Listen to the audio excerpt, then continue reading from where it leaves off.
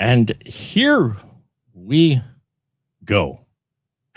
Hello, everyone, to the Special Mark Productions first ever streamathon.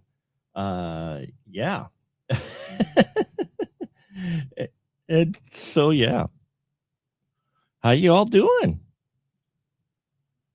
I hope you're all doing great out there. So this is a bit of a tech check and just ease into the hours into this, pardon me, 10-hour streamathon that we're doing today. We got a lot of great stuff planned, folks, and all of it is to help to support the Alzheimer's Association. So I'm very excited to be doing this. We've already got some folks in the chat, which is great. If you've got questions, greetings from Germany. Well, welcome, Volker Hanneman. So glad to see you. And Deborah Lamb, who will be on our show later, she's in the chat as well. So happy to see that. And we're doing this as a fundraiser for the Alzheimer's Association. Dementia is a very personal thing for me. I know what it's like to deal with it. My mom definitely had it.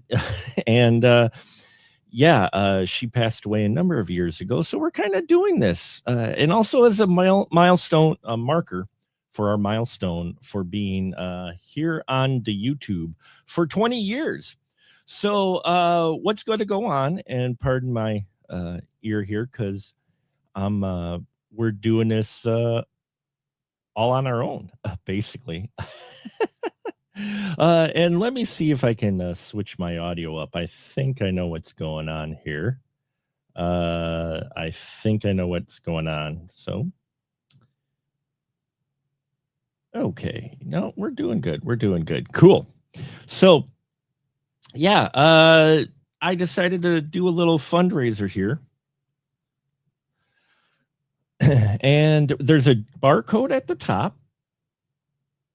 Pardon me, just one moment. Sorry.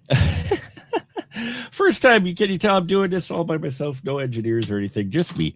But there's a barcode at the top of this broadcast that you can scan, a QR code that will take you right to the donation page to where you can donate any amount. Every little bit helps.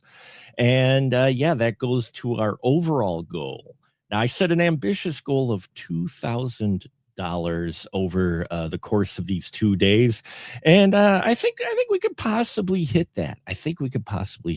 So, there's a QR code up there, and also if you go to specialmarkproductions.com/stream, there's a button below the window where you can watch this broadcast, and you can donate. It'll take you right to the donation page, and you can donate there, contribute, and help a great cause. Plus, we got a great lineup today. Not only did I mention we got the very multi-talented Deborah Lamb coming up today, but we've got Nathan Deming, who I've talked to many times, Wisconsin filmmaker. We're going to talk about their film, Winter Hems. We're going to have a filmmaker and actress, the multi-talented as well, Winter Williams and Matthew A. Green on the show after that.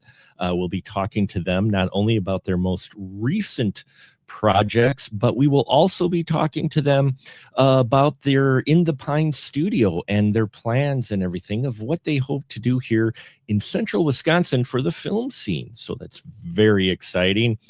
We will have Chris Esper later on, veteran filmmaker.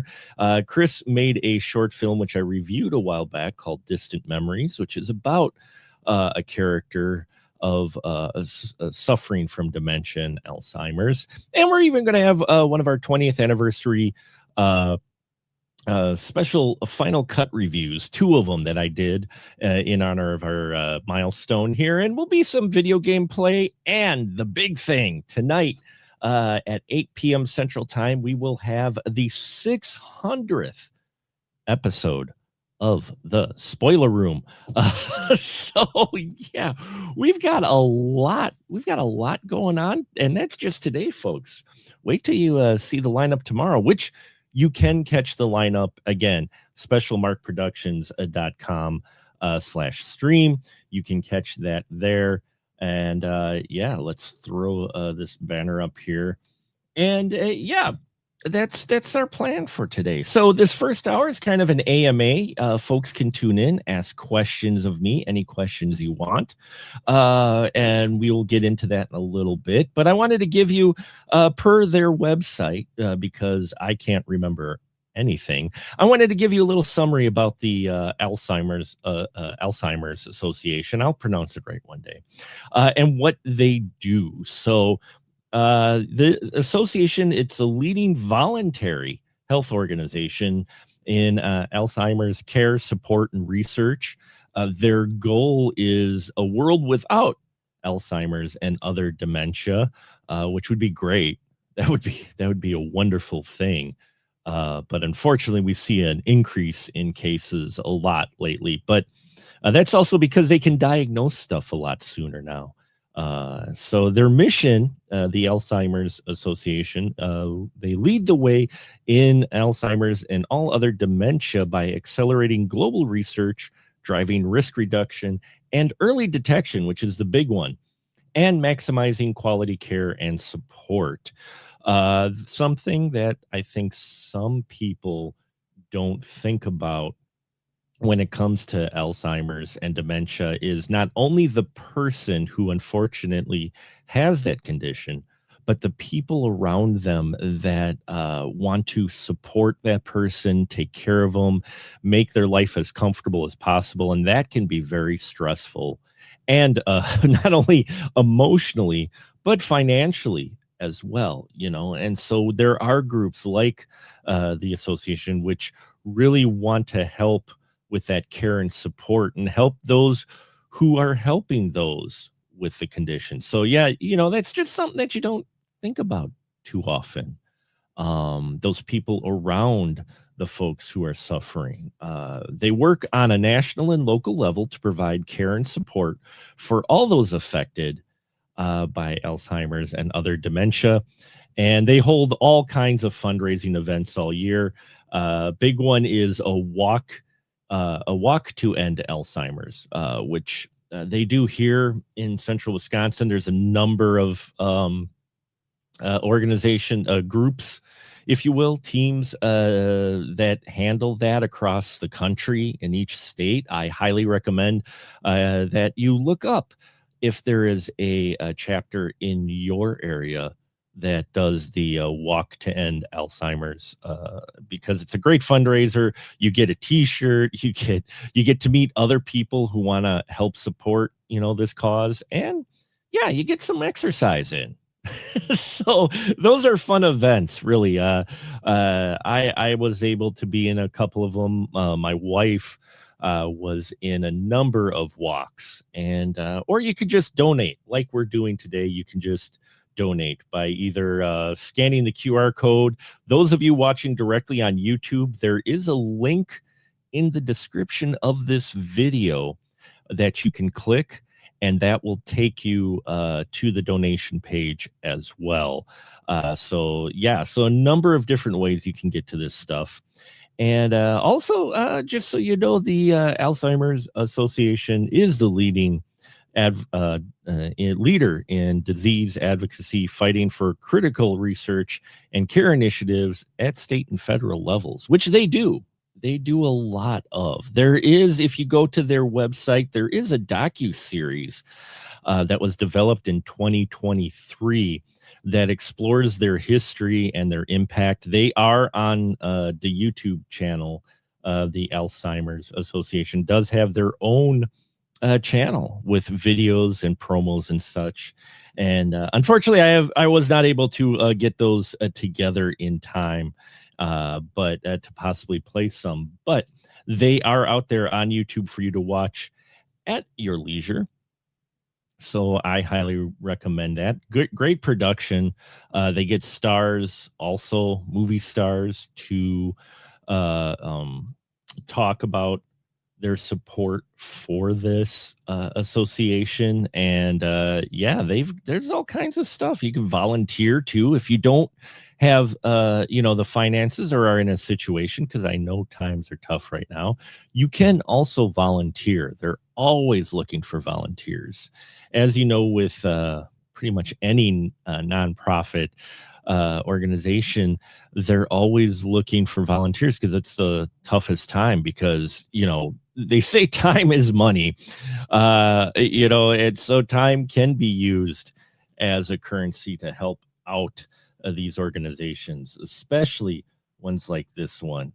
But yeah, we are rolling right along. We already have our first donation. Look at that. Thank you very much, folks. I'm very excited. I appreciate it. And yeah, we're already cruising along. So yeah, thank you. This is great. And so yeah, we're just using this as kind of an ease in moment. You'll just listen to me blab for a while. You are all welcome to ask me anything involving the YouTube channel, my years on here, everything and anything. Not too personal though, but you never know. But yeah, just a little background for myself for those who may not know. I did start this 20 years ago on a whim. There was this new thing called the YouTube that was out, and I was like, hey, I should really put my degree to use, because I went to University of Wisconsin Stevens Point for a video production and broadcasting degree.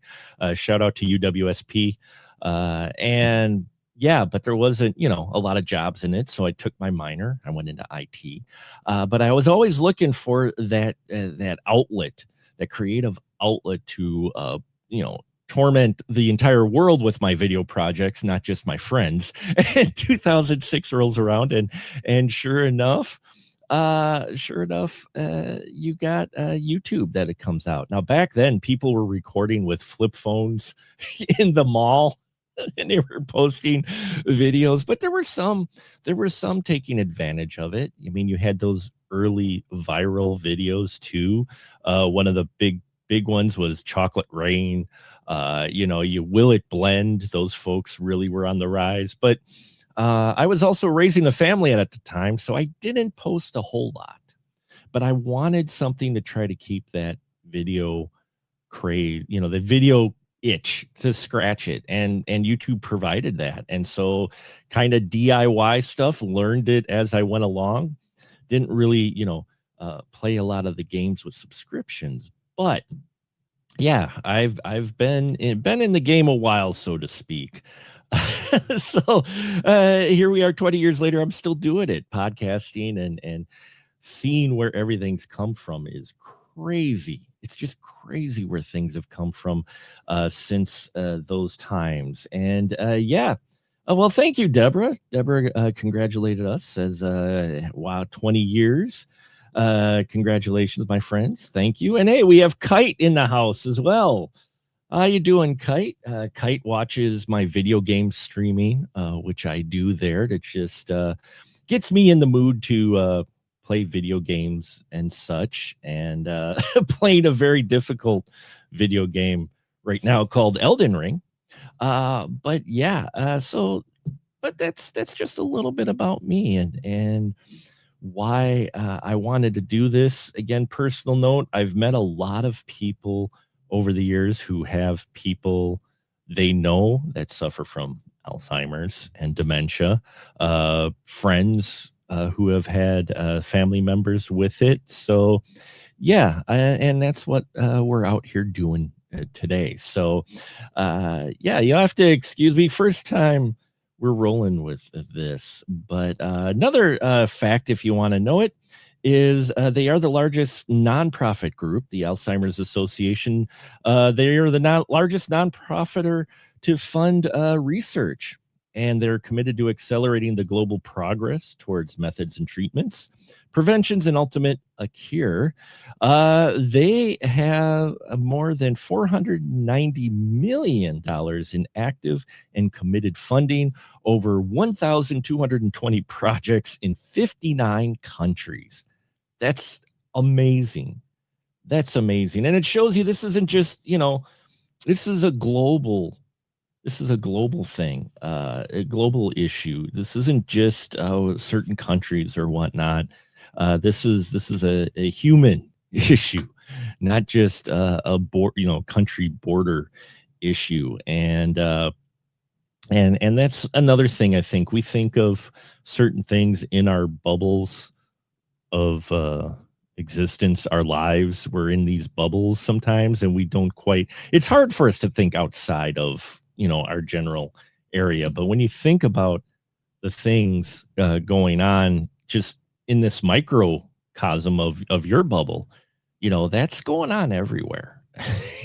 So it's pretty crazy out there. But yeah, I mean, go ahead, you guys. You can definitely give me a question if you want or whatnot. I'm going to see if this works here. We're going to head on over to our channel. And yeah, so here's our YouTube channel. And I've done a lot of different things over the ages. Let me see if I can find the first final cut. I did. There it is. My first final cut right here, folks. Here it is right here. Yeah.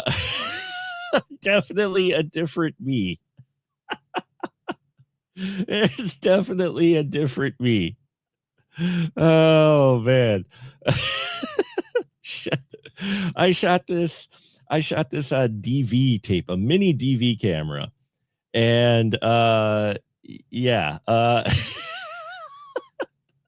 Oh, this is weird to see, but I used a headset to record. And I tried to be kind of quiet because at the time the kids were sleeping. So I didn't want to wake them at all. And so I hope you don't mind this trip down memory lane. But yeah, this is the first opening I did. It was a lot longer music that eventually got flagged for copyright, but I didn't get a major flag. So there is that. But yeah, this is me figuring out what I'm going to do with this. Sorry. Yeah, before I was using green screen, I used my movie posters as backgrounds. Man, I used clips too from movies, which again at the time wasn't quite aware with the copyright stuff. They weren't quite as strict with it, but they were well enough. So quick question. Yeah, it is Volker. The Deborah Lamb interview will be 5 p.m. Central Time, 3 p.m. Pacific Time. I'm not sure exactly which time that is in Germany, because right now it is 12:18. But yeah, you will we'll have Deborah on at 3 p.m. Pacific Time, 5 p.m. Central Time. So that's the joys of time zones, right? The joys of time zones. I think we should all go to the same time zone. Just go to military time. I think that's what we should do. But yeah, so the 5 p.m. is the Central Time. And yeah, so here we are. Just a little blurb there. That's a little early movie man. 10 p.m. Okay. So that would most likely be, yeah. So there you go. So hopefully you're up for that. Looking forward to talking to Deborah. Always a good time. And yeah, so, okay. Well, we're done with the nostalgia brick, but I tried to do a half-hour show because the half-hour show was based off of the half-hour show I did in college. Um, so that's why I figured, oh yeah, I could do the same show I did in college. But yeah, no, I could not. It didn't get a lot of views when it went wide. And so yeah, I had to revise it, but I didn't do many videos then. It was a couple of years later when I got into the full swing and just really started to crank out the videos for yeah anybody who's interested. But yeah, so that's what we do here. And then about 14 years ago now, I think it is. Let's see when the Madison Horror Film Fest was. I got into indie horrors. I got into covering independent horror films because it was tough for me to keep track of. There it is. So 15 years ago. So this is 15 years ago, folks. I've been covering independent films in the independent film scene because I knew, being where I was at in Wisconsin, that I was not going to be close to anything Hollywood wise. And so a good friend of mine posted, and he's like, oh, hey, there's a horror film festival in Wisconsin. And I'm like, what? Wisconsin has horror film fests? And, and sure enough, yeah. So not knowing anything, I just went down there. I shot footage, interviews, got to meet some very cool people. Some of them became very good friends. And yeah, this was my coverage of the Oshkosh Film Festival. There's John Pata right there. He filmmaker, went on to make Dead Weight and Black Mold, two fantastic independent films that, if you haven't seen, you should see. I believe they're on Tubi right now. But yeah, I got to interview John Pata, Derek Carey, Corey Udler. I really got introduced to a lot of great, talented folks at that film festival, and it was a very eye-opening. It was a very eye-opening festival because, hey, Inspector, how you doing? Thanks for joining in. I'm just burning the first hour here, making sure all our tech stuff is in order.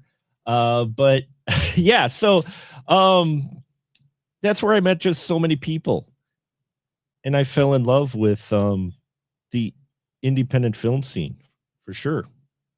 And so that's what we've got here going on, and I got to talk to a lot of folks, and because of that, it's amazing what came from this film festival.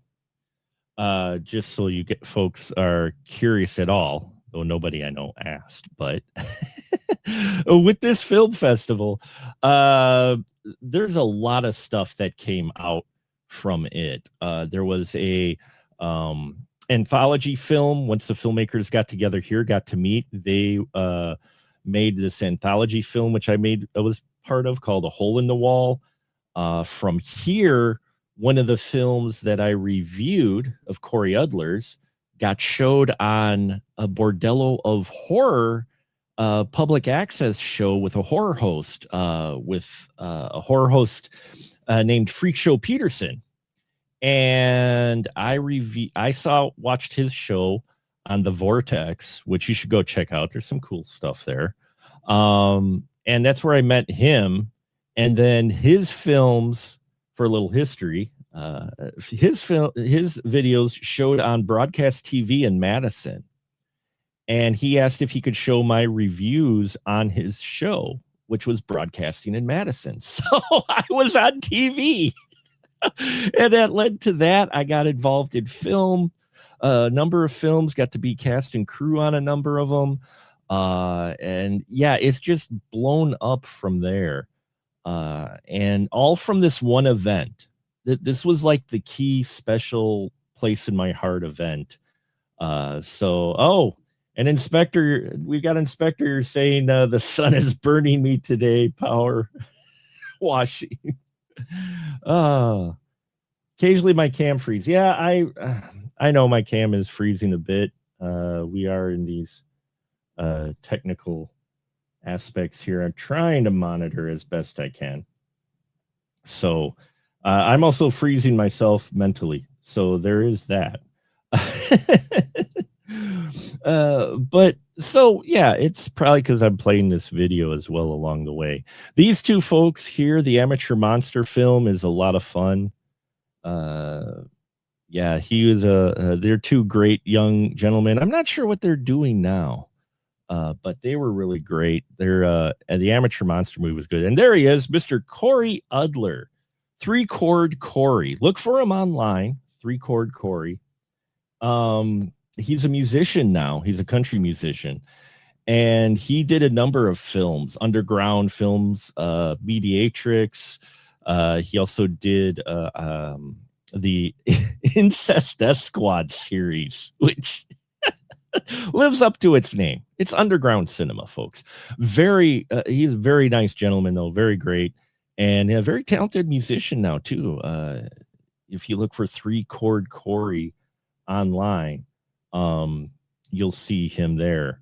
So yeah, that's Corey, and really good guy, great music.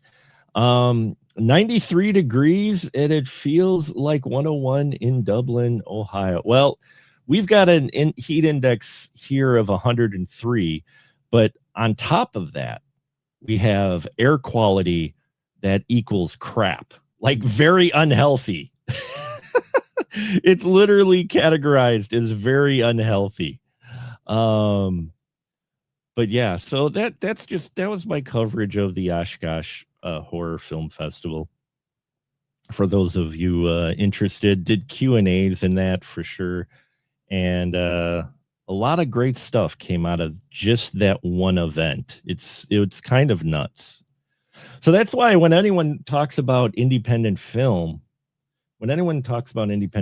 I suggest to them to go to a festival and meet filmmakers if you can, because just going to the fest really, it opens up a lot of opportunities, and you meet some really cool freaking people. You just get to meet some really cool freaking people. And yeah, that's where it started really, though, when I started covering the independent films. And I don't think independent film still gets the acknowledgement it deserves, because indie films are where a lot of very talented folks cut their teeth. I mean, we're seeing it now, finally. But we're seeing it now with Obsession and Backrooms and Iron Iron Lung, is it? Not Iron Lung. But yeah, we're seeing this now where indie films are coming into focus. But at the same time, those indie films still have higher budget than some of the films that I have watched over the ages. Those are lower budget films. Nothing against them or anything. But yeah, so it's good that it's starting to creep in more. But the independent film scene has been around forever, and your big names have gotten their teeth cut on independent horror, the majority of them. A classic one, of course, is it wasn't necessarily, but I mean, Jennifer Aniston did Leprechaun. You had Kevin Bacon in the infamous Friday the 13th Part 3. And then or Part 1. Oh man, I'm foggy here. But you had Kevin Bacon. He was in an early film, and so yeah, I mean, you've got a lot of talented folks who were in small budget films. Tom Hanks famously in the film Mazes and Monsters, which I have.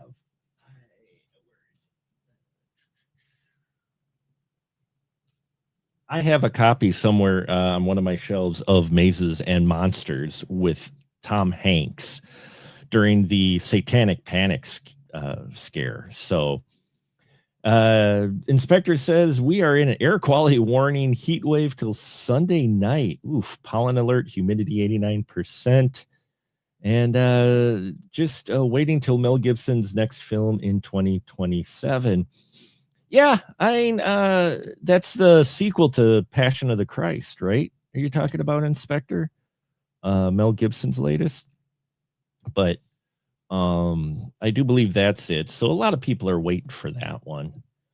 But I think independent film really is where you should look. Now, granted, it's not going to always have the high budget aesthetic that you may be used to with mainstream films, but I think you can find a lot of really cool talent and really cool work in these films. You see a lot of them now on Tubi. There's Tubi, there's Fossum, there's the Roku channel, which has all kinds. I mean, all these indie films are now getting out there to the public. So yeah, and always the same problem with these large collections. Yes, Volker, I thought I had it on the shelf, but I obviously have not shelved Mazes and Monsters yet. I do have it, but I just haven't put it on the shelf yet. I have stacks of stuff I have to sort yet. the struggle of physical media, right? Physical media collection, that's the tough part, is keeping things organized, whether it's vinyl, VHS tapes, or DVDs, Blu-rays, whatnot. It's always tough to keep to keep them in order. But I do have Mazes and Monsters there, and I think I got Leprechaun as well on the shelf in the back there somewhere. But I like collecting physical media stuff. As long as it fits in the basement, my wife's okay with it. But I do occasionally have to cull it out. From the looks of it, I need more shelves. They look fulls. Yeah, they're not. There's some room on the other side. You know, I adjust. So, but the shelves are quite full. I've always been a big media collector. That comes from my father. You know, my dad collected. I mean, back in the day, that's what you did because you didn't have streaming. So you bought media because that was the way you got it, or you just rented it. You know, you rented it from the grocery store, from video outlets, until the big box blockbusters came around, like Family Video and Hollywood Video. That's what you did, right? You had to rent. And that's what's nice is this shelf that my videos are on in the back. My shelf here is actually a Family Video shelf. It is from one of the Family Videos that closed down, and they were giving it away, and I was able to grab one shelf, so I grabbed their biggest one. And so that's a piece of history in the back there, is the Family Video shelf. And then you can't see it because it's usually as a reflection, but a good friend of mine who is into sign making made my own Family Video sign. So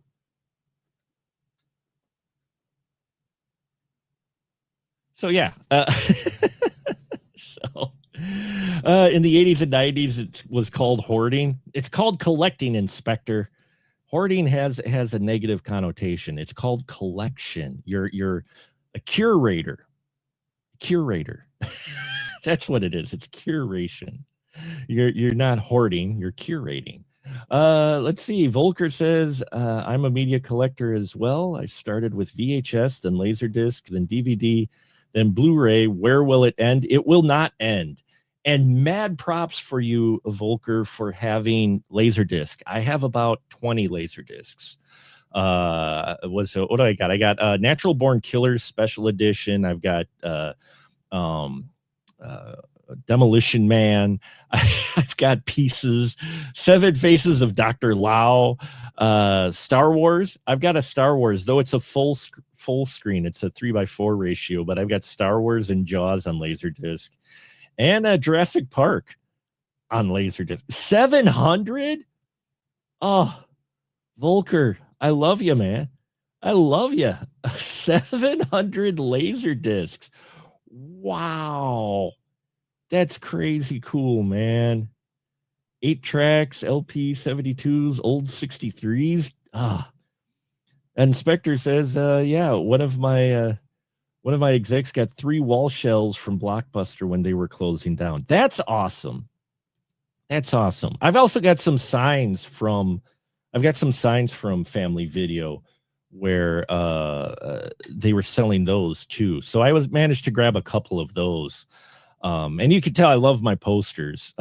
Behind here are posters, and I got all kinds of posters in the other room, and just not enough wall space to display them. That's the tough part. is with posters, you want to display them, but you got nowhere to put them, and that's always a little frustrating. You need to build walls just to display the posters. So, Volker coming in with the vinyl LPs, 900, and CDs. Is that 3,700 CDs, Volker? I mean, 900 LPs, I get it. I've got probably not quite that many, but a lot closer to that number. But CDs, 3,700? Oh, man. Mad props to your curation of CD music. Inspector, you're missing an Elden Ring poster. I am. Oh, and they're all soundtrack CDs. All right, I'm coming to Germany, Volker. I'm coming to Germany now. I gotta see this collection, man. Oh, you are a person after my own heart with that. Oh, shoo, all soundtracks. I usually that's the majority of what I collect are soundtracks. I do occasionally I get the odd score or album if there's an artist out. I also look for odd vinyl. I have some really odd vinyl in my collection. It's wild, some of the stuff I find. But you need a bigger flat. Yeah, I think that's the challenge of all of us. Nothing beats vinyl on a turntable, Inspector. I totally agree. And I've had this debate. I've had this debate with some of my friends on the sounds of vinyl. And yeah, it's I still think vinyl, it has a more organic sound to it. I really do. Pardon me. But yeah, I think it has more organic sound, a more fluid sound. What's really great and what's always fun for me is when you have a soundtrack or a vinyl that you find that's like old, like 30s, 40, like 40s or 50s year old. You take that vinyl and you play it, and it sounds crisp and clear, no hiss, like the day it was pressed.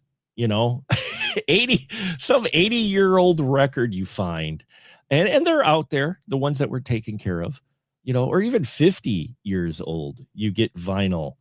It just sounds so good and so full. And I think, and it's great to see vinyl coming back, because with vinyl back, I really think that people have discovered the love of it, and it's exploded, and it's great because now you got all these boutique places that do it. Waxwork Records, Terror Vision is my favorite. I really love the stuff Terror Vision puts out. I'm not a paid sponsor at all. I just love their work. I have a good amount of their library that they've released, and they get some obscure stuff out there. Terror Vision does, but I definitely recommend them. But if you're a vinyl collector, yeah, now is the time. So much is coming out now. They're re-releasing stuff. Yeah. You need full blown townhouses. I've seen some of those houses that where it's just walls covered with physical media, and it's amazing. It really is.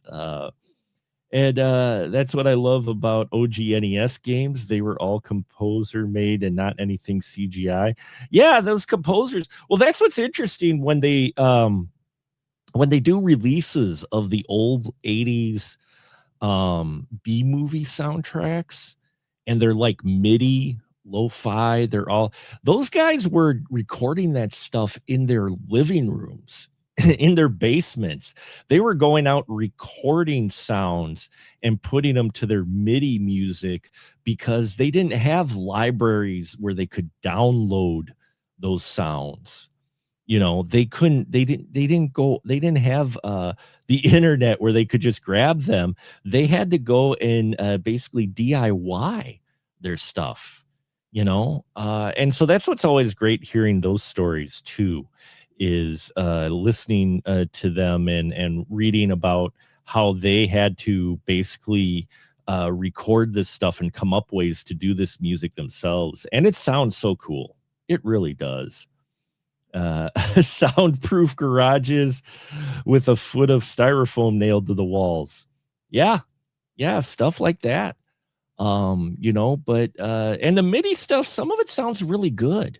Some of that electronic stuff sounds really good.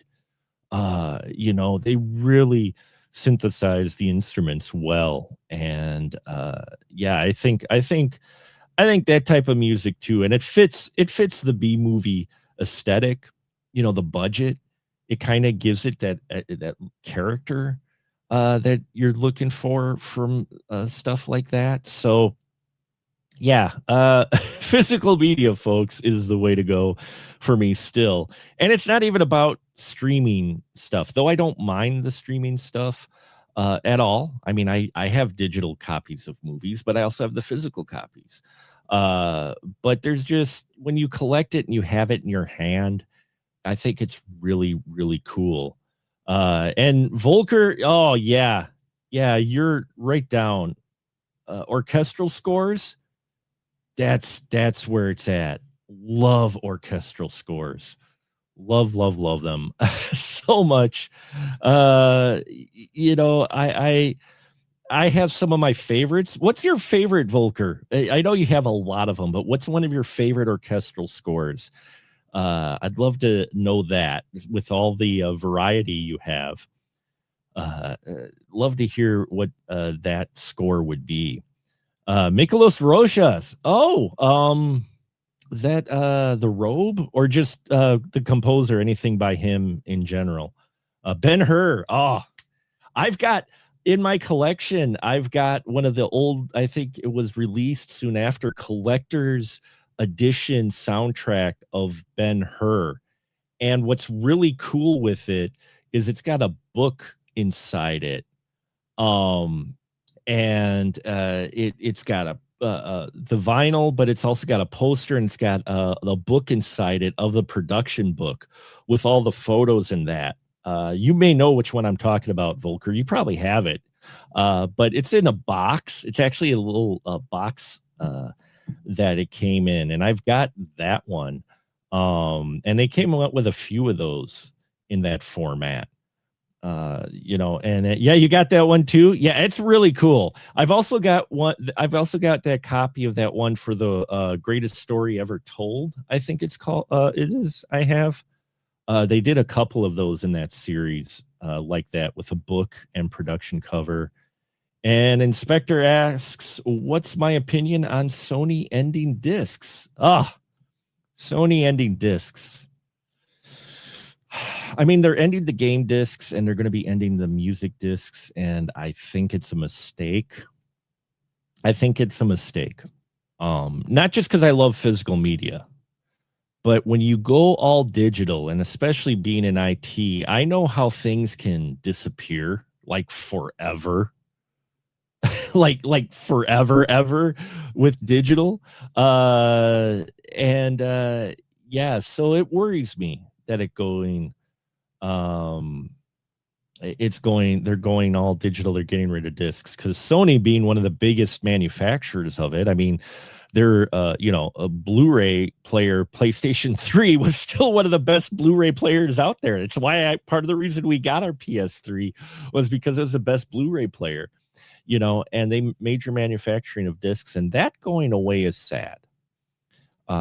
Because I really think you need that physical copy for backup, if nothing else, and when you don't have that, and if something happens to the hard drives or the servers or whatever you have those copies on and they get wiped, EMP or otherwise, that's it. That's gone,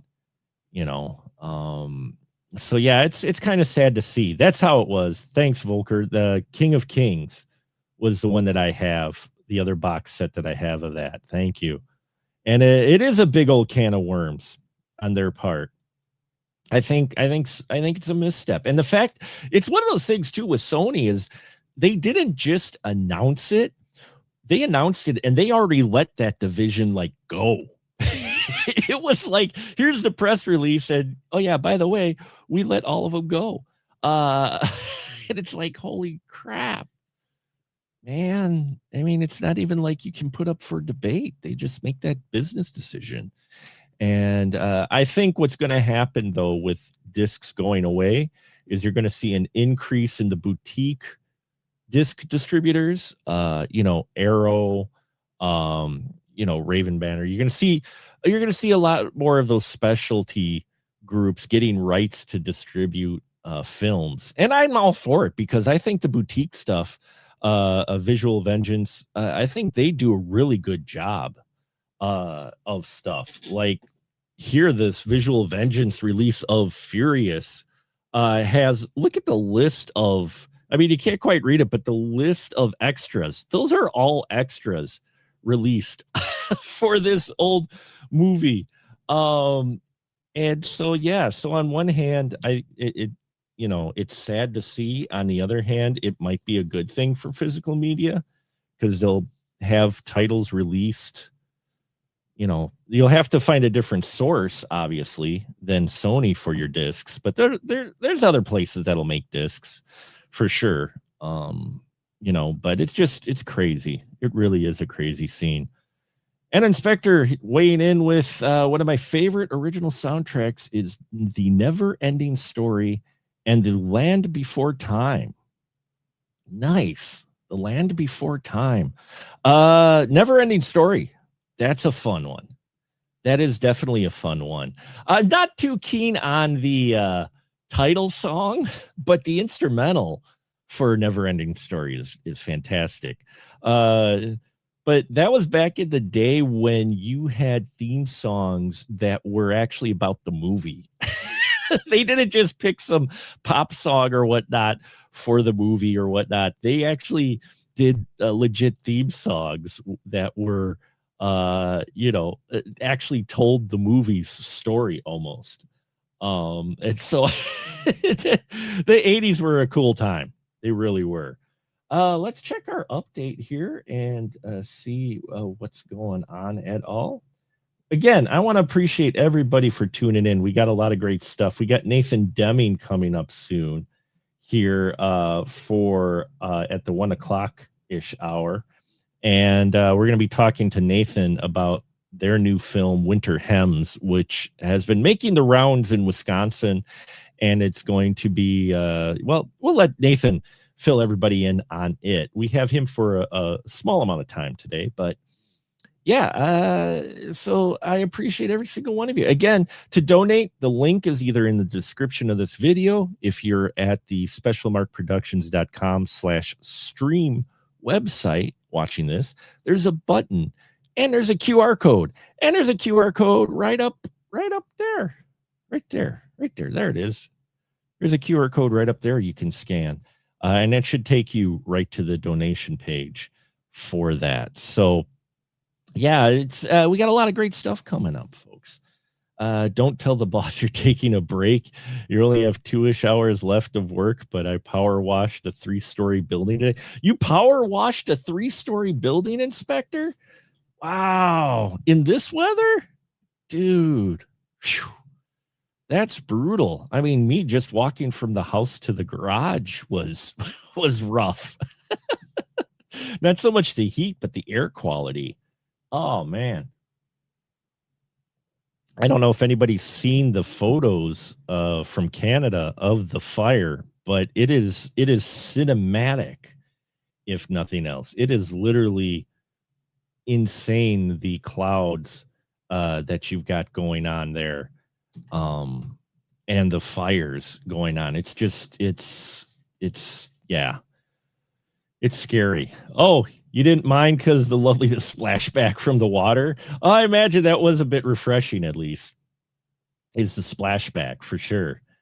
I imagine that was. So that probably did feel good. But yeah, it is tragic that those wildfires are going on and so much destruction, and then seeing how that affects entire regions it's really rough to see. So I'm hoping folks are staying safe and healthy out there, and doing what they can to avoid both the heat and the smoke.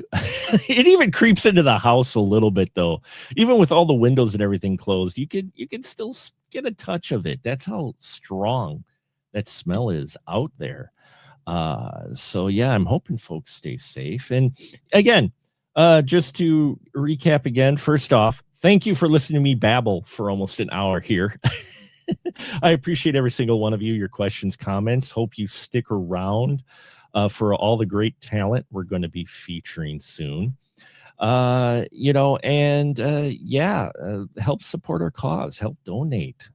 Bunny, I know things are tight, but any little bit helps. Any little bit helps. And we do have an ambitious goal that I think we could possibly meet. And we can only do that with your help. And so it means a lot to me that you're even stopping by just to chat or tune in to our live streams today, because we got a lot. And tomorrow we got even more great stuff. We got Wisconsin filmmakers Dan Davies and JB Thompson showing up tomorrow. We're going to have a lot more Final Cut reviews. It's going to be a little bit lighter day than that. And Ian Simmons is going to be here, my right-hand man on my podcast, but him and I are going to make a discussion tomorrow about why we do film criticism. And we'll also have a live review of Black Sabbath and soundtrack show. Volker, you'll probably be sleeping by then, Volker, because that'll be at 8 p.m. tomorrow night. 8 p.m. tomorrow night. So that's probably you might be sleeping or you might be waking up by then. We'll be doing an episode of the Final Cut.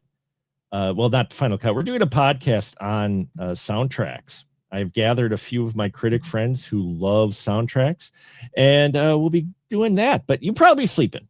But it will be archived for posterity.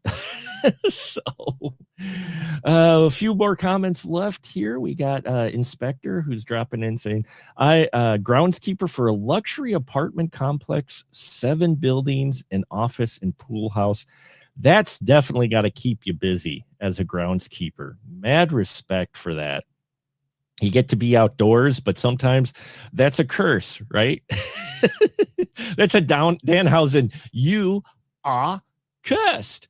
With that, when the weather isn't great, being a groundskeeper. So for sure. And that's I have thought about that too, though. I see the groundskeepers around town and that taking care of we've got a lot of little parks and stuff in town, and they're always working on that. And that's to keep it up and making it look pretty, which it does. You're going on 3 years in September. Well, congratulations on the 3-year anniversary of being a groundskeeper. That's tough work, but as long as you enjoy it, I think you do, or at least don't hate it. As long as you don't hate it, do what you enjoy, for sure. And yeah, we got some great news. We got another donation. So we've got stuff coming in, folks. You don't enjoy being broke? That should be a t-shirt. It should be a t-shirt, Inspector. You could probably sell those with a phrase, I don't enjoy being broke.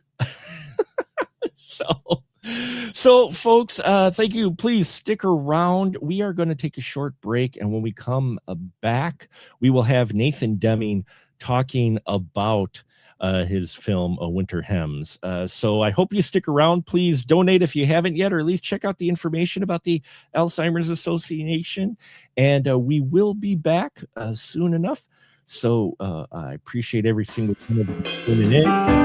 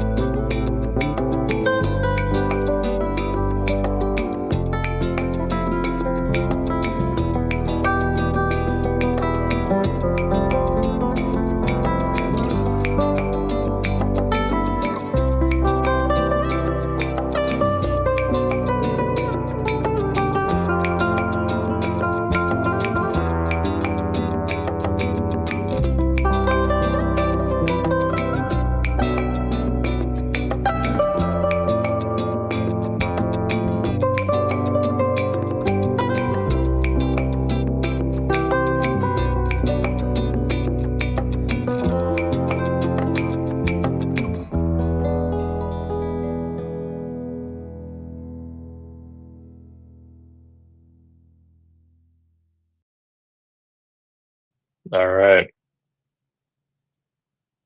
And here we are, folks. We are back. Welcome to our Streamathon. Appreciate every single one of you tuning in. Pardon my earpiece. Just got to check. I monitor things myself as well. But we are here with Nathan Deming. Now, Nathan, filmmaker, independent filmmaker in Wisconsin. And we're here today to talk about a number of things, but mainly he's got a new film that's out and about in the real world called Winter Hems. How you doing, Nathan? I'm good, and I think I'm potentially talking to a cast member of Winter Hymns as Oh, that's well. right. Yeah, I was just gonna say there should be full disclosure that I I am a cast member of sorts. At You least are. my Don't. voice. Yeah. Okay. Yes, my voice. Yeah, Yes, my don't voice. reduce yourself. Okay. Yeah. I I am a voice on a phone in Winter I think you're Hems. the first line in the movie, actually. Just about, I think. Yeah, I Yeah. might just be. Yeah. So Winter Hems. If you could tell our fine folks a little bit about your latest film. Sure. Well, first of all, I think what you're doing is really cool. Thanks for doing this. Happy to plug my film, but obviously there's a more important issue that you're dealing with today. So, yeah, Winter Hams is about a palliative care doctor meeting with dying patients and their families, set in Wisconsin, set in the worst months of the year in Wisconsin, in winter. And yeah, it deals with the film deals with a lot of things, but part of it is just looking at all these different people from different walks of life. Just as they're different in life, they're different in death. They're all facing a very serious illness. We don't deal explicitly with Alzheimer's in the movie, but dementia is there's a patient with dementia, and it is like one of the few things I didn't have time for. Basically, that I was like, oh, I wish I had more time to deal with that, because well, the film's like about a lot of things, like about people wrestling with their legacy, also kind of asking questions about the current healthcare system and all that, but also just like the variety of what the really difficult things people go through. And the dementia scene actually tends to be people's favorite, I think, because it carries so many horrors that you've like lost the person is physically there, but they're maybe not there all the time. And in our film, it's a particularly spicy older lady who I won't give anything away, but it's based on very real issues that like uh, she's suddenly not acting like herself, and or maybe she is acting like herself in a way that she's phased out. But yeah, so that's what the film is. Yeah, I got a chance to watch it. You were kind enough to let me see the full film, and it is very moving. I think what might resonate with people is there's going to be hard to not find at least one situation I think many folks have found themselves in when it comes to dealing with people or loved ones that they have to go into hospice care specifically, or have a chronic disease condition.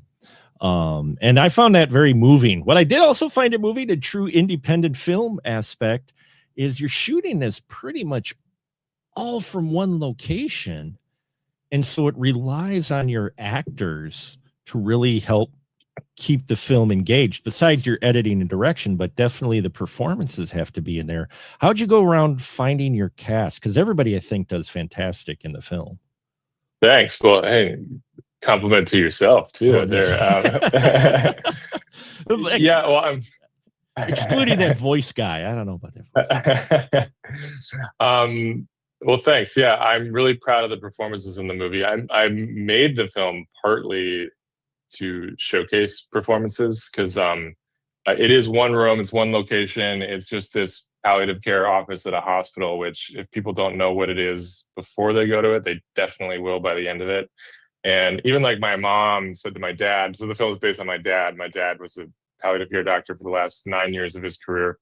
And we all thought we knew what that was. Maybe I knew a little more because I got into making a film about it. But after my mom saw it for the first time, she was like, is that really what it was like? And he was like, yeah, pretty much. So I derailed myself there a second. What was your question again? No, I was just your cast. How did My you go cast. about Yeah, to yeah. find the Sorry, I'm cast? like, Because yeah, you had to pick some talent because it's a character driven piece, so it's not like yeah, it's it's all about the characters. yeah. So then when I decided to make it, basically I got really involved with the Wisconsin Passing Film and TV incentives last year, and I made a lot of really fantastic contacts on both sides, like filmmakers as well as actors. And I really wanted to shoot something in Wisconsin to show, I guess, what was possible here. And and then I remember the script that I wrote this 7 years ago, and it had come on and off the shelf a bunch. I thought, okay, now's the time to do it. And let me look around the state because it has to be a Wisconsin cast if it's in Right. Wisconsin and based on like what we just went through with the film incentive stuff. And I am so happy with this cast because it was like I was willing to make it with whoever. But from the beginning, well, I'll start with the film. I would not have made the film without Colleen Madden, who plays the doctor, Dr. Vobernick. She is a part of, people probably know, she's in American Players Theater in Spring Green, who they just won a Tony Award. So congrats to them.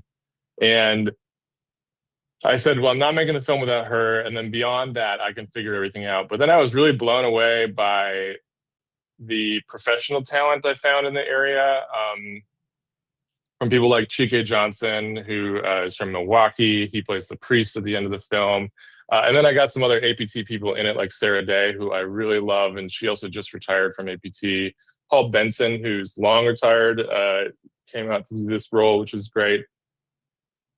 But then there's a couple people who are not actors at all, which is kind of like what I did on February, which I remember you were nice enough to review last year. And there was the ice fisherman character was not an actor. So I thought, oh, let me do that again. And then I found, so I'm this will sound like a compliment to myself, but some people will say, "Oh, oh, how do you find these people? You're good at directing non-actors." And I'm like, I don't think it's me. I think there's just a lot of I think there's a lot of unique people in Wisconsin, and if you look for them, they're really talented and they're right there. So two people to shout out would be Peggy Trojan, who's 93, and she plays the 93 or 92 in the movie. It's her first acting gig. I think she's fantastic. A lot of people, they always comment on her first. She's never acted before, and then she just shows up and just kills it. And then also the guy who plays the lineman was not an actor. He's like actually a dairy farm hand. He actually lent me the truck on February. That's how I met him. It's because Really? I needed an old beat up truck. And I think he responded to a Craigslist ad or something. The real theme of this, if you remember, I also found the ice fisherman on Craigslist. So the real theme is Craigslist is where you can find people still use Craigslist, folks. Yeah. So long answer to your question, which is just that it's all mostly people from Wisconsin, and I'm really proud of that fact. And there's just a lot of talented people here. And in fact, folks, stick around because our next hour, we're going to be talking about one of those actresses who was in the film. Winter Williams will be. Oh, Winter's coming on? Winter and Matthew both will be. Awesome. Next hour. We're going to be Very talking cool. to them. So, but yeah, it's an interesting film and journey you take writing it. How tough was it to write? Because some of the, did you do some research? Did you ask folks? Did you mostly just tap your dad, or did you look at other folks as well for when you were writing it? Well, it started, the impetus was my dad, right? I was just like, because I didn't even know what it was, and finding out through him. And then I did a lot of early research pre-COVID now, the before COVID times, where I tried to talk to hospice people from around the country to like understand it better and not just get the Wisconsin perspective, or I don't know, every place has its own like specific. So, and then I would go back, and then as a writer, honestly, it was one of the most fun things to write, and it definitely went through a lot of evolutions, but I thought it was such a cool excuse to do what I love, which is not in all my films, but when I can, I love, like we talked about before, I love the movies of Mike Lee. I love if there's a reason that you don't have to have a plot per se. And just these day in the life of type films. yeah, well, there is clearly a lot of plot happening in the Oh yeah. movie, right? Like there is almost too much plot happening, and yet there's not really a plot, which is that the simple plot on top of everything is we're just following this doctor she meets with her patients. Right. But as each patient goes along, we get sucked into a very specific story, like the farmer who's sold the farm to a CAFO or a super farm, and there's like a whole area there going untapped and like things that are unsaid. There's Winter's character who you have on the face of it, she's just like a mom with her daughter who's kind of beleaguered and overwhelmed. But then as she talks, you realize there's many layers going on. And so, yeah, that was all, I don't know, it was just really fun writing it, and like just the most fun challenge to be like, yeah, how do I keep your attention? This is just no, but really, right? Because it's in one room. It is. And it's in one like, room. So I got really into watching other movies in one room, which there's been a lot. Like My Dinner with Andre is obviously a great movie. The past 10 years, I think it was Carnage, and then I can never remember the name of it. There's one about school shootings. Oh yeah, yeah. I can't. I need to know this when I'm doing press. I keep forgetting. See, I'm a good rehearsal for you for press. So. Yeah. I'm deep into the press now. I should know this by now. But yeah. Anyways, it's like a school shooter's parents meeting with the victim's parent. It's a very explosive situation, basically. And anyways, I kept watching them and kept. I won't name films, but I would get a little annoyed because I'd be like, oh, why? What a cheap way to hold my attention that way or that way or that way. And then I realized I had strong opinions about it because I was like, oh, I really want to accept this challenge. I really want to. Yeah, you want to try to take this on. Yeah, and so then I tried to find my own way to make it work, and I think the variety helps. A doctor's natural schedule helps. I also wrote this before The Pit. The Pit has a very similar setup where it's like medical drama just very easily lends itself to this, like, and it's largely their experience, right? Like you just sit down, probably a couple jobs like this, maybe a dentist's office would be an interesting one to do too. The same movie, but just like with your mouth full of this stuff. Yeah, people wouldn't necessarily be able to talk. It'd be one-sided conversation. Just be the dentist passing time.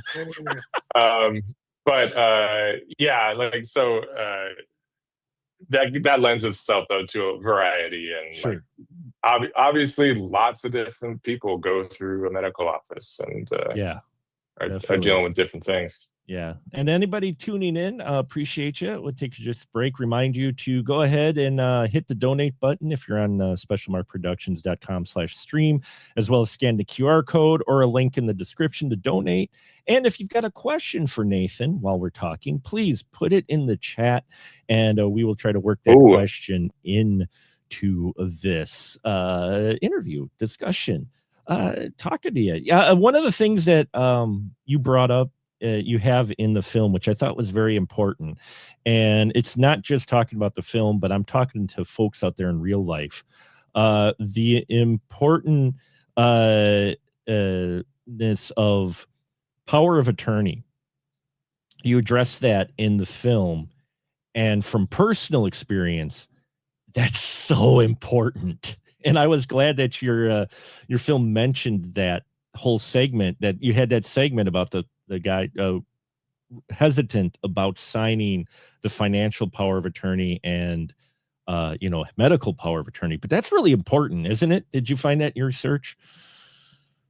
Yeah, I mean, to me, so it's funny because that's probably the number one thing my dad or other professionals I interviewed, that they were kind of like, if the film was a PSA, that'd be the number one thing they want out there. And so I was kind of wary of it because I was like, this film's not a PSA. But to me, I just thought it was very interesting because as somebody who doesn't like paperwork anyways, in life in general, as an artist, well, most people don't like bureaucracy and stuff.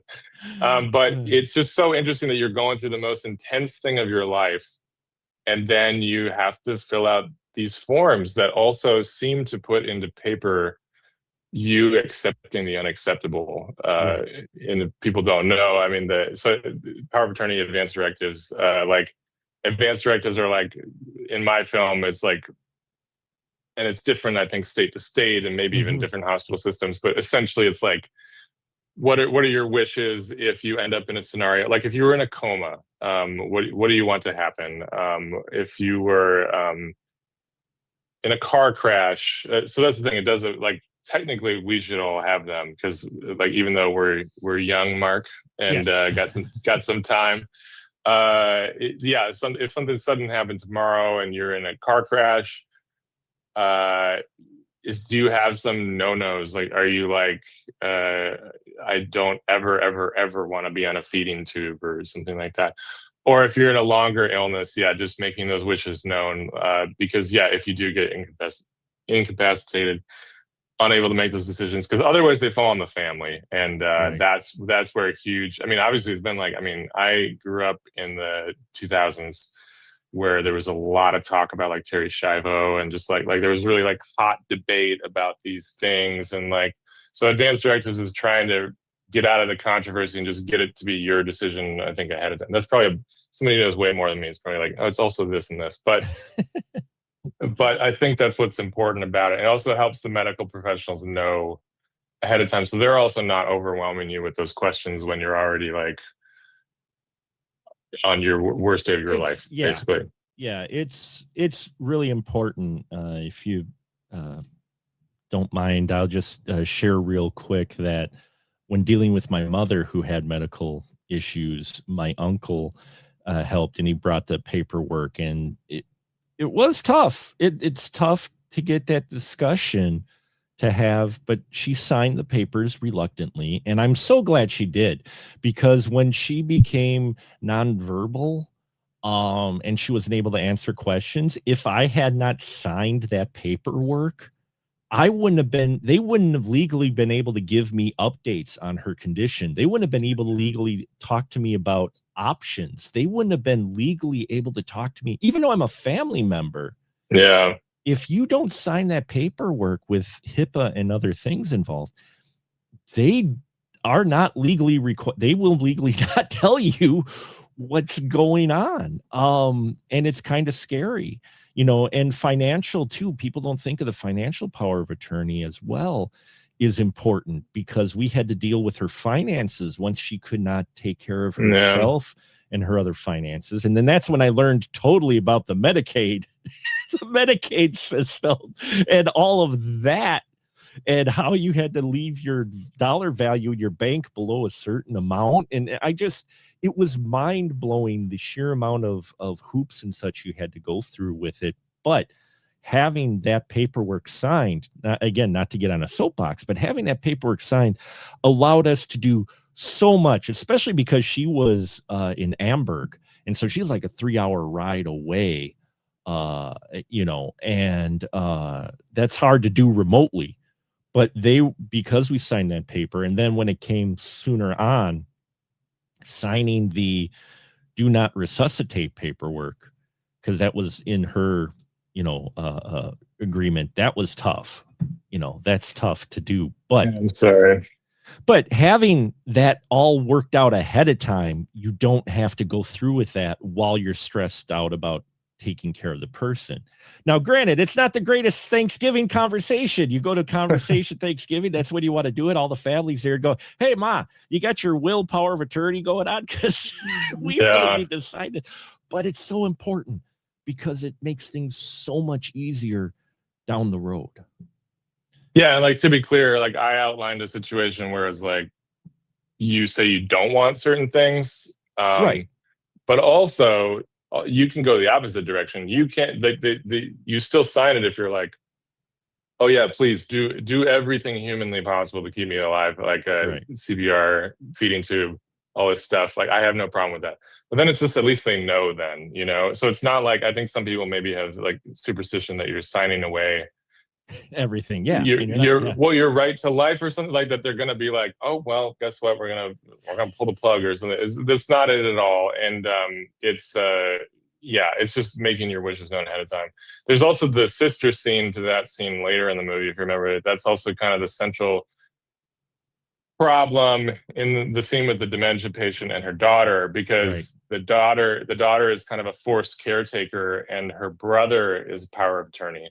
Her mom's not able to make decisions, didn't fill those out at all, and then her brother basically in like a perfect windfall of perfect storm, which is what happens in life. He's just not being responsive. He's not checking in. He doesn't really realize the severity of the mom's condition while the daughter's living with it. The daughter's going nuts taking care of her mom, really overburdened, and she's got kids and stuff. So that's kind of the cost of going the other direction, right? Right. Is like you can just end up totally. It's going to be a bad situation no matter what. But that was one theme of the movie that, or one, I won't say it's the theme of the movie. I'll let people figure it out if it's the theme of the movie. But it was a takeaway from researching it, was like, it seemed like through all of the different things you could talk about, palliative care, hospice, I mean, the most interesting theme was that most of the time you're not alone. It's like a family helping this person go through it. And so then what seems to happen is either families blow up or they come together. So I know all families are different, but many families, I think, are built on a healthy foundation of Sure. love. So, like, how do you keep that love intact through the worst situation possible? How do you navigate it? So yeah, it's not, yeah, it's an uncomfortable Thanksgiving situation to have talk, but it's, yeah, a necessary one at the end of the day, and something we just don't talk about, and then it leads to bad situations, which I'm sure you could get a medical professional on who could be like, boom, boom, boom, Yeah. here's how it can go wrong, and like all this pain could have been avoided, Hmm. so many people's lives got destroyed just because of one person, this illness, and yeah. Yeah, it's tough. And you cover that in your film. I thought you handled that very well, those different situations. Because, like I said, Thanks. the one in particular resonated. I don't feel like you were trying to do a PSA, but, you know, films, I think, are meant to entertain. Some are more meant to entertain than others. Like Snakes on the Plane is meant to entertain. You're supposed to sit down, just hell yeah, let's watch let's watch Sam Jackson I versus snakes. Yeah. I disagree. That was a really important FAA loophole that they needed to get on top of, and They I'm opened glad that they did. they showed the weaknesses in the FAA inspections and Yeah. they need to shore it up. No, but then you get other films like, like yours and that bring to light situations, as you said, that people may not really be familiar with, Mhm. or they don't want to think about. I mean, we don't want to think about our relative going into hospice. We don't want to think about, well, what if this happens? But doing that being proactive in that. And the reason I joke about Thanksgiving and Christmas, but that's when you have all the relatives together. That's when you can come Mhm. to an agreement on things. That's when you have everybody there who you want involved to sign right there. Because otherwise, families are spread out, and trying to get them together to do that, is a challenge, especially when it's something that people don't necessarily want to do. you know Yeah. and I thought, oh, you got the one heartbreaking scene, not to spoil too much, but you got a heartbreaking scene in there with a family, with a gentleman reading his letter to his family. And that was heartbreaking, man. That was, oh, because that's someone really coming to terms with the inevitable of their condition and realizing they only have so much limited time. And that was rough, but was that a whole family you cast, or were they separate performers? Because they really acted like a family. Yeah, no, those are all actors, but Mm, yeah, I thought they all did, because so it's a family, it's a husband and wife, and then two daughters who right. are like teenagers, and then the teenagers are both from Kenosha, I think, or Hmm. Racine, Wisconsin, and they knew each other through this acting studio, Actors Craft. Shout out to Actors Craft, Maureen in Kenosha, and uh, yeah, I thought what they did was really special with that scene, and it's probably the hardest scene somehow in the movie to watch. It's one of the shortest scenes, but it just, yeah, each time I watch it, it hits me like a lead brick. It's just like, Well, yeah, it's a hard scene. It's so impactful. You know, it's so like having the family right there. And like I said, doing something like that just is resigning yourself to that inevitability is heartbreaking. And yeah, I thought they all nailed that scene very well. And you, was it tough writing that scene? Or is that one of those things where you're writing on paper, you're like, okay, this is good, this sounds good, and then you see the performers do it and you're just like, oh, that's what that scene is. Oh yeah, no, I think the hard thing, well, it was an easy scene to write in a way because part of the scene that's not said, but it's a bit of a reality, is that like there's somewhat of a coached nature to the letter, because like they will help you maybe write this, and this is like, it is like clearly this very blue collar guy who doesn't know. He even says at the top, I don't like expressing myself. So he's kind of borrowing some stock phrases and stuff. So in that way, it was kind of easy to write because it was like fun to be like, well, yeah, this is how he's following a form, but it is clearly how he feels. Yeah, no, that was just a really fun one to film, and I didn't quite know how it would go, and then it was just fun to film because it was like we had everybody leave except me and the actors while they all kind of got into the headspace, and it was like in that moment too, the reality of the scene was hitting me, because we all just kind of sat with it for 5 minutes in silence. Then we brought the crew in, just started rolling. No, that was a special moment. I mean, I was really excited by a lot of the performances in the movie, but that one, I don't know, it's probably just hard too because it's two teenage girls listening to it, you know. But and it's hard at any age, but in particular, you just want to give them a hug because you're like, oh my god, like what the hell? This is awful. You do. But yeah, I think it's great. It was interesting to see you come out with a feature because I'm excited about your month program. Are you still going ahead with your month project? Or I am. I did have some people write me. They're like, what happened to March? Where's March? If people paid attention, I said at the time, I'm going to do this over 10 or 20 years. Yep. So winter hymns came up in a unique set of circumstances, which is why I went for it. I also really wanted to do a feature. Sure. So like after doing those films are like 45-hour long things. So and they're part of a larger project, but yeah, I was really excited to get back into feature mode. I was a little bit like, oh no, I'm doing another winter in Wisconsin thing, but it's Wisconsin. We're known for winter. Come on. Yeah, so yeah. Wrong with that. But yeah, no, March, definitely don't count me out for March. I'm gonna do it. I just gotta. I'm currently working on something else. We'll see where that goes, and then. But yeah, March is definitely locked and loaded, ready to go. Nice. Very excited about that. Where's Winter Hems now? I saw you made a recent Facebook announcement. It's been playing around in Wisconsin, I've seen, but you're going to a bigger, wider audience. Tell our folks about that with Winter Hems. Yeah, well, it's been interesting because like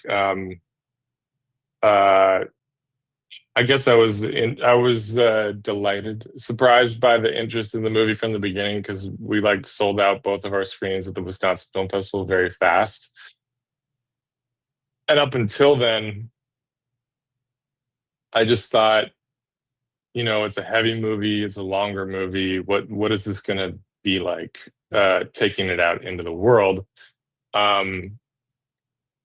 And then kind of right away, I think it was like resonating with people, which is really exciting. And then we started with just some other screenings around the state, and then they grew. And in Madison in particular, it stayed for like 2 or 3 weeks, did really well.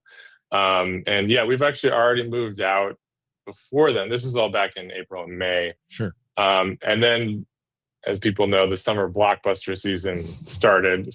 So got a little harder to book theaters, but we still were getting a lot of interest. So then what we decided to do for the summer at least, and we've got more plans for the fall and winter, but we started setting up like more specific screenings like all over, because we were getting messages through the website that were like, oh, can you bring the movie here? Can you bring the movie here? Which is really exciting, because I thought, again, I didn't know either if like it would be too Midwest or too local or something like that. Like, I believe in the film, but and it's a universal topic. But so it's been very interesting, the kind of interest in it. So people, we have a website. If you go to it, you can see where all we're playing this month and next. But yeah, we're adding shows all the time, and just really exciting that people are. We got one in Alaska now. Alaska, nice. Alaska, Washington, Georgia, Missouri, Illinois, Iowa, California, Texas. So yeah, we're going all over. You're going all over. Well, that's exciting for that. I'm very excited about it. Now, I know you're on limited time, but I was wondering if you could, if we have just a little time, because you and I, we were involved in it, and I don't think people realize about the film incentives, because you mentioned it a little bit. Could you just give a little information about that? Because you and I were part of that budget hearing, which was a lot of fun. I've never been to a state budget hearing before, and to see a packed room, all these organizations, and you got like 2 minutes to state your case. Go. It's after 3 minutes, and it was like, so tell folks about that incentive that passed recently. Yeah. So if you don't know, film and TV incentives are statewide or city programs that basically offer productions money to film in a location. Usually, well, I'll keep it specific to Wisconsin. It's not actual money; it's a tax credit. Right. That's given later. So some people are like, "Oh, we're just handing out money," but the whole idea is that it's money that's been brought into the state anyways. So because when a production comes into a state or anywhere, they bring in money. There's people booking hotels, eating at restaurants, and then also they're creating a product that might end up be a big advertisement for your location, right? Right. So there's a lot of wins. There's a reason these programs have been getting popular. Basically, Wisconsin didn't have one for about 16 years. Because it just kind of fell apart the last time. We actually probably were like too early in adopting it, and like other people, other states had kind of really figured out how to do it at a modest level. But so it's just kind of a win-win for the state. And so last year, they got brought back for the first time in a really long time. We were one of just a handful of states that did not have them, and now we have them again. And so what that means is that there's now like a $5 million pool that is going to be distributed to productions of all kinds that can come. They can go from indie films to larger films. The idea and the hope, or TV shows, and the idea and the hope being like, if you come and shoot here, you'll spend money here, and that also you'll pick us over Florida or somewhere else. And we do have a lot to offer in Wisconsin. We got a lot of different locations. People don't realize how versatile like Wisconsin places can be. Well, and Wisconsin, but like you can film if your movie takes place. Let's say your movie takes place partly in the Midwest, partly in New York City. You can actually film that all in Milwaukee, or like there's areas you can film. That sounds a little silly to say, but it's true. And they do it all the time. A Rumble in the Bronx. It's Bronx, but there's mountains in the background. So I mean, right? Yeah. And then I think even I remember Charlie Barron's talking about the Great Outdoors. Oh yeah, yep. Like that takes place in Wisconsin, but then like clearly is Tahoe or whatever, like again, mountains and stuff. You're like, so that's also the other nice thing is that Wisconsin often is tapped as a identity, and then we don't get any of the windfall from that when they don't film here. Like there was I don't want to like shut them out a bad way, but there was a TV show that takes place in Wausau. that was on the Sci-Fi Channel. Oh And man, that show, yeah.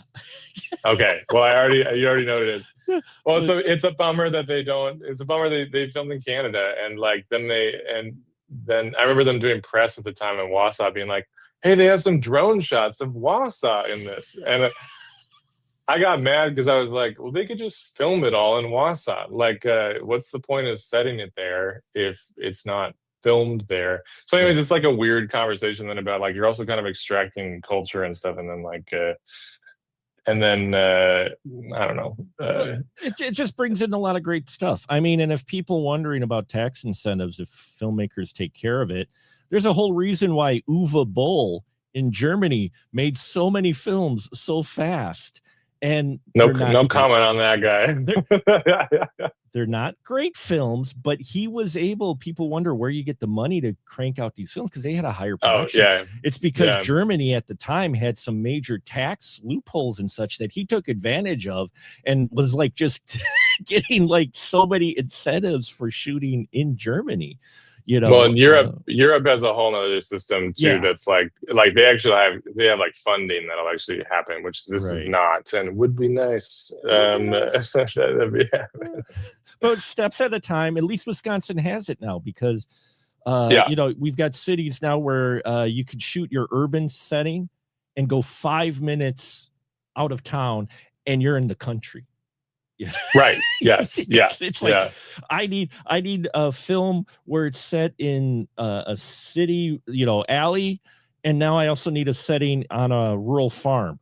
Okay, I think 5 minutes away. Yeah, why can't they do if it seems like they're making a new Superman movie every year, so why not do one in Wisconsin? Because you got the cornfields, you can do the Clark Kent, Iowa stuff.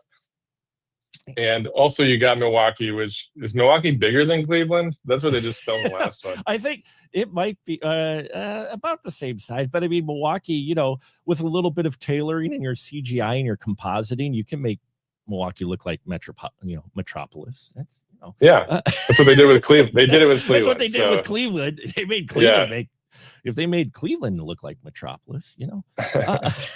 But I know you're on limited time, so I don't want to keep you too much longer. But where can they follow what's happening with Winter Hymns and everything else that you've got going on right now, Nathan?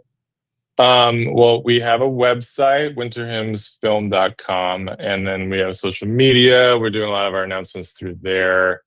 And then I would say that this is the best way. My life right now is the movie. So Sure. that's the best way to follow me as well right now. But yeah, Instagram, Facebook, all that stuff. We're posting all the time about it. And I hope people get a chance to see it because it seems more often than not people have a really strong reaction to it, which is exciting. It's fun to feel like I kind of sense that from even the beginning of production. Like I thought this was a private idea for a long time. I was just like, oh, this is a little too hard to try out. And then once I started doing it, I just realized immediately how affecting the topic is, and like this has never happened before, but like in auditions, then they just want to tell me that they like the idea and that they would tell me something personal about when they went through palliative care with a family member.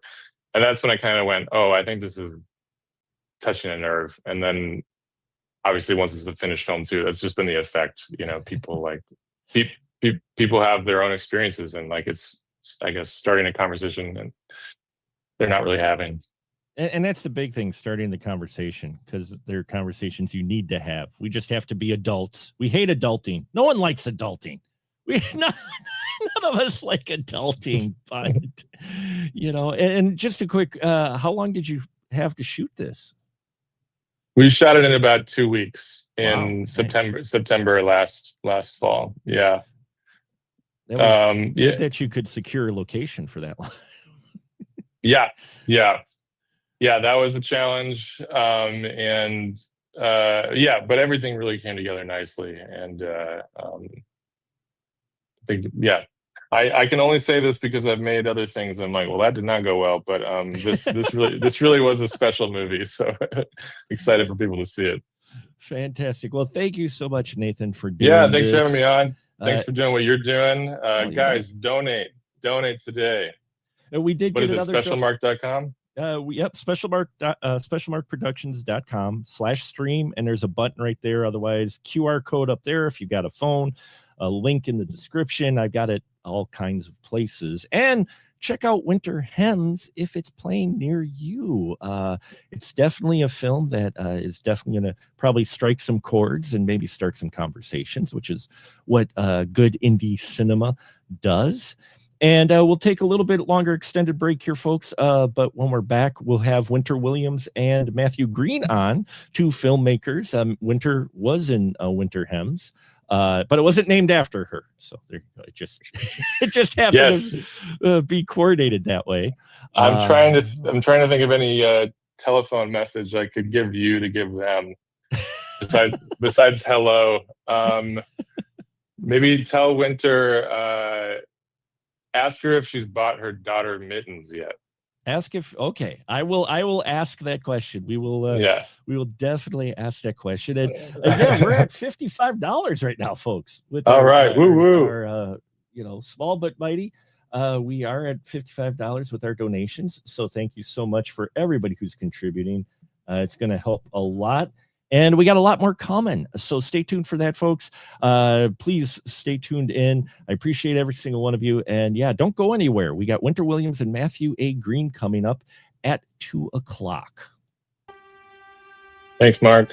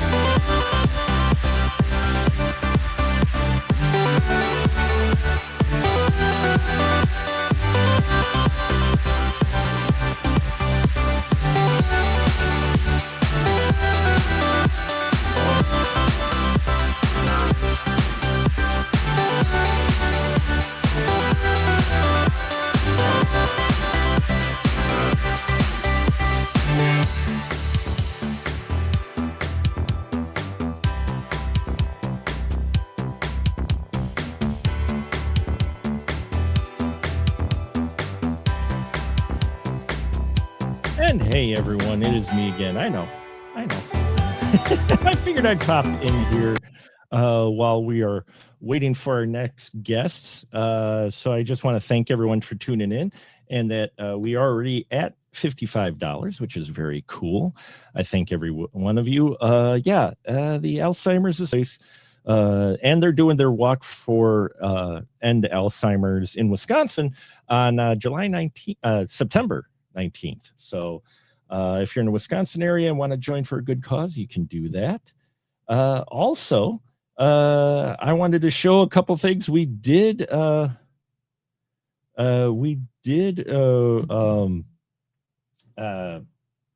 about earlier a couple physical media stuff. So I brought a couple little things to show you.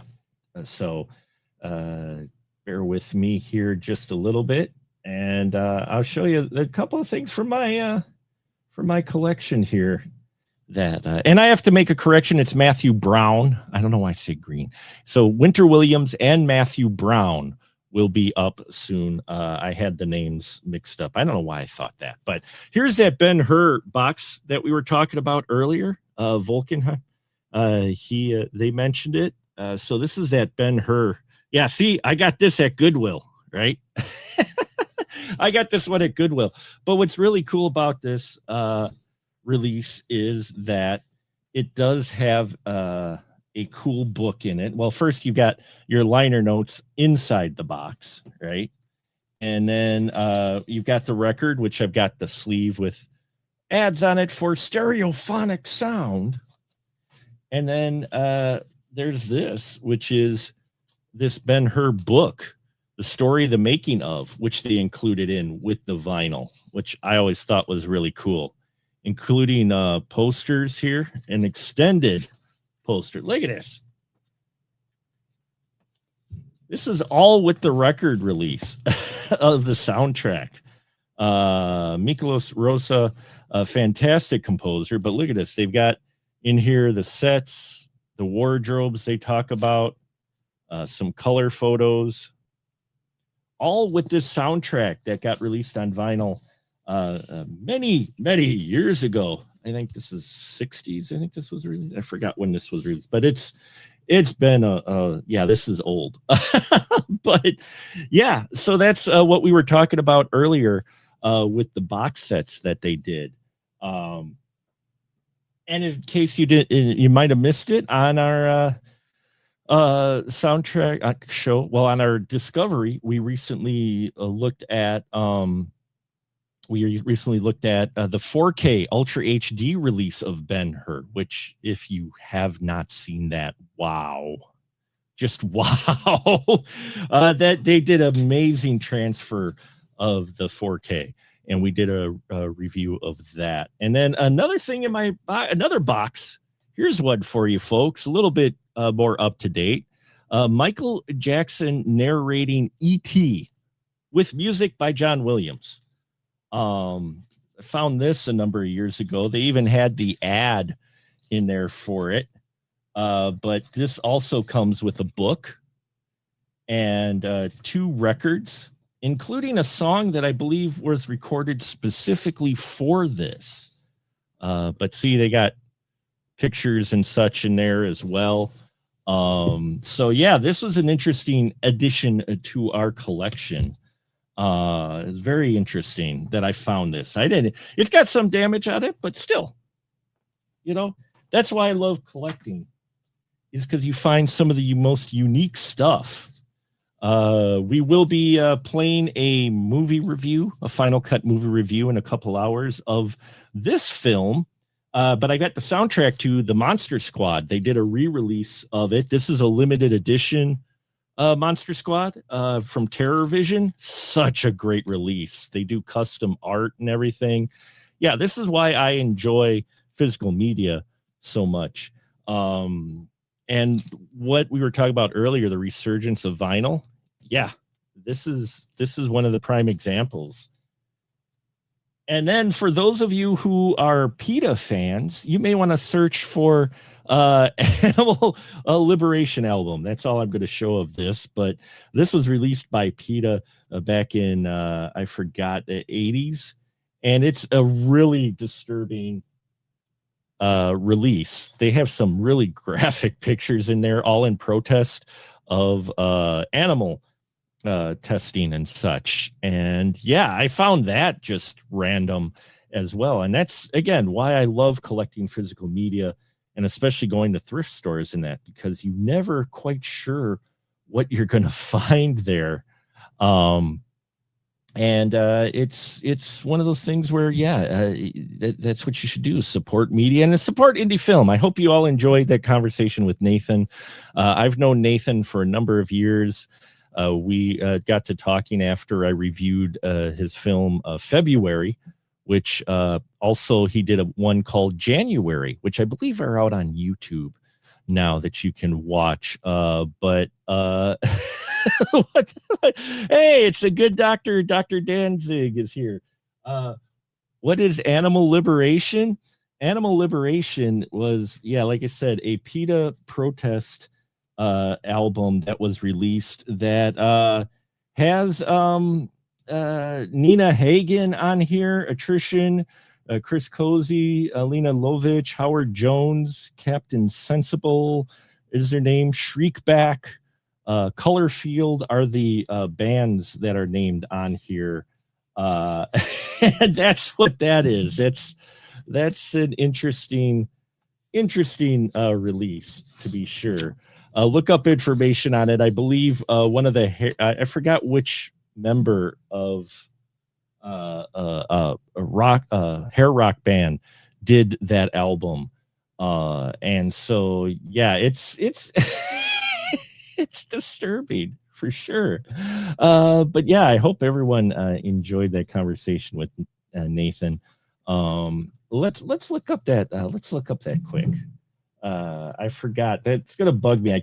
I should know what the name of that album, the artist was on that. But that Animal Liberation one for animal rights came out in 87, and it was a compilation one. And who was there you go, the artist behind it? That's it, Al Jorgensen of Ministry. So Al Jorgensen of Ministry put that album together.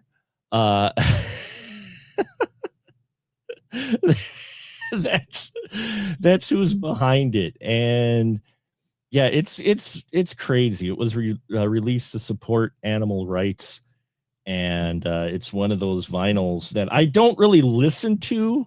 It's not like something I just put. It's not a hair metal guy. No, it's not a hair metal guy. I was wrong.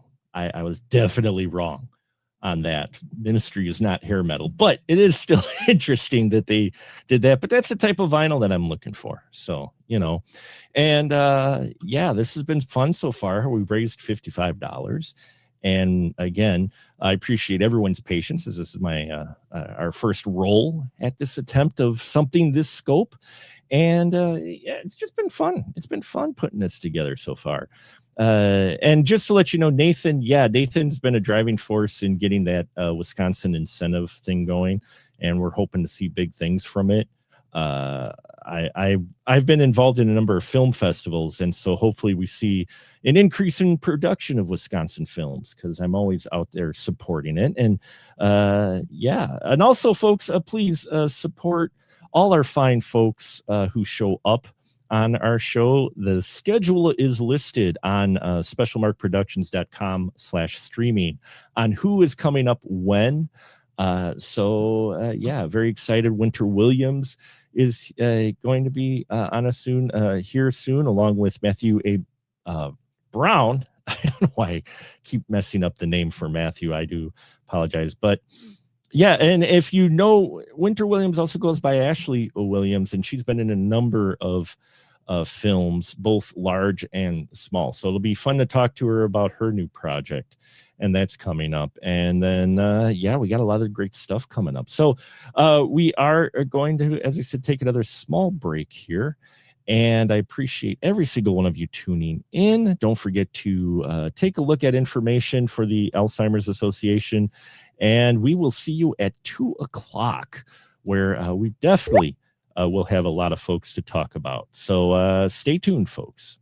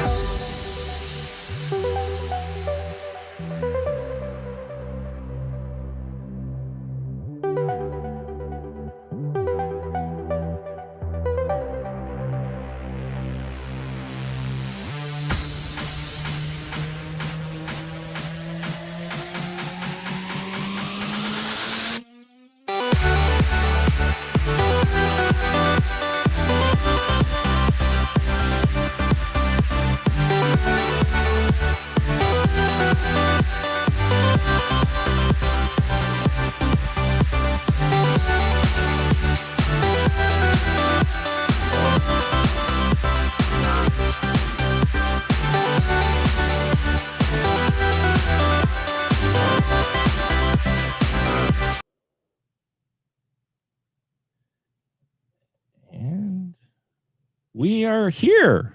Here we are. We are live once again, everyone. Thank you so much for joining our streamathon, our streaming to end Alzheimer's.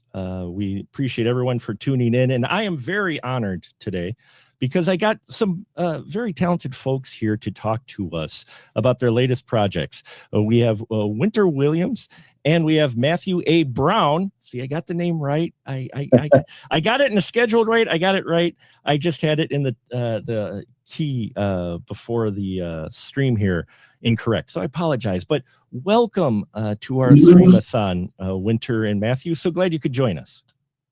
Yeah, thanks for having us. It's a great thing that you're doing here. Well, thank you. Thank you. So you guys got a lot of stuff going on. So first off, I want to talk about Winter. You've got a new film. You've dove in. You've been an actress in front of the camera, and now you're diving into film writing and directing and all. Tell us about this project that you're putting together. Sure. I mean, this project has been a long time coming. I've had segments of this idea, this story world idea, for about 15 years now. So it wasn't until we dove into the screenwriting intensive at the studio here, the In the Pine studio that Matthew was teaching, that I just kind of fell upon the actual story that I really wanted to tell, and it became just more and more personal as I went along. And yeah, it's called Wolf River. It's a historical drama. It takes place here in Wisconsin, on the frontier, in the year of 1851. And I'm writing it, and I'm also going to star in it. Matthew's going to be directing it, and it's really exciting. And I've been diving into a lot of Wisconsin history, and just really excited writing wise too. This is something that's very new for me, and I used to always tell myself that I wasn't a writer, that I was just an actor, and so this is a new challenge. Well, it's always good to challenge yourself as an artist, right? You're always you won't know until you try. It's like me putting this on. I'm like, I don't know if I'm going to be able to pull this off, but it sounds very interesting. And you had some discoveries too along the way while you were doing your research, didn't you? About yes. historical. Yeah, Midwest ancestry. We've lived in Wisconsin for 3 years now, and this whole time I was thinking, like, I have no roots here, no past, no history, no family in the Midwest. Never stepped foot in the Midwest myself, but yeah, ancestry for me is a bit of a hobby, a passion, and simultaneously, while researching just Wisconsin history and my own ancestry, I went down this rabbit hole and found that I have a fourth great grandfather who pioneered the land down in the Dane County area outside of Madison. So yeah, we actually went there just yesterday. We went to Paoli, and I stood on the grounds where my grandfather, pioneered the land and lived for 4 decades, and it was pretty special. That's amazing that you had that discovery, and I imagine makes the project a little bit more personal as well. Yeah. Now, Matthew, cool. Was this, when you moved to Wisconsin, was it your first time in Wisconsin as well? Because you're from a little bit farther away, so just a little bit. Yeah, Wisconsin was not on the map for us at all. I mean, we'd driven through, going cross country from like New York to Los Angeles and back and that sort of thing. But we wanted to get out of the big cities with our kids, and visited a friend of Winter's, and saw all these lakes and rolling hills and the space, and there was a good school for the kids, and we just said, why not? So yeah, it's very new, but I mean, as soon as I rolled in, it's like I just felt stories dripping from the trees, and especially like untold stories, which is so exciting, because obviously Wisconsin is not really known for cinema. And so we felt like there's this amazing gap. and then the story just lent itself so well to the landscape, the people, Yeah. So there's a lot of themes of just the hardworking people here, the resilience of the harsh winters and getting through that. And the story takes place over the winter time. So it's really cool, actually. Story wise, like the people here, they also love to tell stories. So like a lot of our Yes. Well, neighbors, yeah. they will just like completely epically tell about their day or last week in like a whole kind of epic story format. And yeah, they don't stop talking. But it's fabulous. It's like it's really cool. You learn a lot. We learned a lot very quickly after we moved here. Yeah, that's us good old Germans and Polacks. We like to talk, as people may figure out now. So, Yeah. you mentioned stories dripping from trees in that, Matthew. So this particular story, how do you approach it from a director's standpoint? Considering you've been here only 3 years or whatnot, for locations and that, both go out. How do you go about picking them, and do you ask locals maybe, what would be a good spot, or do you just drive around? It's a whole mix, and you always want to, whenever you have a story, you always want the form to um, um, match the content, and basically take the content and elevate it to its ultimate. And so you have ideas about locations, obviously, like from the imagination, from things you've seen. But then what tends to happen, it's happened often to me when I've been prepping features. You'll have a location in mind, you'll go check out that location, and maybe it's a mix of things. Maybe something doesn't sit right, or you can't get access to it for some reason. Like, let's say you see an incredible, like we saw this incredible building when we were down in Paoli, which was from the 1800s. And maybe we can't get access to that building. And then instead of getting disappointed, it's like, okay, well, then you're not going to just give up on the building, you're going to try. But if you absolutely can't get it, it's like, that's not because like something's wrong with the film, it's because there's a better location for the story. So it's a whole mix, the locations. And then the same thing with, it's set on the Wolf River, but that doesn't mean we have to, we're going to scout, and we've been offered taken down on a boat down the Wolf River, like specifically to location scout. But it might be that there's a better location that's on a different river that's maybe less built up, and where you have the rawness from that time period. So it's all about that ultimate marriage of that story you're trying to tell, with how you're framing it in camera. And when you're finding these locations, like Winter, when you're the being the writer on this, or discovering your personal connection, did that make you go back and maybe possibly restructure or rethink some scenes that you wrote about? Like, you're traveling down a boat and all of a sudden you're like, oh, I got to write a scene for this spot here. You didn't plan on it, but now have you run into that so far?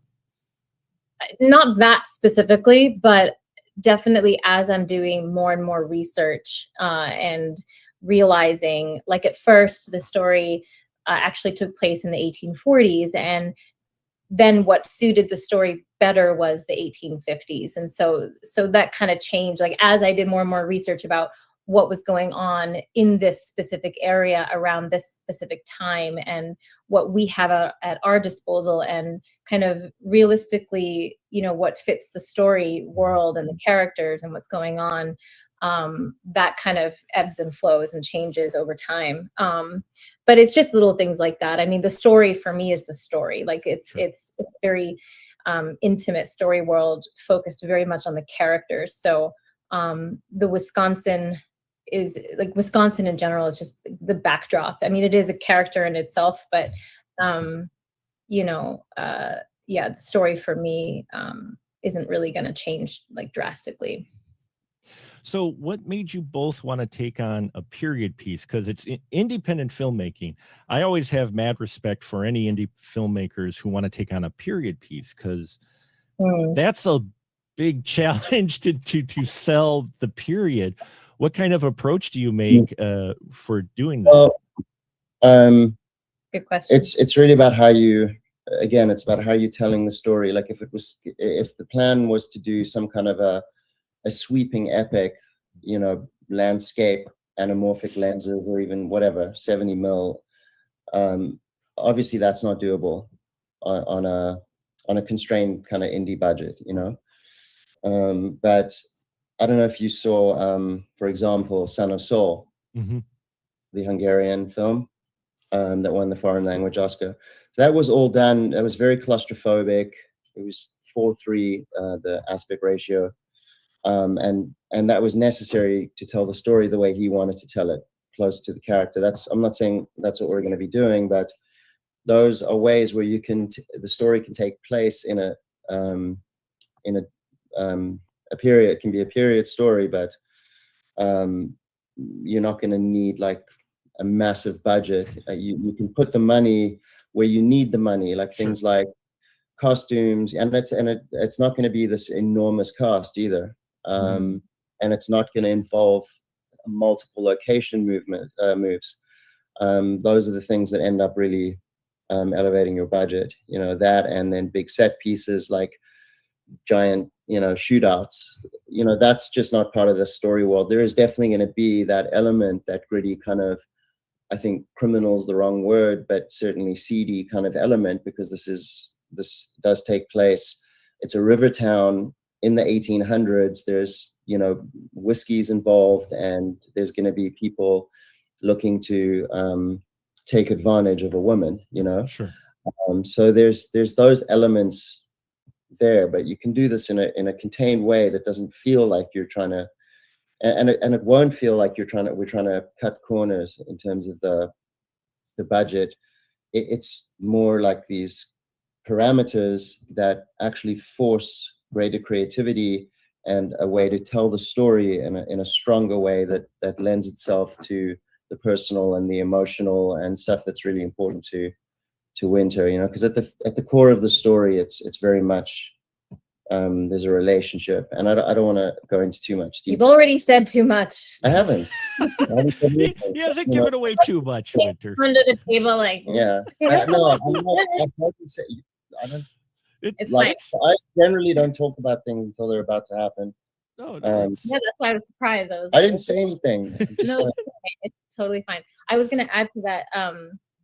Another reason is that I just love period pieces. Like I'm a huge period drama genre fan. So this is a time period that I am really obsessed about and know a lot about. So I think it's really cool that and terrifying at the same time that I've chosen my film debut, like my screenplay debut, to be so epic. But it's also the most effective way to tell this story. Yeah, it's not like just it's because the high stakes loves of the frontier that really like it wouldn't work as well, and it would be a completely different story if it was set in contemporary times. Yeah. And at that time it was harder. Like everything was harder. Yeah. Right. But this particularly, you know, and that for me to explain that would mean revealing more of the story. No, I understand. You want to keep some of it under wraps. Nope, no worries. I get your gist. When you're writing it, though, Winter, do you take the budget into account? Because I know some writers do and some don't. They write the story they want, and then it gets tailored down to what they can do versus what they wanted. Do you take into account what you can do, or do you just write the story and then go from there and trim what you have to? I kind of a combination. I definitely, at the beginning, when I was in the class, the screenwriting class, you know, Matthew would ask these questions like, well, what do you have right now that you can use right now to like make a movie? Like what's easy, what's not easy, but what's doable, what's, what's at your disposal. Resources. And I was like, well, a lot of the land here is very open. It's, you know, it's been farmland for a very long time, and a lot of it's been untouched. And so it lends itself to like a, you know, a historical piece. So I think, yeah, as I'm writing, you know, I'm definitely taking into account some things, but mostly it's like we've decided, okay, it's one location, and that's, you know, that's doable. That's within budget. But yeah, I'm sure that, like, I mean, it's the story is not one location. It's there's one very key location, but there's a village, you know. Yeah. But there's a core like difference though between what I was doing in the screenwriting intensive versus in the screenwriting classes versus how to approach like actually writing a feature film script, because I wanted to galvanize people to writing something that they're going to stick with when it came to the screenwriting class. And there were some people hadn't written before, you know, written feature-length screenplays before. So there it's like, okay, I wanted to be sure that whatever they write is something they can actually get off the ground, and it's not going to be something where they're dependent upon like third-party financing per se for those filmmakers, right? But generally, I think approaching the material, and I'm dealing this way with Winter with this story, it's like you have to tell the story that you really want to tell, and then you use the parameters to better the story. It's like an example would be the Dogma 95 movement, the Danish filmmakers, right? So how Von Trier and Vinterberg and who's the other one? Can't remember his name right now, but they wanted to reject the system, so they came up with these rules, and then they had to tell the story within these 10 rules, and it spawned creativity. So so it's really about and just inherently telling the story that she wants to tell, which is very much grounded in intimacy and emotion and relationship. You know, I am also wanting to really be historically accurate. I think that's something that I definitely see and appreciate in films of this time period. Is like the authenticity of it and the accuracy. And so that's something that I definitely want to make sure, just the costuming and you know, the environment, the chairs, the bowls they use, all the things like very authentic to that time period, which can get costly. But if we do it in a certain way, where we're either making it ourselves or there's a lot of ways around. Yeah, and you're not trying to custom 1,000 extras, you know. Right. Yeah, that's true. Yeah, you don't have to costume 1,000. If the story demanded that, then it's like, okay, we have to deal with that. Right. But it's but the story doesn't demand that. So it demands the intimacy. Yeah. And I think period accuracy is always important, because you're going to get those people out there who watch a period film and go, "Oh, that wasn't made in that was made in 1950." I've seen it so many times. And critics that come in. Well, I've heard a lot of it already about like the Odyssey, about the Viking armor, you know. Yeah, like that. I mean, and that's kind of ridiculous. The thing is, I think I've been like that too. With, you know, I spent some time doing research on the oil field, and then I watched Landman, and you know, there's so much stuff there that's just inauthentic. Right. But most audiences, and even a bunch of people on the oil field, it's like, yeah, I know it's a load of, you know, it's nonsense. They love it anyway. Yeah. And audiences love it. So I mean, you know, you that's for us. Anyways, we're the storytellers. We can do whatever the. Right. You can do whatever you want. Is fundamental. I mean, it's always for both of us. So. Yeah. Well, and it's good that you have that. I mean, some filmmakers, you know, it's a little bit looser, and that's nothing wrong. I mean, as long as the film entertains or informs, I think, you know, if you have a strong enough script, I think people can overlook the particulars, oh, that wasn't the right period or whatnot, as long as you're into the story. And it sounds like you have a very interesting story. And the fact you're writing and acting and you're directing, not your first project that you've acted, you folks have worked together on in a film.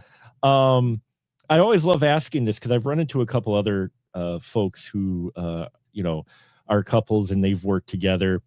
Is there a benefit to that because you both know each other so well, or is that sometimes provide some challenges because you can't leave necessarily work at work because you're with each other? What kind of challenge does that, if any, or is it an advantage?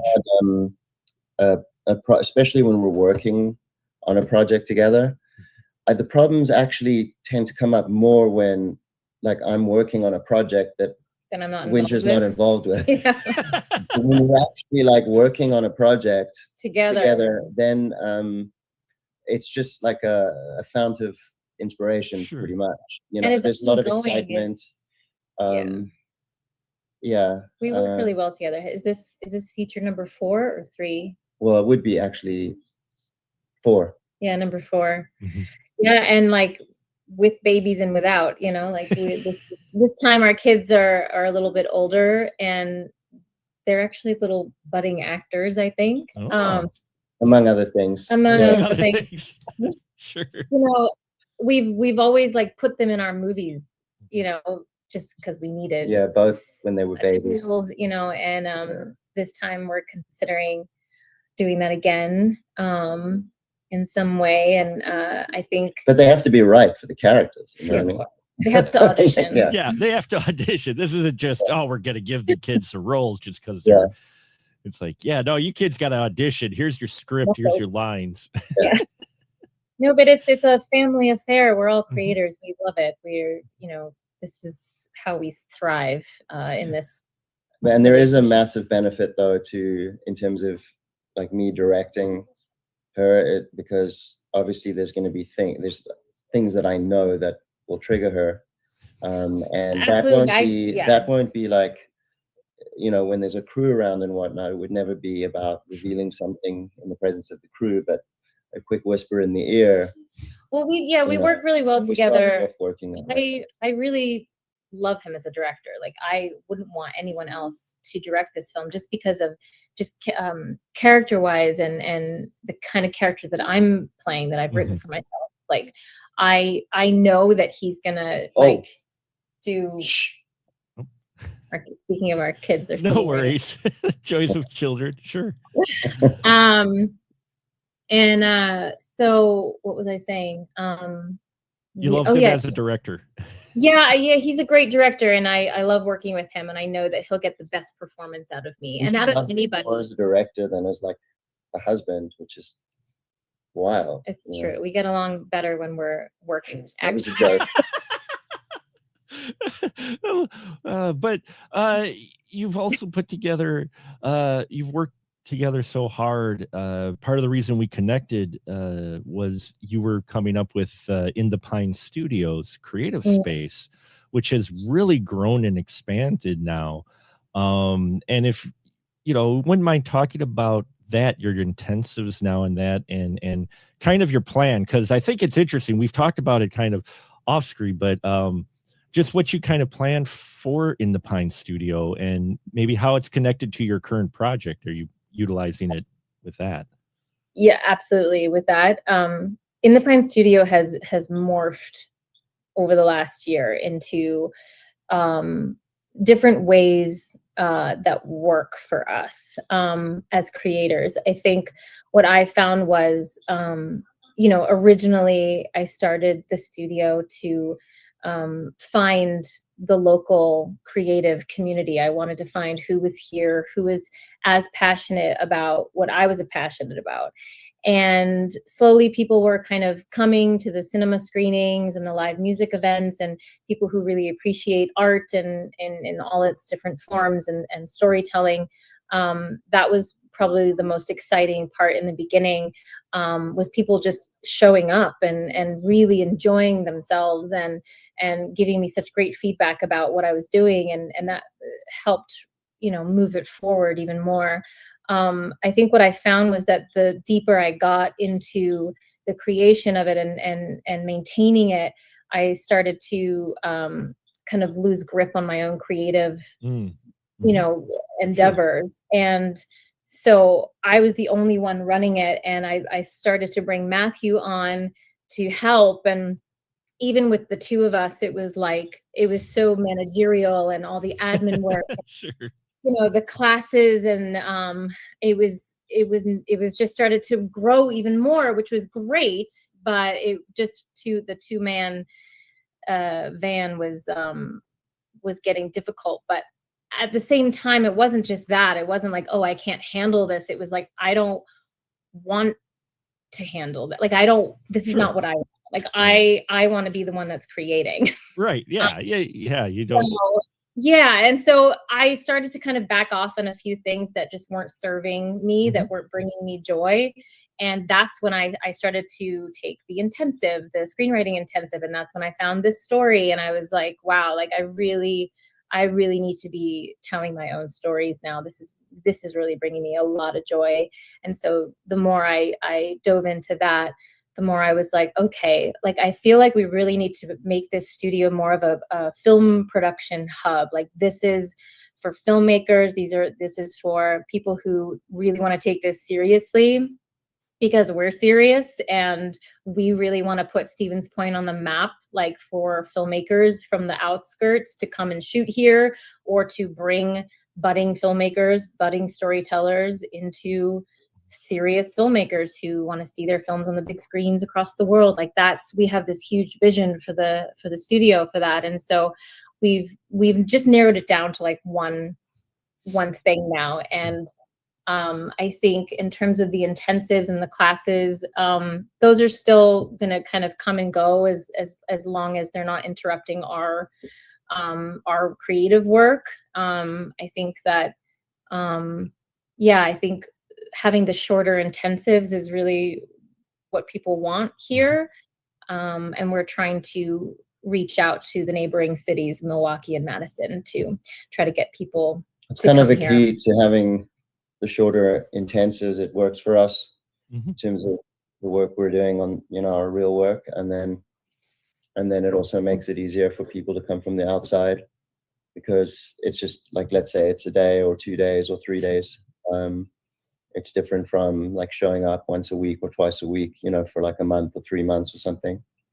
And also I think you can just cover a lot more ground, get a lot more done. And I feel like once, if people commit to an intensive, they show up, and you're kind of, I don't want to say forced, but it's kind of like you're kind of like holding a gun to your own head. It's like, you got to get this work done at this time. You're being held to account, and feel like it's too easy to slide. I found a lot of the time people just kind of weren't doing any work between like workshops.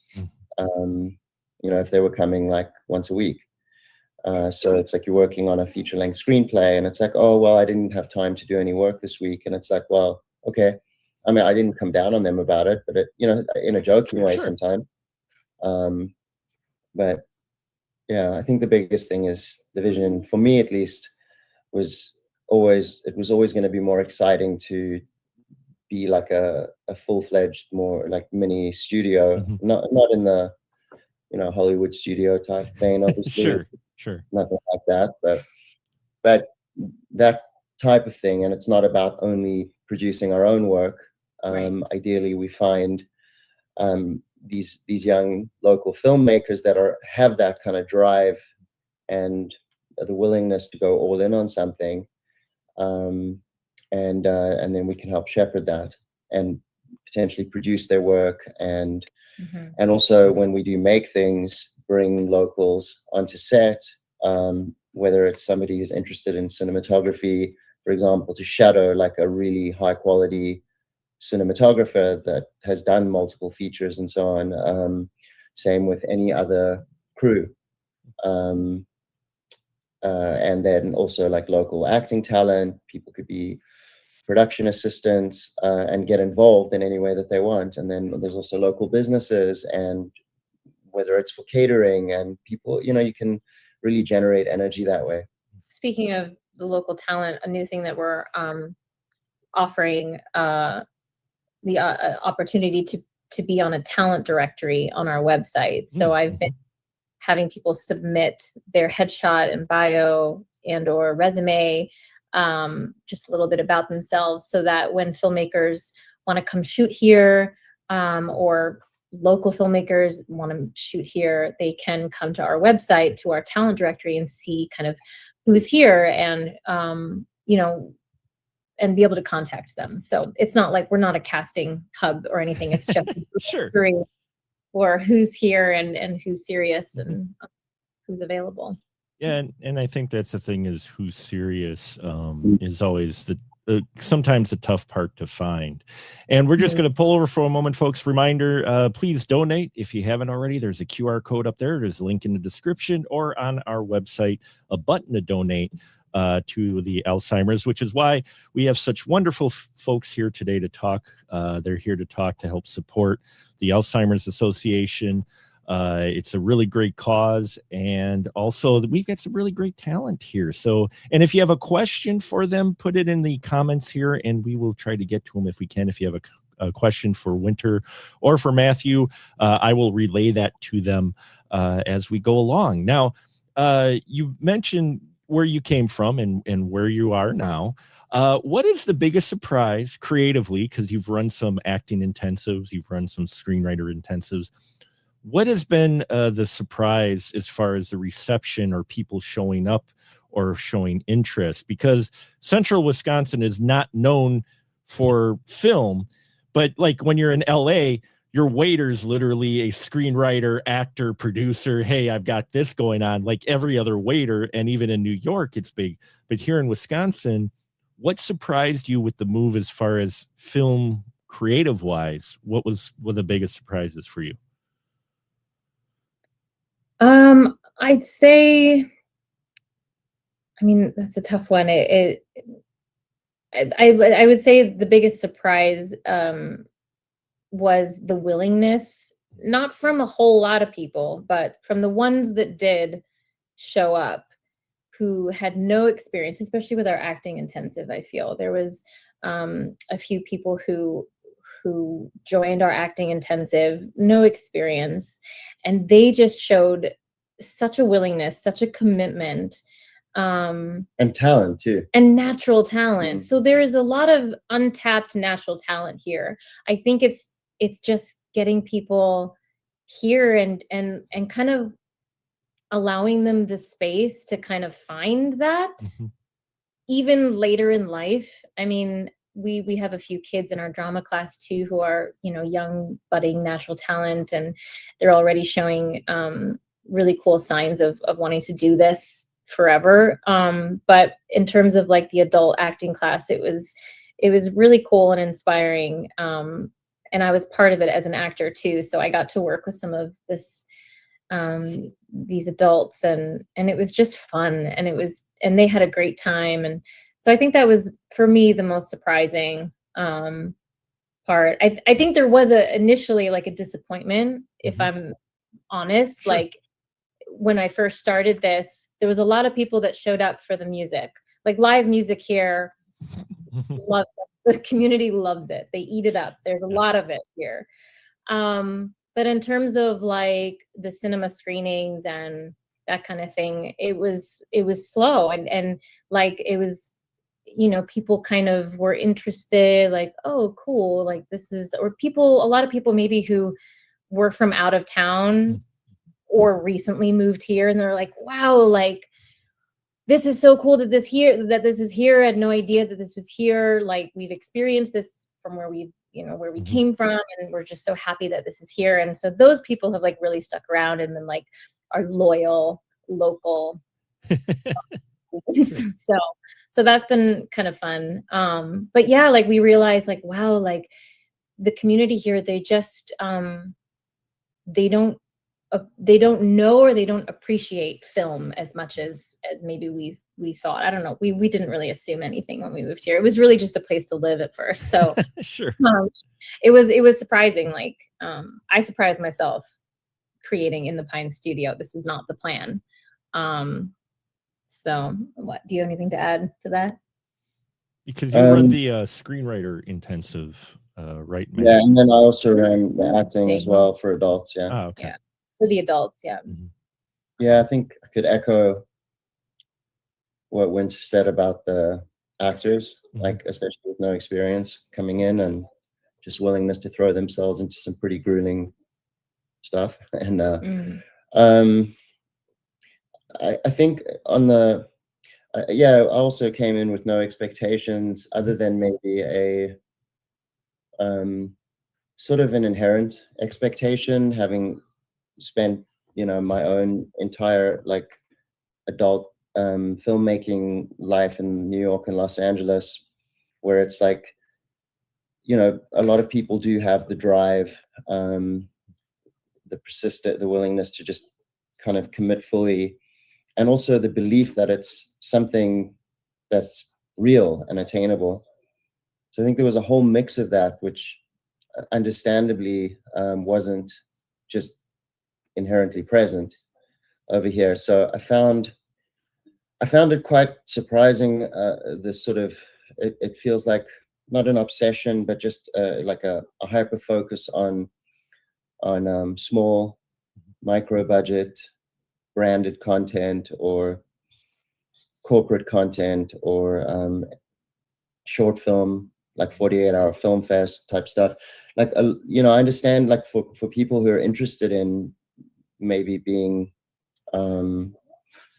commercial filmmakers. I don't mean commercial like, right, you know, studio film. I mean making commercials. Mm-hmm.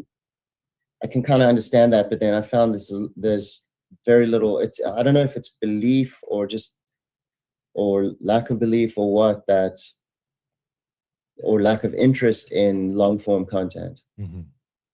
And I think you know, if you want to reach people, of course, yeah, you can be doing multiple like 30-second clips and this and that and try get something viral on TikTok or Instagram or something like that. But I don't know. I think if you really want to reach people and have an impact on a more meaningful way, in a more meaningful way, then long form is the way. And the avenues to reach people now, of course, have grown exponentially. Obviously there's streamers, self-distribution, there's still theatrical. You can still get like all my stuff was in theaters, limited theatrical releases. Can you find them? Yeah. Or just you can just tell them. But yeah, I think that was I suppose a little bit frustrating sometimes. Because it's like, if you love storytelling, why wouldn't you want to tell stories on the biggest canvas? I couldn't, well, but I understand. Like, I'm not saying that I don't understand. Sure.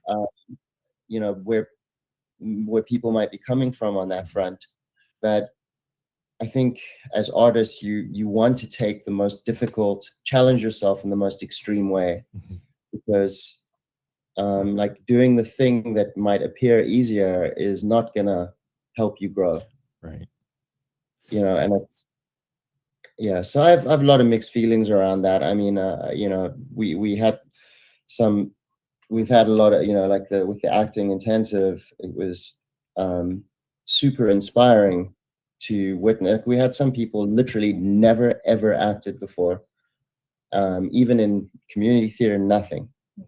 And I did some pretty hardcore kind of sure exercises with them, and it just, I'm sitting there quite mind blown at what's happening in front of me.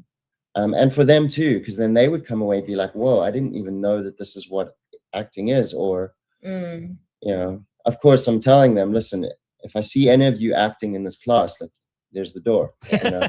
Sure. A non-acting acting class. Yeah, because it's not about acting, it's about being truthful, doing and being, and then experiencing what it feels like to be present in the moment. As that. And, and I mean, in the studios, it hasn't been around that long. You guys are still growing, you're still feeling it out. And Yeah. I think as more people realize there's this opportunity, because as I joked before, but it's fully, you know, Central Wisconsin's farthest away from anything you ever think of Hollywood or New York, you know, big production or feature film of any kind. So a number of folks either have kind of put their dreams or thoughts or ideas that there's ever going to be that opportunity for them aside, or they can only do it in short indie sections because that's all the opportunities that have been really allowed to them or offered to them or, you know, been out there. So the fact that you're providing this, I think, will grow as people and more people. And that's what I'm hoping to spread the word as well, is that they understand, hey, it's Central Wisconsin, but there's this opportunity to be part of this period piece. You're spot on with that. It's almost about permission and people giving themselves permission. But nowadays, I would hope that it does get out there and people do realize that it's possible. And it's always been that way. It's just, I think it's not as difficult as it used to be, because you used to, you know, even when I was making my first feature, the things weren't available like they are now in terms of technology. And you know, now and I'm not suggesting that people do it all themselves, but if you have like DaVinci Resolve Studio, the truth is, if you really put time into an effort into understanding how it works and practicing, training, you know, you can even do like sound cleanup, you can do color correct, you can do sound design, you know, you can there's so much you can do. You know, and then getting stuff out there again, it's a whole different ball game now. And your audiences have changed though too. I mean, you mentioned long form content, and I think there's still a big audience looking for long form content, but let's face it, we are in a media consumption culture where they're looking for people roll through shorter stuff. You know, that's just the nature of things. But I think there's still a lot of room for long features, but maybe that's possibly why some interest isn't in there, is because people are like, oh, look, I can throw a 15-second, 20-second video together and I got 1 million views. But then that kind of fades after a while, especially on TikTok, and that it gets so buried. Whereas you get a film, as you mentioned, the opportunities you're offering with you know, your intensives and potential of being involved in projects. Well, now you made something that can reach screens, may get release, heck, may one day get physical release, and then it lives on a disc for like ever versus digital, which and also also series, also like whether it's series. But the other thing is, a long form doesn't necessarily even mean, when I'm thinking about it, it doesn't necessarily just mean like a feature film. You know, like I said, it could be a series, but at the same time, the opportunity to create like a groundbreaking means to reach your audience requires like a longer, bigger vision, right? Like something that's sustained, and that means you could tell that story in shorter fragments. But in terms of the quick viral type clips, that's a whole other thing. And you know, now you could gear something 100% towards mobile phones, and of course there's people doing, you know, the vertical kind of dramas, micro dramas, and that's evolving. There's so much money and it's growing exponentially, and that is another thing. And then you can bring quality to that, but you still have to have the bigger vision to see something all the way through. It can't be like, because that still requires its own storyline over multiple episodes over a long period, right? So I think it's just, and it also comes down to, there's a big difference between getting like a client, like a commercial client, a client to like pay for what you're doing and then they own it and it's just to promote a product, versus actually figuring out, how am I going to fund this? Because this goes back to the age-old thing of living and supporting yourself as an artist. But much more rewarding too. The end, like going through the entire process of the research, the writing, the trying to get it funded, the putting it all together, the post-product, like, and then the final product in the end, and then also the challenge of getting it out into the world.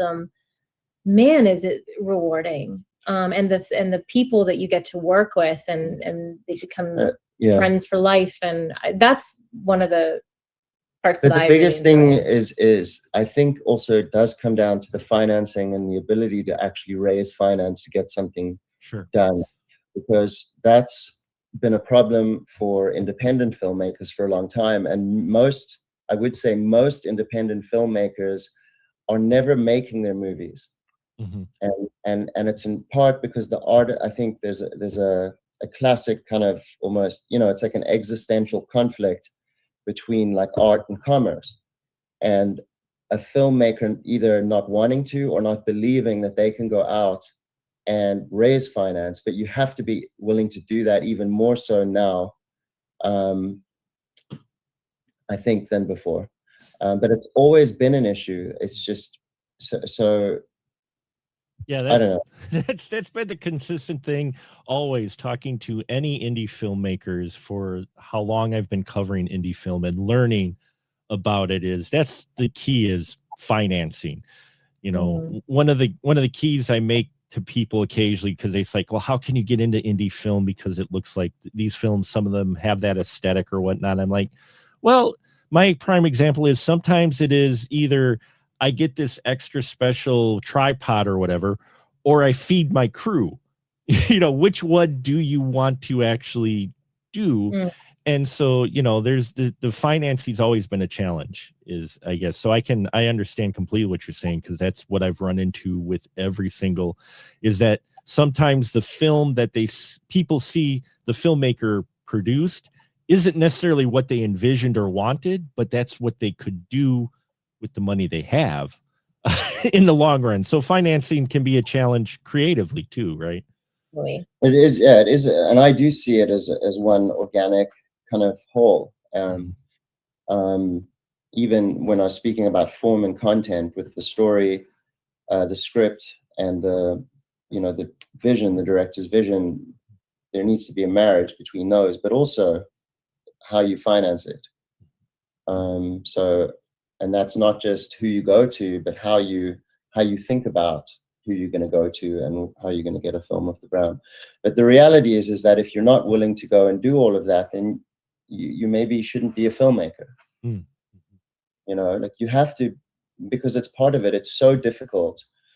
Like the obstacles you deal with along the way.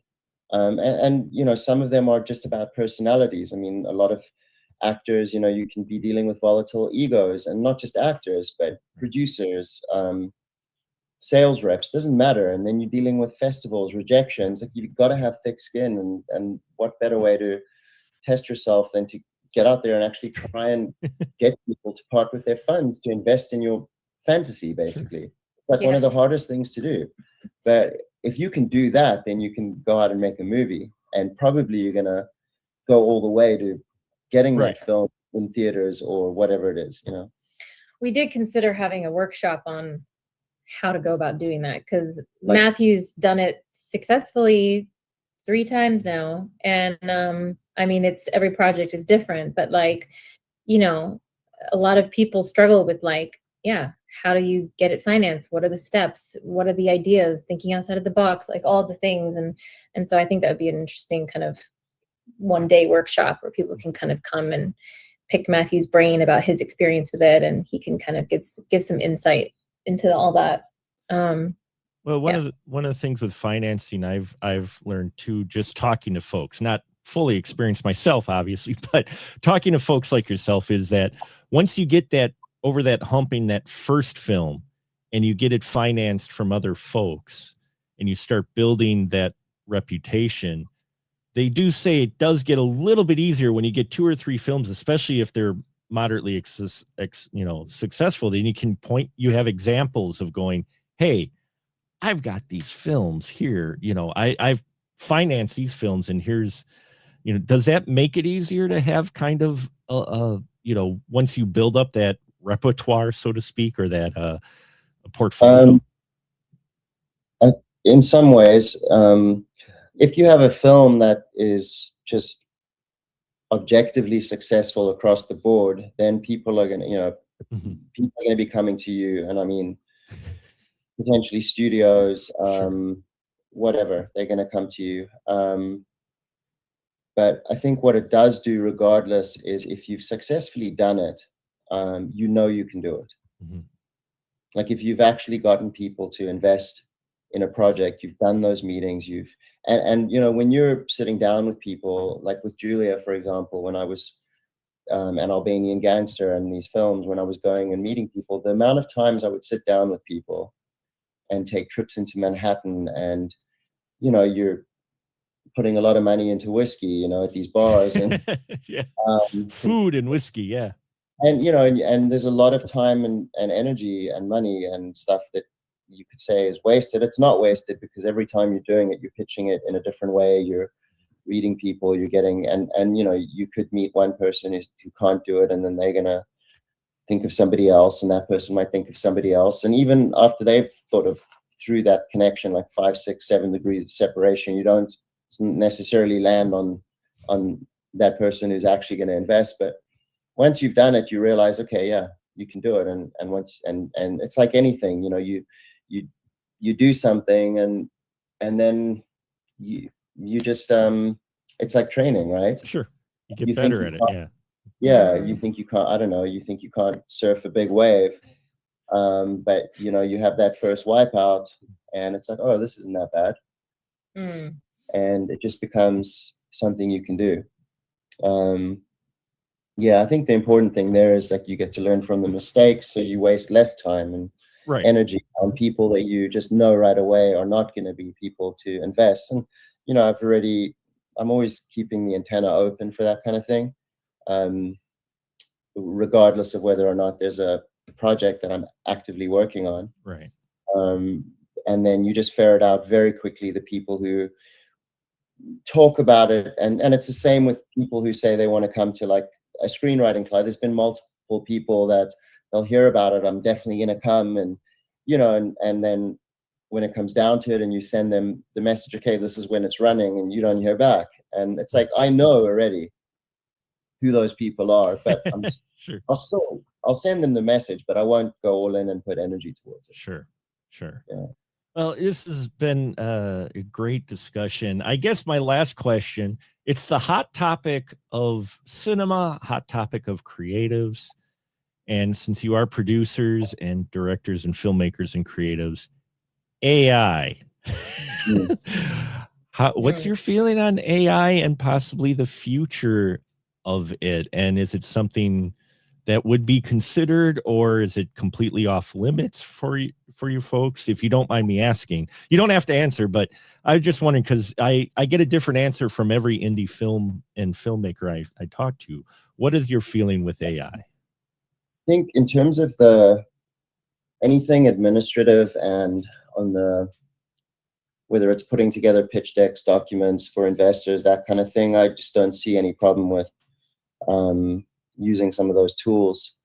When it comes to the creative side and storytelling and writing, I don't see how you're going to come up with anything original if you're using AI.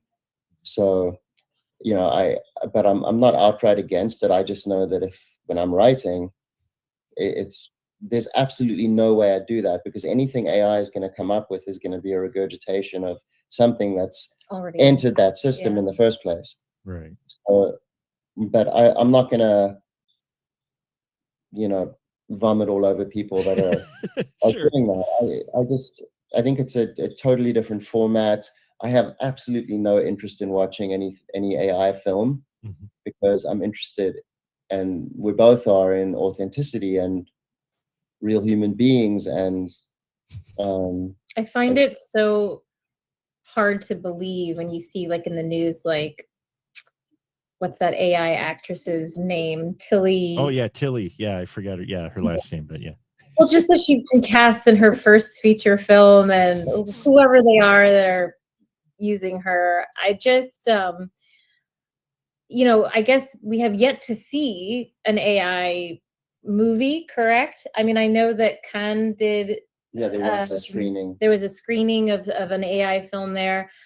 I have not seen what it's capable of yet. I think I'm open to seeing it. But I'm kind of judging it. I'm like, yeah, that's not work for me. Yeah, in terms of like an AI actor, yeah, you know, the thing people respond to is what's behind the eyes. Right. Yeah. So when you see, even if you're on like a social media and you see somebody promoting something and they don't blink for a minute, you know, that alone, it's like, oh, I just want them to blink, right? Like, I don't know, you have to. You can tell when there's soul or no soul. Yeah, exactly. And then I think if you're doing things like animation, I think there you can possibly, but you know, somebody who is who creates that way is gonna probably have a very different feeling because that's what they do. Right. But there's real human voices in the best, you know, whether Toy Story or a fish called what's that fish one? I don't remember. Big one. Nemo? Finding Nemo? Yeah, Or? Finding Nemo. Nemo. Yeah. But I think like that movie that was at Cannes, I think everything was AI, including the voices. So there's no soul anywhere, you know. It's just like there's like one creator who's doing all of it, but maybe his soul is coming through in that creation. So I don't know. It's so new. There was someone who sent me a song, and they were like, "Listen to this, it's so good." And then I find out that it's an AI voice. And I don't know. I think that there's some people out there who just can't tell, or they don't care, or they know that it's AI and they don't care. They're like, wow, this is good. It doesn't matter if it's real or not, it's good. So like, I don't know, when you hear that it was AI and I don't know. Yeah, but did you hear the song before you knew? Yeah, I did. What did you think of the song? To be honest, it was very hard to tell. Like did you like it? I'm saying. I mean, no, I didn't. It wasn't my. So it wasn't like something felt off. It was just you didn't like. I didn't like the song, just right. It was real or not, but like it was just surprising that I couldn't tell. Mm-hmm. And I think that's the thing that's got most people concerned is it's getting it's in IT. That's my day job. It's tech. It exponentially gets improved upon and grows exponentially. So you're getting closer and closer to where you can't tell. And I think that bugs a lot of people in general, just the fact that they wouldn't be able to tell. You know, I think it's still too new and it's growing, I think, too fast. And I think it needs to be scaled back. But you're right, it could be a tool used for certain aspects, but other aspects, I still want human actors on screen. I still want, occasionally a real location. We don't have that too often, depending on the movie, but at least real actors. Because you think inevitably, it is going to shift because newer generations, younger generations who come up with that, probably aren't going to care. Right. So, it's like any new technology or the shift from cinema to TV, or silent pictures to talking pictures. I think, there was that huge amount of people rejecting the new technology at the time, and then, you see where it goes. But I think it's a massive discussion. Constantly evolving. Yeah.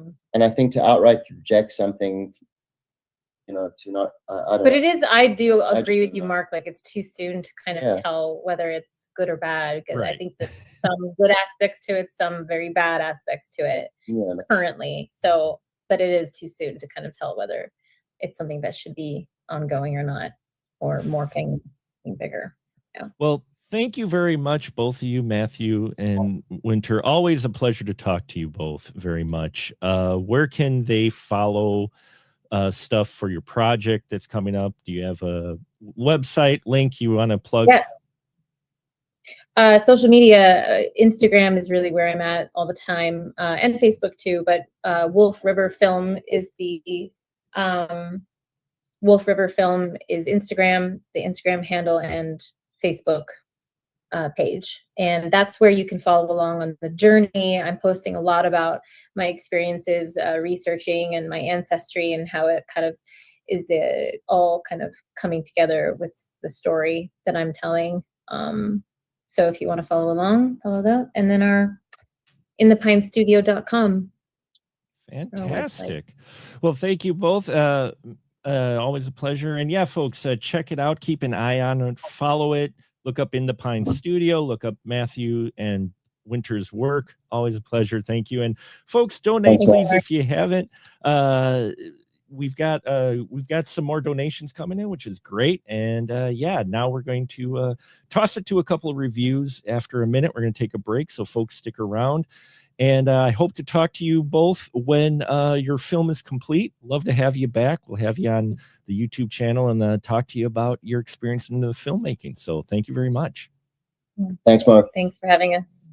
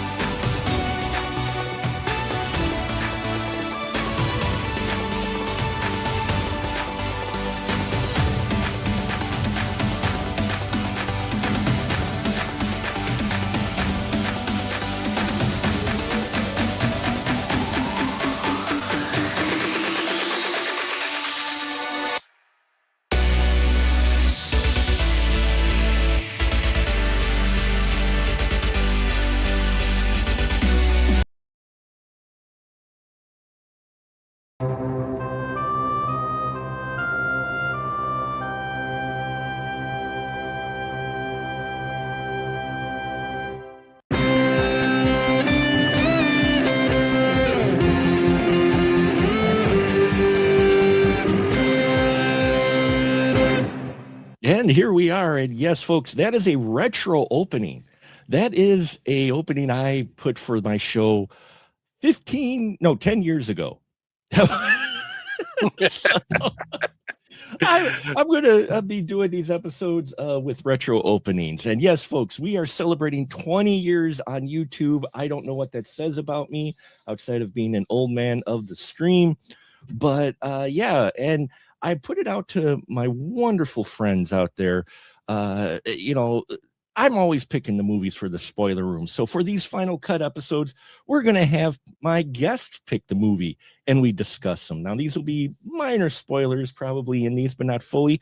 And yeah, there'll be a review. And so my first one to kick it off, I couldn't think of a better person to kick it off with than our good friend, the horror miser himself, Mr. Monty G. How you doing, Monty? I'm doing fine, doing fine. First of all, congrats for doing something like this for over 20 years. And trust me, you're not old because I'll be 63 in a couple months. So I would have never guessed, in all truthfully, my man. I would never have guessed you were 63. So I think it's just a number. And it's definitely. No, I tell everybody else, I'm not getting older. I'm just getting better. There you go. You're just getting better. And so the film you picked was from 1997, The Relic. Now, this is a revisit for me. I did review this for my channel 15 years ago, and I didn't have the greatest opinion about it.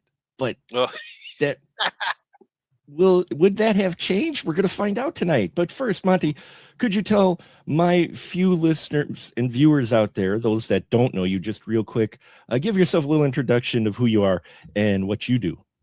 I said yes. My real name is Lamont Smith, born and raised in the great city of Brotherly Love.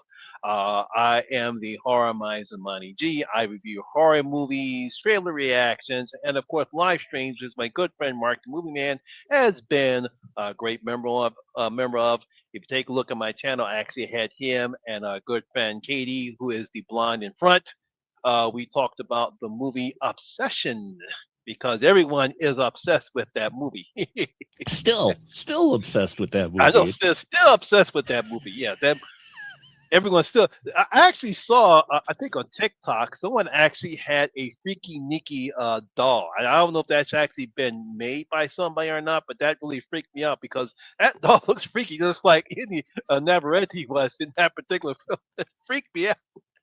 So, Yeah. so if that's the case, not to go off topic, but I just had to mention that. No, I'm glad you did mention it. It's really crazy for horror how well, I mean, you've consumed horror all your life, so have I. And we hit that dry period. There was this sort of resurgence in the 90s. 80s was the, massive.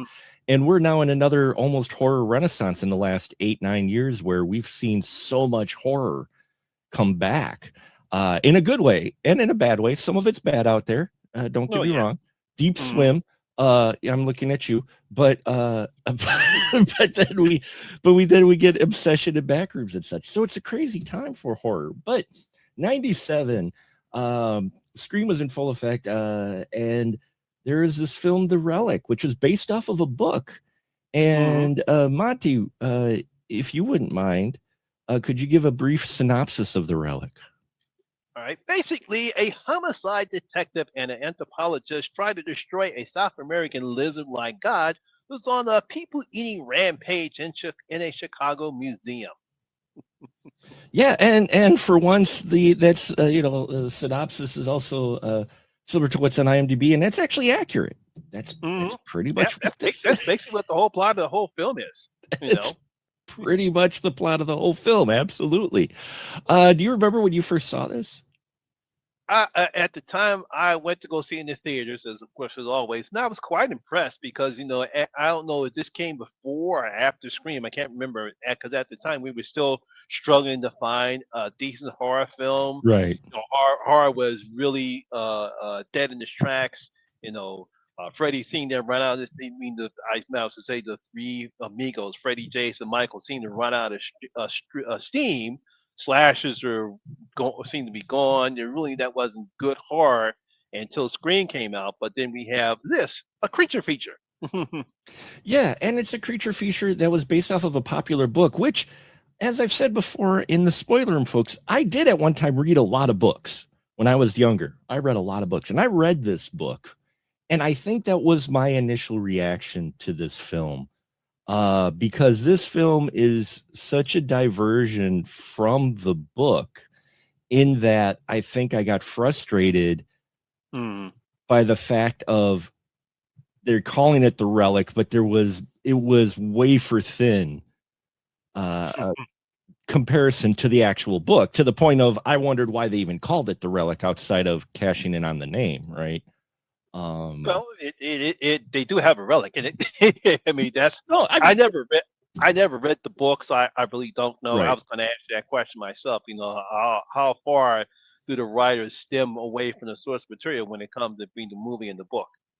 And they did, because actually the book, and I didn't even realize this till later on, the book The Relic was actually a launch of a series of books involving the same detective called Pendergast, who doesn't show up at all in the film.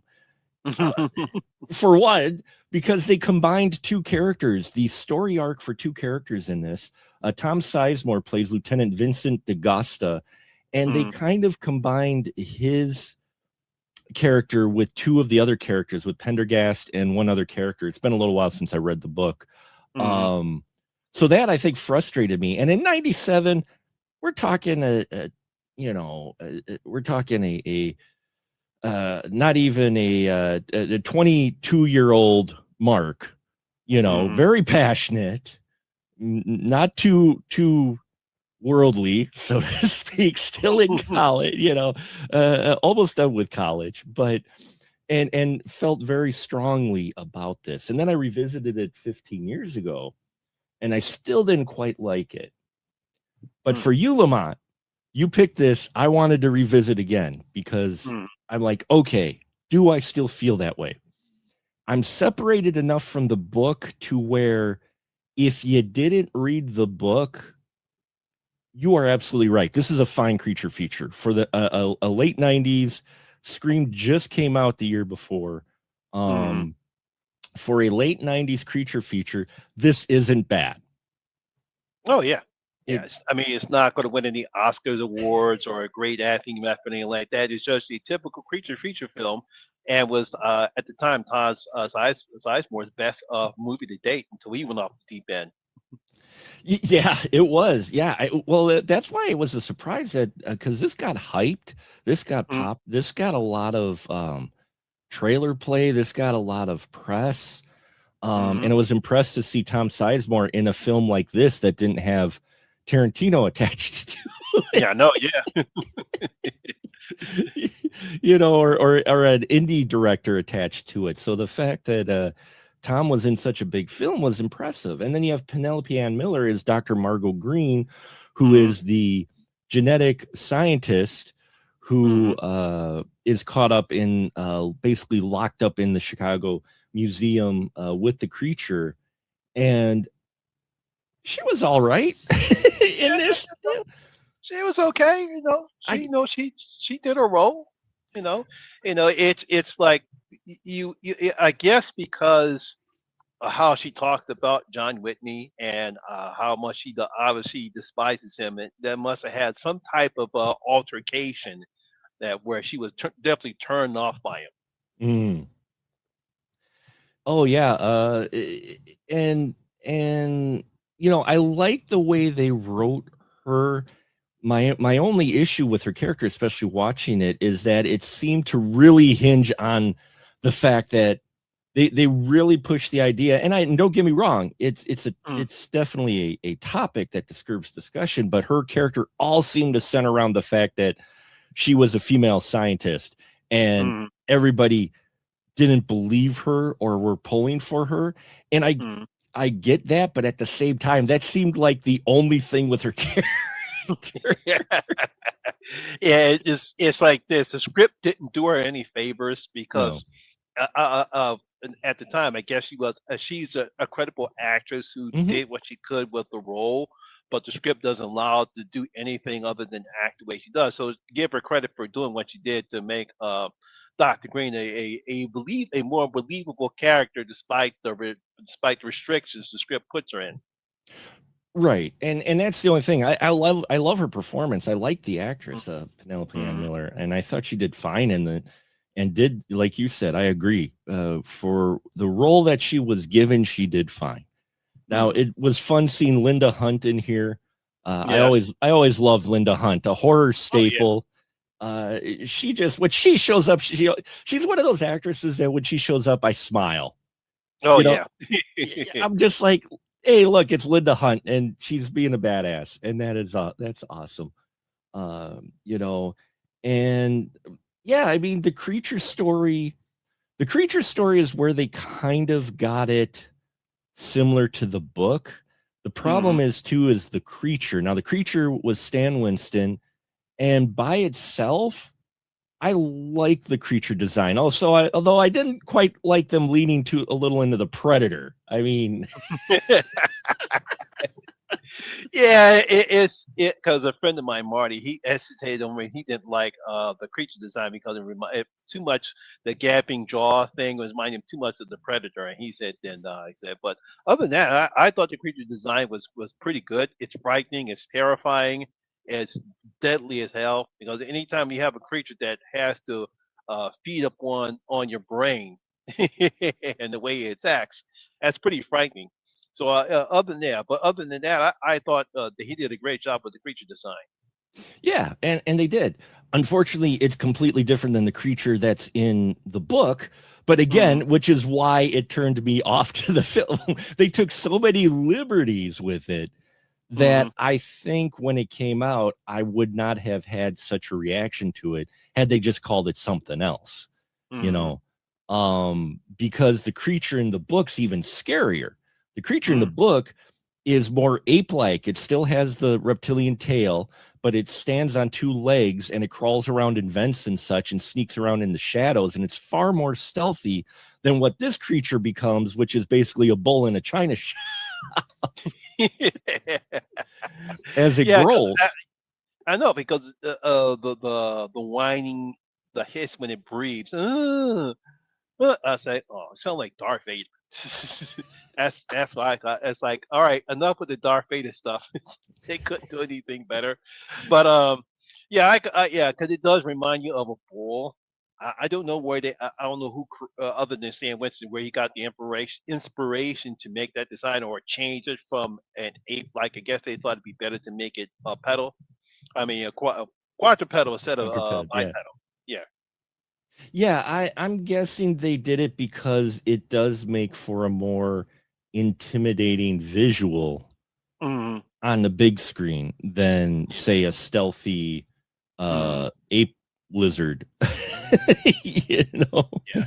I'm assuming when they were doing the designs that they first tried to do it that way. I guess they just didn't think it looked right. And yeah, again, I can see that, you know, because sometimes things just don't translate well from word or from comic book panel to page very well. So, you know, I could see that for sure. And that's probably what, you know, that makes sense. They changed that. But I do remember this coming out that it was actually a surprise hit because they weren't thinking, because the names that were in this weren't exactly big names. I mean, they were recognizable, but they weren't huge names, but it did far better than they expected this to be. You know, and I think that's part of why it's still, I've seen it still talked about in circles today. Again, watching it now, 50-year-old me, I've softened on the film. I will say I softened on the film. Watching it again, I'm like, yeah, no, as long as I don't think about the book at all, it's a good 90s creature feature, like you said, because horror was struggling. I mean, Scream only came out a year before, and that was a slasher. We really hadn't had a huge amount of creature features because they're tough to pull off. And they did do a lot of practical in here, because we're talking late 90s. We're not talking CGI, so they had a lot of practical in here. Oh yeah, I give them credit, especially at that time, that the fact that you had this and another favorite creature feature of mine, Deep Rising, where they mostly where they did practical effects. Now, so obviously the full, especially in Deep Rising, the full creature was CGI, but most of it was practical effects. And like I said before, they did practical effects here, so I thought they did a fine job. Yeah, and the head, while some of the body was CGI, they did have a guy in a suit, and I guess the head was fully animatronic, and it looks good. And you know, Monty, you and I have talked about practical effects versus CGI. Practical will always win, because if you look at this film, there's very few moments where it feels like it was made in 97. Yeah. Like, it looks almost as good like it could have been made today, outside of like the CGI at the end where they set it on fire. Yeah, that's it. Kind of lost, because I actually watched it again just to refresh my memory. Sure. And I remember at the end of the film when it's on fire, I says, "Oh God." I remember how bad that looks. It's like, the creature's name is a Kothoga, and it looked really good up until they set it on fire. Then they got the CG animation fire, and I'm just like, oh, why'd you do that? Why'd you? You just don't show. We get the idea that it's on fire. That's fine. You know, I like the setting of a museum setting. They have this little subplot in here with kids that really doesn't go much anywhere. I thought the kids would be in there more, but they're not. It's like, Well, I'm glad they're not, because one thing I get tired of seeing in horror films, and I always say this in my reviews, it's the kid in danger plot. well, I mean, it's such a cop out, because it's so easy, because you don't want anything to happen to kids. You know, and then, you know, occasionally the kid will get killed by some locust in a subway, like in Mimic, which, it's like, holy crap. So yeah, no, I'm glad they weren't killed or anything in this too much. And yeah, I mean the dynamic, we've got you've got the cliche of the rival scientist who wants to get the grant. You've got, the a-hole politician, you've got the incompetent police chief, and you got, of course, Sizemore, who I really like. I think Tom Sizemore does a really good job in this. Oh yeah, he does. Yeah, I mean, said, it's sad what happens to him later on in his career, but I thought he did a pretty good job. I think it's one of his better roles that he's been in, and other than some of the roles that I see him star in, before he went downhill. Yeah, I mean, he's very level-headed in this, the way he plays this detective. He's not too Tom Sizemore, which if you ever seen a performance by Tom Sizemore, you know what I'm talking about.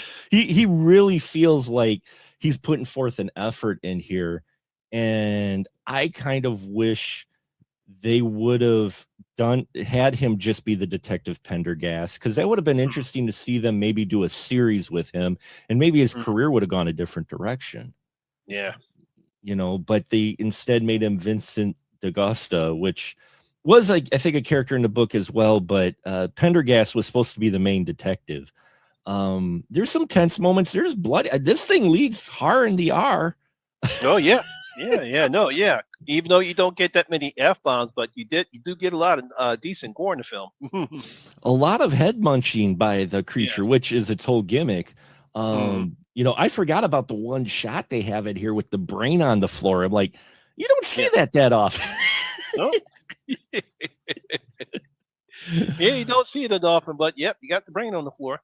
Yeah. So I mean, I think overall, yeah, for when it came out and what it really is a fun watch.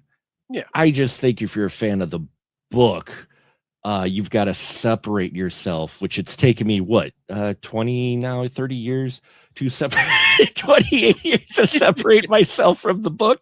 But you can change your opinion on films, I think, over time. Put it this way, as much as some people got mad about what we saw in Jurassic Park but what happens in the book. Right. Some people got mad about that, but I said to myself, because I saw the movie before I read the book. Sure. When it came to Jurassic Park, and I can understand some people's get mad about it but to me, I like I said, I didn't read the relic, but I like it when the movie actually does a pretty good job, whether it strays away from the source material or not. Right. And that's, I think, that just the toughest part is always separating yourself. I remember the outcry. I remember reading Jurassic Park after I saw the movie. And yes, this is a little spoiler, folks. In the book, Malcolm dies. He becomes Velociraptor chum. So does Hammond. And so when Lost World came out and they did a book to Lost World, I'm like, okay, how are they going to do this?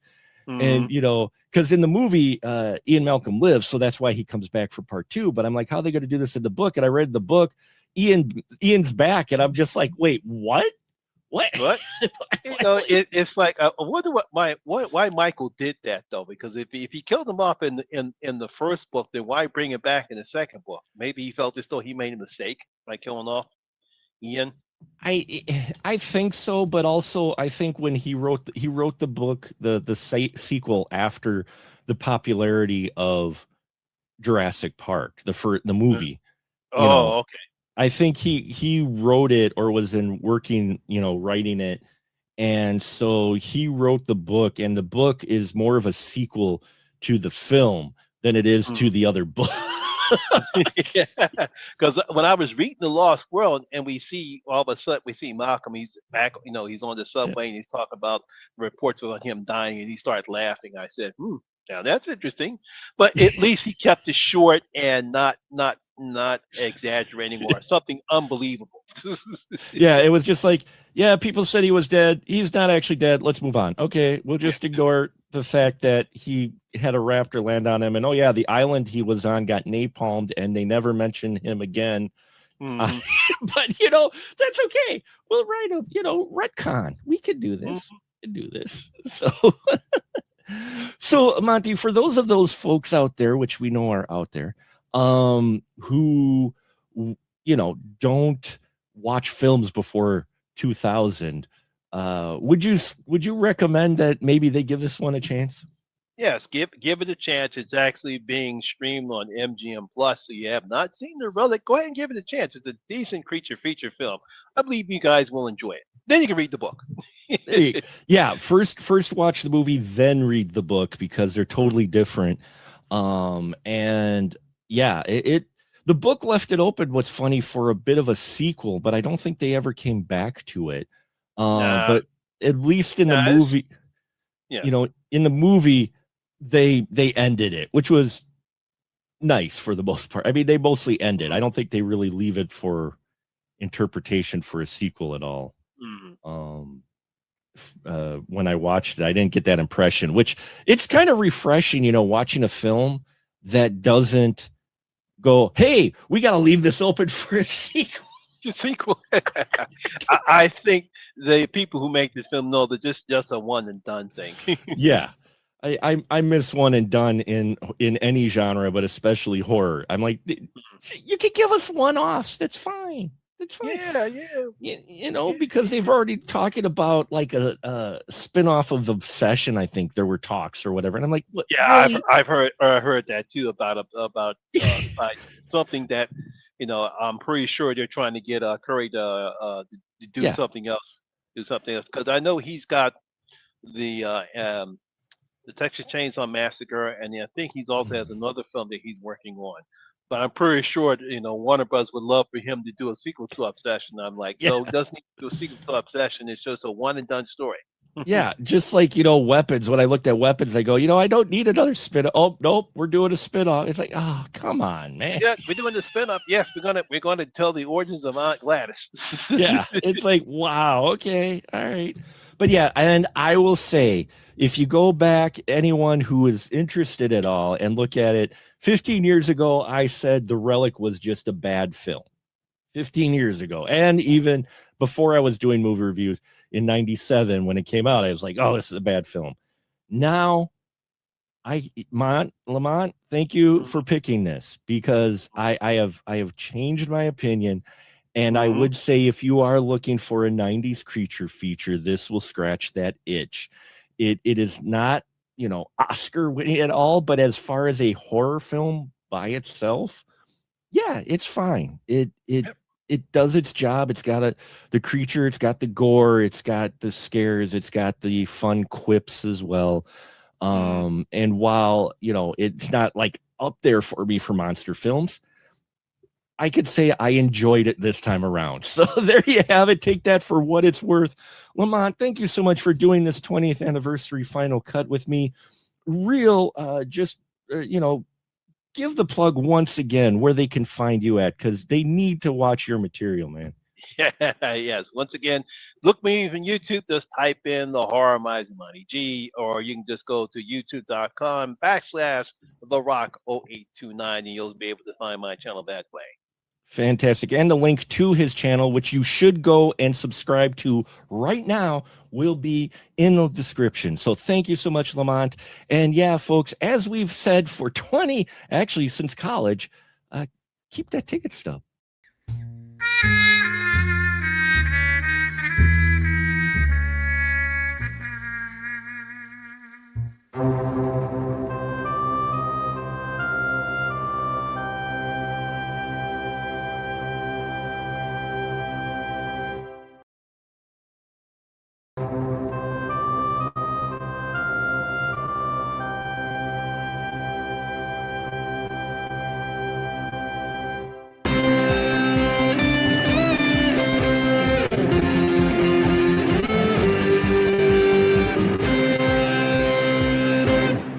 Yes. Retro opening, my friends. 2016 was from when that was. Wow. That copy of The Lurking Yeah. I don't even know how I got it, but I have that on both VHS and DVD. Do you really? Yes. Wow. Yeah, I got it. I think I've got the DVD. I don't think I've got the VHS though. Wow. Yeah, I think I have the working on both of those, and I also have a local made film, I think, Hole in the Wall. Oh yes, I know have that Hole on in the Wall. VHS. I have that in VHS as You, well. you got the you got the special VHS one. I don't even remember where I got it from. But it's in my was collection. It's in Shameless Video. I was script supervisor on Hole in the Wall. Wow. That anthology, extreme anthology horror. Yeah, I was script supervisor on the wraparound story, and on the final short as well. So with Blade Braxton in it, that's a yeah. That one's definitely interesting. And yes, folks, here we are. It's another 20th anniversary review, where I have my wonderful friends who have been so kind to be on my show and deal with the films I pick. I decided for the 20th anniversary to turn it around and let them pick the film that we will talk about review. This is going to be, a little bit spoilery, not too bad. And tonight, I can't tell you how excited I am to have with us once again, Mr. Michael Vyers from Shameless Picture Show, as well as among other things. How you doing, Mike? I'm doing fantastic. How about yourself? Oh, we're doing good. We're doing good. Excited to kind of give a little review of this interesting film. But before we get into that, if you could just briefly tell my listeners and watchers, hopefully they're watchers, a little bit about yourself. So as Mark had already said, my name is Michael Vyers. I am an independent filmmaker, podcaster, award-winning writer. I've done a little bit of everything in the world of film and film culture. My podcast, The Shameless Picture Show, is celebrating its 10-year anniversary this year. And I'm very slowly writing a book in honor of that milestone.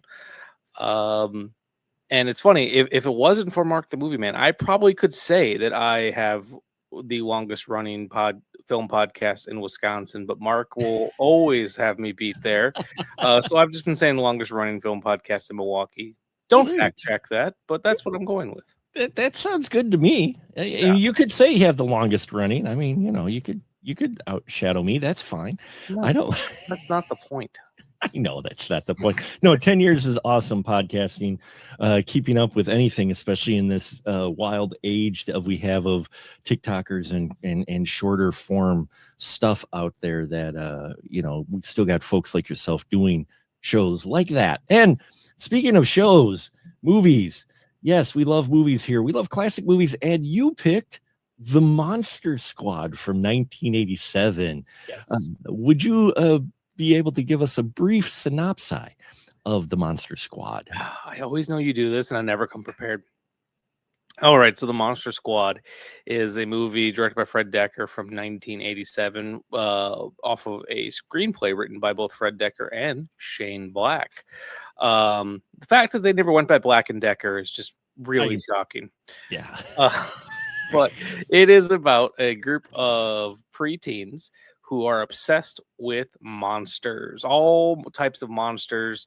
They love comic books. They love slasher movies. Anything to do with monsters, they're obsessed with.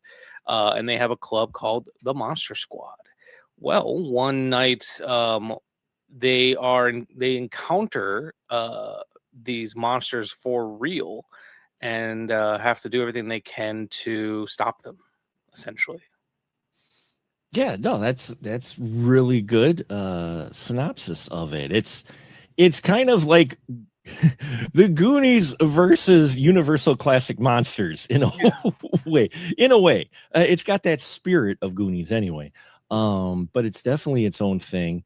Yeah, you can definitely see the DNA for this film all over things, like especially like say the first season of Stranger Things. There's a lot of Monster Squad in that, and yeah, it's also, I feel like this movie might have been rated R, probably,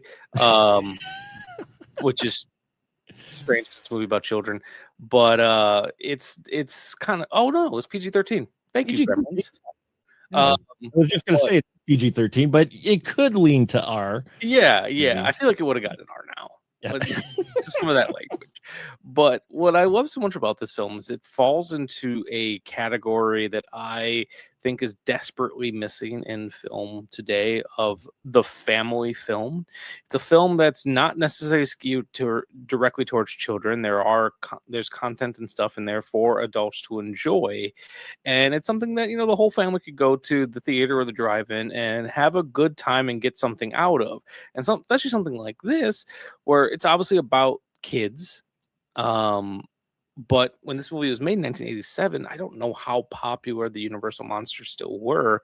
So the monsters were kind of like seeing, Dracula, Wolfman, the creature from the Black Lagoon, Frankenstein, the Mummy. Those are all like what kids in the 80s, their parents were into. Right. So it's like they both kind of got something out of it, and there was a lot more intensity to it in a way that the Universal monsters never got. So it kind of had that 80s spirit to it. And you had compared it earlier to the Monster Squad. This it's not the Monster Squad. You had compared it to the Goonies. This was my Goonies. I hadn't seen Goonies until I was in maybe middle school going into high school. I never saw that film, but this film, my mom taped it off television, and we had a VHS copy of it, and none of my friends knew what this movie was. So up until, I want to say, in the probably in the height of the DVD, when they brought this movie back out again, no one, I don't want to say no one, but this movie did not have the appreciation it does now.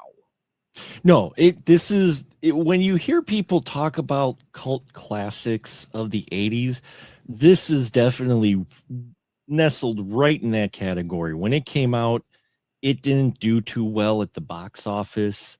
I don't think people quite understood it, at least the audience that they were trying to go for, like you said. I don't think they quite understood or appreciated what they were going for. I think people forget that. I mean, we look at it now, it's freaking written by Shane Black, the guy who did Iron Man 3, Kiss Kiss Bang Bang, and one of the most underappreciated films, I think, The Nice Guys. I think The Nice Guys is fantastic. And so, here he wrote it with a director who, before this, his only real big feature was Night of the Creeps, which was a great movie as well. Drecker, he did Night of the Creeps, I believe. It's also crazy to think like this came out the same year Lethal Weapon came out. So like after Lethal Weapon, Shane Black was a name, but if you think about, since they both came out in 1987, it means they were both in production at the same time. So, very easily that could have just, if Lethal Weapon wouldn't have done well, that could have been the end of his career. It could have been. And I mean, you hit the nail on the head with Stranger Things. I didn't really think about it till you mentioned it, because we watched it. My wife and I watched it. It was one of those where she was like, I don't think I've ever saw it, until we started watching it. And then she was like, oh, wait, I remember this scene, and I remember this scene. Because it was a cable staple for a while. I mean, you couldn't help but run across it, I think. But she dug it. But watching it, it is so nestled in the 80s. I mean, if you want to see the way 80s childhood is and why Gen Xers are the way they are, watch this movie. Yeah, and like, so I grew up with this movie, but this movie came out before I was born.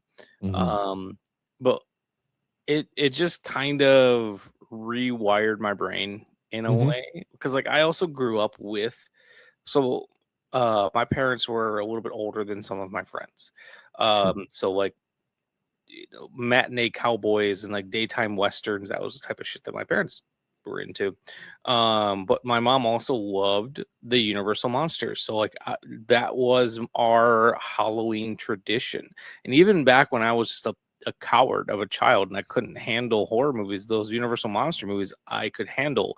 So this was it was my gateway, because like, because Universal Monsters led me to this, and this was something that was scary and fun, but in a way that I could handle.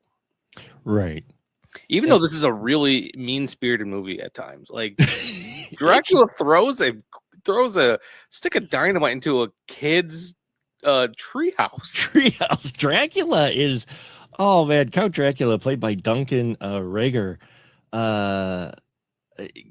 is fantastic as a Dracula villain. They've got a scene in here where kind of near the end, the climactic scene where you got cops and stuff coming out, which one of the things I appreciated is the fact that they didn't like restrict this to just the kids experiencing the monsters. The whole town ends up at one point getting involved. You know, it's like, it's not just the kids, which was a nice touch, but Dracula just like kicking ass. He's not even like, oh, there's that one great like tracking shot following him down the road, and he's just grabbing their shotguns and like twisting the handles and punch. He has no problem getting his hands dirty. No. Like, there's that when they're digging for the amulet or the crystal. He's doing it himself. He has a werewolf. The werewolf could do it, but he's gonna get his hands dirty. He's gonna do it himself. And he's just played so well. I think but all the monsters are the guy who gets to play the werewolf in here. I think he's great because the Wolfman, played by Carl Thibault. You got a lot of character actors in this, which is what you needed. He comes in, we catch him first time we see him. He's like in a police station. He's like, "Lock me up! I'm a werewolf." No, that's that actor's Jonathan Gries. Oh, that was Jonathan Gries. I'm sorry. Yeah. My apologies. But he's all like, lock me up. I'm a werewolf. Yeah. and then you get this wonderful transformation into the Wolfman. Oh, and it's such a cool way to do it too.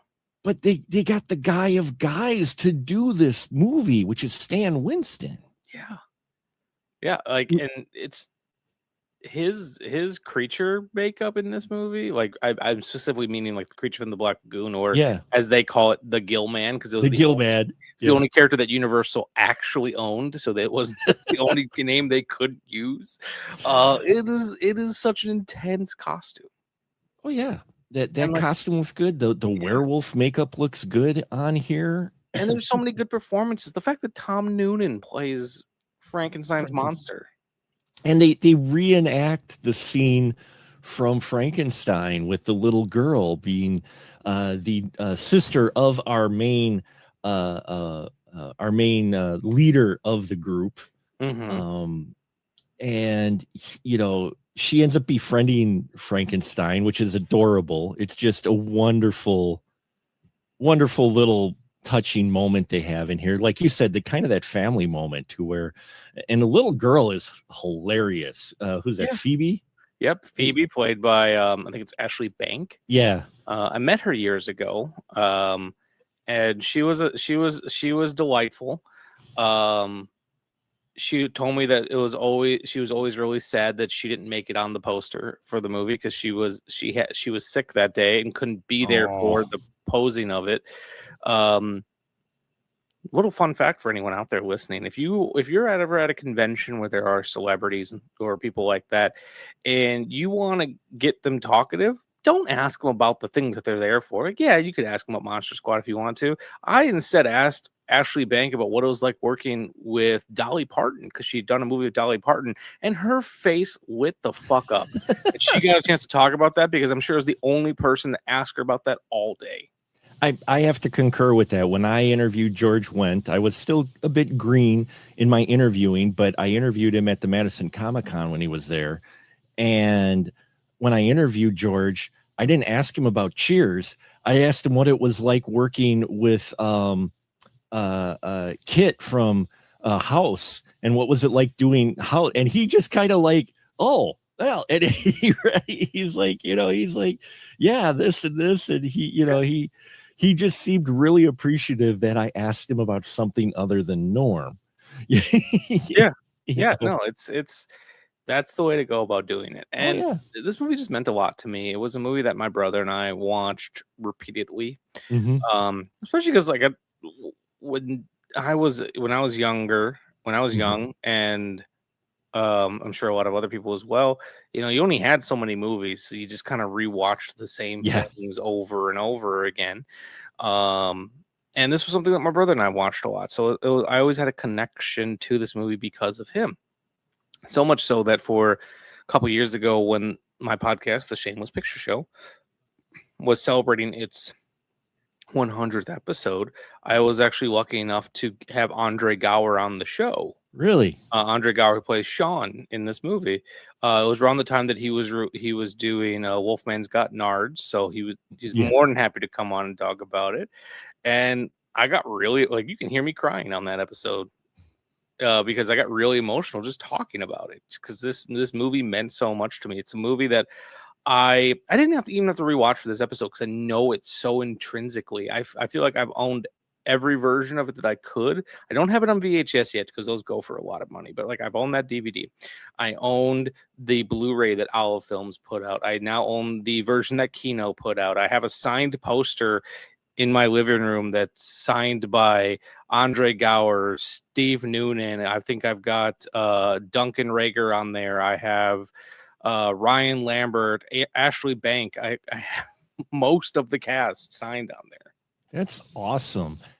That's fantastic. And another little trivia note that we could throw in for 20th anniversary here.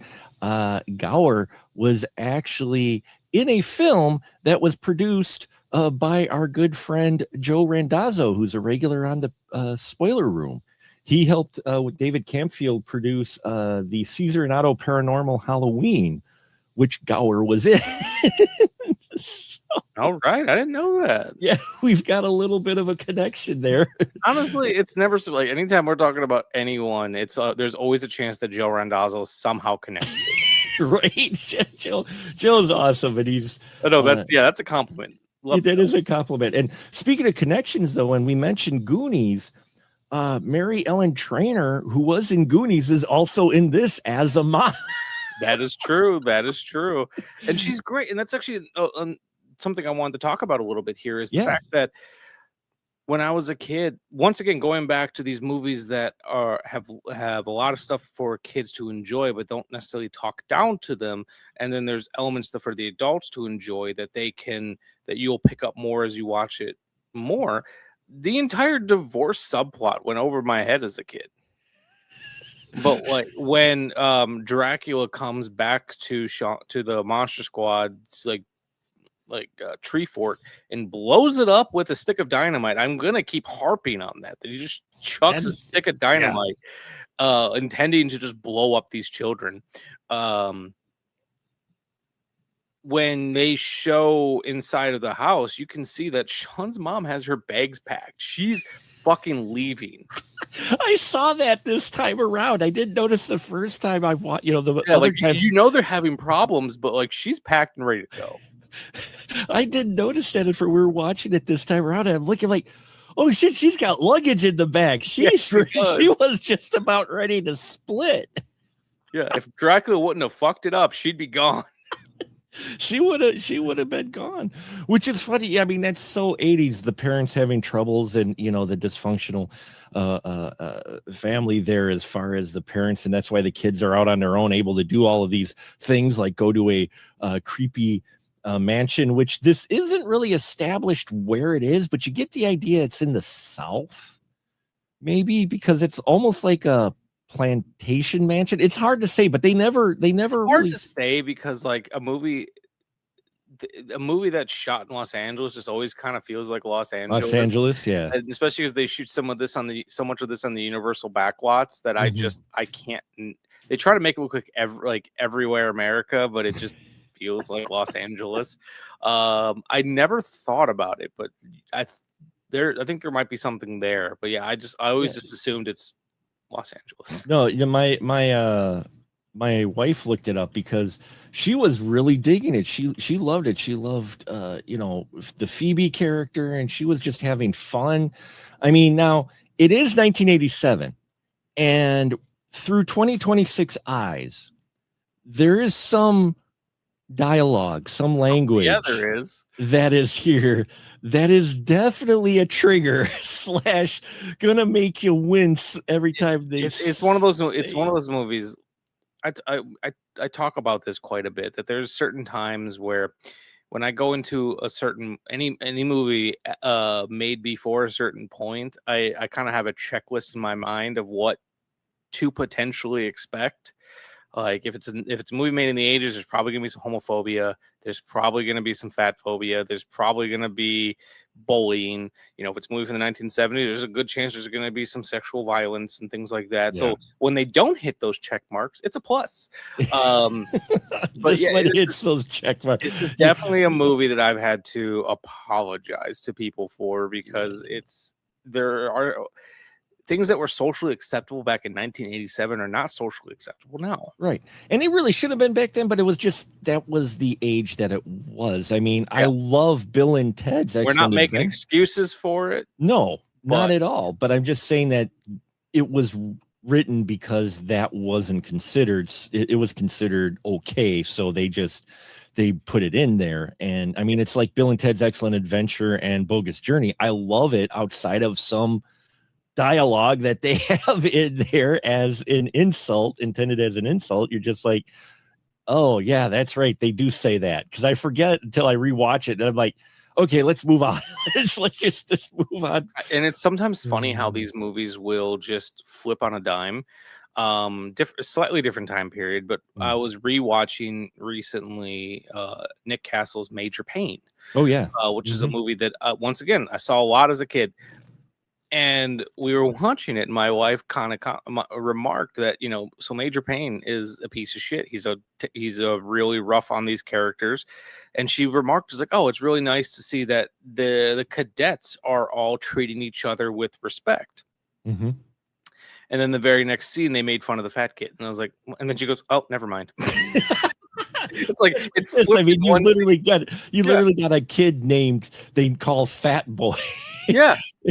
And even his friends occasionally let it slip and call him that. Horace, who is a wonderful character. Who has the best redemption arc in this movie. Yeah. At the end, when he has his phenomenal line, the name is Horace, after he just shot the creature in the chest with a shotgun. Right, because he's been bullied by EJ, played by the universal, you want an asshole kid to appear in your movie? Jason Hervey. He's got such a punchable face, and he has even since he was a child. I know, and I feel bad, but it's true. It's like whatever role, it got him roles, so mad props to him. It got him work, but at the same time, it was like, oh look, he's playing a bully or a jerk again. Oh yeah. man, yeah, that was his thing. Yeah, he was really good at it. He was really good at it, and yeah, you get the shotgun. He gets to kill. I think it's Gilman with a shotgun. Yep. And you get Stan Shaw in here, who is great to see. I like Stan Shaw quite a bit. He played the detective, partner of Sean's dad. Oh, is this the guy who was in Fried Green Tomatoes? Yeah. He as well as a number of others. So funny, like, because what I knew him best for as a kid was this and Fried Green Tomatoes, and it's like one role he barely speaks in this one he won't shut up. He was also in Cutthroat Island, and that he was one of those guys who took a lot of roles, and not really, starring marquee roles, but he was there. He was one of those character actors. Yeah, who he would was show a very up popular that guy. Yeah, he was that guy. And I really love seeing him and the other character actors in here. What's funny is my wife was looking at the cast of this, and she was like, where did these kids go? Because she thought all the performances by these young performers, a lot of them, really good. Huh? They're really good. They are, for kid performers, they're really good. And she was looking up their like IMDb and that, and she's like, wow, not a lot of them went. No, really? I think most of them, if not all of them, just if they did anything, it was nothing on the level of Monster Squad. I don't think Andre Gower has been working, but yeah, it hasn't been huge things. I feel like Robbie Krieger, who played Patrick, I feel like he might have soft retired. Mhm. Ryan Lambert, I think, also had a similar career trajectory to that of Andre Gower. He's been doing stuff, but I feel like Ashley Bank, who played Phoebe, might have had. I think she might have done the most. I can't. I'm not able to fact check that, but she did a lot of television. Yeah. Guest star appearances here and there. Just very much a working child actor. Yeah, but my wife was just wondering why she hadn't seen them in bigger things after this, because she thought they were all wonderful in here, which they are for young performers. They're great in here. You hear horror stories for kids, or you see some kid actors going, no offense, I love Terminator 2, Eddie Furlong. It was a little rough for the acting, because that was one of his first roles. I mean, no slight to him in being such a big. I film like that, a lot of his roles once he kind of figures out what he's good at. Right. But Terminator 2 was just one of those, his first role or whatnot. And it is, as much as I love that movie and love his character, it's a little rough in spots. But Here, all of the kids, I mean, they're carrying the film because they're the main characters in this. And the film wastes no time in getting you the monsters, because this is really a send up to Universal Monsters.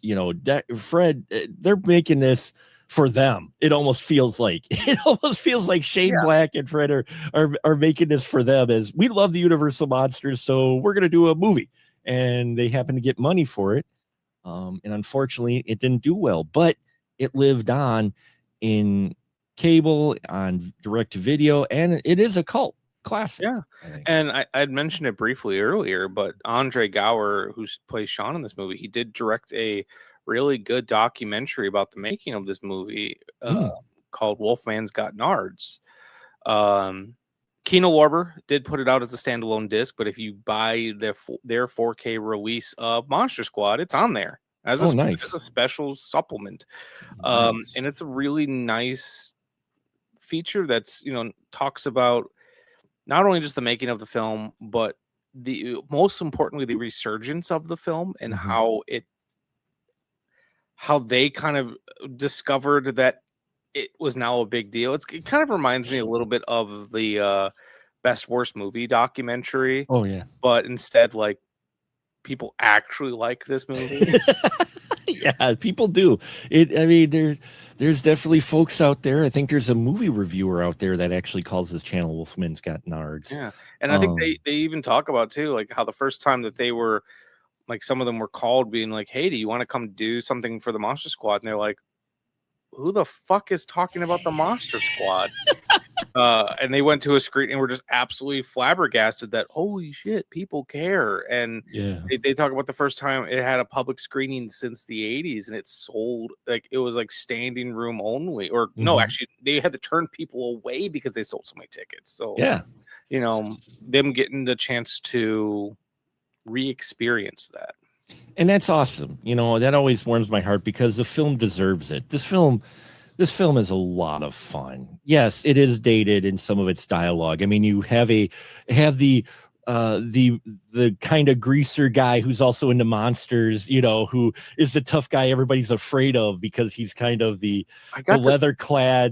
I got to ask about that a little bit, and I was like, I have to know, because I told Andre that I'm just obsessed with the screenplay for this. And if you've not read a Shane Black written screenplay, I highly encourage it, because they're really entertaining to read. Like, I feel like it might have been his script for Lethal Weapon, or one of them. There's a line of dialogue where these two characters are having sex in no, they're not. Like, the camera, it's trying to establish a bedroom that they're in, and the line of description that no one will see but the people reading the script says, "This is a really good room to have sex in." Like, that's what the production designers got to go by. Here you go. I mentioned that because I was like, I really need to know. I asked him, was Rudy's character, Rudy being the 1950s greaser character, was it written like that on the page, or was that a decision made on the set? And he goes, no, it was absolutely written that way on the page. And I was like, was this movie always intended to be set in the 80s? And they're like, we think so. He was still the greaser guy who was the guy who was the cool outcast that nobody, the bullies were scared of. He was also the guy who was from middle school, so he was older than everybody else, and they spied on the young woman who was next door quite often. So yeah, there's some dated humor in here. There's some little bit interesting choices, but overall, I'm glad you picked this because I got a chance to revisit it, and I fell in love with it all over again. It's just so much fun to watch, especially if you're a monster fan at all. I highly recommend it. I imagine your final thought, but I imagine you would recommend it as well. Oh, absolutely. And last thing I do want to say is if you've not sat down and listened to the soundtrack for this movie. Oh, I've got it on vinyl. It is an incredible soundtrack. And Bruce Broughton, who did the score for this, was kind of the king of these, except for lack of a better term, family movies. He did the music for The Boy Who Could Fly. He did the music for Harry and the Hendersons. He did the music for Honey, I Blew Up the Kid, Homeward Bound, The Incredible Journey. So like he understood, and granted, he did things like Tombstone and whatnot, but like he understood the sonic qualities of these movies. And it's also an element that I think a lot of movies are missing now. I feel like composers are afraid of melody because movies don't have melodies anymore. No, unfortunately, very few of them you run across nowadays have melodies or pickable themes or anything to come out, and you're like, oh man. And that's a whole nother conversation, which we will leave for another time, folks. But thank you, Mike, for doing this. This is just a wonderful film, folks. Please seek it out. And now, as always, I give a license to shill to you, sir. Once again, plug your stuff. Where can they find you at? All right. So you can find me on pretty much all forms of social media at either Michael_Vyers or Shameless Picture Show. My podcast, The Shameless Picture Show, is part of the Someone's Favorite Production podcasting network. There's a lot of great shows on there, and you can find me pretty much anywhere that you enjoy podcasts. We recently put ourselves on YouTube, and we've actually been doing pretty decent on YouTube. Nice. Which I never understood the point of listening to a podcast on YouTube, because you can't, like, unless you pay for YouTube Premium, you can't even turn off your phone, whatever. But people like it, and that's what matters. You can find, I also do physical media reviews on Instagram, TikTok, pretty much everywhere. So give me a follow, and you can also find me on Letterboxd at Vyers102008. Fantastic. Well, thank you so much, Michael Vyers. Thank you, everybody who's tuned in for the last 20 years. I have a few folks out there who have been with me since the beginning, and newer folks as well. Appreciate every single one of you. We've got a lot more great stuff, so hope you subscribe and all that. And until next time, we'll say, as we always do, keep that ticket stub.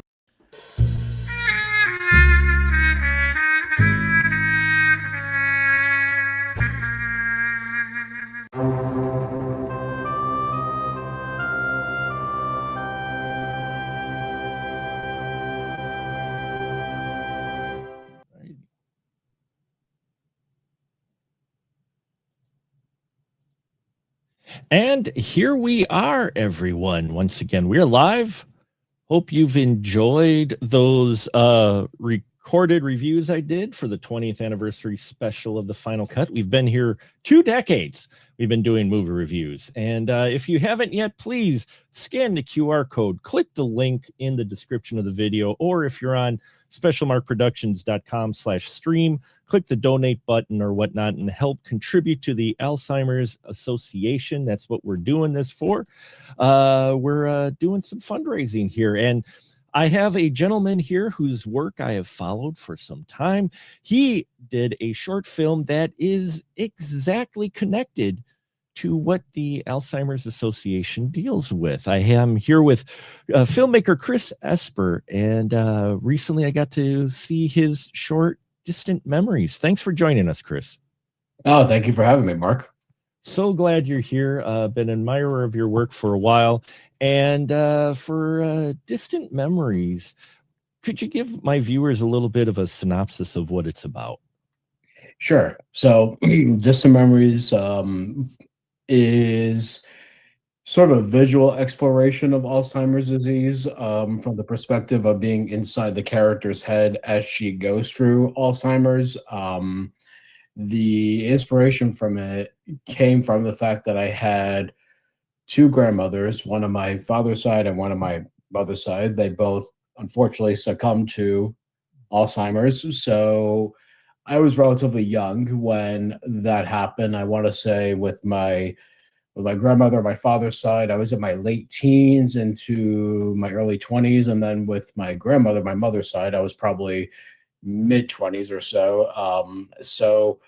I was relatively young and didn't fully comprehend what the disease was, what it did, but I certainly saw the effects of it. From the basic things of one of them forgetting details of what was happening presently, or what have you, to reverting back to another time of the past.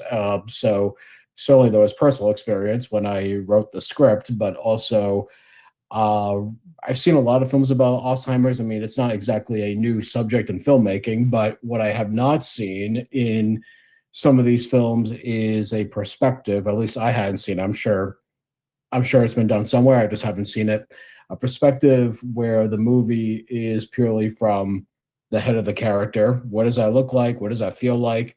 Often we see the outside perspective, whether it's for the caretaker or how the world views the patient versus what the patient is thinking or feeling. And I was very anxious to explore that. And so this one is sort of taking that idea and turning it on its head a little bit, and giving a perspective of what that looks like. And for me, I guess because I'm a filmmaker, I tend to think very visually.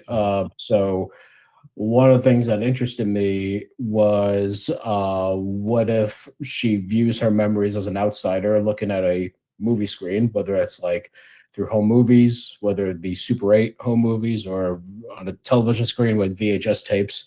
So I thought that would be a fascinating way to sort of her looking over her life and non-linearly as well, because I think memories are non-linear, especially Alzheimer's. Everything is non-linear. So it's certainly an experiment in that direction as well. Yeah, and I think you really capture it. I've had some discussions with some friends of mine, all real film folks and consumers, cinephiles, and it is interesting to see the different ways this disease is portrayed. But you're right, it's not often you get it completely from the inside. And I loved the idea that you did here with this, with Anna, with the shelves of Oh being yeah, items, not just the various forms of media. Like you said, you get to see a Super 8 right. film with memories, VHS, but you have shelves of different items. And I'm like, it's such, don't take any offense. It's such a simple but effective concept that I don't remember seeing people mention memories on that scope before. Where did that idea for the shelves come from? Well, I'm glad you said simple, because that was actually the aim, was to be simple and not to overcomplicate it. And the idea for the shelves was, I thought, okay, it's supposed to be like her head, inside her head. So automatically I knew I wanted to have an all black void of Sure. sorts with like nothing there. It felt just empty except for like these shelves. It's funny, when many people have reviewed the film, they often describe it as being like almost like a garage almost, which in some ways that's very true. I saw it as like almost like a library, like she's in the library and on the shelf is literally like a bibliography, we'll say, for lack of a better word. But instead of books, it's items from her life, whether it's toys or knickknacks, games or whatever, any specific things that bring up those memories, including the whole movies themselves. So the idea was as if you've either passed on or you're in like the middle sort of like middle ground area of death, as it were, and everything is literally right before your eyes. And it's almost like going down a nostalgic lane until you realize that your demise is probably coming. And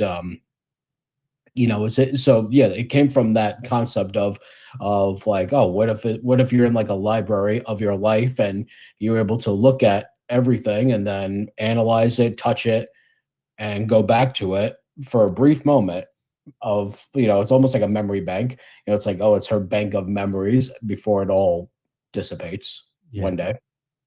Yeah, and it's straightforward and directed, and that's what I liked about it, though, is because you kept focus on that versus overcomplicating, throwing too much emotion into it. And in fact, I mean, we see her get emotional, but it's still a lot of times when it's portrayed from the outside in film, it's overdone, and then you have the emotions from everybody around her, and then you've got the conflict, and kind of distracts you from what the person's actually going through.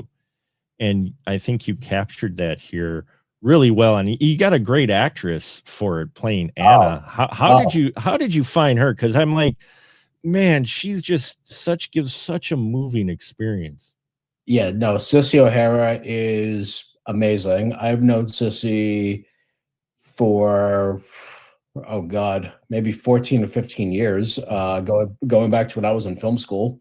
I first met her on a movie for another filmmaker, and it was like one of my first gigs as a cinematographer. I was newly out of school, very green, didn't exactly know what I was doing. And she was acting in the movie, and we just became fast friends. And I worked with her on numerous projects over the years. Hadn't really directed her, though, much, maybe twice. And it was like a long time ago. And then when this came along, I thought of her pretty quickly. She delivered. I knew she would. I had no doubt about that. But then when we were actually shooting, particularly the ending, all of us were crying, including me. So I mean, it was just like kind of a no-brainer. I mean, she was great. And to your point too, about the emotion, thank you for saying that, because I mean, one of the deliberate choices I made was to not have music, like not a musical score in the movie. The only bit of music was the Don McLean song when she's watching the whole movie and her and her husband are dancing. That's the only bit of music. I deliberately chose to not have any a musical score, only because I felt like that would take away from the emotion and make it more overly sentimental, and I didn't want it to be. I wanted it to be more. It's almost like for me, it's probably the scariest movie I made. And I don't mean in the fact that it's a horror movie, but I mean it's scary to witness that, and I really to witness someone going through that. I didn't want music to deter from that real emotion. Yeah, and I noticed that, and you're right, with the music not there, all the emotion has to come from your main character, and she just by the end of it, it was like oof. It's like, and does it make it a challenge sometimes when you're making something not only this strong emotionally, but also a personal connection? Does that challenge you sometimes as a director too, to try to focus without getting possibly caught up? And I mean, I could safely say there were times where I wasn't objective enough in wondering if this was strong enough. I mean, we did. It's funny because when I wrote the script, the order of scenes was slightly different. It didn't start the way it did. The kitchen scene where she's with her daughter, that came in the beginning, and then we went in her head. So a lot changed. This is one of those situations. I've always said that editing is sort of your last chance to save the movie or rewrite the movie, and this was definitely one of the cases, because my first cut, it was good, but it wasn't quite there. And my co-producers, Lisa Witt and Tom Mariano, who co-operate on Edge Productions, like they gave very thoughtful feedback in how it could be stronger. So we actually went back and we shot more material to add to it. But I think their unbiased opinion certainly helped the movie, because I was too close to it. I was too close to it, not just emotionally, but also, too close to the material itself. Because not only did I direct it, I also did the editing. So, when you get to that point, you're not objective anymore. You're just looking at it like, oh, this is my baby. Yeah. And then they come in and they go, well, your baby's not exactly pretty yet. We need to make it pretty. I'm like, okay, well, great. And so I think having that honest collaboration helps any filmmaker for the betterment of your project. Yeah, no, it does. I think some of the best indie films I've seen are ones where I've talked to the director and they're like, no, I gave this film like to 5 people and told them, be brutal, please let me know, because they were too close to it. And they're like, it came out a better film. I mean, that takes a lot of bravery too, creatively, because you're just like you said, because this is my baby. Here you go. And you're like, your kid's got a third nostril. What? No. Yeah. No, that's exactly it. I mean, I felt pretty good about the rough cut. I knew it was a rough cut, so I was like, okay, yeah, it's gonna be better. But then they came in and they were like, no, this could be a lot better. I'm like, okay, fair enough. Let's go and let's shoot more material. So we did. Spent another day shooting more coverage of the main scene, and then in the edit, while I was editing, I realized I could reorder the scenes to make it stronger. And I don't think I would have thought of that if they hadn't challenged me to really look at what I had here. And so it was definitely a collaboration, and I think that's key if you want to be successful in this business. Yeah, collaboration always seems to work best, especially if you've got people you trust and people, who will be objective to you, but also maybe not brutal, not negative, so negative either, though, right? Sure, yeah. Because you are doing that support and you're working on multiple hats. Now, how long did it take you to shoot this short? So it took a little, because there are certain layers to it. I mean, the first thing we shot was the present day stuff in the home, like in the kitchen and the bedroom scene. And then we shot the home movies throughout the course of a few shooting days within several months. And we had to do it that way so that they could play on the projection screens. Those were probably my favorite scenes to do, because I just gave the VHS camera and the Super 8 camera, I gave it to the actors and I said, you guys film it, because nice. If a DP or myself films it, we will have a tendency to do it very artfully or very, have the perfect exposure and the perfect, composition. I didn't want that. I wanted it to be imperfect. I deliberately chose to not do any film lighting for those scenes. I just did natural light because, no one thinks about that when they're shooting. They just turn on the light in the house. That's what they do. I made them look purposefully bad. And then when we shot those, then we shot the main piece in the Black Void, and that took about 2 days to shoot. So I think total, I want to say there were 5 days of shooting. Yeah. Mm-hmm. No, that's great. You gave them the natural, like, here, just go shoot this. Yeah. Because you're right. Because you coming from with your background and everything, you're going to be framing it. You're going to be like, maybe I'll take it from this angle. And that's not home video. I've got lots of home video when I shot video from my kids, and I'm like, right. Yep. It's like shaky and angled, and the kid walks off camera and you didn't follow him right or something. Right. Yeah. So no, and I think that adds to help ground, and that's what I think Distant Memories really does, is ground telling this story without overblowing it, but at the same time still bringing seriousness to it, and that's a fine line. No, it was hard. I mean, one of the other deliberate choices was in the dialogue. I made sure that none of the characters said the word Alzheimer's or dementia. I wanted the acting for that to come through without anyone directly saying that she has Alzheimer's, but rather that the situation dictated itself without, being so direct and hitting you over the head with it. Or, having the scene at the doctor's office where the doctor explains it. Like, I didn't want that. I just wanted the emotion to come through. I mean, it was tricky. It was very tricky, And it's I think you accomplished it, but I've just seen it done so many times to where it's either overdone or not done enough, where it's not serious enough. Or like, I'm not going to mention a recent movie or that condition's used as a punchline. And I think that's the toughest part with film, with mental conditions, mental diseases, illnesses, and such, is how it's portrayed in cinema is really all over the place, but you don't I don't think you get as much serious portrayal as we should. You don't. I mean, the only two movies of recent memory I could think of that actually did it really well was Still Alice, which I thought was very well made, very, very good film. For me, one of the better movies about it was The Father with Anthony Hopkins. I mean, my God, that ending, my wife and I watched it while we were making Distant Memories, and we both lost it by the end of that movie. I mean, it's so beautiful, and just like his portrayal was so accurate, and just like that was the closest I've seen. Right.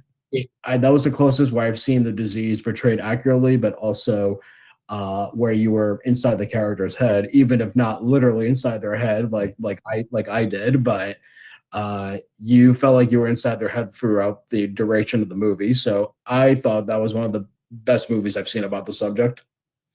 Yeah, it is one of the best scenes, because it's one of the things is I consume a lot of horror films. Yeah. We like horror films. Yeah. And it's one thing is, like, usually the go-to excuse for anybody to be bad is, oh yeah, mental illness, or you know what I'm saying? I mean, cinematically, that's what the majority of mental illness is portrayed as. So, and I mean, I get it. It's an easy, understandable hook, but at the same time, it doesn't always portray it the way you want it to, and I think it gets a bit of a reputation after a while, cinema wise. Yes. And so I think more, I'm not saying there hasn't been other portrayals, but I just I do feel like sometimes it's handled carelessly when you're watching something. Do you ever feel like that when you're watching a movie, if they've facing a condition like Alzheimer's, you're like, wow, they really didn't do their research with that?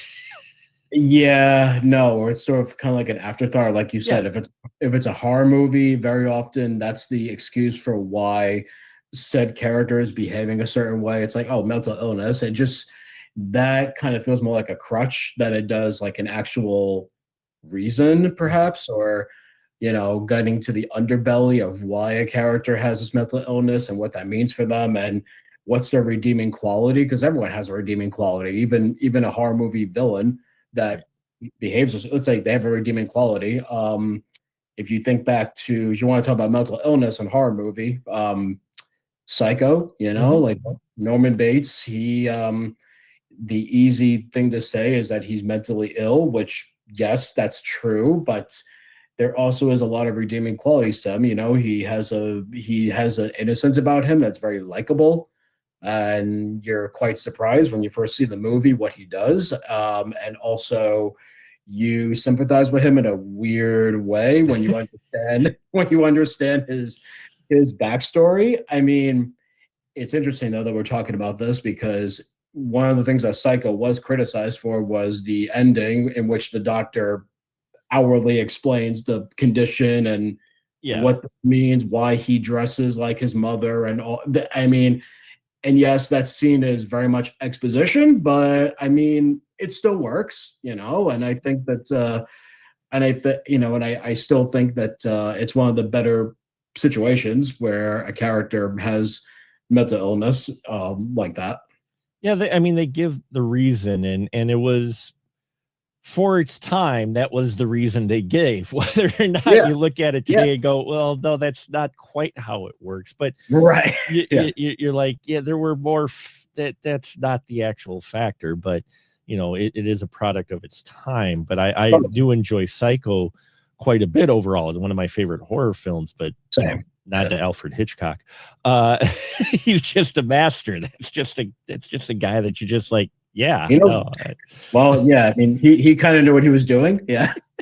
Well, and it's funny, he's more than just Psycho. Everybody knows him from Psycho, but on our podcast, we did a whole series of like eight of his films, and every single one of them was just like, as the kids would say, a banger. You watch it, you're just like holy crap. Even his smaller films, it's like that talent was there. Absolutely. Not to talk too much about Alfred, but I mean that is absolutely.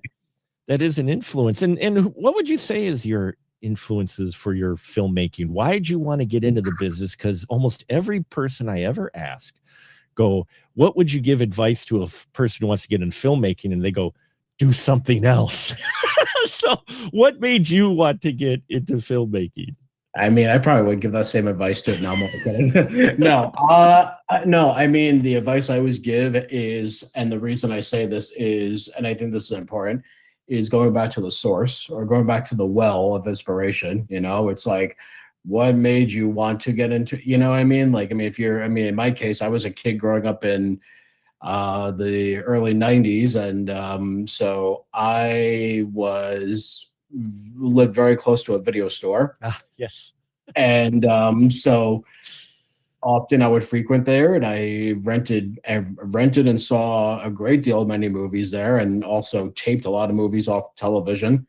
And so it definitely came from that. And with the advent of DVD, I think the first DVD I ever saw or received was Ghostbusters. And nice.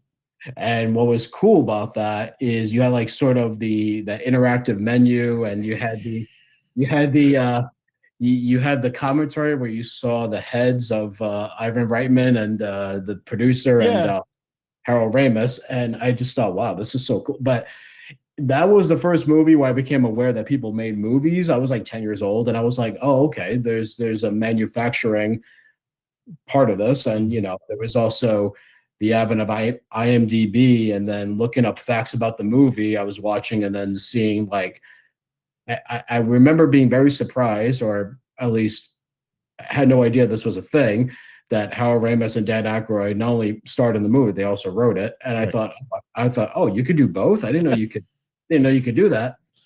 So on that inspiration, because when I was 10, I did want to be an actor when I was very young, but I also wanted to make movies. And I thought, oh, you could do both. Oh, cool. So then on that, I read some producer's name off the credits of Ghostbusters, and then I wrote their name down, and I wrote a script when I was 10 years old. Oh, nice.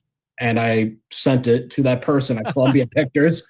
And I thought, because sure, that's how it works, right? And and very much like Ghostbusters, it was a sci-fi comedy of sorts. I say of sorts because I was 10 and it was only 30 pages. So it was more of a short film than it was a movie, but hey, that's fine. And the script got sent back to me. But that didn't deter me. If anything, I was just like, okay, I'm going to keep going. And it's like, I don't care. That's awesome. That's an awesome origin story. I like that quite a bit. So that's how I got into making movies. And the reason I say go back to the well is because, I mean, when times get tough when you're making movies, and they do very often. And so I think when they do get tough, you're like, okay, why did I want to do this in the first place? And then for me, it's going back to being that 10-year-old again, and remembering why I wanted to make movies in the first place. Or, when I was 17, it's when I definitely knew for sure I wanted to be a director as opposed to being an actor. And I had seen Raging Bull, which again got on DVD. And upon seeing the commentary and the making of stuff, and hearing Martin Scorsese discuss the specifics of shots, why he made certain choices, that's when I understood that filmmaking was an art. And for some reason, that just fueled my fire to want to pick up a camera and make stuff. And that's what I did in high school. I made movies by myself. in the very early days of YouTube. So, this was like 2006, I want to say. Yep. I know that area where that's when I started posting. Yeah. So I was posting movies on YouTube back then when I was in high school. Nice. And I would, just make these like little things by myself in Windows Movie Maker, just cut them together. And, I would shoot the thing. So I would like press record, go in front of the camera, do the action, stop, do it again, do the next angle, do this, and then put it together in Movie Maker. And that's what I did for many years before I went to college for this. And then kind of grew from there. That's awesome. And hey, happy 20th to your YouTube channel as well. Yeah. OG YouTubers. Yeah, pretty much. Yeah. I always say it. I started back in the day when they were filming on flip phones in the mall. So those are two things that don't exist anymore. Isn't that sad? I know.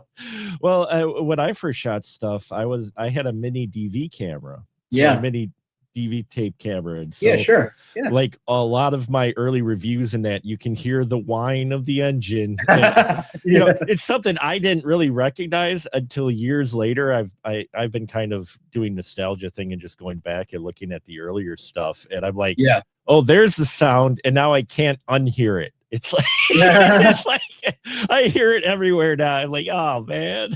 Yeah. But no, that's great. That was an inspiration. And RIP video stores, we before I go any further, I just want to say, folks, remind you to donate, please. We are doing this. Chris is donating his time and talking about his film Distant Memories, which is about Alzheimer's and dementia. And that's what we're saving money for. We're trying to donate and raise money for. So link in the description, or if you're on the Special Mark Productions /stream, click the donate button or scan the QR code and all that fun stuff. Donate, even a little bit helps them.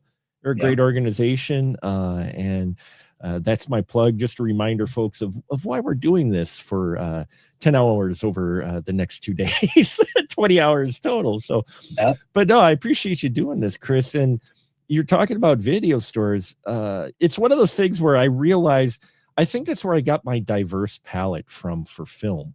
Yeah. And I think it's something, pardon my get off the lawn moment, and I think it's no detriment, or a slight to this folks who watch movies now, but now you can find movies you like all the time. You go streaming, you can find that bubble, you can create a playlist.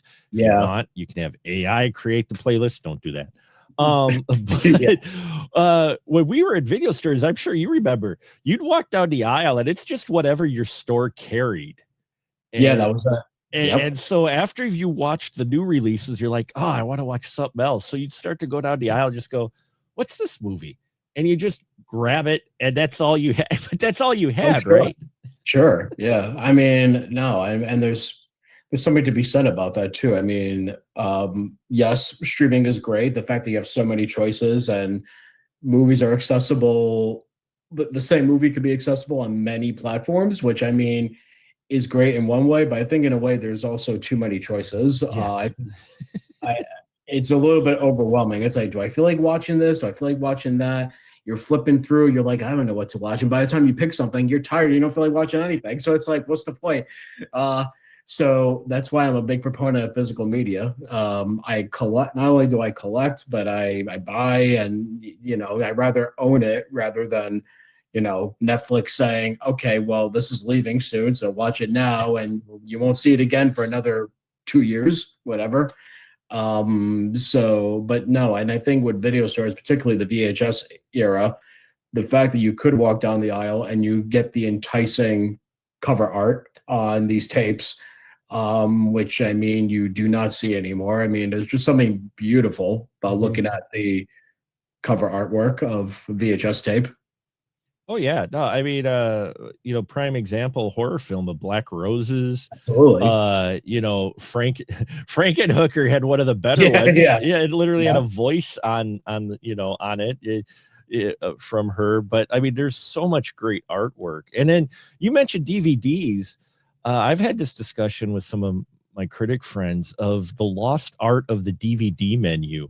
Totally. They're all cookie cutter pretty much now, unless it's like a boutique one. If it's like, Yeah. a special one, then they put work into it. But a lot Yeah. of the studios now, where they used to maybe put some work into it, it's all same format, just about. Yeah. It's the same layout. And I remember when remember the DVD hype video that was on the front of a DVD, where DVD interactive menus come. That's right. And That's right.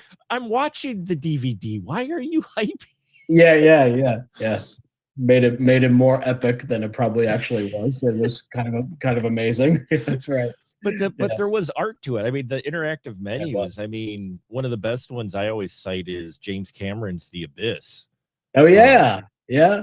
When they came out with the 2 DVD special edition of it, there were hidden Easter eggs for trailers for like Terminator 2. Sure. Because you had Easter eggs in the menu when you had to press the arrow all around. Yep. And you find exactly. Yeah. No. And that is a bit of a lost art, but I mean, it definitely is. I mean, that's how I learned about how movies were made. I mean, if you could argue that DVDs were sort of like your film school in a box, the average folk, they may ignore the commentary, but us film fans, we love the commentary. I mean, who doesn't want to hear the director and actor talk about how they made this movie, or like how they got that one shot and how long it took them to get? And then I think now that I make movies, I can listen to a commentary and be like, oh my God, I know exactly what they're saying now, and I understand. I understand them even more, unless you're talking about the commentary on Big Trouble in Little China, in which case it's John Carpenter and Kurt Russell catching up with their lives and not really talking about the movie.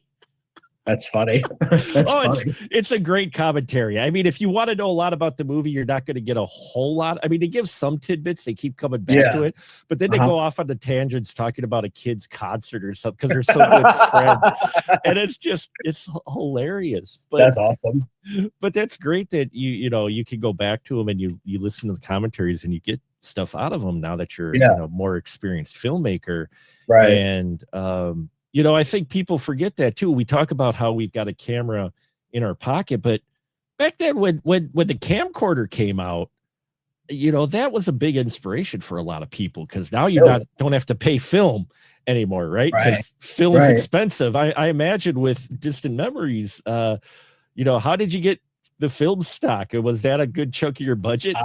So no, it's a great question.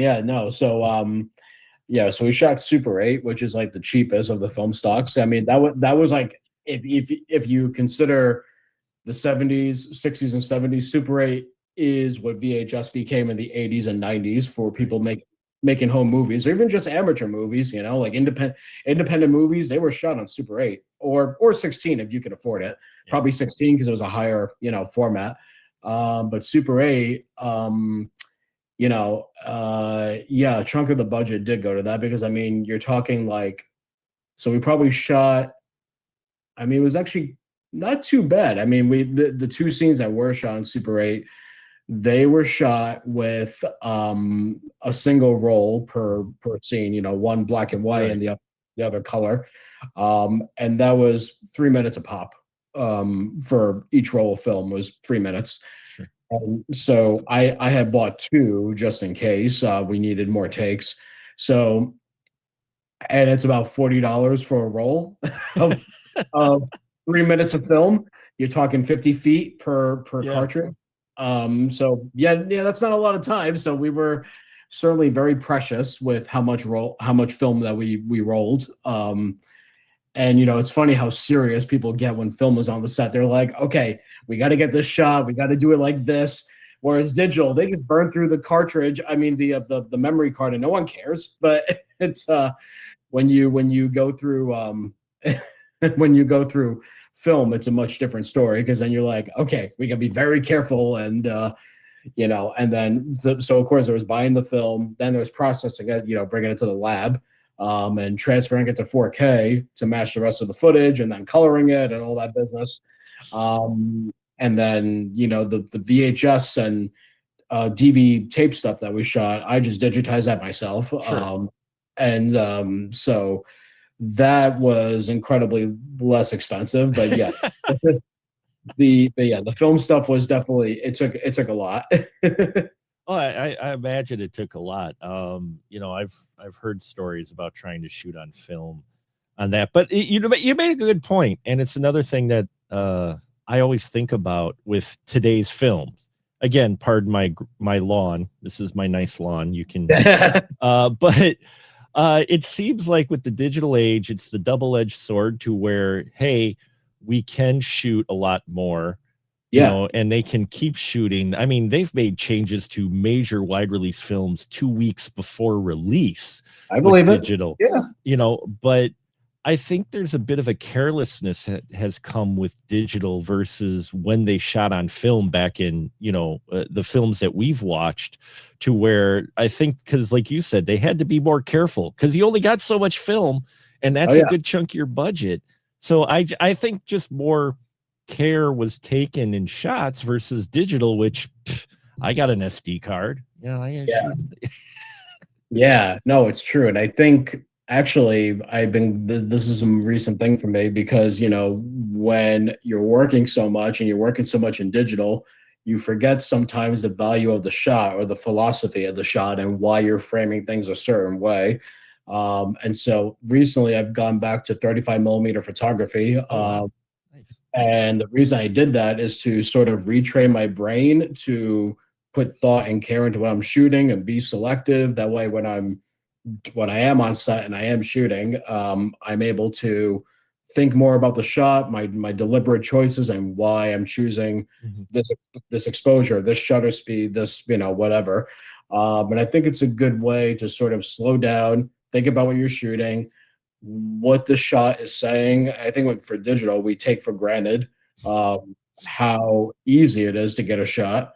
So I think it's important to sort of keep that mindset in place, even though it is easy to shoot, say a 10-minute take of the same scene and of the same lines of dialogue, and then go into the editing and, like, you know, choose this one, that one, you know.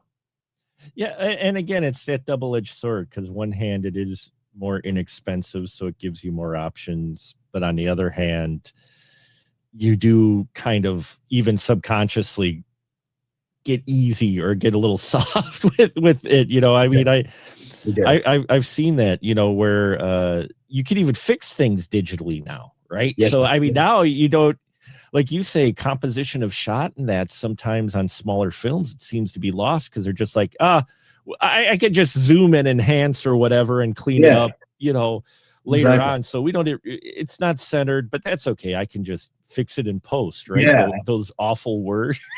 No, exactly. Yeah, like if you didn't get that close up, then, you know, someone somewhere is going to say, oh, well, it's 4K, we can punch in. I'm like, yes, you can, in theory, but only so much. You know, but, you know, spend that time to get that close up, you know, because why not, you know? And I think also because you can shoot digitally, you know, there's who said it? Thelma Schoonmaker, Scorsese's editor. She mentioned how these days a lot of people do what they call blender cutting, which is where they go out, they shoot 8 cameras, and then they bring it all into the editing and they just chop them together, like a cut every 3 seconds and whatnot. Oh yeah, the multiple cameras. Yeah, exactly. But then, you know, and then Scorsese will say something like, well, what happened to the shot? Like, you know, like he cites Kubrick or Tarkovsky. Even Tarkovsky always held on shots very often. And like he would do, Tarkovsky, for example, he would do 10-minute takes where the camera is just dollying across a wide vista of a location. You get to enjoy its beauty, but also see the action of what the character is doing without interruption. And I mean, I don't know that we would see that these days. Certainly there's a place for it, and certainly it's not often recommended. It's understandable as to why, but you also get to appreciate what the camera is doing and what the character is doing versus, you know, having to cut to a close-up every single time. Yeah, well, I just know as a viewer, you don't realize. Now, I consume a lot of older films, and I know a lot of people out there nowadays don't watch as many older films, which is a shame. You should, but you don't appreciate just how long some of those shots were back then versus today. Vice, or the flip side, you don't realize how many cuts you are seeing in a Right. single minute of film. Oh yeah, Just a minute. it's true. It's true. Yeah, I mean, if you consider the ending of Distant Memories, where we get all those shots of everything disappearing. I mean, you talk about editing. There were 40 layers of video tracks just to complete those effects. And I mean, that called for that much cutting, given what we were doing. My initial concept was having it all happen in wide shot, as to not conceal the magic with cuts. But I found it just didn't pack the emotional punch. So then we went in for all those close-ups. So there are times where it's necessary, but then there are other times where it's good to just hold a little bit uncomfortably longer. And to the point where the audience might be getting a little bit restless, but that shows that they're paying attention, because they're like, okay, what's going to happen? What's going to happen? Are we going to cut? Yeah, no, I'm not saying it's not called for in shots. It's just that, like, every shot nowadays in Hollywood or the big budget films, you look at it. So when you do get like those longer tracking shots, or you get some of those longer shots, they're very noticeable nowadays, though. And then it feels kind of special then. Like when we get those one take films, it's just such a different experience than the cut and emotionally. And you have some longer shots on here too, to convey, I think, the memory and that. And I think that's emotional. And I think you don't realize what you're missing until you see an example of something. And then you just realize, like, oh, wow, that was really effective. You're like, why don't I see more of that? Right. Yeah, exactly. So what are you working on now, Chris? You got anything going on now for you, or? Yeah, so I mean, these days, my new film Michael Solace is making its festival rounds, and it's playing at a few festivals coming up. Distant Memories also has a festival that's coming up at the end of August, so that's sort of nearing the end of its festival journey, and I'll probably put it online soon, have its online debut, but yeah, I have that, and I actually have trying to delve into making a feature. Wow. Will be my first feature as a director. So I have 2 scripts I wrote, but now it's just like picking the one, but continuously refining it, because I have a tendency to noodle over every word. I'm like, is this good enough yet? It's should I make this thing? So there's that, but I'm also continuously working independently, whether I'm acting as a cinematographer, as an editor, or colorist for a variety of projects. So yeah, that's kind of what I got going on these days. Nice. And you wear a lot of hats, as a lot of indie filmmakers do. Do you have a preferable one, director or editor or producer? Definitely directing, I would say. Yeah. I mean, what I love about directing is that it takes all those things that I just mentioned I love doing, and I could, I'm not doing them physically, but I'm dictating how the camera should move, how the lighting should look, how I want the edit pacing to go, how I want the color to be, or makeup, whatever. So that's fun to be able to, not necessarily have control over it, but to oversee it and collaborate with amazing people. And that's great. And does it make it a challenge, or sometimes make it easier, because you've done all of these different positions? So when you're making a film and you have someone else doing that role, does that help because you can speak the same language then, or? Oh yeah.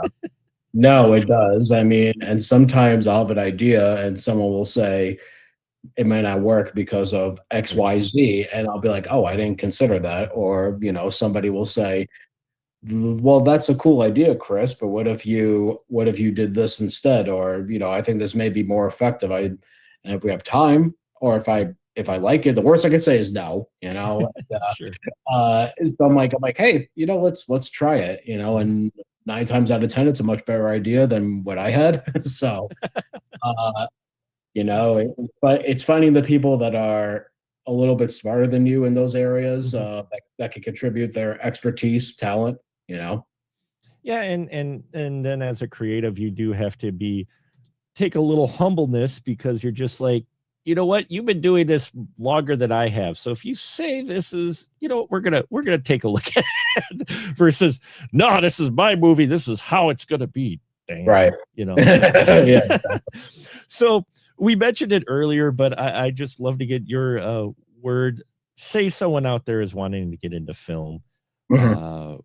What would you say to start, especially in today's age? Because you've come up, through as a kid and whatnot, you've moved through the different technologies, different methods. Yeah. What would you recommend to, say, someone who is, say, in high school or whatnot, that wants to get into film, that really just wants to be a filmmaker? What kind of advice would you give them? I mean, the cliche is always pick up the camera and go, there is a lot of truth to that, and one should do that.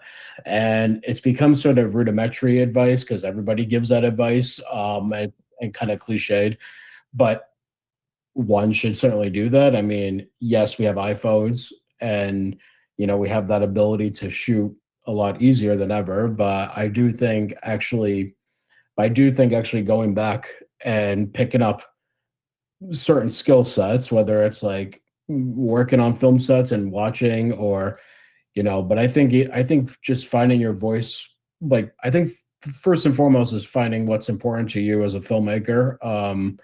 Do you want to tell stories that are meaningful, dramatic? Do you want to have like a comedy voice? Do you want to lead more into horror or what have you?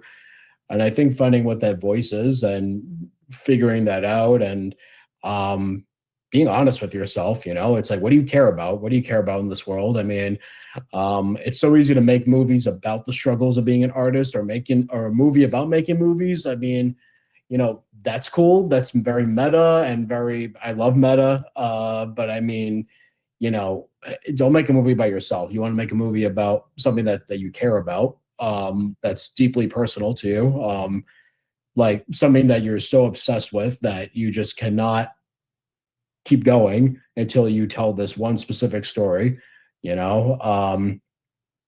And of course, just the basics of, like, study acting, like, take an acting class if you want to be a director. That way you could talk acting, that way you could speak actor, as it were. And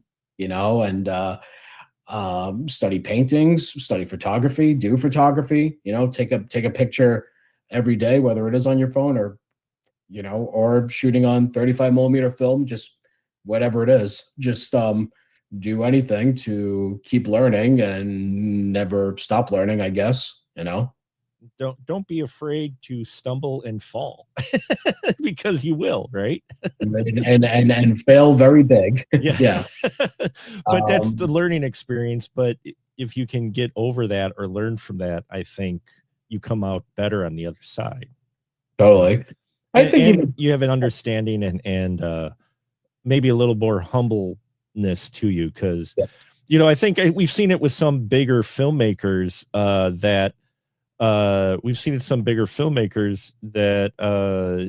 they get stuck on one thing, like M. Night Shyamalan. I love it. Sixth Sense was great. Yeah. He almost felt like he kept on going with that same formula, because that was the big formula. What it's like, you don't have to. Right. But no, I mean, that's a good point. I mean, you could dare to be different. I mean, I can safely say that my films back to back, they're not the same at all. No, they aren't. No, I got a chance to see Soulless, and which is great, and definitely different than Distant Memory. It is, yeah. And I mean, that's one of the things is, dare to be different. And I think the other thing too is putting yourself out there, whether it's when you do make something, one should submit to film festivals and or in this case, submitting to film critics such as yourself to get like an unbiased Sure. opinion of your work. I mean, it's so easy to show friends and family who are going to say, hey, good job. It's like, Yeah. hey, it's like, oh, hey, you made a thing. Cool. But to get that unbiased opinion, who's not a peer, and also, if the film is good, you get good press, then great, use it to your advantage. But also use the negative press as a way to sort of, as much as it stings, you could use it as a way to sort of read into it and be like, okay, clearly this is something I need to fix or I need to work on, whatever it is. Like my very first film out of college, didn't have like the greatest sound design. So, Sure. I learned to look out more when I'm location scouting for, if Sound, yeah. if sound is good, if the location is suitable for the sound, and spending the time and having the money to correct the sound more, just things like that. Another movie I made, the camera didn't move enough, and I'm like, okay, where can I move the camera more? So I mean, you take all these things in little by little. Awesome. Well, this has been a great conversation, Chris. Everybody, keep an eye out for Chris's stuff. We did get a couple comments. 35, a longtime viewer, he donated $2. Thank you. I don't think Chris can answer this question though. Should he scale of intelligence, dexterity, or he plays a lot of video games? So our friend 35. But he also mentions M. Night Shyamalan directs comic books, not movies. I mean, I could see that. So where can they follow your stuff at, Chris? So I am on Facebook and Instagram, either under Chris Esper, that's ESPR, or under Stories in Motion, which is my production company. And I also have my website, which is storiesmotion.com. It has all the latest film festival updates, as well as films I already finished that have had their time in the festival circuit, but now they're available for free viewing if anybody wants to see those. But otherwise, that's where I could be found. Fantastic. Well, this has been a great discussion, Chris. Thank you Thank so much. Appreciate it. Everybody, we've got Deborah Lamb, actress, producer, multi-talented, coming up next. We're going to take a short break. So thank you, one and all. And thank you, Chris. Thank you.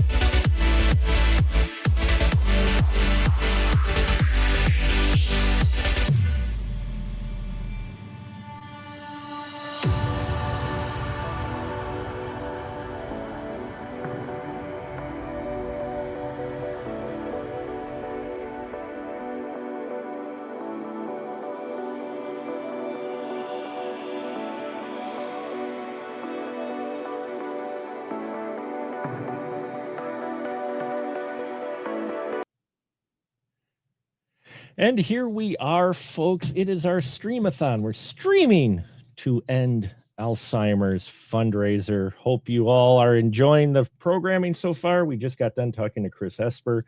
And now I am joined by the multi-talented, always a pleasure to talk to, none other than the one and only Deborah Lamb is here with us. How you doing, Deborah? Thank you so much, Mark. I'm good. I'm good. How are you? We're doing well. We're doing well. And before we get started, I'm just going to remind everyone we are doing this as a fundraiser for the Alzheimer's Association. So if you could please either scan the QR code in the upper corner, or if you're on YouTube or Twitch, there should be a link to the donation page in the description. Or if you're on our Special Mark Productions /stream, where you can watch all of this, there's a donate button as well as a QR code there. So now I forgot to close the blinds. Oh, no worries. No worries. Okay. We're all good. Okay. I'm back in my seat. Okay. You're all good, Deborah. You're all good. Volker Hammond, Hanman, I'll pronounce that properly one day. I think it's Hanneman. Hanneman? There we go. Hanneman. Yeah. Thank you. Volker Hanneman. Is Volker here? Yep. Volker is here. He says, hi, Deborah. So Oh, there you go. hi. I can't see the chat now because No, we I'm have on the I camera. have the chat off to the side. So in case someone says something. Yes, I tuned in earlier when you started the show.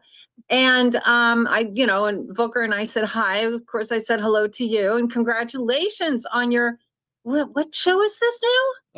Oh, we're on our 20th year, and we've got 20th year. That's it. And our 600th episode of the Spoiler Room tonight. So, yeah. Wow, that's yeah. That's amazing. That's amazing. Wow, 20 years. 20 years, yeah. At 15 years covering independent films, which is how we. I love your reviews. You do such a good job. I just love your make me blush persona. Here, Deborah. You're gonna make me blush. Please stop. No, it's true. I'm a big fan, Mark. Thank you. Well, I am a fan of your work as well, and I'm so glad you agreed to do this because thank you. You are a very busy woman. You got a lot of irons in the fires, so to speak. So a few, just a few. So how have you been? Well, I've been doing very well, thank you. A few months ago in April, I just filmed a film called The Morning Architect. Volker knows about that one. And I do believe Volker is one of, contributed to our film to help get it made. And it's a film directed and written, produced by Joe Hollow, a dear friend of mine, starring Joe Castro, who's an amazing special effects artist. Amazing. He's very well known in the indie horror genre, and Debbie Rochon's in it, Brink Stevens, Rhonda Shear, Alyssa Dowling, my good friend Harley Wallen, who I was in a film of his called Finding Nicole a couple years ago. And anyway, it was really great. I think it's going to blow people's minds, and it's due out hopefully by the end of the year. I think they're going to try for a Halloween release. We'll see. We'll see how that works out. Well, we have reviewed some of Joe Hollow's work here before, and I've talked to Joe Hollow online in that, and very talented filmmaker. And that sounds like a great cast. That sounds like an amazing cast of talent. Yeah. Including yourself, obviously. Thank you. You're welcome. But yeah, that's definitely exciting. I look forward to seeing that. And yeah, I mean, Deborah, you've had a chance to work on big films and small films. In fact, you started out Fire Eater, and you've been in a number of big films as the Fire Eater. Was Point Break and Wild at Heart as well. Yes. So Point Break, Wild at Heart. There was another one. Let's see. There was another big one and I can't more. quite. I forgot offhand. Can't quite think of it. Yeah, I apologize. There's another one. But you've also been extras in some big one. That's how you kind of started out. So how do you go from Fire Eater to where you are today? How did that kind of journey? How did that happen for you? Well, I was born in Portland, Oregon, and I lived there till I was 14 when my mother moved my sister and I to Los Angeles when I was 14. So while I was in Portland, Oregon, I took ballet from the age of 7 to 14 till we moved. And I was in a dozen or more productions through the ballet company, and we would put on a big theatrical production during the summer and during the holiday season. And so, I just grew up in theater, and yes, it was dance, but that's still theater. And and I also took whatever drama classes were available in elementary school and junior high. And then when we moved to LA, I took dance and drama. The first school I went to was Beverly Hills High School. Excellent dance and drama classes there. And then I went to Santa Monica High School the next year, and I was there for 2 years, and at Santa Monica High School. And of course, there's big stars at Beverly Hills High and Santa Monica High School. You know, a lot of kid actors who were pretty big, and excellent programs. So I did what I could growing up and in high school. And then after I graduated from high school, I got into a reputable acting school and took, took classes Took there. classes, sure. Yeah, yes. And I was, and I became a professional dancer. So I was dancing in music videos and dancing in the first, early in my career, I had several parts where I was the dancer in some scene in Sure. the movies. And then I learned how to fire eat from a friend. So I kind of incorporated that into the music videos and some of the early films. And then, and then that's how I ended up in Point Break. They were looking for a fire eater, and Wild at Heart and a few others. And then I didn't want to be known as like, oh, and I was supposed to be in Pee-wee's Big Top Adventure. Oh, sure, yeah. I was hired and I was there, but it got to be like 3 o'clock in the morning, and I was scantily clad in whatever costume they put me in. It was freezing, the middle, very middle of the night. And so at some point I thought, okay, I don't know if they're even going to use this. And I did a bad thing. I left. And I know. I never do that. I'm always very responsible, but, somebody was probably like, where'd the fire eater go? But at that point I was already kind of over being the fire eater. I started telling people, look, if I don't mind doing fire eating, but there has to be a role along with it. And so I was in my very first feature film was, this is before Point Break and Wild at Heart, was a film called Strip to Kill. And I was hired as a dancer. Oh, yeah. And I was just background. I was featured background. I had a minuscule little part, but Kat Shea, the director, brought me back. Well, I auditioned, and she brought me back for Strip to Kill 2. So I had, a very nice role, and I did do dancing and fire eating in that. So I also did fire eating in Death Row Game Show. My good friend Mark Pirot, that's his film, Death Row Game Show. And then I've worked with him I just worked with him a few years ago in a film, a comedy called The Deceased Won't Desist. No fire eating. I saw that title too, The Deceased Don't Desist. So it's on my list to watch, because I'm like, it's funny. I think it's hysterical. When I read the script, I was laughing my ass off. But it's very politically incorrect. It's not politically correct at all. Now, Mark Pirot has a great sense of humor. He's a funny guy. He's brilliant. He's brilliant in my opinion. And so all his films, he writes with an edge, So all his films attack different types of subjects, and but it's no holds bar, with his humor. So he's like, I don't know, what are some of those great comedians, Rodney Dangerfield or Don Rickles, where it's like they go after everybody. It's but everyone's fair game. Sure. So, but it's a fun film. And it still makes me laugh.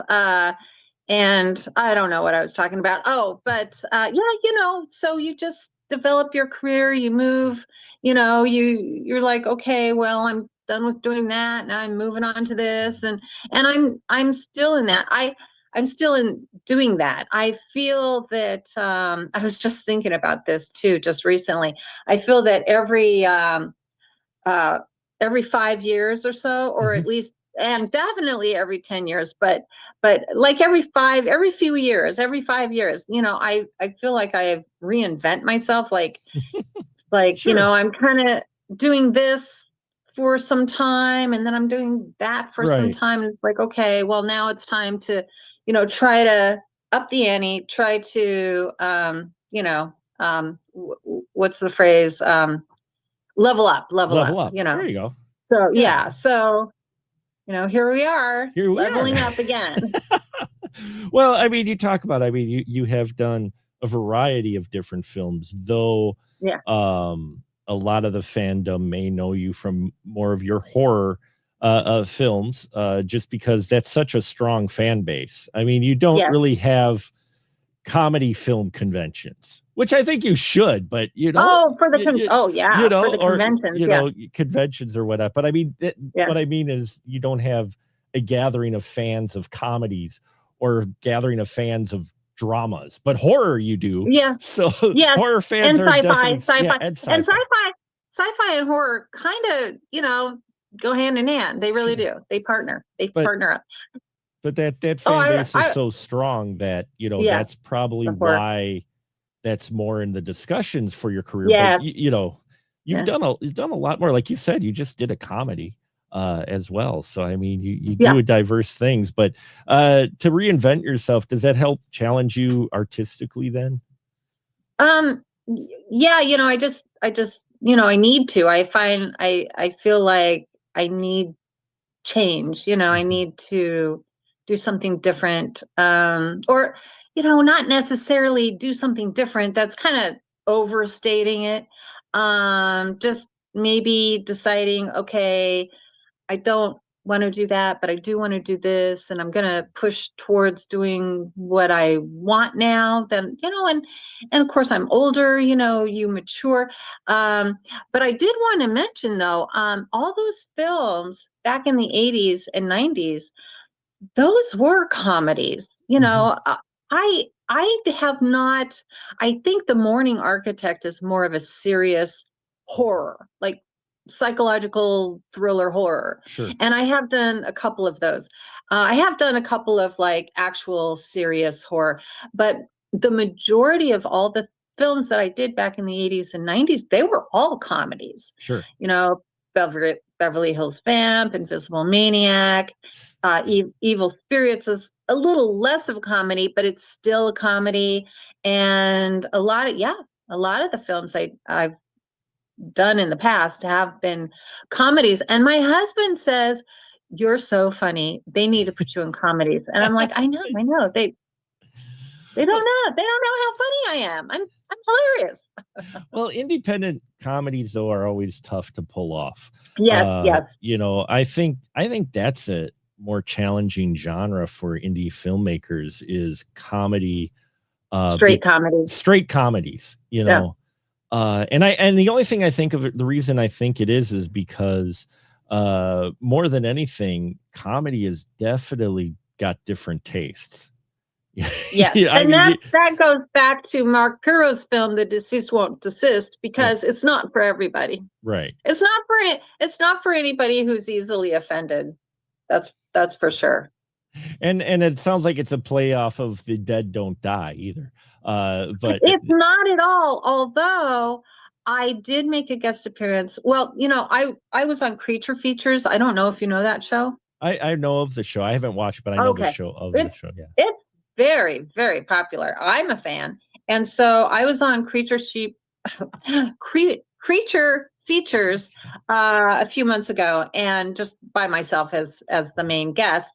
And then I was on it a second time with Mark Pirro, and they showed The Deceased Won't Desist on the show. Nice. And it was, I tell you, it was a split audience.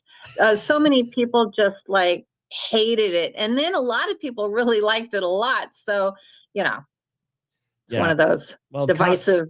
Well, comedy is always one of the harder genres because that it covers so much that you're gonna bound to probably find a joke that won't appeal to a specific person or people. Yes. And that's just the way comedy is. It's no slight on the person. But that's also got to be. Is that tough to do a comedy when you're filming a comedy, because you don't really have a live audience. I always wondered about that. You don't really have a live audience to react on if your joke or what you're doing is actually funny or not necessarily, because the cast has to be silent. The crew has to be silent while you're filming. So, is that a bit of a challenge to do that when you're doing comedy? Not for me. No, I don't feel that at all. Back in the day when I was in my 20s, I was in a comedy improv group, and I loved it. And we did have a live audience, and that was a lot of fun. But I still enjoy comedy in films, and when other people are doing their scenes, and I think it's funny. I mean, obviously you're not going to be laughing, right? But if something's funny, and the scenes that I'm in, I can pretty much tell. It's harder to tell when you're in it, in a scene that's supposed to be funny, but then later on you get to see it, and it's like, oh yeah, that was funny. That was funny. How does that feel when have you watched one of your films with an audience, one of your comedies, and having people laugh? What's that like? Does that make you feel like a little validated, like, oh, I nailed it? Or vice versa, you did something that was funny but nobody laughed, and then you're just like, oh, how is that watching one of your films, like a comedy with an audience? I haven't actually watched one of my comedies with an audience. Yes, in the handful of years, these past years, I had a few films that were in film festivals, like Finding Nicole was in film festivals, and I was there in the audience for that, but that was a heavy drama about domestic violence. So there was no laughing in the audience. Hopefully there's no laughing in the audience. The acting was so bad, everybody was laughing. No. People responded very well to that film. Sure. And the Western, I believe you did a review of the Western, the Showdown in Yesteryear. Yep, Showdown in Yesteryear. Yep. Yeah, I did a review of that. And that movie, it does have a lot of funny, tidbit things in it. I think it's a heartfelt dramedy. It's got a lot of heart. It does have a lot of heart. It's got a lot of funny moments, but it's got a lot of touching moments. And yeah, that's a good one. So, and I have seen that with audiences because it was in some film festivals that I got to attend. So that was nice. Well, that's cool. That's great that you get to see that the audience respond, and hopefully it is positive response overall. Everybody's a critic, right? Yes, I know. And everything's subjective. Everything's subjective. What one person thinks is the best thing ever, another person hates. For example, I don't want to get into any divisive conversation, but Supergirl. So, there was so much online hate for Supergirl. People were just bashing the actress, Millie Alcock, I think is her name, or something Millie like Alcock, that. Yep. And what is it? Millie Alcock, yeah. Yes. And just, just all this hate, lots and lots of hate, they didn't like things she said in public. And, I mean, a lot of these actresses say a lot of stupid things. So, but fair enough. But, and they were just bashing the movie. So my husband and I went to go see it. We liked it. I liked it a lot. I saw Superman too, the one from last year. And I enjoyed it. I didn't think it was the best movie ever, but I enjoyed it while I was watching it. I don't know if I'd really watch it again, but I might. But we both liked Supergirl better. And I do tend to like movies more than my husband. He's a little more critical. I am critical, but I really just love movies. And so, but I'm like, I don't know what all the fuss was. I liked it. I thought she did a great job. I liked the storyline, and I don't know. Did you see it? Oh yeah, no, I enjoyed it. I enjoyed it quite a bit. I mean, there were, a few bumps, a few bruises in it, but overall, I really enjoyed it. I'm not saying it's a perfect film, but and it's funny because the majority of the people I see out there talk about, for example, Supergirl, as much as many people harped on it and ripped on it, every person in my feed, 90% of them have said, oh, this was fine, and and I think that's a challenge. It wasn't bad. It wasn't bad, and I liked it. I enjoyed it. I enjoyed watching it. You know, but so and because my expectations were so low, I mean, I expected to think it wasn't so good, but I liked it. So you never know. But it's the same with anything I'm in, any film that I'm in, or any film that any actor is in. It's all subjective, you know, as to what one person likes. I like, you know, I might be in a film and, you know, these people think it's like fantastic, it's so good, and these other people, they don't like it so much, you know. No, I had one film that I was in I was in several years ago, and I think there's it's very low budget. So when you're in these super low budget films, there's going to be some actors who are professional actors, and there's going to be some actors who have little to no experience. So you're kind of going to get like a uneven mix of, you know, same with a lot of these low budget independent films. But, you know, like for me, I look at the film as a whole, you know, I kind of ignore those, you know, maybe performances that are a bit weak or kind of like when you see them on screen, it's obvious they really can't act much.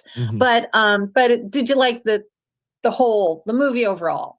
And so there was this one film I did a handful of years ago, and this one person watched it and they did not like it at all. I mean, and I knew why, because there were some performances in it that kind of drug down the whole thing.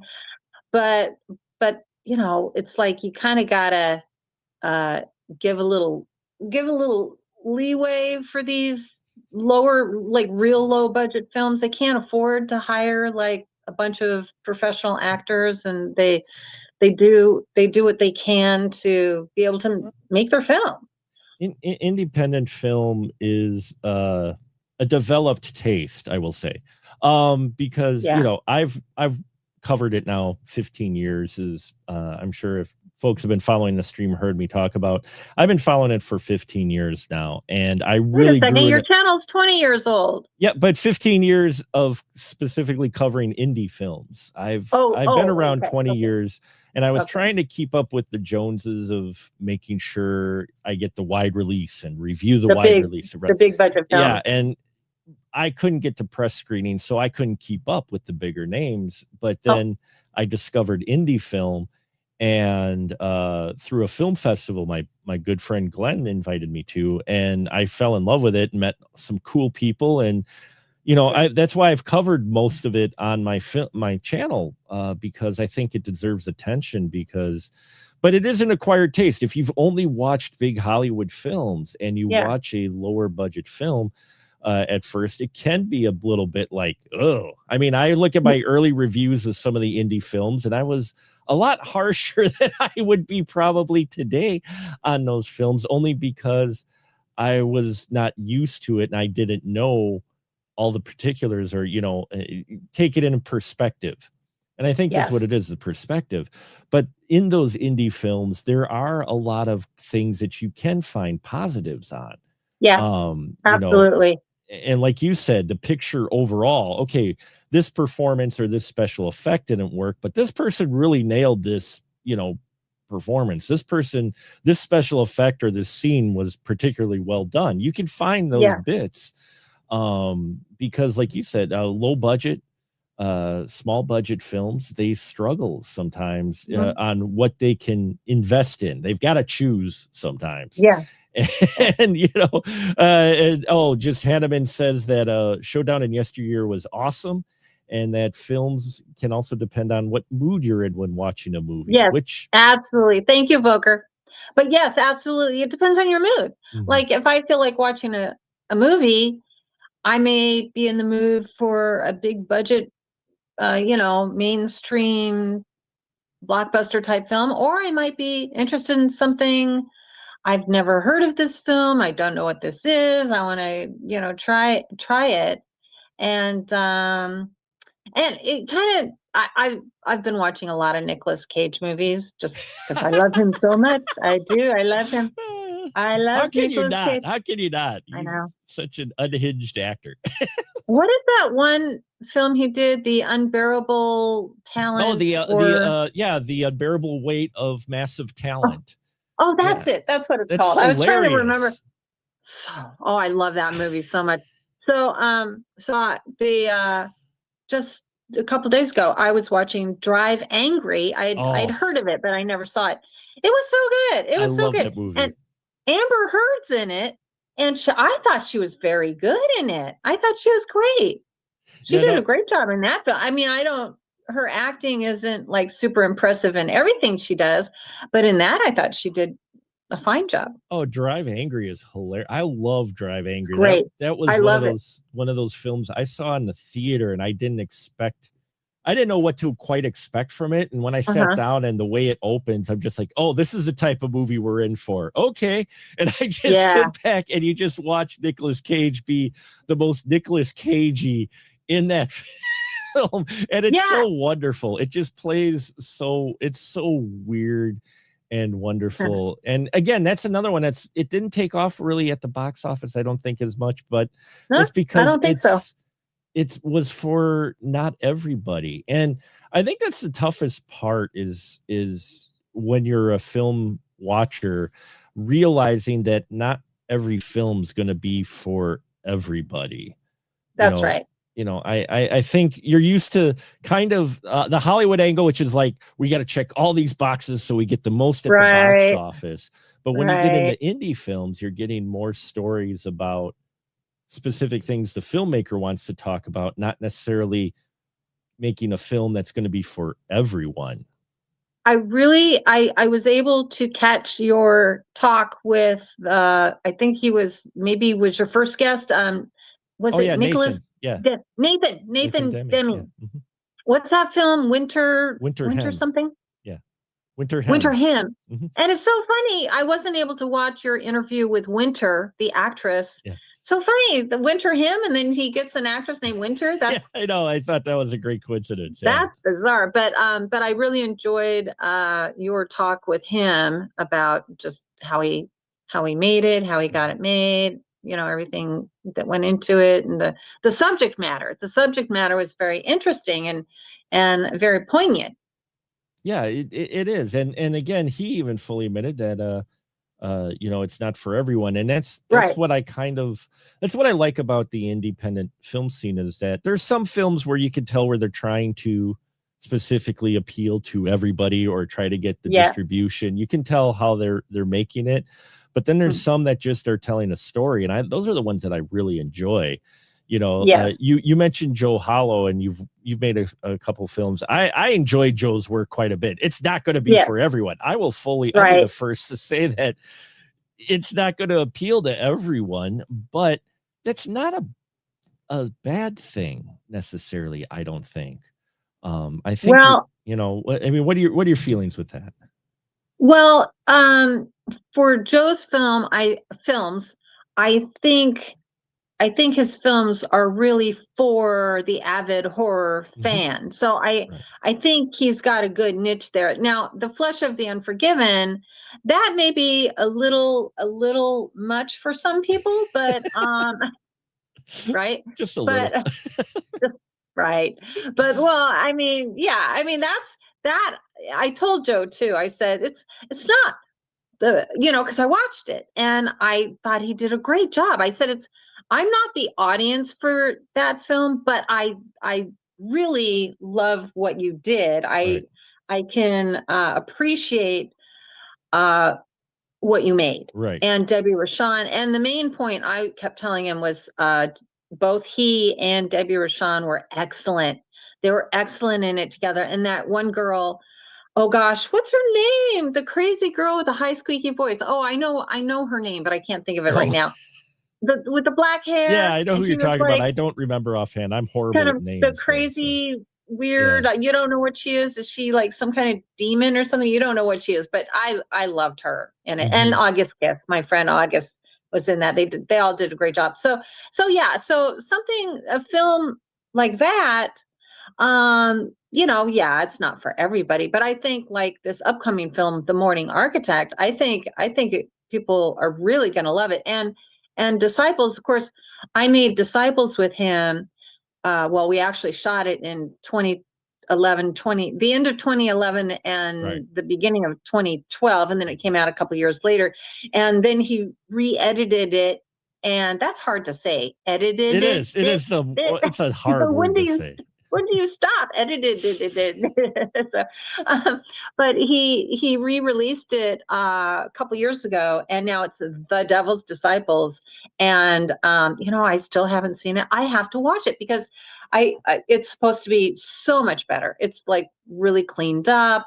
He re-edited the whole thing, and so I'm looking forward. One of these nights I got to watch it.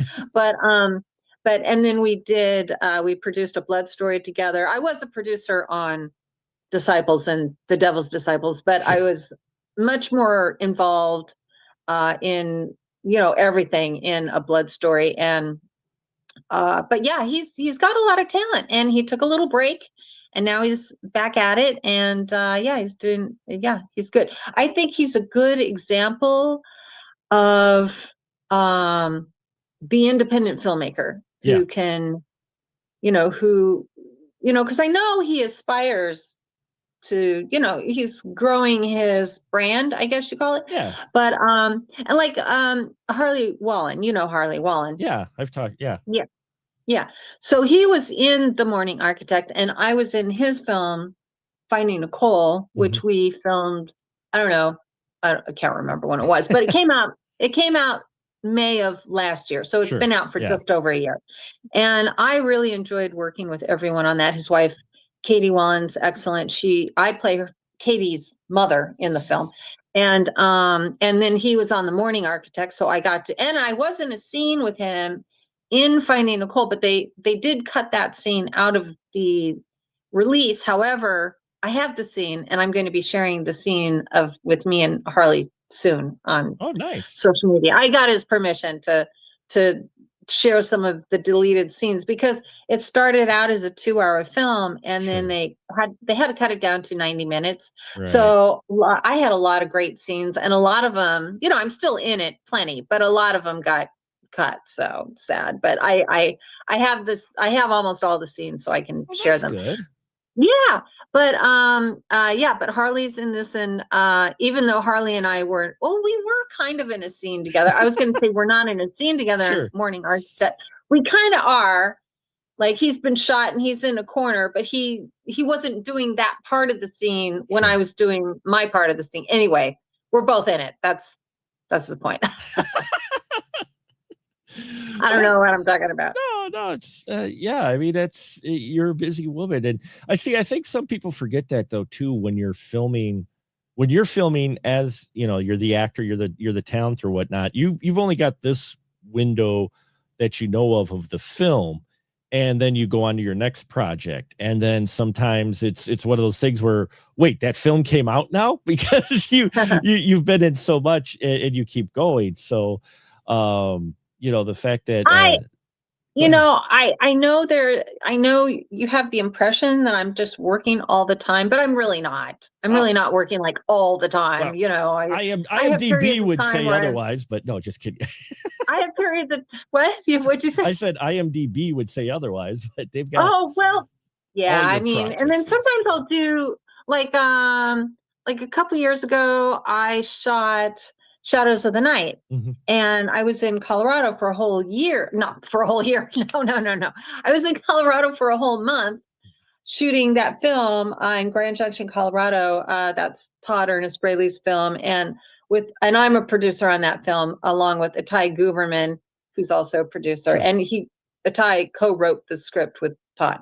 Anyway, so I was there, for a good chunk. That's a pretty long shoot for a little low budget indie film. It is a month is a long time. Yeah, it is, because a lot of times it'll be 2 to 3 weeks, and 3 weeks is kind of the norm. So if you get an extra week, that's really good. But so I do believe that's going to be a good one. I think that might be coming out this year. I know Joe Hollow's The Morning Architect. I know he's trying to get it out for Halloween. Yeah, So we'll so see. that'd be a good time to drop it. That Halloween, would absolutely. be perfect. Yeah. It would be Oh, but perfect. that anyway, what I was telling you when I was working on that film Shadows of the Night in Colorado, you know, I was thinking I'd have a little break, but then I had a friend, Colton Reed Dietz, who's an excellent director. He also does independent films, and he called me to come do a small role on his film that's coming up. I mean, it's coming up to be released soon, called it's called Reminisce. That's it. Starring Tank Jones, who's an excellent actor. Oh, and Jessica Morris. She's also starring in it. You know Jessica probably. Jessica Morris. Yeah, I'm familiar with the name. So sometimes I'll do a smaller role in something and I'll kind of forget that I did it, and it's like, oh yeah, I did that and that. Okay, I did a few things. All right. You know. Well, I guess my point, forget. My point is though that, you know, the productions take a while bit longer with indie films, so I can understand how sometimes you're like, oh wait, I will, oh okay, because you're working and you're already moving on to your next role or whatnot, and I'm sure that, you know, sometimes depending on how long the production is, I mean, I've heard indie films take 6-10 years sometimes. There's a film that I'm in called The Witches of the Sands, by my friend Tony Martin, who's British, and he lives around London, the London area. And so I shot my scenes for that several years ago. Probably, I think I shot my scenes either 2019 or 2020. Wow. It was, you know what? It wasn't that long ago. It was 2020. I didn't go to London to go shoot my scenes. I actually had my filmmaker friend who lives in Philadelphia. He shot my scenes, did an excellent job to give to Tony to put in the film. So now he's shot over the past, 6 years. He has shot so much footage for that film, and it's going to be the craziest film you ever saw. Crazy, so crazy. And he's had to break it up to 2 parts. So I have the scenes that a couple of the scenes that I did will be in the first one, and a couple things that I did will be in the second one. So I'll be in both technically, but I did it so long ago, I tend to forget about that movie, and I'm like, oh yeah, when's that coming out? the crazy life of indie filmmaking, for sure. Did you happen, I don't know if you did you happen to review this silly zombie film I did called There's No Such Thing as Zombies? Yeah, I reviewed that. I thought you did. Yeah.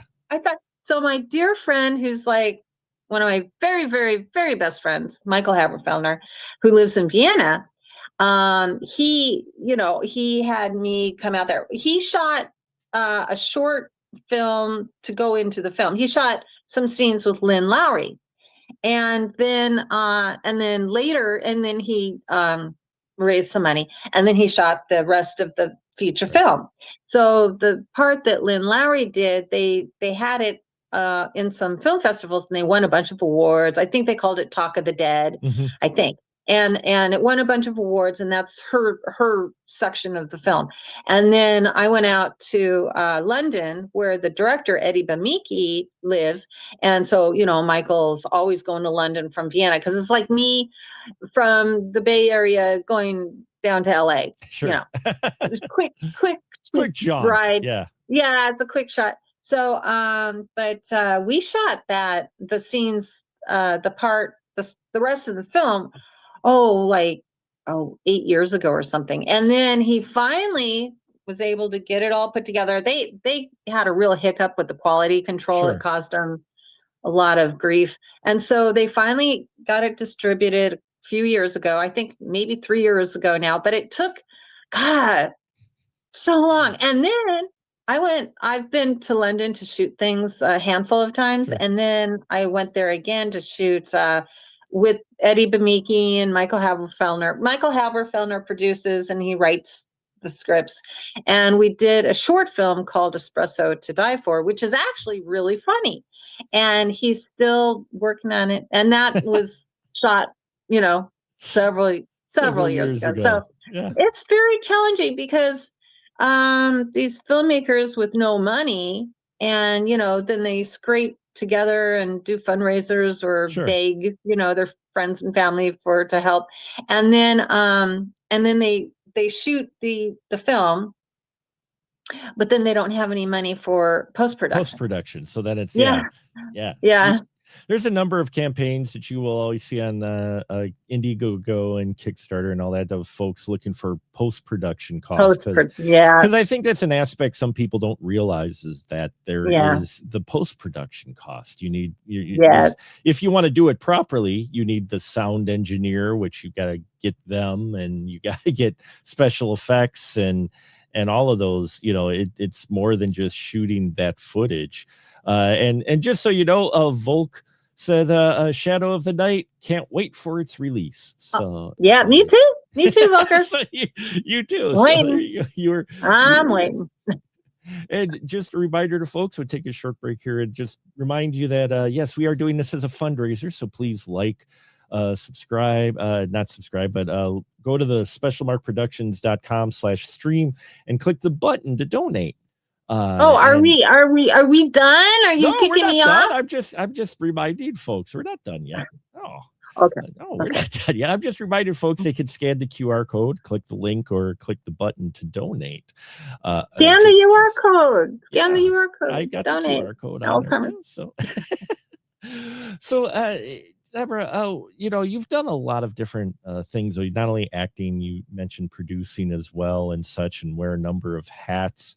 Is there a particular position or something in indie film that you'd like to do that you haven't had a chance to do yet?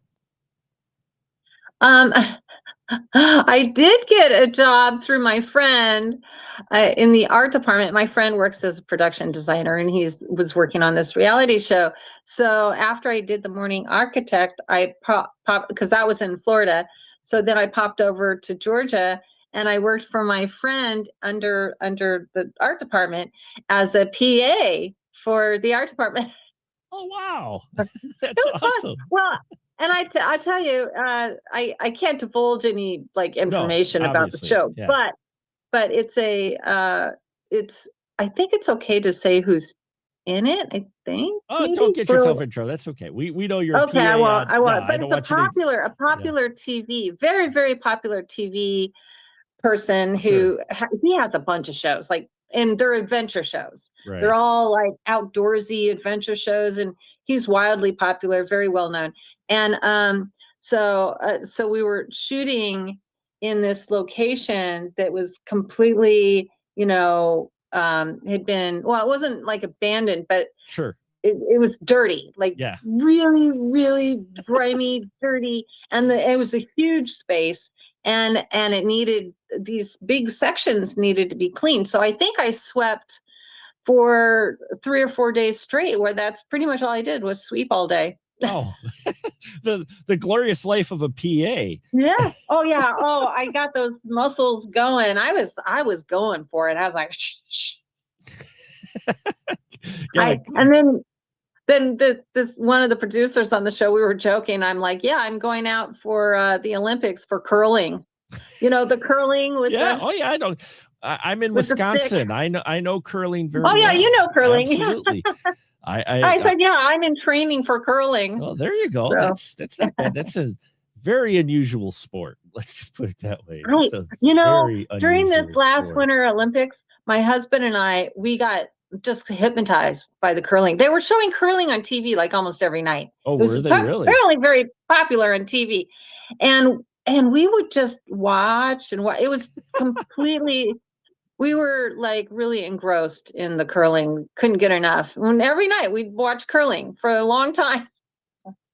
I've watched curling too, and it's definitely interesting. It's really interesting because they wear different shoes. They have their one grippy shoe and their one slippery shoe.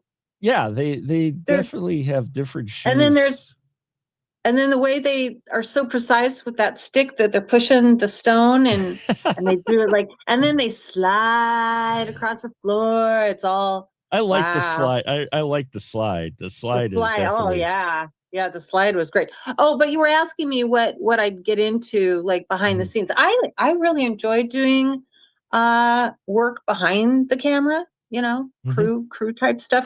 If somebody offered me some crew position, you know, as long as I'm getting paid, it's like I don't care, I'm getting paid. Yeah, I mean, there's a lot of I know a lot of actors, indie actors, and that who said that they do like getting behind the camera, say directing and producing. Yeah. And Oh that. yeah. Now you directed a short, didn't you, or do you direct? I did. I did. And you know, it's a funny story. I really got roped into the thing. So there's this young man who's autistic, and he wrote these few short films. So so he was part of a program to help autistic people, you know, in film to get Right. Get into film, get into the business. get it filmed, to get it made. So there was this a production company that was all set up to film this young man's stuff. They had their crew and their team, and somehow this other person who is a friend of mine was somehow involved. I don't know how he was involved. So anyway, the team decided to drop out. And yeah, and so my friend who was also involved was trying to figure out how to help this kid get his things made. So he said to me, you know, why don't you direct? Because I knew about the project. I wasn't like directly involved, but I knew about it. He said, why don't you direct this? And I said, well, I could, but you know. So the thing is, and then I was a producer on both. He had two, but I was a director and producer on one, and I was a producer on the other one.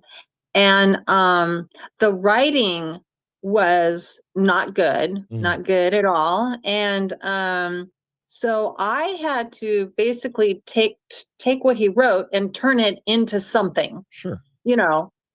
So we got our couple of actors, and the actors were great. The lead guy and the other co-lead guy was terrific. And so I would say, okay, and I took notes. Oh, I showed up with a notebook full of sticky notes, full of notes all over the scripts, all these notes. And the person who kind of roped me into, and I had to buy cameras because there was no, I bought equipment to make this thing. So which I wouldn't do again, but I was naive at the time. So you know, I showed up with this notebook full of all the notes and all the stickies and he's like, wow, you know, so people that saw my notebook were really impressed. I said, well, you know, this is what you do. So I had done enough films to know, you know, you have to make something. If the guy didn't write what the character is doing, then I mean, like he had some vague things like he's in his room. He's this, he's that. So I had to make up everything. I had to make up everything that the actor did. So, you know, it was a comedy, I guess, sort of, you know, but I made it a comedy. So, you made it a comedy.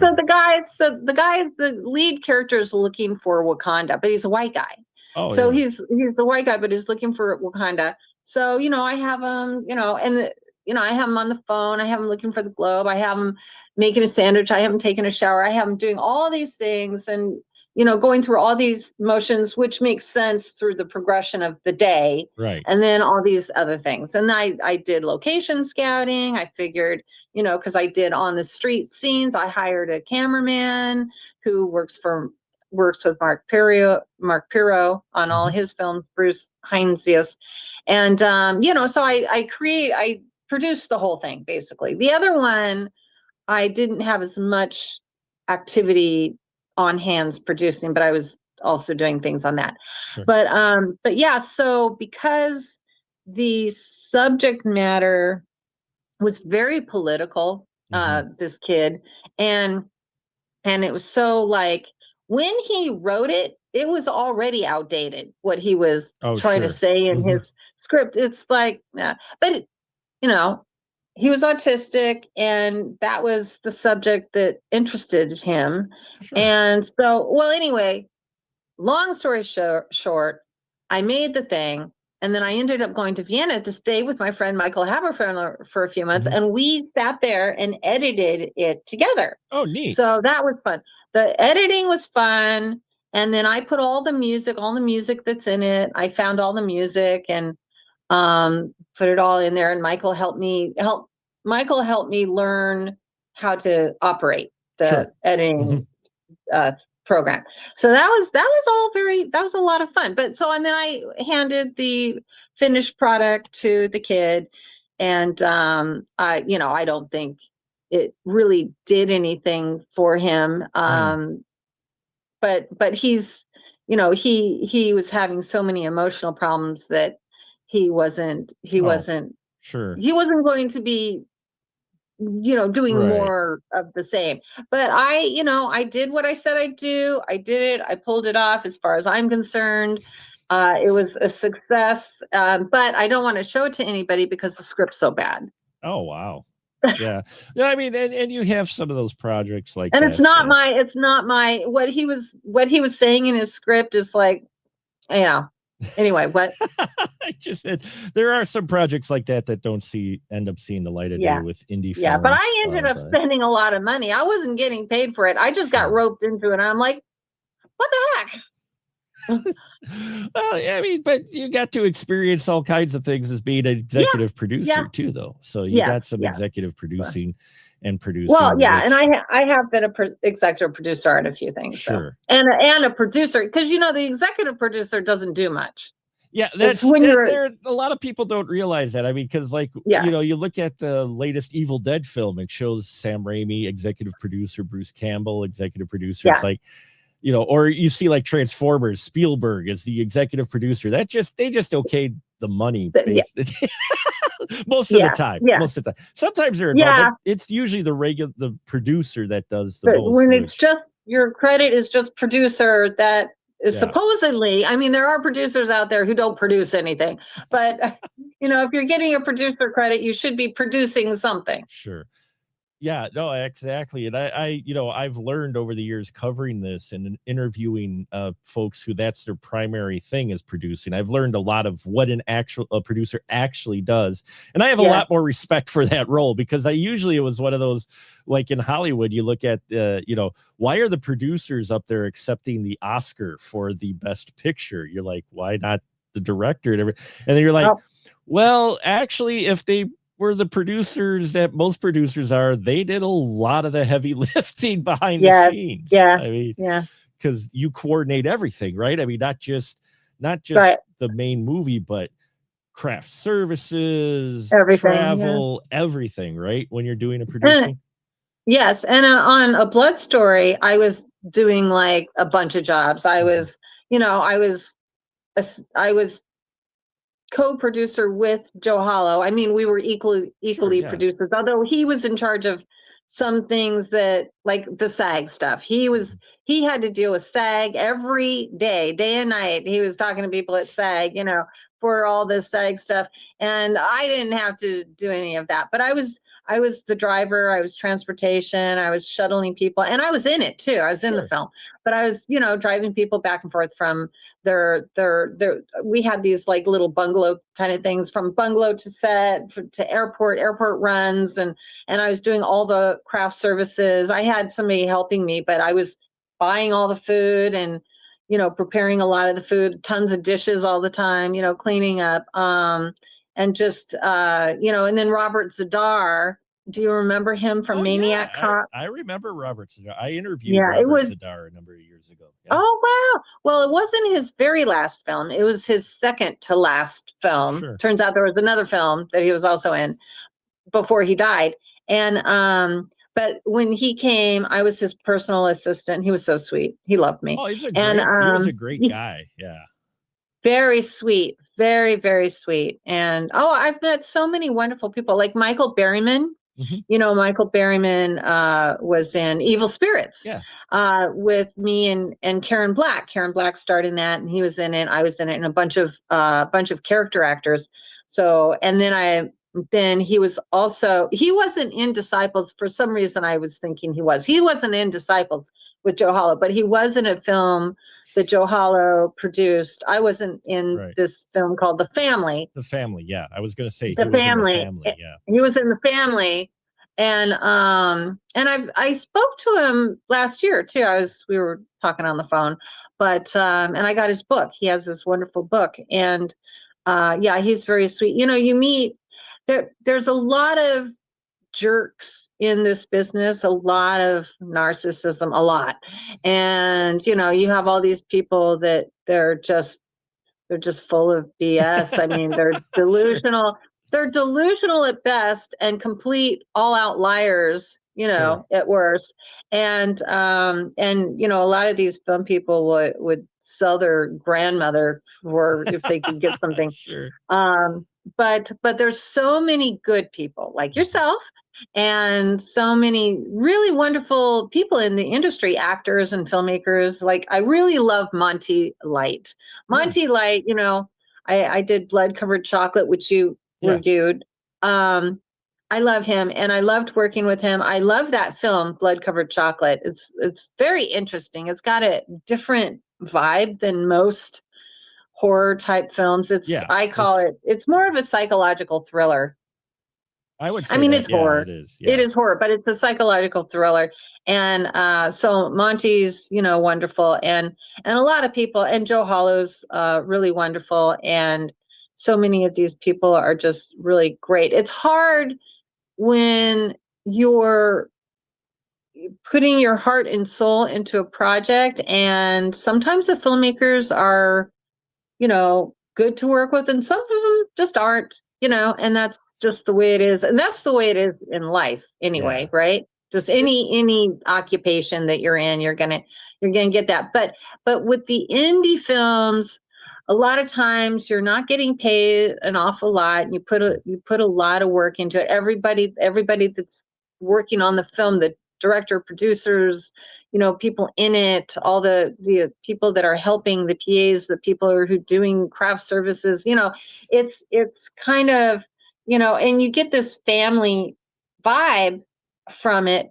But it's really wonderful if you're working with just great people like Harley and Katie Wallen. They're wonderful, wonderful people, and I would work with them anytime. It's really great working with them on Finding Nicole. And that's why you usually find in the indie scene the same group of people working together. Yeah. Because once you find that group of people that you jive with and connect with and everything, that you want to work with them again. And I think it's interesting in the independent scene. There's been a lot more stuff coming out lately. A lot of more people being honest about certain folks who aren't great to work with. And while they're maybe telling stories out of school, you're hearing more of this. And now people are like, oh, the, you know, indie scene, oh, it's full of these. I'm like, those people have been around. It's just that now it's coming to light. And so, you know, it's interesting to see, but you know, it's great to hear that you've had some great experiences. And I agree. Vulcan said I've had the good and the bad, you know. Vulcan said that Blood Covered Chocolate is fantastic. I agree. I like Blood Covered Chocolate, but I'm a bit sucker for noir type films too. And that that's it. That's the vibe. It's a pseudo film noir. Yeah, exactly. And so that one's a lot of fun, and a lot of the films you're in, Deborah, are a lot of fun. Thank and you. That's why I always enjoy seeing your name pop up. I'm like, oh, I looking forward to watching that. And thank you. Yeah, and we're gonna wrap it up here for the night. Okay. But, thank you so much, as always, for coming on and doing this. Thank you. For sure. Yeah, and it was wonderful chatting with you. You know, I love talking to you. I know we were chatting on the phone just real recent, and you're just really fun to talk to about the industry. I mean, I know you were talking to your other friend, the first guy, Nathan, right? Yeah, Nathan. And or was it another guy? I saw you talking to somebody else, and you were in somebody's film. That was Nathan. Nathan, yeah. Nathan, yeah. My voice was in Your his voice. film. Yeah, he reached out to Yeah. me and asked me to be part of the film. He needed a voice for the phone and asked me to be part of it because him and I worked together in getting that campaign with, I had a small part in that campaign to get the film incentives going. And so he's like, hey, Oh, good. and I'm like, yeah, sure. Okay. And I've had a number of opportunities like that. I mean, you mentioned Robert Zadar. I got to interview him back in 2014. It was probably before he passed. He was at the Madison. He was at the Madison Horror Film Festival they were showing Maniac Cop. Actually was there for Maniac Cop. Maniac Cop 1. But so I was approached a number of years ago, and just a quick story, you might get a kick out of it. I'm an extra on a DVD in Germany. You can't quite see what it is here. that? What is it? What is it? Oh, Maniac. Maniac Cop okay. 2. It's Okay. Maniac Cop 2, and my interview. Are you on the back? And the interview, my picture is it, but my interview that I did is extra on the Blu-ray. So, nice. Nice. So in Germany, there's copies of Maniac Cop 2 that have my interview on it that I did with Robert Zadar. Very cool. Which people can find here. But and the only reason I share that is because you're absolutely right. I got a chance to meet him. I spent the weekend with him because I was involved with helping out with the Madison Horror Film Festival. So I got to sit with him for a while and just chat. And he had some great stories. He was a great guy. He did not let his cancer slow him down. I mean, he got the news and he wanted to work right away. The guy loved working indie films. He really had a passion for it, and gone too soon. May he rest in peace. Yeah. Well, we shot a Blood Story in 2013. So and that's when we shot it. Yeah, and there was a project coming up that he was very excited for that was going to be the Expendables of horror. They were going to have him and like Pinhead. I guess they got Doug Bradley in on it, and they were going to get Kane Hodder. And he couldn't tell me the name of that. He just said the way he pitched it was supposed to be like the Expendables of a horror film with all the big names together. But I don't think that ever came to fruition, and then he passed, unfortunately. So well, not to add on a downer note, but Deborah and Angus Scrimm. Angus Scrimm was in Disciples. Yeah. Angus Scrimm is in Disciples as well. Yeah, and he passed not too long, the next year or two. Yeah. And but he was a delight. Was he? He was a delight. Yes. So, I mean, it's sad when these legends go. Who passed away just recently? Sam Neill. Sam Neill. Yeah. I was shocked. Yep. And he wasn't that old. And I was like, what? Yeah. I mean, sometimes, and people might say, oh, you're making a big deal of talent, but when you, and that's why I love talking to actors and creative folks like you. I think people don't realize how your performances or certain characters you get will resonate with someone on a level more than just entertainment, and it sticks with them forever. And so when you either get to meet them and find out they're cool people like yourself, or if they happen, certain people pass like Robert Zadar and Sam Neill, and that those people, you touch them in a way, you connected with them, and so you have that connection, and to see them pass is always a little sad. I was really sad when Camden Toy passed away. Camden Toy was in Disciples, and he was in A Blood Story, and we had become really good friends. We would get together. Sure. And he was so wonderful, and that was a bummer, but But I mean, it happens. It is life. It happens. They live on film, right? You get to have those memories. You've got those really strong memories, and they live on discs and DVDs, and that's why you collect physical media, folks. So I have a big collection myself. We have a really big. I used to have an enormous VHS collection, enormous, and then of course it went out of style, and everybody had DVDs, and so I sold and or gave away all my almost not the stuff I'm in. Obviously, I have VHS tapes of my films, but a lot of VHS tapes I gave to Rasputin's. Oh, okay. That store, and then but now I have a pretty big CD collection. Pretty big. Physical media. That's the theme of Yeah. today, folks. Physical media, if you haven't picked up I on know it. Volker has a huge collection. I Volker saw he does? had written something about Uh-huh.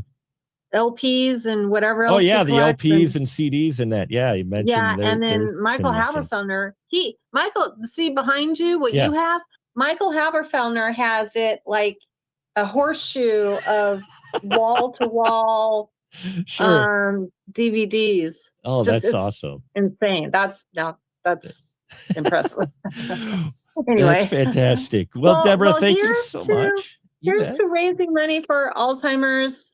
What are you up to now? We're about up to $77. So yeah. Well, every little bit helps, I guess. It's our first time doing this. I am thankful for anything that people are able to contribute, especially in nowadays times. It's tough for everyone. So the fact that anyone can contribute, I really appreciate it quite a bit. And I appreciate your time doing this, Deborah. Well, sure. Where can Anything for you. where can they follow you for stuff that you got coming up? Well, I'm on Facebook and I'm on Instagram. I'm not on Twitter or all those other things and TikTok. I'm not on any of those, but Facebook and Instagram, you can follow me. I'm more interactive on Instagram. Although I have to do a lot of catching up on Facebook, frankly. But please do me a huge favor, everybody out there, all 5 of you who are watching right now. This video is going to stay on YouTube, right? Yeah, I'm going to go through later, You're gonna leave and it. I will trim these out so it's not okay. And then you'll put it back on YouTube. Yep. Because for the people who end up watching this later. Yeah. But everyone, look me up on IMDb, and that stands for International Movie Database, and you can see all my movies and stuff and pictures and whatnot. And you can find a lot of them on streaming platforms and such as well. Yeah. So yeah, there you well, have. yeah, if you go on IMDb and you click on whichever it shows you film, where it is. Yeah, it'll show nice. you where it's playing. Yes. It's excellent. So thank you very much, Deborah. Thank you, everybody, for tuning in. Volker, Thank you. Billy Judd, I see you popped in as well. Thank you so much. Thank you, Volker, for watching, and everybody else who's out there watching. Thank you. And we're going to take a short break here. And then when we come back, I'm going to do some video game streaming for a little while. So, fun. I love watching you play video games. So we're going to take a break here, folks. But we will be back. And so stay tuned for that. Bye. Bye, Mark.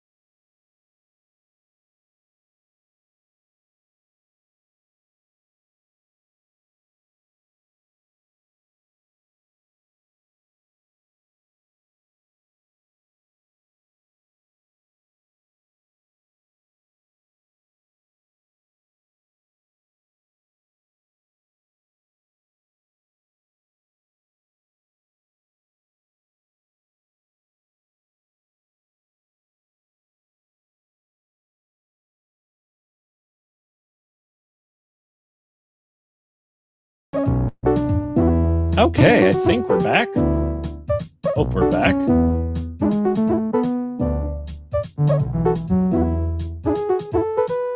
We seem to be back. So I hope everybody's been enjoying the stream so far. Got my monitor going on, so I just have to check everything. So yeah, I've got 2 hours here, so I figured might as well do a little game streaming. So hope you folks don't mind. Programming this has been a lot of fun, very interesting, meet some challenges and whatnot, but I figured a couple hours here of game streaming before we've got the 600th episode of the Spoiler Room coming up yet. So, and again, a reminder, this is all a fundraiser to help support the Alzheimer's Association. So if you can, go to specialmarkproductions.com/stream and click the donate button and donate, or scan the QR code if you got your phone. The QR code should take you to the donation page as well. So we got a little bit of different setup here, but it seems like everything's working okay. So we're gonna play Baba Is You. If you're not familiar with Baba Is You at all, this is a interesting game. It's a play on words game, really, and it's a puzzle game.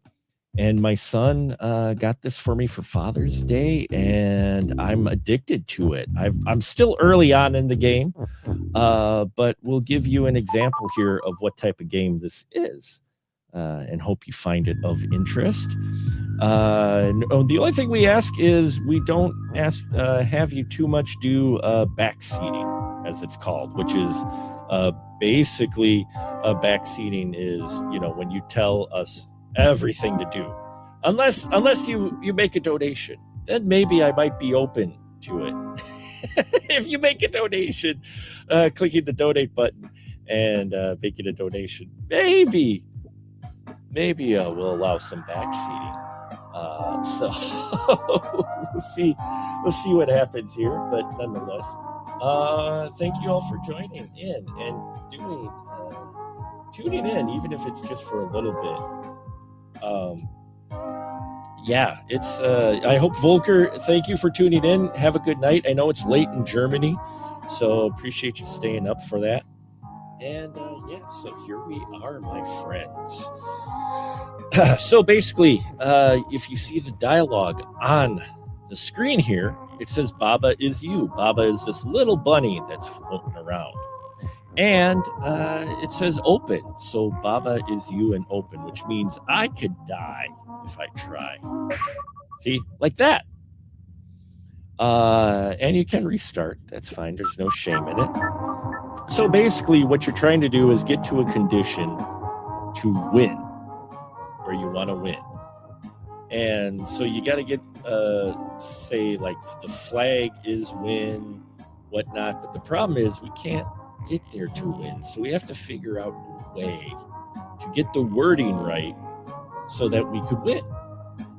And that's it. And I hope you find this interesting. And if not, I do understand. But we're playing this for a little bit. We may play some Fortnite where you can watch me catch bullets.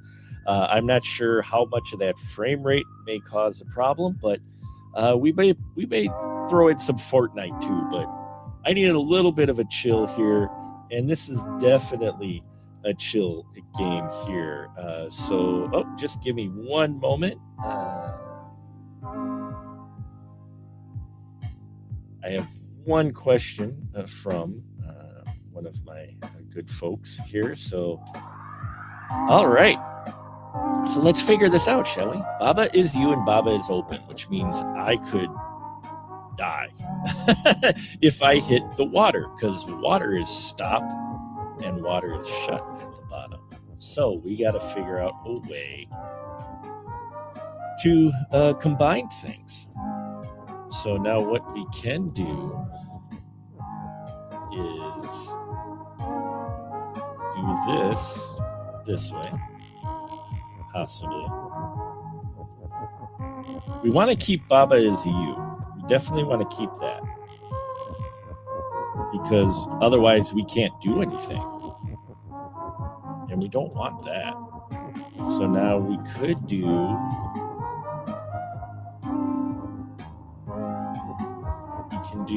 key and Baba is used. So now see the key is moving with us.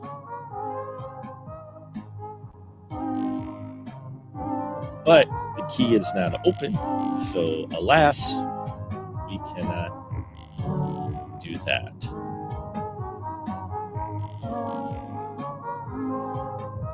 So this one's been a challenge. This one's been giving me some trouble for a while. And again, if you donate, maybe I'll let you backseat. And you tell me where the bunny goes. So we'll do that. Head on over to specialmarkproductions.com/stream. Click the donate button. And if you donate, which I will be able to see, one moment, please.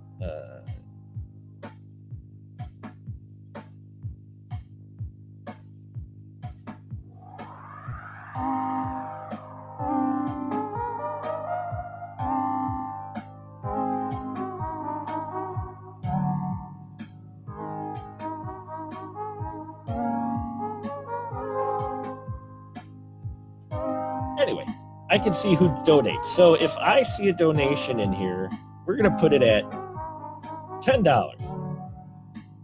If we see a donation of $10, and again, go to specialmarkproductions.com/stream, click the donate button or scan the QR code. And if we get at least a donation of $10, whoever donates that $10 will get a chance to backseat for a little while. Probably, we'll say 5-10 minutes. So, aha! So you want to tell me what to do? There you go, folks. That's what you can do. So right now, though, we're going to try to finish this. So we can do... see, I can't do key is open. I'd like to do key is open, but I can't do that. If I do that, I can't make it and Baba as well. So that is the struggle that we are currently having.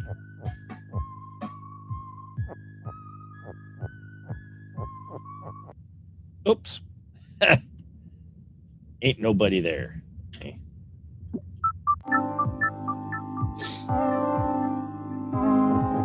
So hence you can see, folks, the challenge. There is.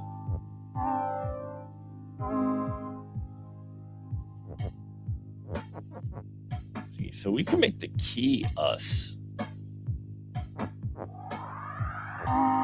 can do the key is you. Okay. And not Baba.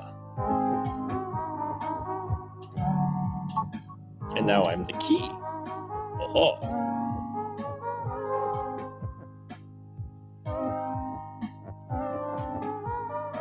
Now, if I wanted to, I can make the flag me.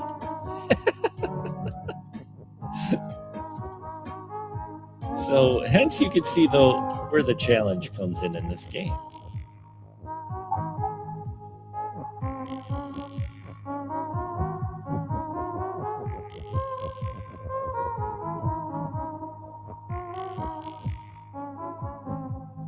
See, now I could make the key is open. But if I do that, I won't be able to make the key in a position that I can do something with.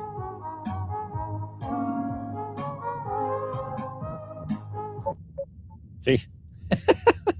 That don't work either. So this is the puzzle that's given me the most challenge, I think, overall.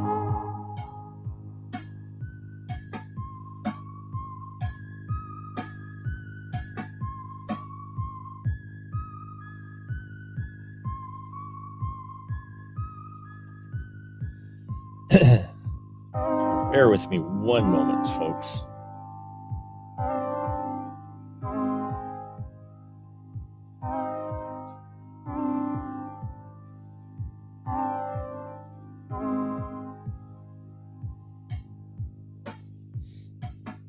So here we are, yes. So on this one, again, is the challenge. It's the challenge of trying to get to the win.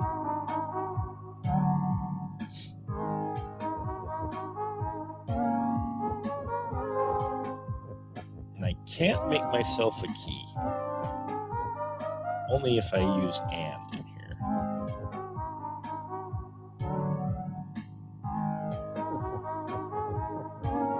See, now if I take that away, at least now I can't die from the... I can't die from the water. So that's a plus. Right? And we could possibly do it this way.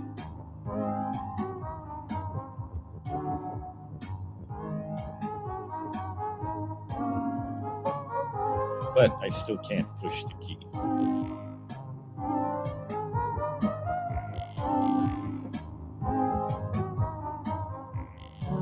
So you can see where the challenge comes in.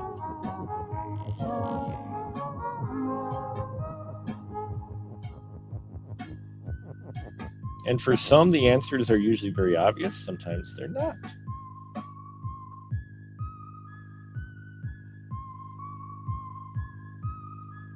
Oh, I see now.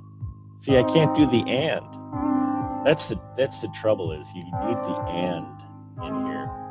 And you can't join sideways. If you join sideways, you've got to be able to rearrange the stuff for sideways. And I don't have two ands. So whatever will we do?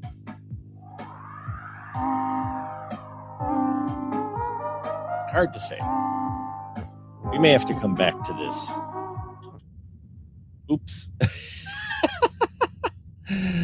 Yeah. So there is a wording combo that I'm missing in this.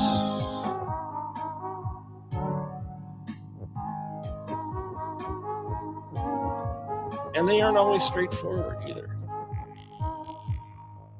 May have to come back to this one.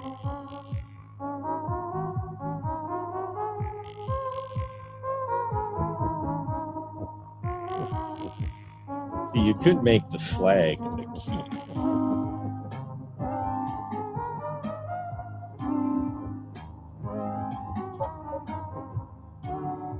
And now the flag and the key are a key, but you still can't push them. And that is the challenge.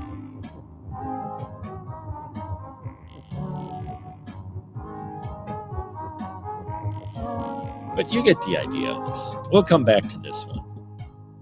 We're going to come back to this. We're going to go do a different one.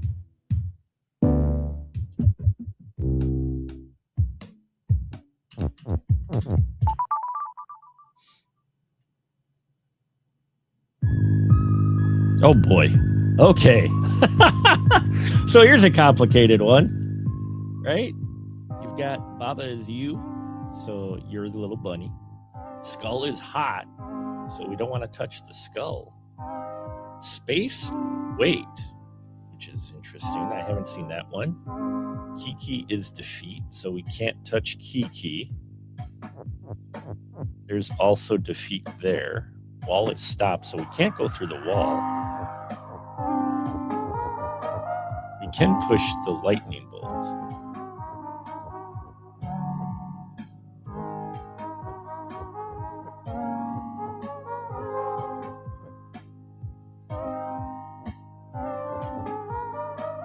What is interesting is what we can do is this. Oh, we can't do that because bolt is melt. It seems like just a simple, easy game, and yet it is so challenging. It is so challenging. Yeah, my son had this for the mobile.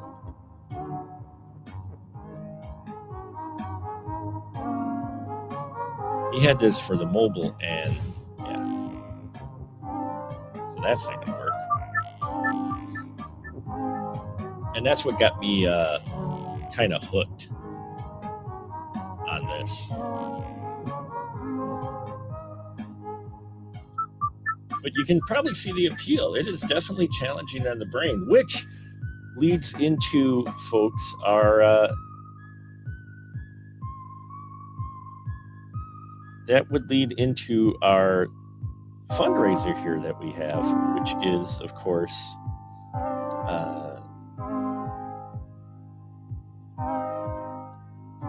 for Alzheimer's Association. Mind puzzles in that are used to help reduce the chance of you developing Alzheimer's. They say activity as well as puzzles all help in trying to combat that. Oh, you know what we could do is we can do it this way. No, we can't. Oh, yeah, we can. Yeah, we can. Watch this. So, okay, so that's the direction the bolts will go. All right. So we want to push the bolt, but we want to turn the bolt around. There we go. Aha. So now if we do bolt is move, it still gets defeated. So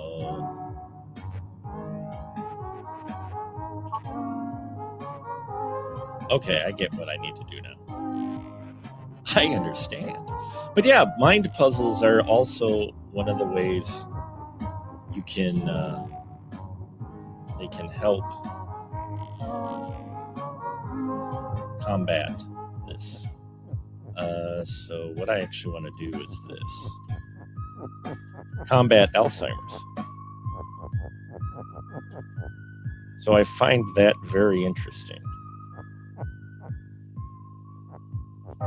I'm not sure if these are the types of puzzles they intend to talk about, but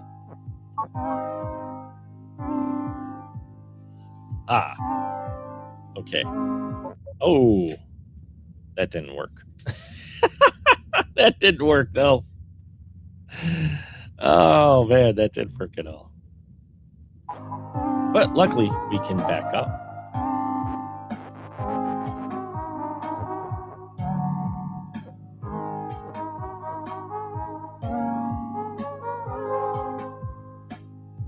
Oh, I timed that wrong.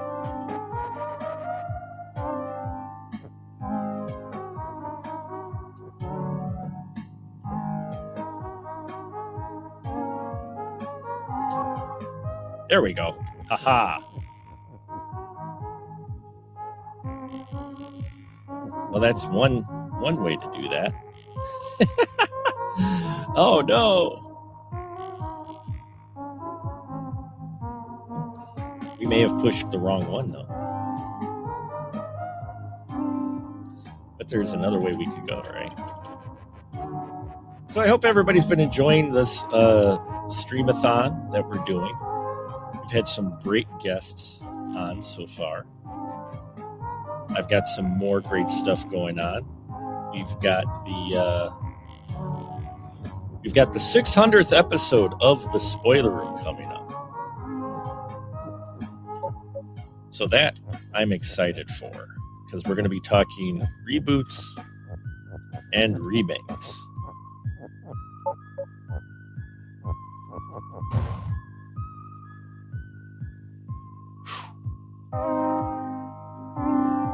Decisions now, folks. That didn't work.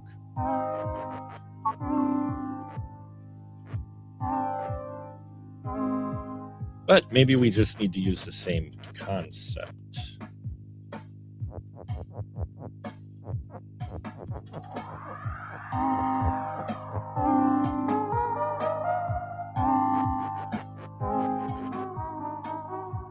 Maybe.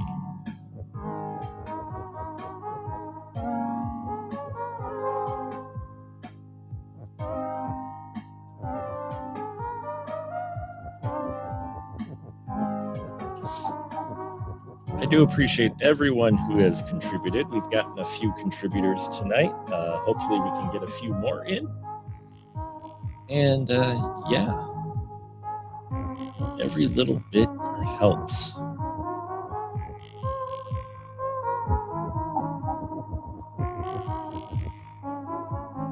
Yeah, we'll just reset. We're just going to reset. All right.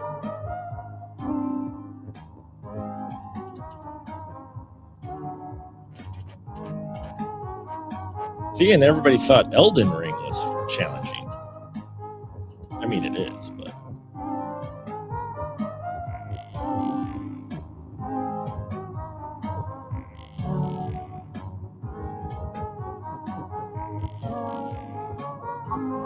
There we go. That's what we wanted.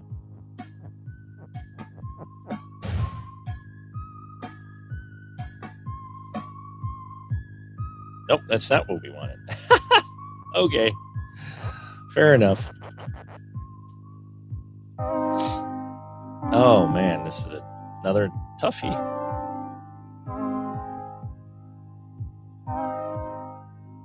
That bolt is melt is tough. See, that's where the big challenge comes in. Right?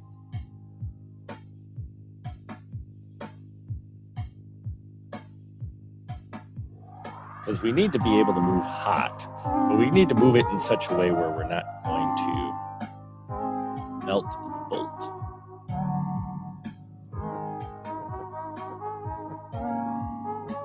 And that's going to do that every time.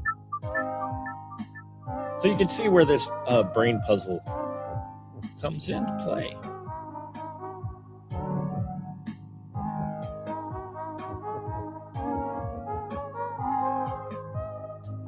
I'm not sure on the space's weight. Space weight. That's a new one.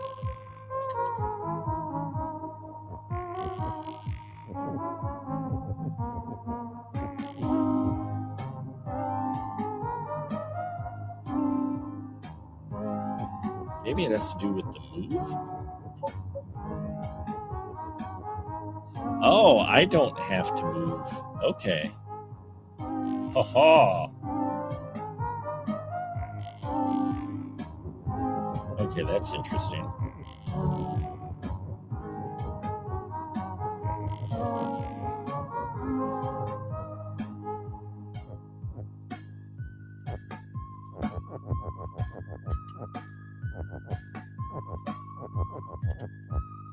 Huh. Well, that's a new one on me.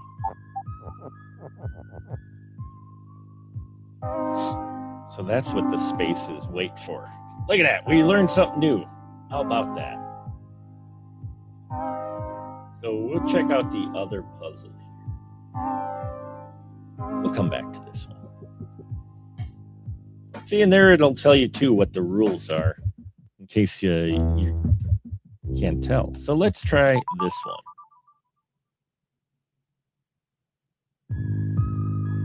Okay, what do we got? We got Kiki's push, Wallace stop, and Baba is you. Oh, see, we could make ourselves Kiki.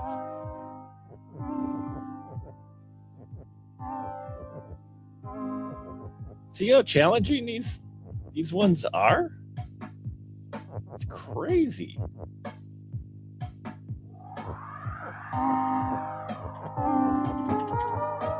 Let's make Kiki push.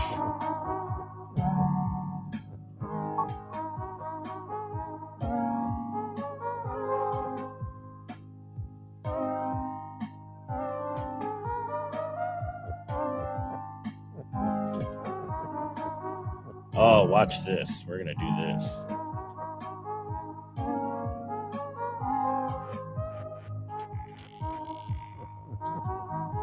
Okay, so we can't push into the wall because the wall is stopped.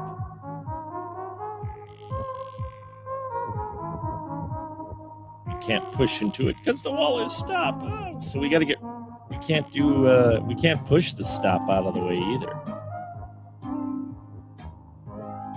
So there is that problem too.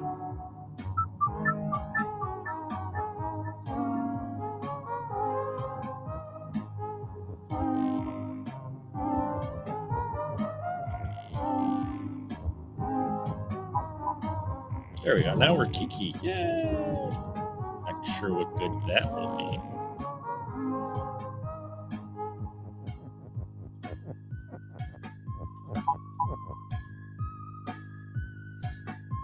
See, and hence, this is the challenges that this game comes with.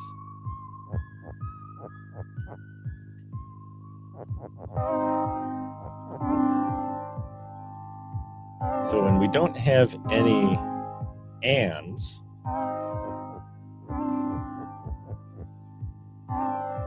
and we can't get to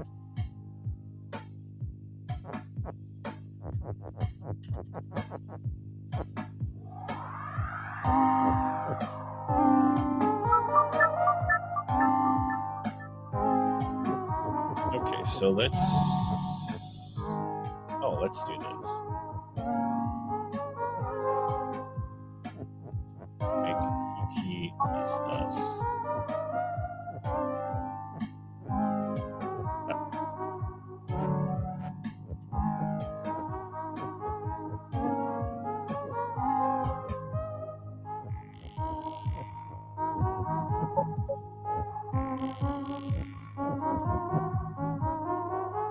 Oh, we can't get to is. Wow. Because if I do this, oops, we're screwed.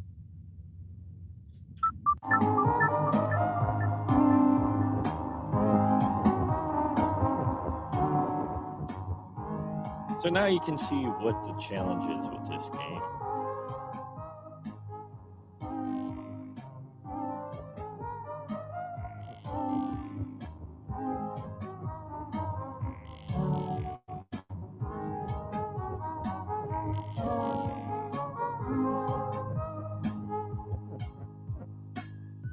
See, now if I could make the wall me, that'd be something. Right? But I cannot.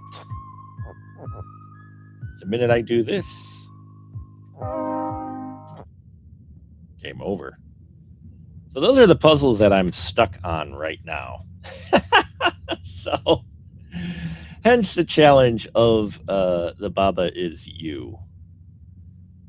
So, definitely one of those where it keeps you thinking. And you can make levels with this as well.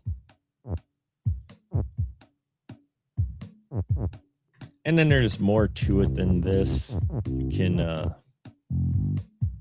go to the map. There's other areas. So there's lots of puzzles you can do. We could go to other puzzles and check those out before we go back. Let's see what these are. I haven't been on these at all.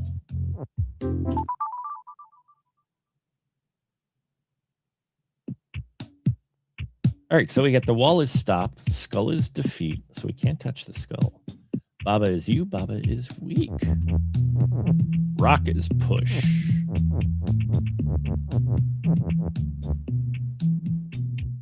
So those are our challenges there, folks.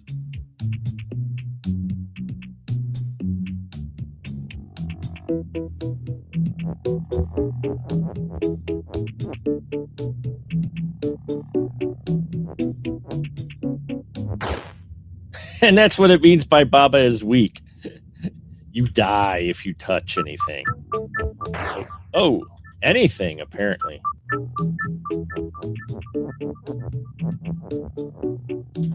There, now Baba is no longer weak. Haha.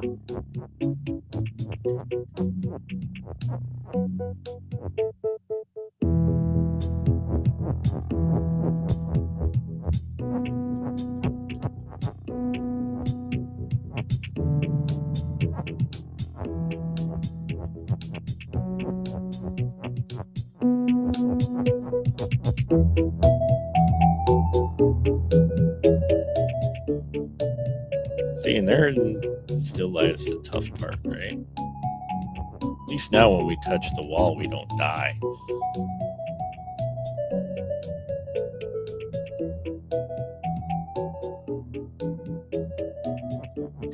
But that'll die. So yeah, folks, anyone who donates $10 will get 5 minutes to tell me what to do when Baba is you. So there's a donation for you. You can't do that.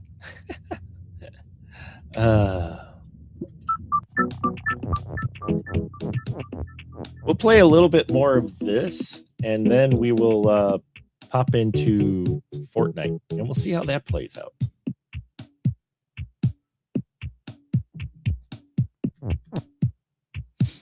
Okay, so Baba is you. I wonder if this might work, but this would mean we are defeat. Oh no, it doesn't. Haha. Oh, look at this. Oh, we are in business now, folks. We are cooking with gas. Kind of.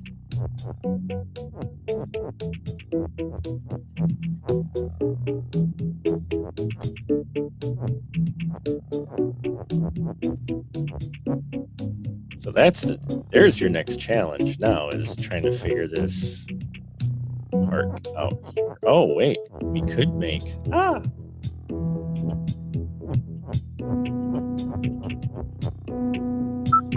I pressed the wrong button. Don't you hate that? All right, so let's make wrong button every damn time. Anyway, I gotta hit the undo button, not the complete reset button.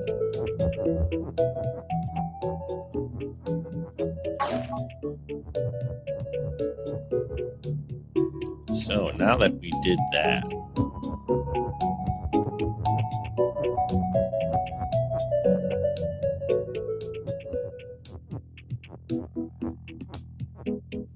I think what we can do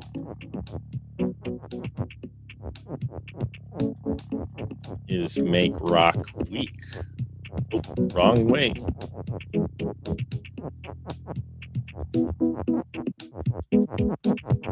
I think it's control. Yeah, okay, it's Control Z. There we go.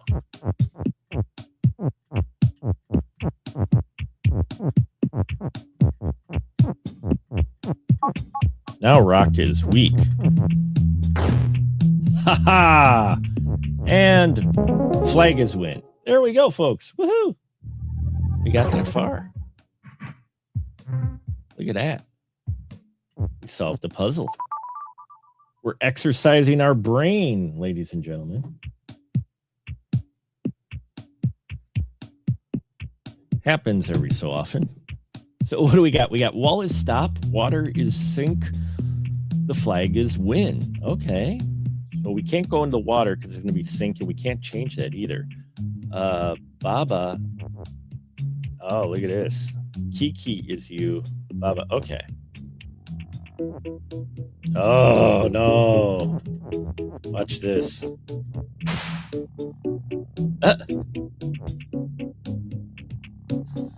Okay. Did not expect that.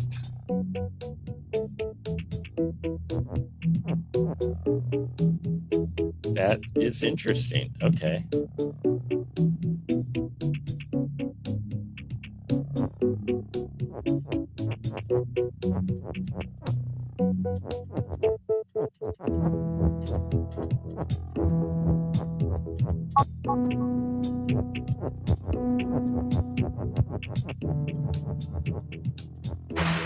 Oh, look at that. Oh, yeah. That's what we're talking about, folks. Solving that puzzles left and right now. A present for you. Box has flag, so that's good. The flag is win. All right. And the wall is stop, so we can't go through the wall. The water is hot.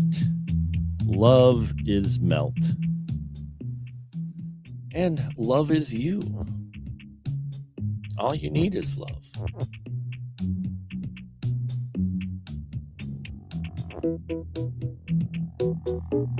Oh, okay. I see the challenge here. This one. We got this one in the bag. Oh, maybe not. Maybe not. We don't have this one in the bag. I thought we had that one in the bag, but we don't.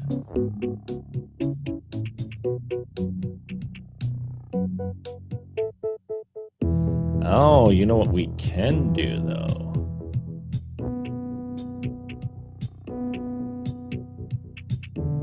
Oh, I don't know what we can do. Hold on.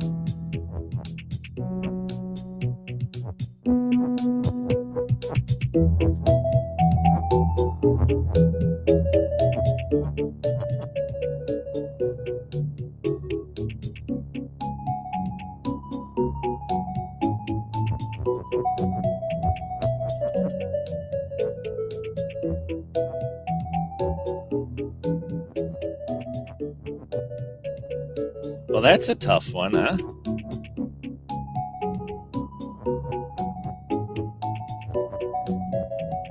Oh, no, it is. No, it isn't. Ah. I got this one. We got this one, folks. We got this one. Watch this.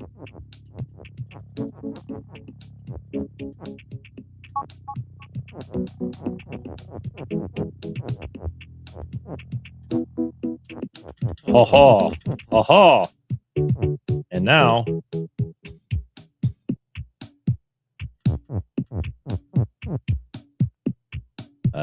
Yeah.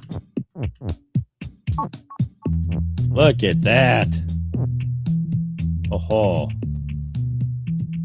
And now the box has flag though. So what do I do with that? Oh, now we can take this out. The water is not hot.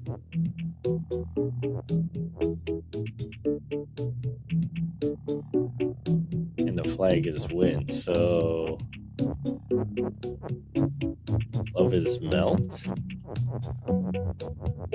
So does that doesn't do anything either. Well, now I are confused.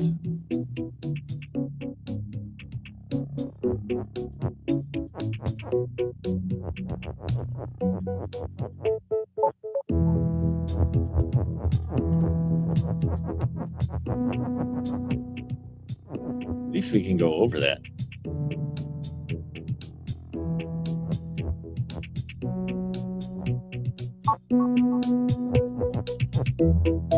Ah, okay. I think now I see it.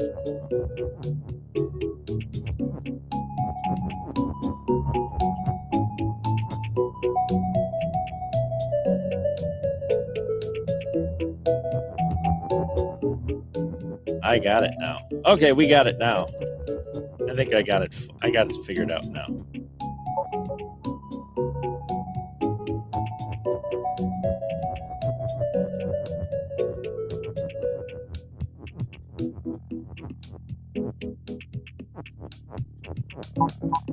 Maybe not. we might have it figured out.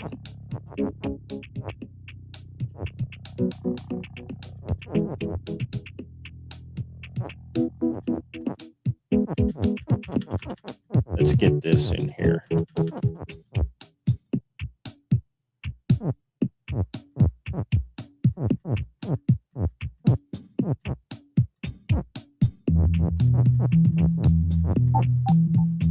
All right, so we got boxes melt.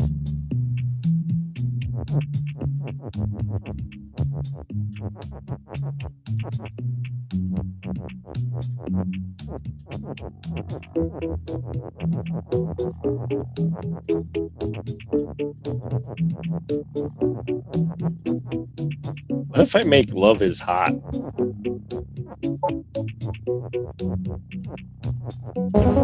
Hey, look at that. There we go.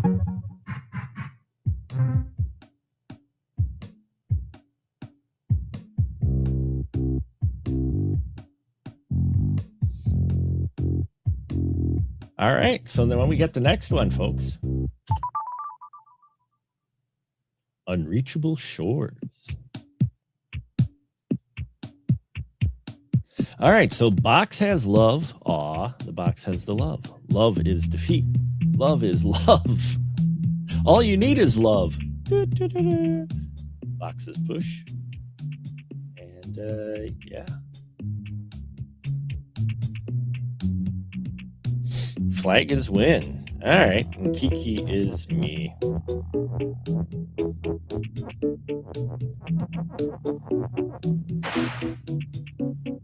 But see, love is defeat.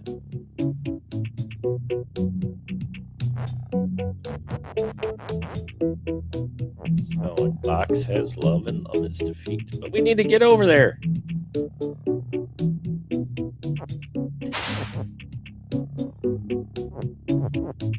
Well, now we don't need box anymore, right?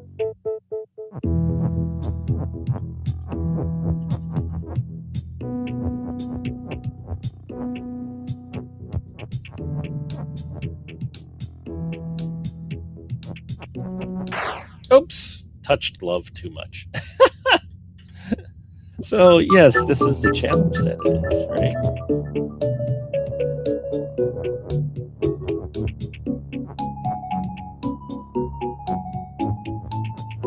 Could do box is you. Now the box is me.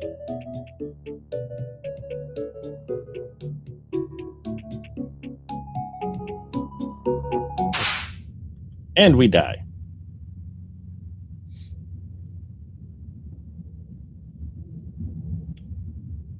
So what we need, oh, you know what we need?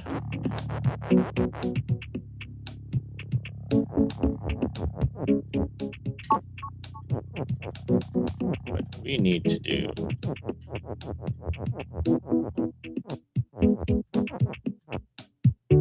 oh, we're screwed now. We screwed ourselves. No, we didn't. No, we didn't. There we go.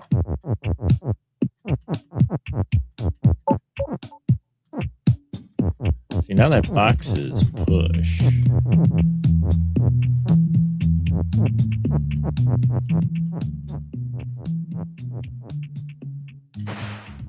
What if I make the box me now? Will it create a new box? Good question. Nope. We die. You die.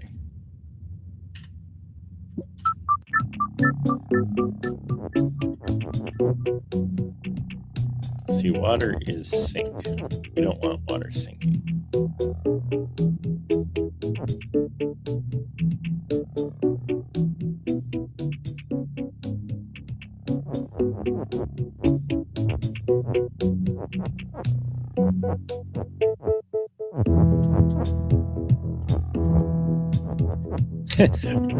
This will screw us, right? Oh, shit. Oh, it doesn't. All right. All right.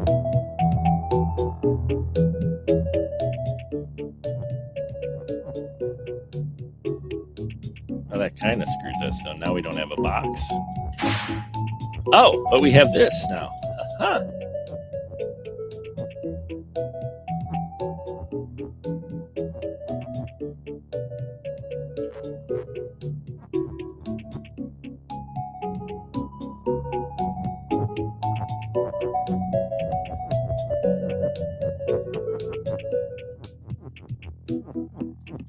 Not good, sure what good that does, because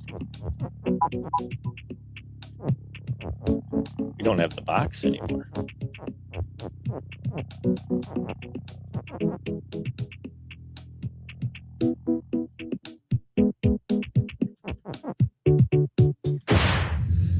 The challenges of this game.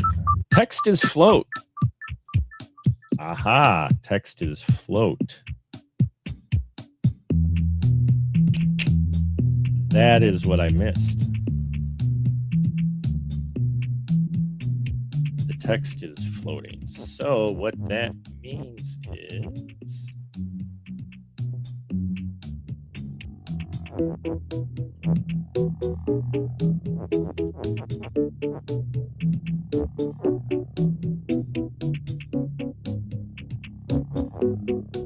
Don't know what that means.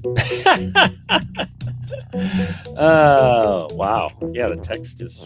Oh wait, it can't. So text means that it can go over the wall, can it? No, it can't. Okay. Because the wall is stopped. So there you go. This is the type of game that can keep you going for hours, as you can probably see.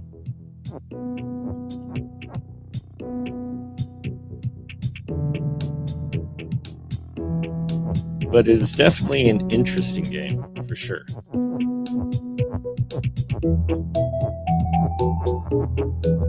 See, I think you got to do that. But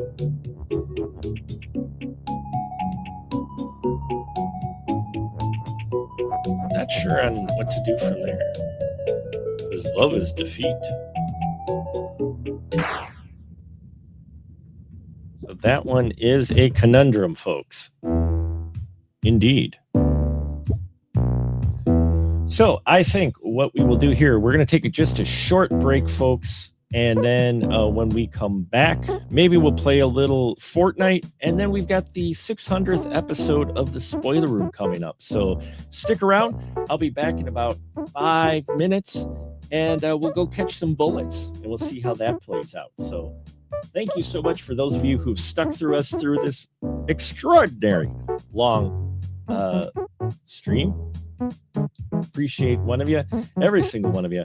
And we will be back. So stay tuned, my friends.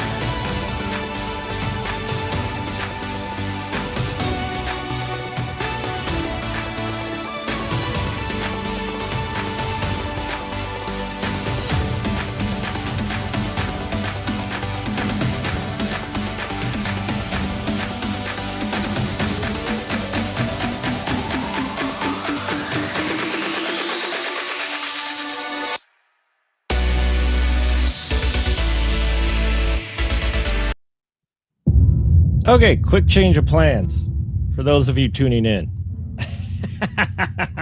Yes, you're seeing this right, folks. It looks like Fortnite's got an update. So you know what we're doing? We're going to take on some bosses in Elden Ring. We're going to get our butts handed to us.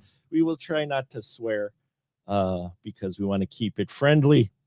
But yes, folks, Elden Ring has consumed a lot of my time. A lot of my time. It is a fun game. It is a great game. It is also a very, very, very difficult game. And so for the next 45 minutes, and about 40 minutes at least, we are going to try our hand at a couple bosses on the DLC of Elden Ring. Uh-oh, I'm out of coffee. That's a bad thing. And so, yes, my friends, we're gonna do this. I have no idea how well the frame rate or anything is going to be with this current setup that we have, but we will see. So, now we're having some flashbacks already. So last night, last night we ran into two different bosses, and they wiped the floor with us. So here we are again. So let's fight some bosses if it'll ever load. We'll see if this loads for us. Oh, man. So thank you all for tuning in. Those of you, there's a few of you that have stayed with us pretty much through the whole thing, and I appreciate that. Give me just one moment.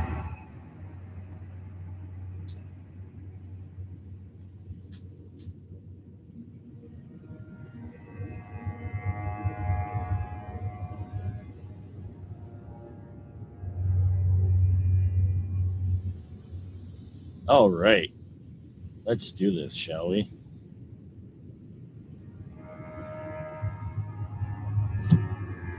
Okay. This game, if you're not familiar with the Souls game, is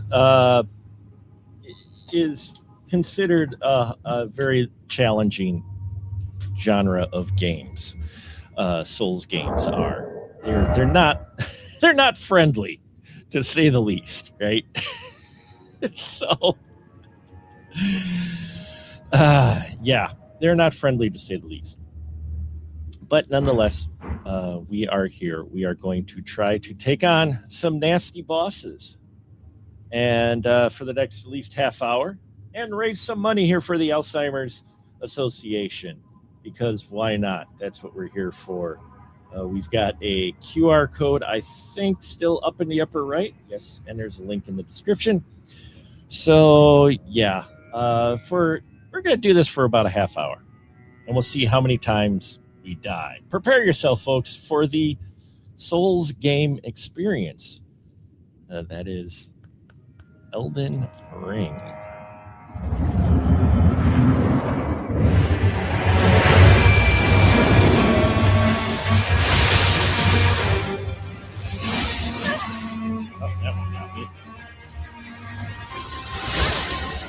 That one got me too.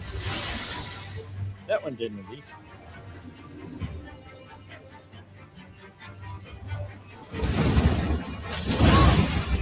Oh, we are just doing great already. Yep, and there's the death. Didn't even get in the door. Didn't even get a hit on it. Oh yeah. Let's see how this goes. This is not going to be pleasant.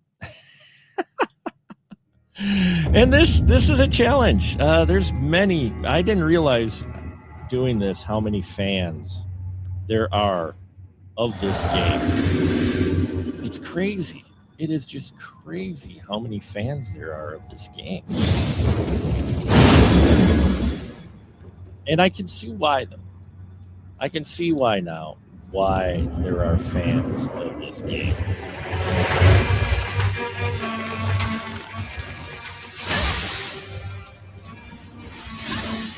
Because when you do defeat a boss,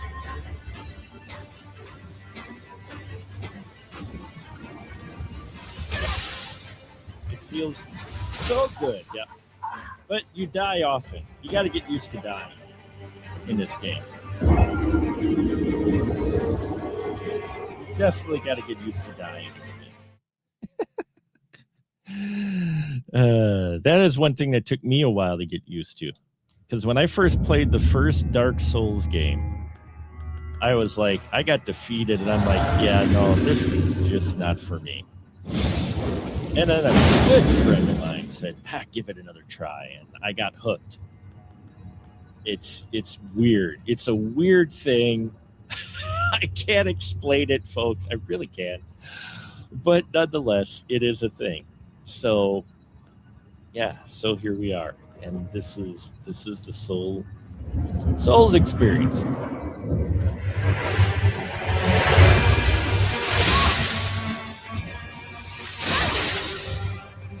We're already dying.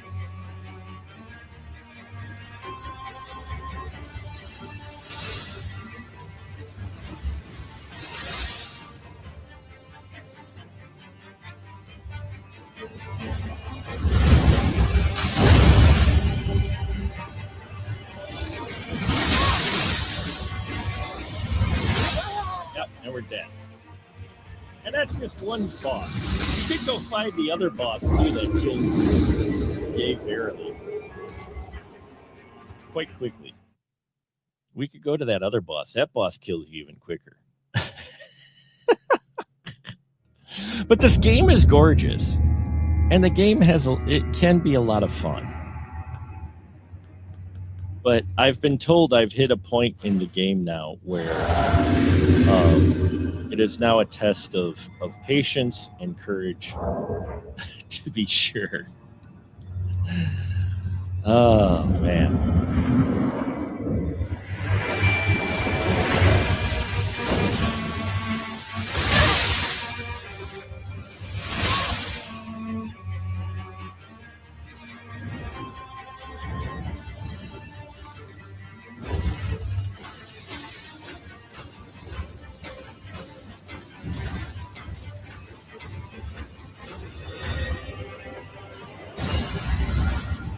Probably coming after me.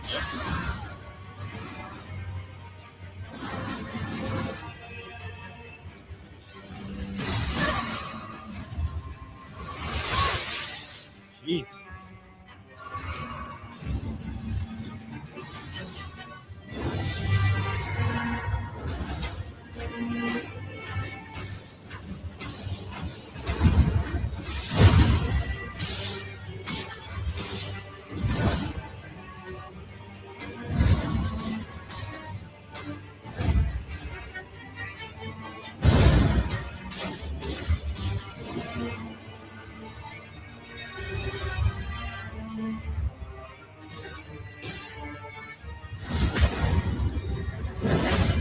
Oh, but don't get comfortable on your laurels, ladies and gentlemen. That ain't all. You may think it is. You're like, oh, hey, I defeated the boss. How wonderful. And then, no, it comes back.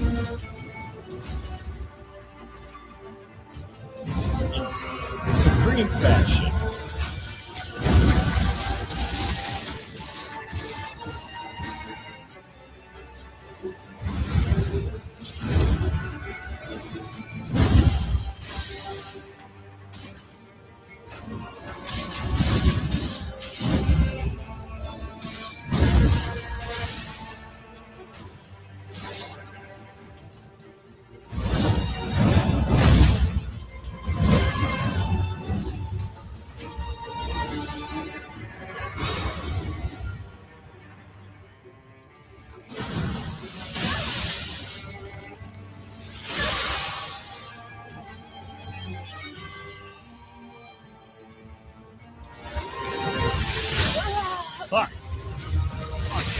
Fudge. I said some naughty words. I know. But I did. I said some naughty words. My family and I call this the yelling game, as you can imagine. We call it the yelling game because I yell quite a bit. It's a game my wife definitely has to tell me when she's going to bed because I got to try to keep my swearing down just a little bit. So, anyway, yeah, so that's the joys of. So whenever you hear someone talk about a Souls game, they're talking about this type of game.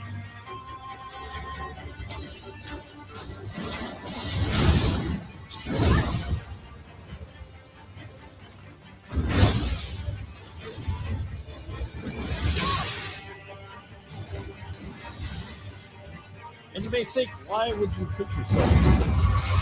Well, I'm sure it's a question many Souls games players have asked themselves many times.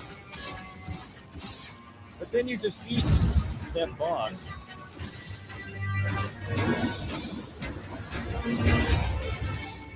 And yeah, it's just ouch.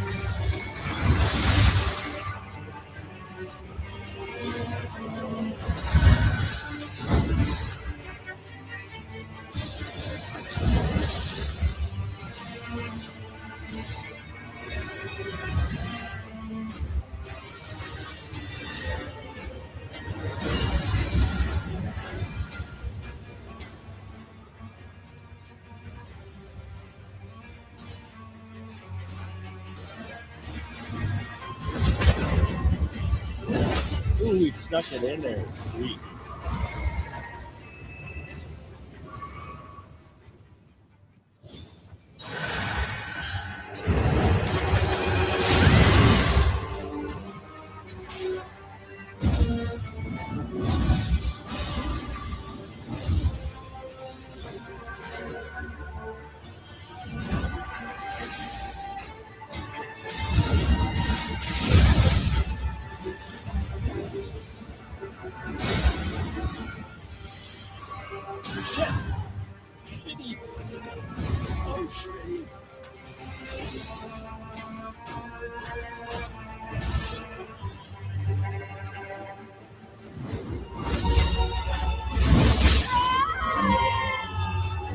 And just like that, you die.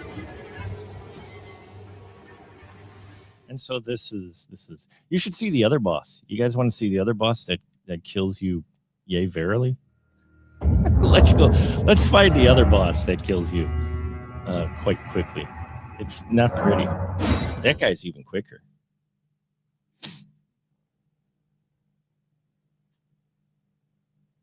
That guy's just downright nasty.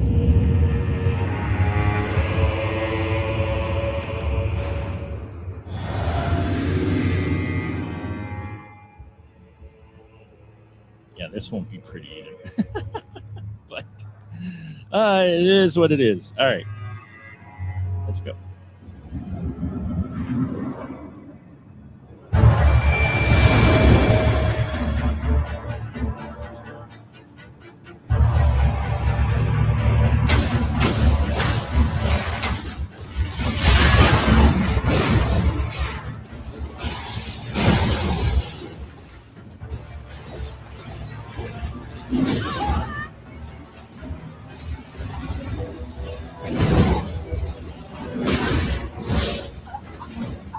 Just like that, you got it. That's Elden Ring. That is the frustration of Elden Ring. Now there's plenty of pretty gorgeous areas. There's pretty gorgeous area. Oh, we got another donation, folks. Holy cow. We got another donation. Wow. Wow, we've just jumped up, ladies and gentlemen. We have jumped up quite a bit in donations. We just got $100 donation. Talk about, thank you very much for that donation, everybody. Probably to, get me to stop swearing. All right, let's try this again.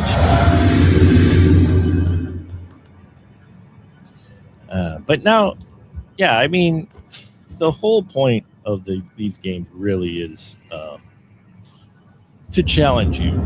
And sometimes that challenge is a good challenge. And sometimes it's a challenge that you're just like, oh man, what did I sign myself up for?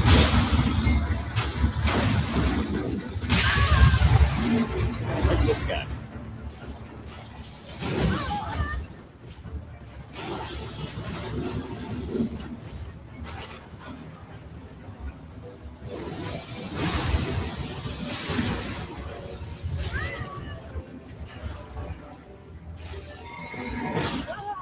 Just like that.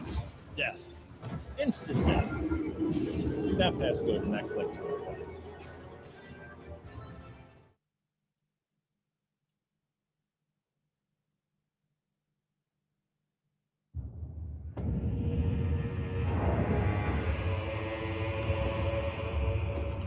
But yeah, why subject yourself to a game like this?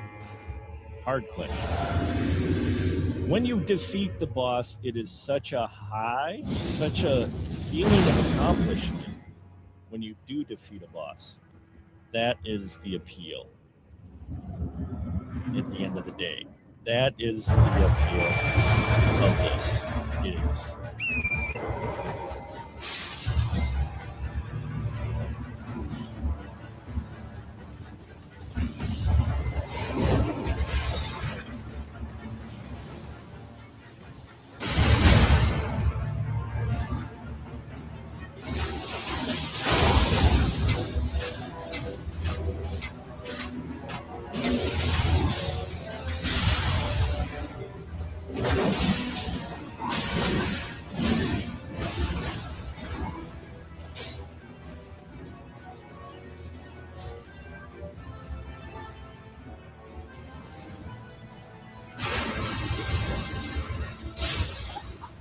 I forgot to heal. I actually got him down a bit. I warped out a little bit. But thank you for the donation. Thank you for everyone who's joined into this streamathon as we are an hour and a half in. And I decided for this 40 minutes or so to subject myself to a couple of the worst bosses I have faced in Elden Ring to date. And this game, is unapologetic. It is definitely unapologetic in what it is. And that's the good and bad of it, really, folks.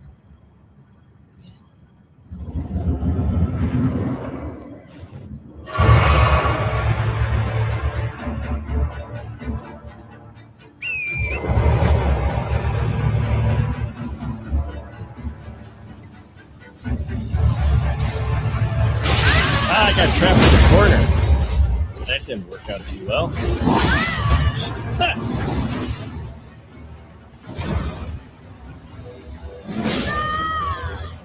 I just got aced like that. I got caught in the corner. he likes like, nope.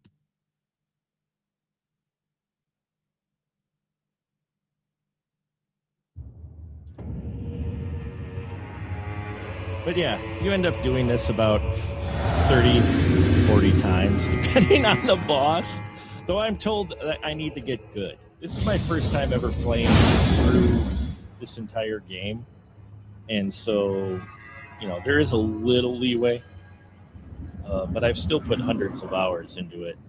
And if you think that matters, you'd be wrong.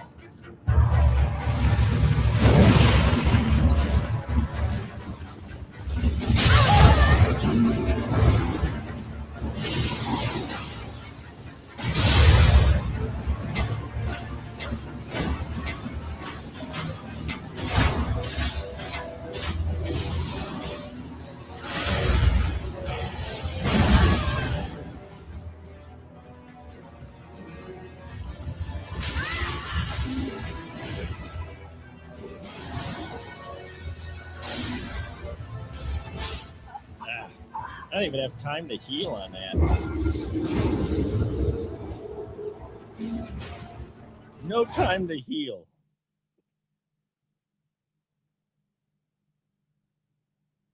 All right, we'll do a couple more rounds of these.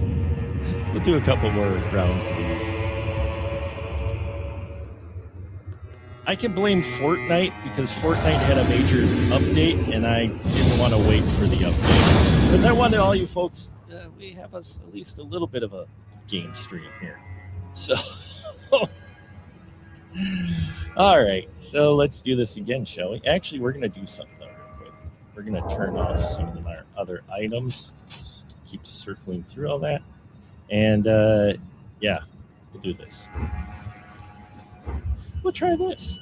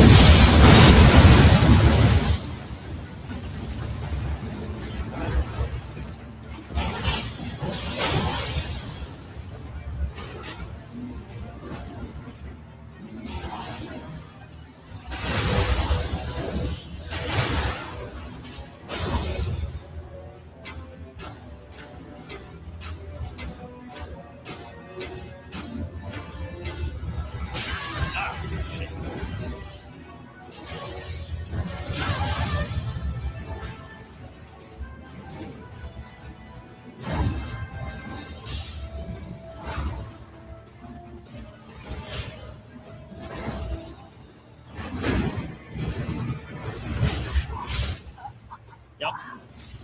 That's how that happens. Trying to switch between weapons and yeah.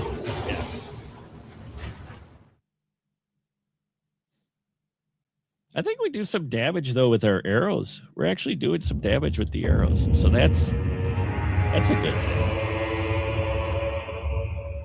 I just got to get good. We're going to turn that off too. Screw spells, baby. Who needs spells? Let's just do this.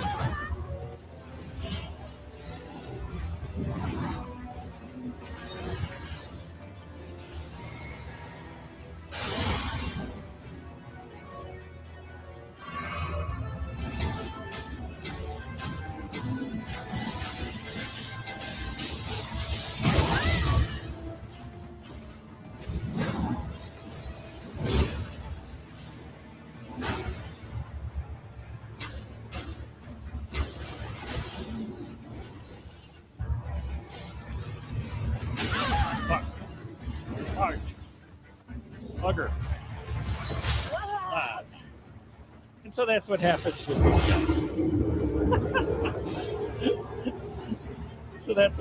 this guy.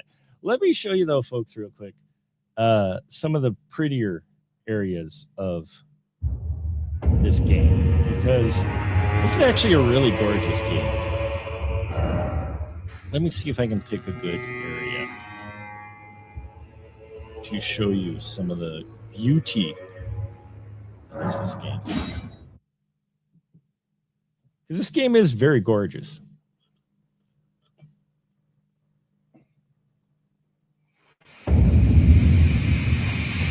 Like this.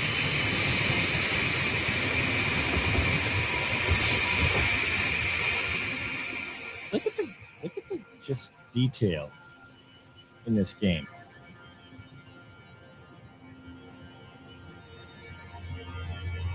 This is one of the best looking games I honestly can say I've ever played.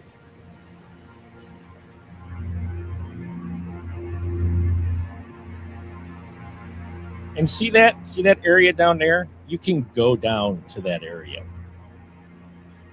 See that tower? You can go to that tower. Eventually, I think you got to go into that mountain too. But look at how big this world is. And this is just the DLC, ladies and gentlemen. This is just the add-on they came up with for Elden Ring a number of years ago. It's insane the amount of detail they put into this game. And that's what appealed to me, more so than the challenge. Oh, look, this looks like central Wisconsin right now with all the smoke. The Canadian wildfires that are blowing smoke our way. Yeah, this is what it looks like, folks. Right here. That's what the streets kind of looked like earlier, especially north of us. North of us, they really look smoky. But yeah, that's how gorgeous this game just is. There's so many cool, like, scenic spots you can go to take a look. It's crazy how good looking this game is. And that's what surprised me the most was how good the graphics of the game are. As challenging as it is. So you kind of take the good with the bad. I mean, look at that. Right? You take the good with the bad. You got this gorgeous world that you can play in with the most deadliest, ugliest, hardest enemies that you ever faced in a video game. And yet you get shots like this, right? You get shots like this where it's just beautiful. So that kind of takes a little bit of the sting out of getting your butt handed to you. But yeah, it still hurts to get your butt handed to you. It does. It does. It's unavoidable that you'll get your butt handed to you by many a bad guy. But hey, at least the area where you're playing looks gorgeous, right? At least you have that. See, these guys are easy. These guys are no problem. That guy, oh crap.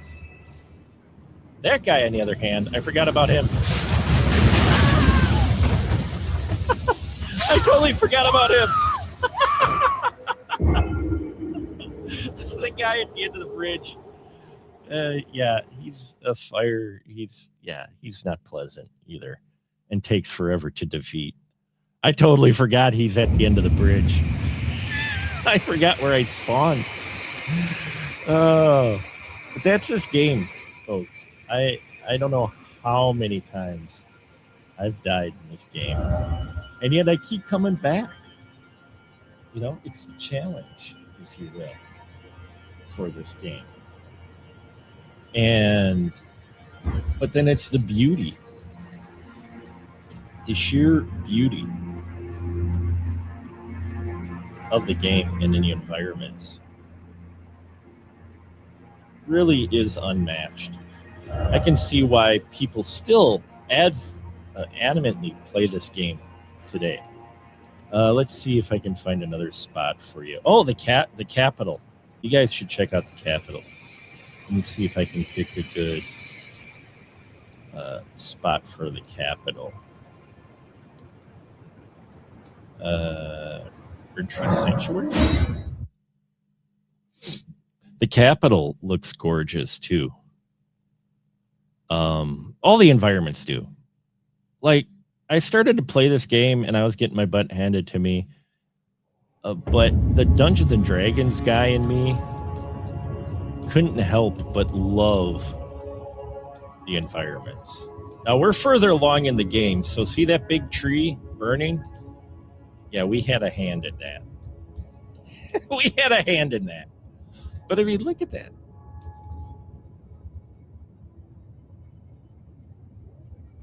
It's insane. Look at the detail on this castle. I cannot sing the praises enough of the developers of this game.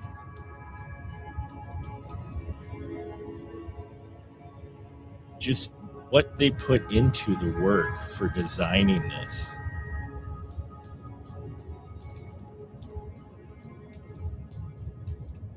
The artistry. And this is art, folks. This is artistry right here. With the lighting and the smoke. Again, this kind of looks like central Wisconsin right now with all the smoke. But hey, look at that. Not seen any game really that has put this much detail in it. Now again, there's a lot of destruction around here, and that's my doing for doing the destruction. I did that. I had a hand in it. I did. So there are bad guys around here that can still vehemently kill me, as you've seen. And that's the thing too. These environments that you have been in, if you go back to them, they're still as dangerous. You may be more powerful, but they're still as dangerous. Look at that.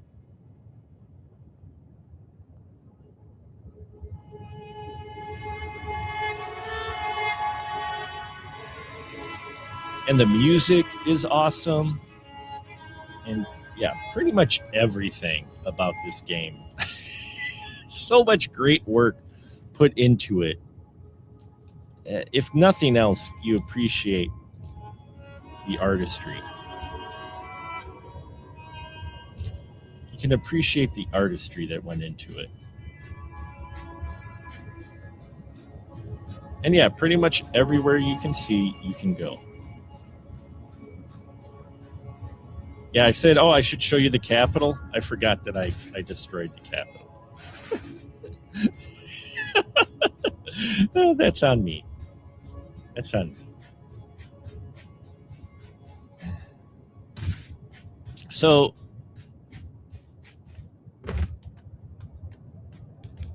if you ever want to challenge yourself wholeheartedly, pull out your hair. See, though I'm old, so I don't have a whole lot of hair to pull out. I got a buzz cut, but even still, I don't have a huge amount of hair. Then, yeah, Elden Ring Souls games are going to be for you. Elden Ring, I'm told, even though just how it is still kind of a unique thing. Is a unique thing in Souls games, even for their design and everything. I didn't know that guy was still there. I should go see if I can see that guy. But yeah, so that's Elden Ring, in case anyone's ever curious about all the work and everything that they've seen. And oh my Lord, we've got another donation here. Oh, that's awesome. We've got another donation, folks. Can you dig it, my friends? I can dig it. And I am very appreciative, for sure, of that. We are 10% of the way there to our goal, folks. I love it. Every little bit counts. That's amazing. Thank you so much for contributing. That means so much. Doing this 2 10-hour streams, folks, to help raise this money and awareness for this organization. While it's been work, I am so happy. Thank you so much for the donation, for the assist. Okay, I'm not going to get down there, I think. Oh, yeah, I mean, okay, that's right. We'll get there. So coming up soon, very soon, will be the 600th episode of the Spoiler Room. We are going to have a lot of crew members, and we're going to be closing out the stream with it. It's going to be a special time as we hit that milestone of 600 episodes. We're going to be talking remakes and reboots, so you're going to want to stick around for that, my friends. And all of this is for a good cause. And for those who want to tune in tomorrow, we will be back noon Central Time as well. We're going till 10 o'clock tonight, at least, probably. With the way we like to talk, it's probably not going to be too difficult of a time to get that. But we will also be coming back tomorrow, same bat time, noon, until 10 o'clock tomorrow night. And we're going to be doing a whole lot there. We're going to have some indie filmmakers. We'll have some more pre-recorded reviews and a special podcast about soundtracks. So how cool is that? So you're all going to want to stick around for that and come back tomorrow for that. Uh-oh, I hear a big guy somewhere. I haven't really been to this area since, but because this is all us. This is what we did.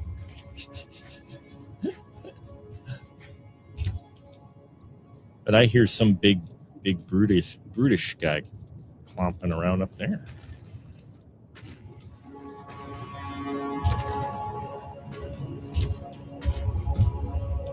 So I just figured I'd show you a little bit of the Elden Ring since the Fortnite kind of failed me.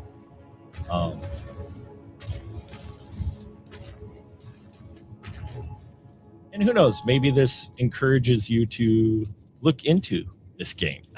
Though I say it is definitely for those who stomping around. Oh, I didn't know one of these guys was floating about. Uh-oh. We in trouble now, folks.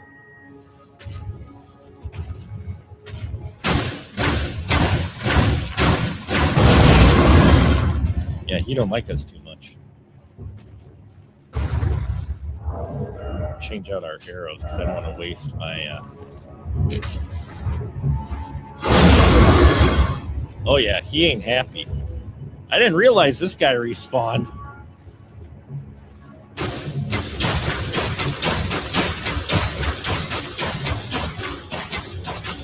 So, some folks who play this game often recommended this type of bow to me. And, yeah. It's like got home-seeking missile arrows. It's crazy. Now, my type of character that I've been playing with this, he's not exactly a she's not exactly a hand-to-hand kind of battler. More of a rogue type who likes to kill things from a distance. Or poison them. Even better is if you can poison.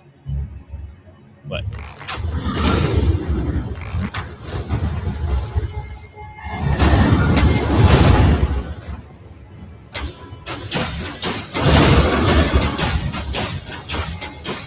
if we're not careful, this can go sideways real quick.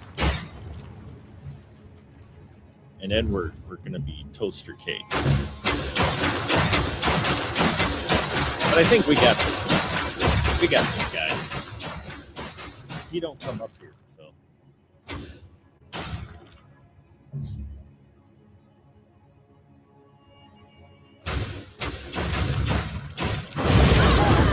But see, look at the damage he still did. Isn't that crazy? There we go. He killed. He dead. Hooray. I didn't realize there was a big boss, like a big guy like that out floating about here.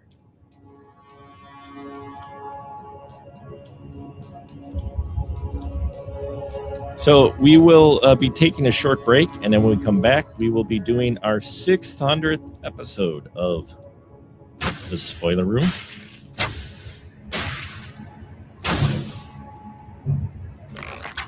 Come on. Seriously?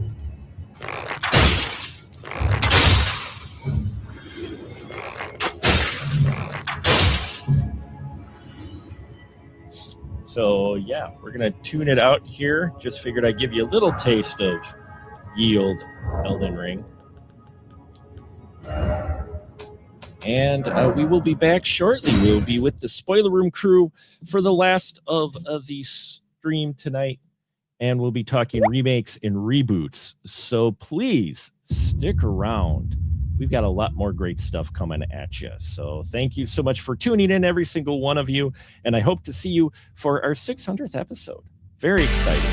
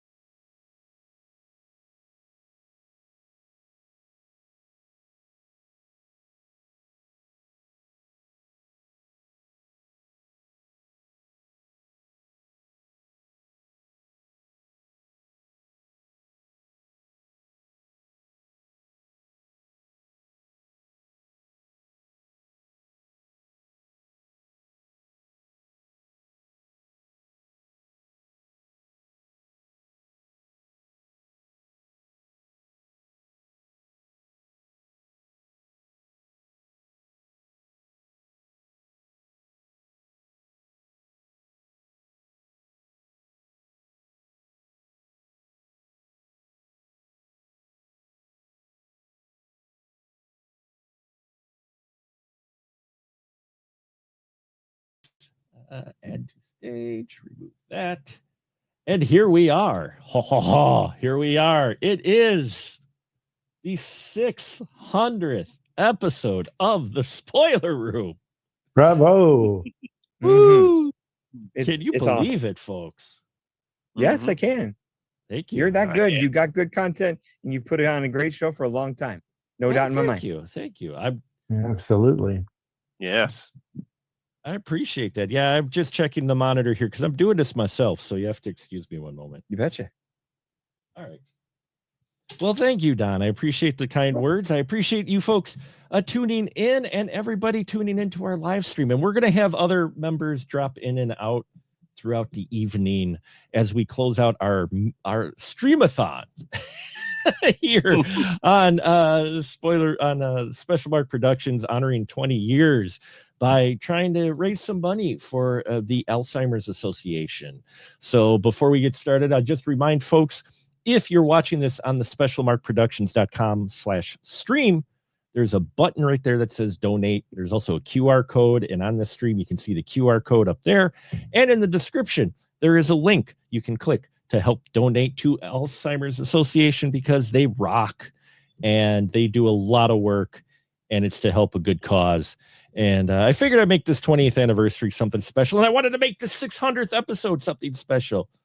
And it is special to me that these fine folks have come here tonight to talk about the topic that we had on episode 0 13 years ago.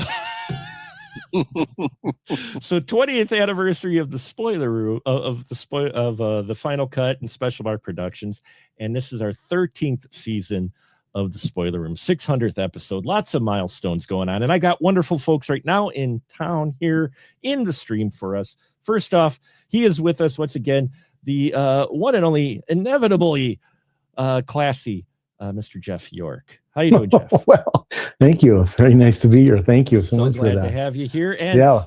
also with us, you'll recognize him from his YouTube channel.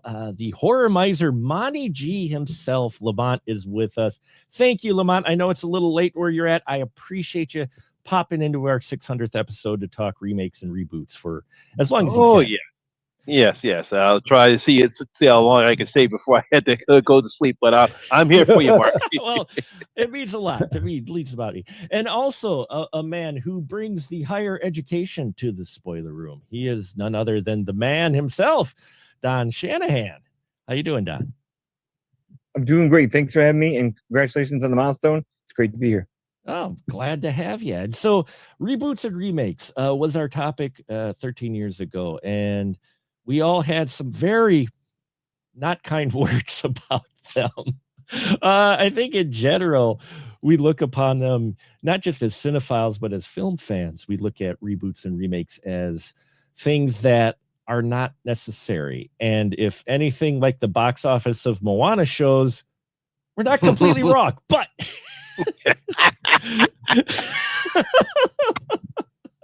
Disney, who was it? Don, I believe you say too big to fail. Disney is too big to fail. They're going to keep doing these reimaginings. It sounds like Tangled is next.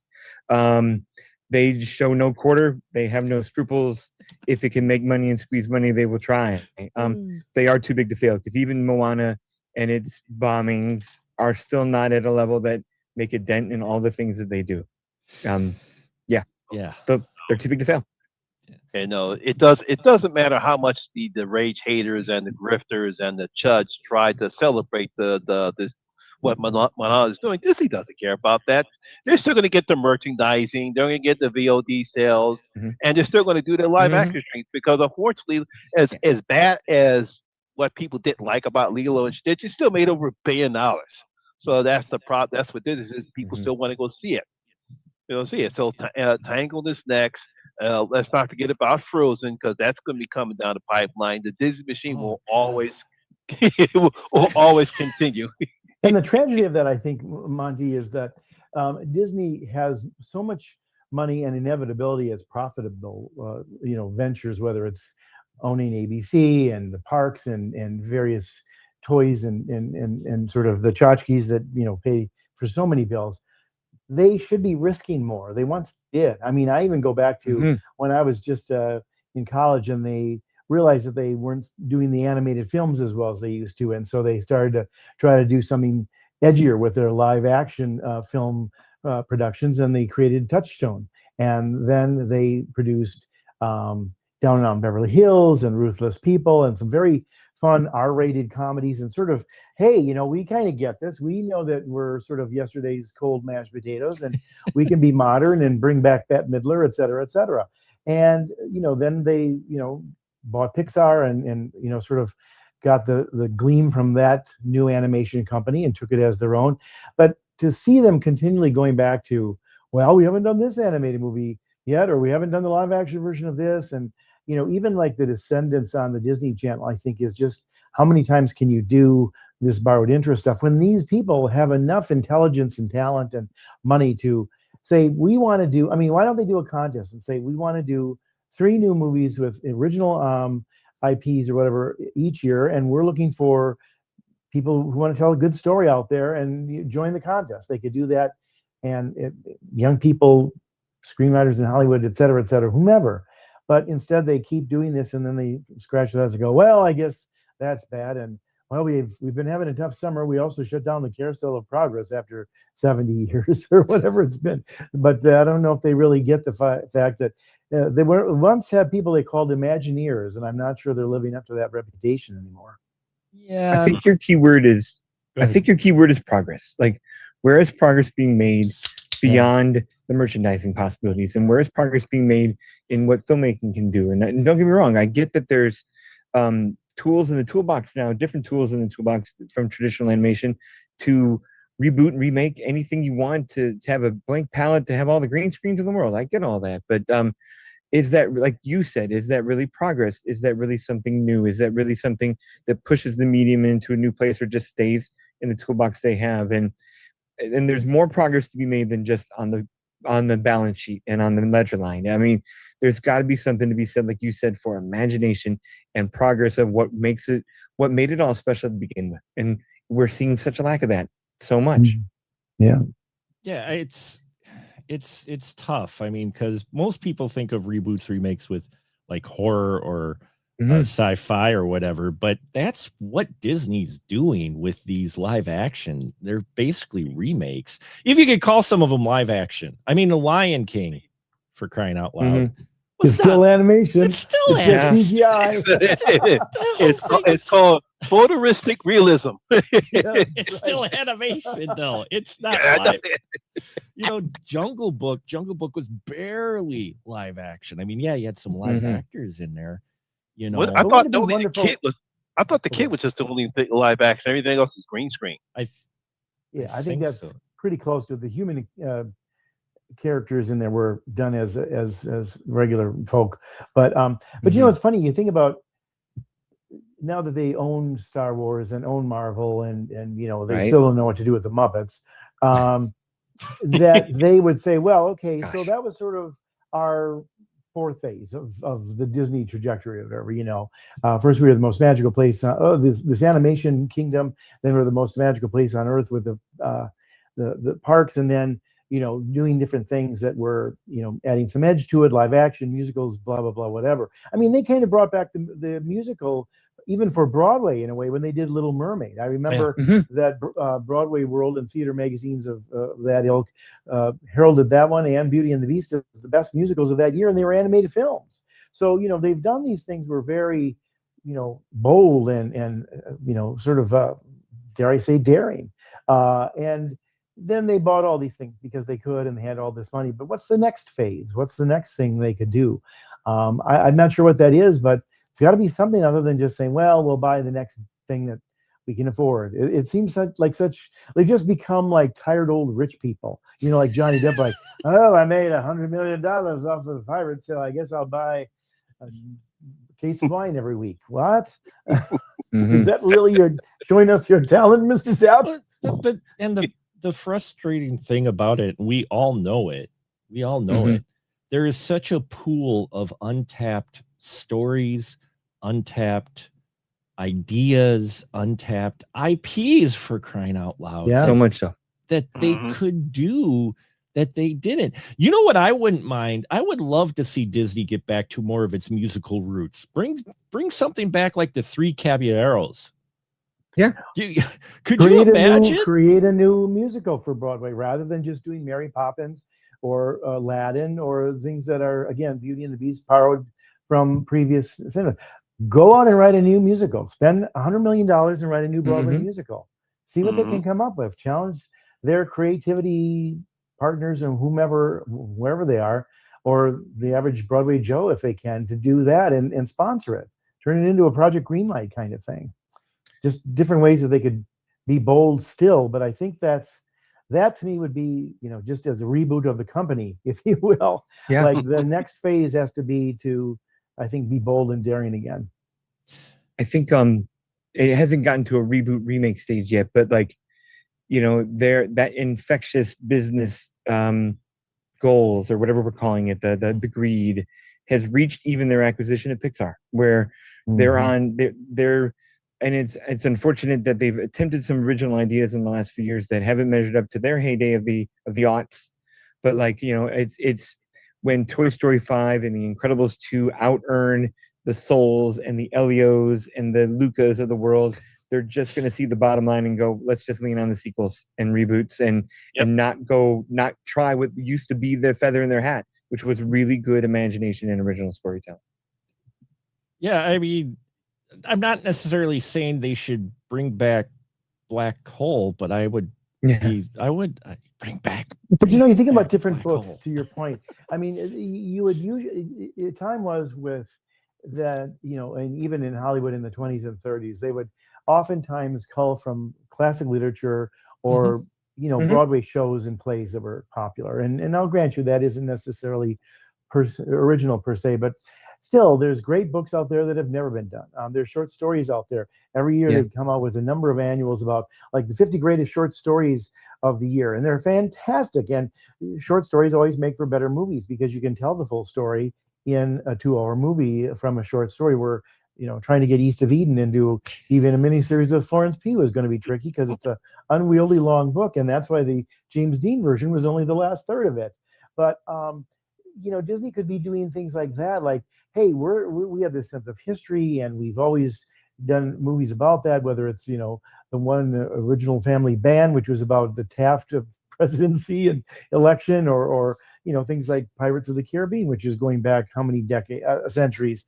They're kind of the people that could go back and find these great undone books and stories that maybe would yield something that they could say, this is our 3 of our new movies this year, or maybe we'll even animate them, as opposed to, I don't really think with everything out there, Marvel that they own and all that kind of stuff, we need another Incredibles. As much as I love the Incredibles, I don't think we need that anymore. Right. Especially when over on Amazon, you've got Invincible, which is kind of deconstructing the whole superpower story anyway. Dare I say, with incredible violence, but nonetheless. Incredible violence. What? Oh my God. And you know what? That's the second most popular show on Amazon. Yeah. No, and nobody ever covers it. Nobody talks about it. It's like, well, the critics slept. America is like, can't get enough of that. And I think it's in its 5th season. They're producing its 5th season. Yeah. I haven't seen that show yet, but I hear everyone loves it. Mm-hmm. I hear they just dropped. Okay, I was just gonna say, I heard if you love The Boys, it's one that you want to watch, because I love The Boys. So it's even better than that, because I think it's it's the thing I like about Invincible, beyond the fact that it deconstructs the superhero thing, is it's now become about a world. It's sort of like Star Trek in a way, where there's all these other people out there, and they too have powers. And the way the Kryptonians were able to use their powers here because of the the energy levels in the sun and all that stuff.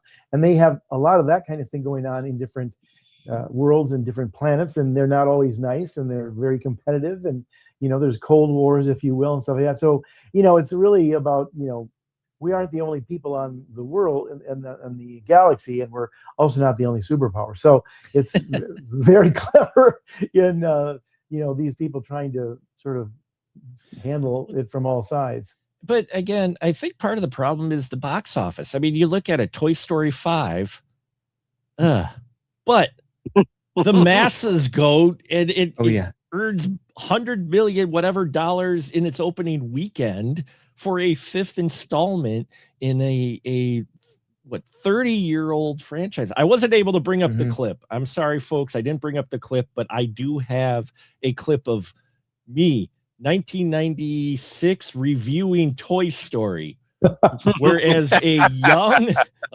20-year-old or 21-year-old Mark the Movie Man says hand-drawn animation is dead.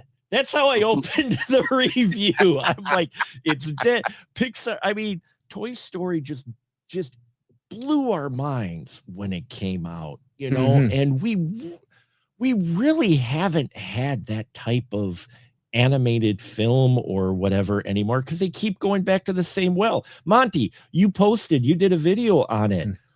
What's coming back again? Freddy, what the hell, man?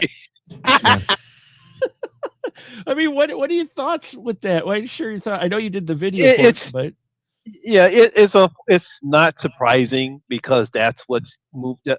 Hollywood follows trends. That's what they do. And unfortunately, right now, there's nothing original anymore, despite the success of Sinners and Weapons and any other. But it's just no originality anymore. It's just like, what's the latest IP? That's the reason why we continue to get a new Freddy. Paramount went and talked to Wes Craven's wife and his son, his widow and his son, and now we're getting a new Freddy. And they basically bought Wes Craven's original script. But that's what Hollywood does now. They all follow trends, and the trends right now is IPs. There's nothing original when it comes. They don't want to take any risks. When they try to do something that's a risk, nobody goes to the movies anymore. That's another problem, because the audience is telling Hollywood, we only want to see films about properties that we know about. Unfortunately, like I said before, there has to be something special. Like Sinners was something special. like weapons was something special, or like put it this way, even the Odyssey, but that's Christopher Nolan. That's something different. Anything he does Sure. is fantastic. But that's the problem right now. No Well, Hollywood studio. Well, I think to your point too, Monty, it's not only just that they're lazy and they, go towards something that they all know, but I think the studio decision makers, it's just like, did Wolverine have to be in every X-Men movie? Yes, because that's the only one they know. And they're not smart. They don't get educated about what their green light's like. Is Wolverine going to be in this one? They got the claws, right? Because that's pretty cool. Oh, yes, sir. We'll be sure to put, and Hugh Jackman, he's already, call Hugh Jackman. We need him for this, even though it's not in the original Days of Future Past story. What? And I think, with these ones, everybody knows Freddy. Everybody knows these things. But look at, even when they come up with something like 2-3 years ago, they had Megan, this doll who was basically an AI run amok, which was ahead of the game about anti-AI kind of thinking. Yeah, it's about 2 years before what I call the AI going wrong. Exactly. Coming up. Exactly. But here's an interesting thing about Megan is they screwed it up already by the second film. Yeah, I know. Yeah, in the studios, in the C-suite said, it's really going to be tricky to do a franchise around this villainous doll, and then she's a girl, and we don't want to get into all this anti-female stuff. So let's do what James Cameron did in Terminator 2 and turn the franchise on its head by taking the Terminator and making him a good one. And we'll have some other doll that's bad. And they ruined it in the movie. Nobody talks about it anymore. Nobody wants to see a Megan sequel. But there was an original IP that came through. Watch, they'll screw up Obsession and Backrooms, which came out of left field as indies and stuff. And we talked about this the other day. Like if you're going to do Backrooms, it needs to be about a world, a sort of new haunted house created that is based on your trauma. When you watch, they will have the same yellow rooms in the sequel. And it's like, they really should do it. Like, how about somebody who's afraid of drowning and everything becomes water? There are these TikTok videos. I don't know if you've seen them. I don't know the names of the creators because there's a bunch of them, but they do these point of view shots of roller coasters and they have like these terrible beasts coming out of the water or just freaky, statues of clowns that are 200 feet tall. It's terrifying. That's the kind of stuff that they should do for Backrooms. It's like, you afraid of water? You afraid of drowning? You afraid of monsters under the water? Let's see what that's going to be. But you watch, they'll say, are we going to have those retail rooms that look yellow again in the 70s and 80s? That's one of the reasons why I loved It Chapter 2, because that Paul Bunyan statue was creepy. Yes, very well done. Very well done. It was. But no, that combination. Go ahead, Don. That combination of, Jeff, you're right on. Like that combination of creative bankruptcy plus laziness is probably easy to do and cheap, and that's the problem. Like, they don't need a big think tank of ideas when they can just roll out what they want to roll out, and it's lazy and it works. But that is just making it worse. It's whatever euphemism you want to put there. Cut your nose off to spite your face kind of thing. Where as long as it's making money, they don't care. And at some point, I hope, I don't know when it's going to happen, but I'm root for an audience pushback to be like, hey, enough of this, and the superhero fatigue that is here and there that comes and goes, because we know as soon as Doomsday gets here in December, we're going to forget about superhero fatigue because they're going to blow our doors off with a big thing that everyone's been hoping for. That's going to stop. That's going to stop when Spider-Man comes out. Right? You're right. It might even. It's already sold more tickets than and if that stops in 2 weeks, like it's never. That's why I kind of do the too big to fail thing, where like as much as there's lows, when the highs get here, they're so damn high that there's no stopping the beast. At least in that genre. Well, and the thing is, I just wish they would just go, okay, that's a great one-off. Let's do another story rather than immediately turn some. Look at it. Weapons, Backrooms, Obsession. Yeah. It can't just be that story. The minute that took off, you're like, oh, we should do a spin-off. Hey, you know what? With Weapons, everybody loves this character. Let's do an entire movie spin-off of her. Oh, Backrooms, we got all kinds more, Obsession. Oh, let's do a sequel to Obsession. You're like, wait, how are you going to do that? And it's just one of those things where, why don't you leave it alone? Or the challenge becomes, Oh, good. Sorry. I was just gonna say, another on my lawn moment is 80s, early 70s. They rarely planned for an actual sequel. Oh, They were yeah. like, we're putting all our eggs in this basket because this And it basket shows. may Yeah. have a hole in it. And then when it does hit, they're like, oh, that's great. Okay, what we got next on a project? They take that Yeah. money and put it into something new. Occasionally, yes, you would get sequels, but I always hearken back to an interview that Kevin Smith did with Bruce Willis before there was some rough areas between them. But when they came out with was it Live Free or Die Hard, and Smith was in there in the behind the scenes stuff, they did an interview with him, and Bruce Willis was like, it was the 80s, nobody knew how to do sequels.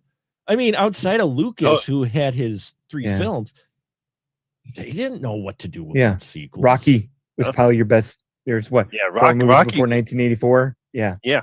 I mean, outside of that, because even with The Exorcist and Jaws, Right. no one was really You thinking saw about the diminishing returns.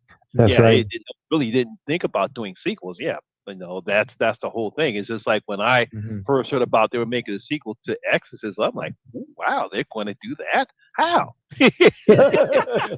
And then unfortunately, when that came out, I'm like, what the hell? See, the problem I think you're onto there, and why that movie was hellish, even though aside from the material, is they felt that they needed to tell Regan's story again. No, you don't. You should have told somebody else's possessive story. Now, I'll give you just a little bit of off assignment that I did, Mark, just because I think maybe it gets us back on this. Not that we have to per se, but if I was in Hollywood right now, you know what reboot I'd want to do? Paranormal Activity. Because they screwed it up completely. Ooh. The story there is not about Katie and her sister and this cult of women witches that is part of their ancestry for the last 100 years. It's complete BS. The story is, oh, wait a minute. There's cameras everywhere. And I mean everywhere. And nowadays, they're able to pick up all kinds of stuff, ghosts and things that go bump in the night and bad people at the door stealing our Amazon packages or whatever else. But what's going to happen here? Here's the pitch. And if anyone in Hollywood is listening, take it and run with it because I'd like to see this.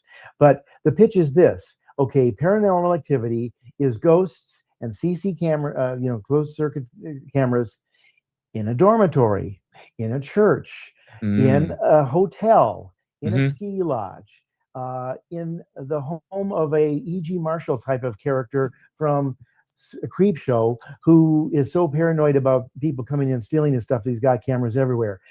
What happens when the ghost comes? I mean, obviously scares ensue, of course, but why is the ghost coming? Who is the ghost? Is it something different? And then do you turn one of them into a mystery? Like we have to figure out who this ghost is and why the ghost is haunting that place. Or is this the ghost trying to tell us that the rich spouse who inherited all the money from her after she died actually drowned her? Or, whatever it is, but it's ghosts and it's all being caught on cameras that are everywhere, including, dare I say, cell phones, which you could show. I just don't understand how they missed that, but it was only 15 or so years ago. So reboot that. And I think you could literally do 10 of those films. And if you do that kind of thinking, I don't think you'll ever feel that it's like the same old, because you aren't relying on this amateur actress and her sister to carry the franchise. Which is what they did, and it bombed. I know they change the cast every time, shake it up. You can be done. They definitely stretched that particular story too long. I think after the third one, they should have stopped. Yeah. Is it irrecoverable because they tried so many sequels to get a reboot that you're talking about? Nothing's irrecoverable. Well, people have short right. I think people have short-term memories, Don. So if you said I agree. Paranormal is back, and you could do here's the trailer. It's like in 2007, a young couple was tormented by a ghost in their house. Now it's 2027, and there's a college that has always talked about having some strange things happening to it. And now we'll find out why. You're right. Boom. There's the pitch. Boom. You got it. Well, good call. Good pick. I had hopes with the marked ones. That was okay. That one was okay.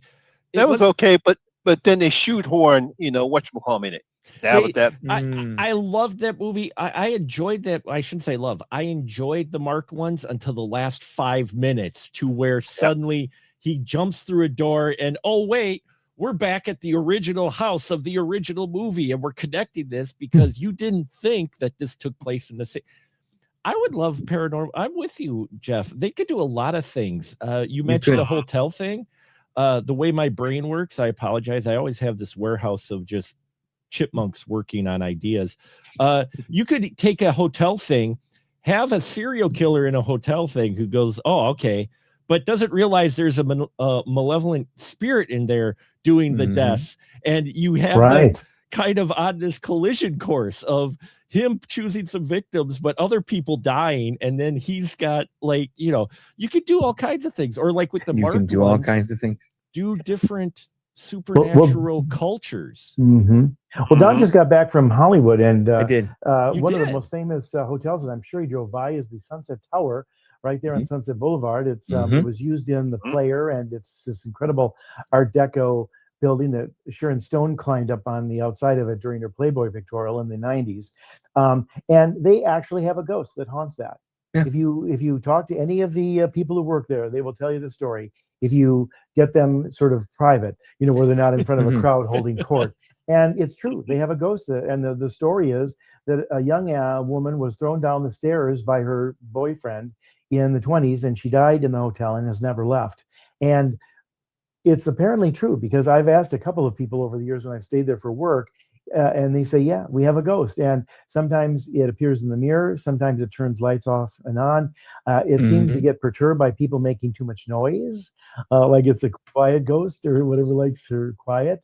But the funniest story that I can tell you about it is in Maxim magazine. They did a one-page interview with Jean-Claude Van Damme back when he was a big thing in the 90s. And they said, Jean-Claude, is there anything that terrifies you? And he said, only one thing, the ghost at the Sunset Tower Hotel.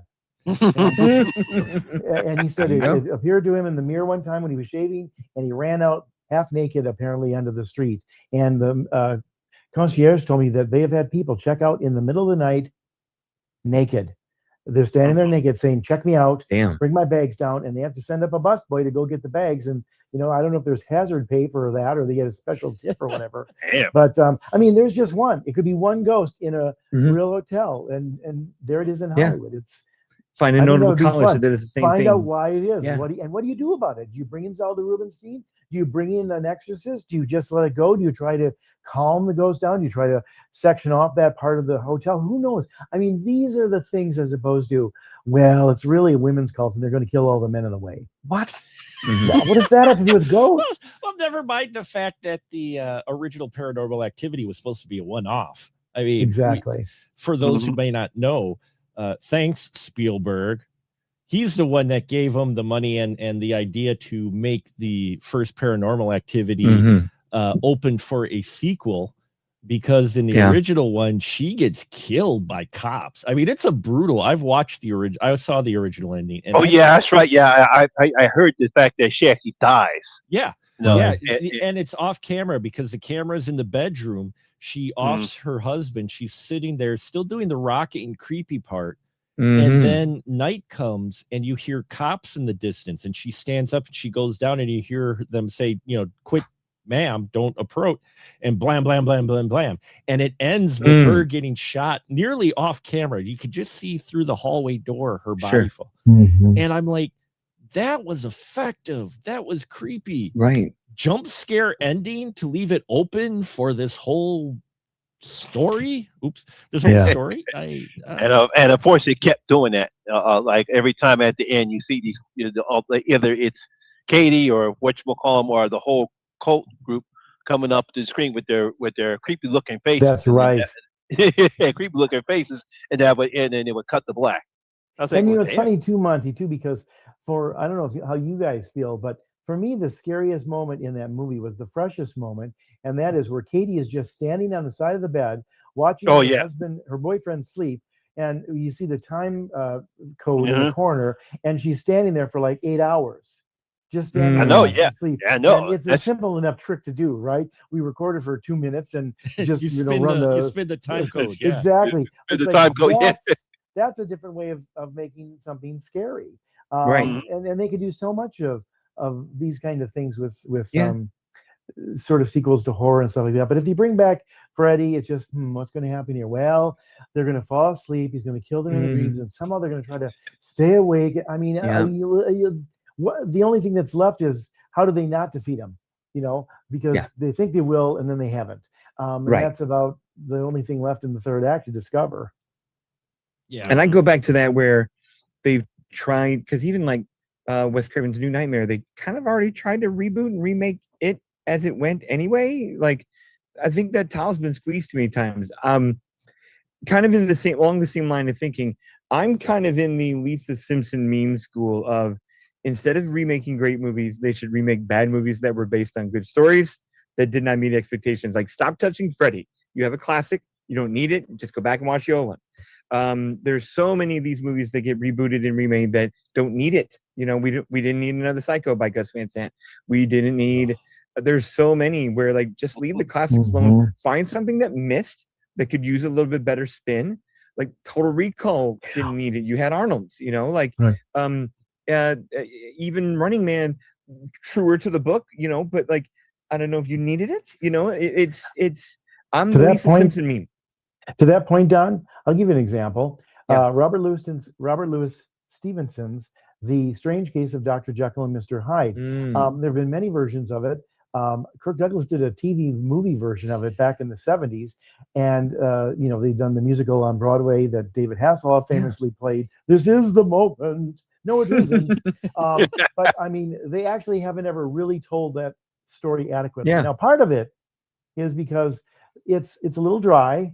And the message is that the Victorian Dr. Jekyll really doesn't want to be the good guy. He doesn't want to be the stalwart stand-up guy in this Victorian society who everybody turns to. There's no fun in that. No. He's always the dependable one. He wants to, live a little bit of the life of debauchery. But, I mean, to do that actual story in the proper way, I haven't seen it on screen before. Now, I don't know if there's a version of it done in some foreign country, but I can tell you it's one of my favorite novels, and I've not seen it done particularly well. That's something that somebody could do. And everybody knows it. As soon as you say Dr. Jekyll and Mr. Hyde, I get it.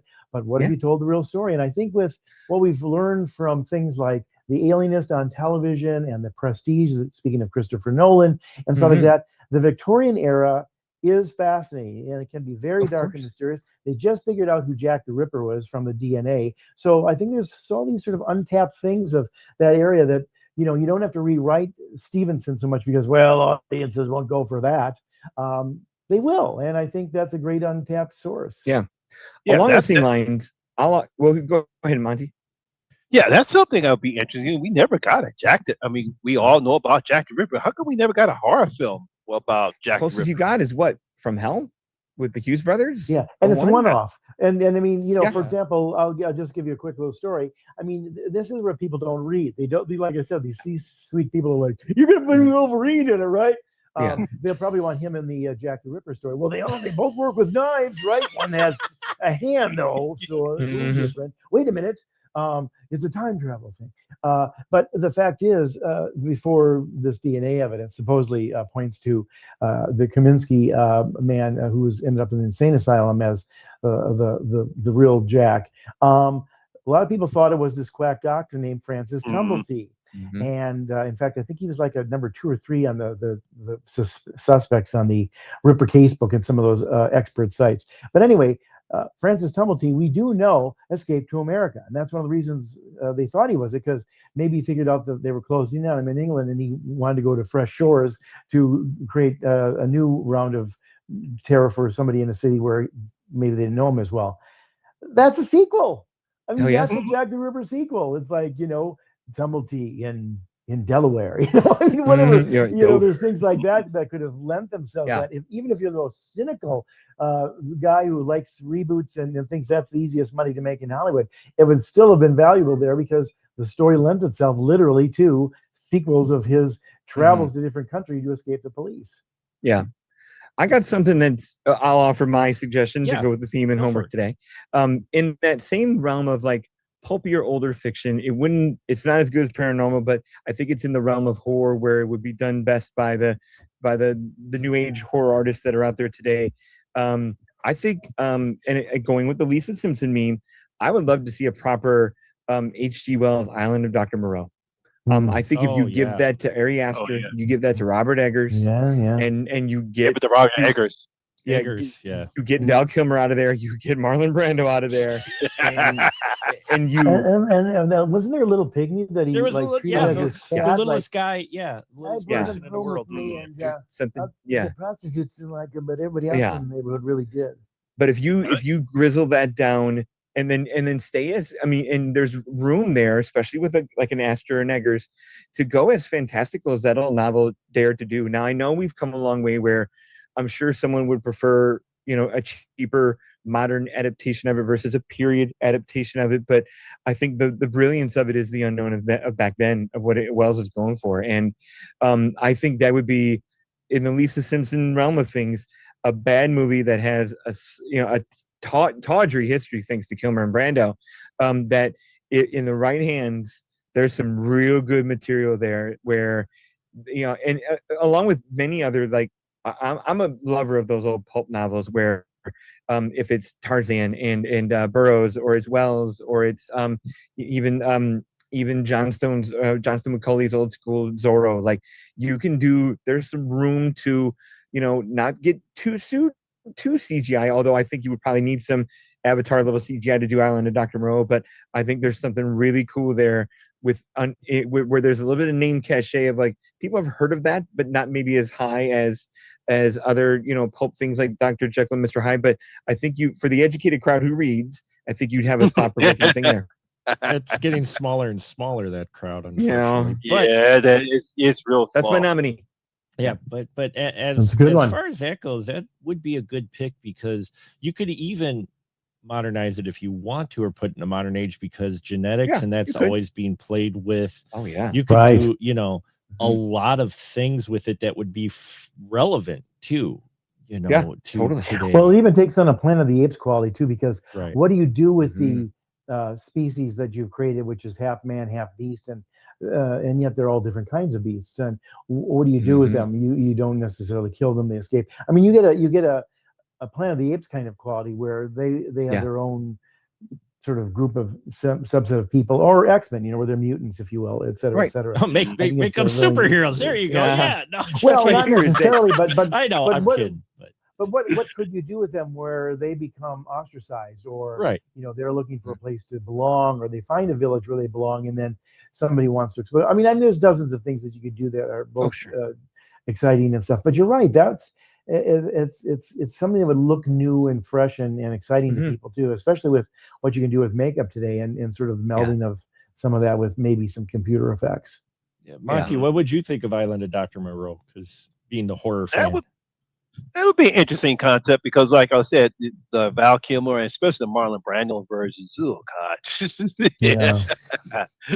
And I haven't really read the book, but I know the basic concept of it. And that would be something interesting. I think Eggers would definitely put a good stamp and create a great version. He'll probably stick close to the source material, and with the modern technology, he would definitely make the creatures or the creature effects look very, very fantastic. Yeah, Eggers would definitely bring an atmosphere to it for sure, and a creepiness and a look to it that you would want from that story. Because it's supposed to be monstrously scary and not tacky. So give it like don't give it a PG-13 treatment. Don't give it an X-Men and a mutant treatment.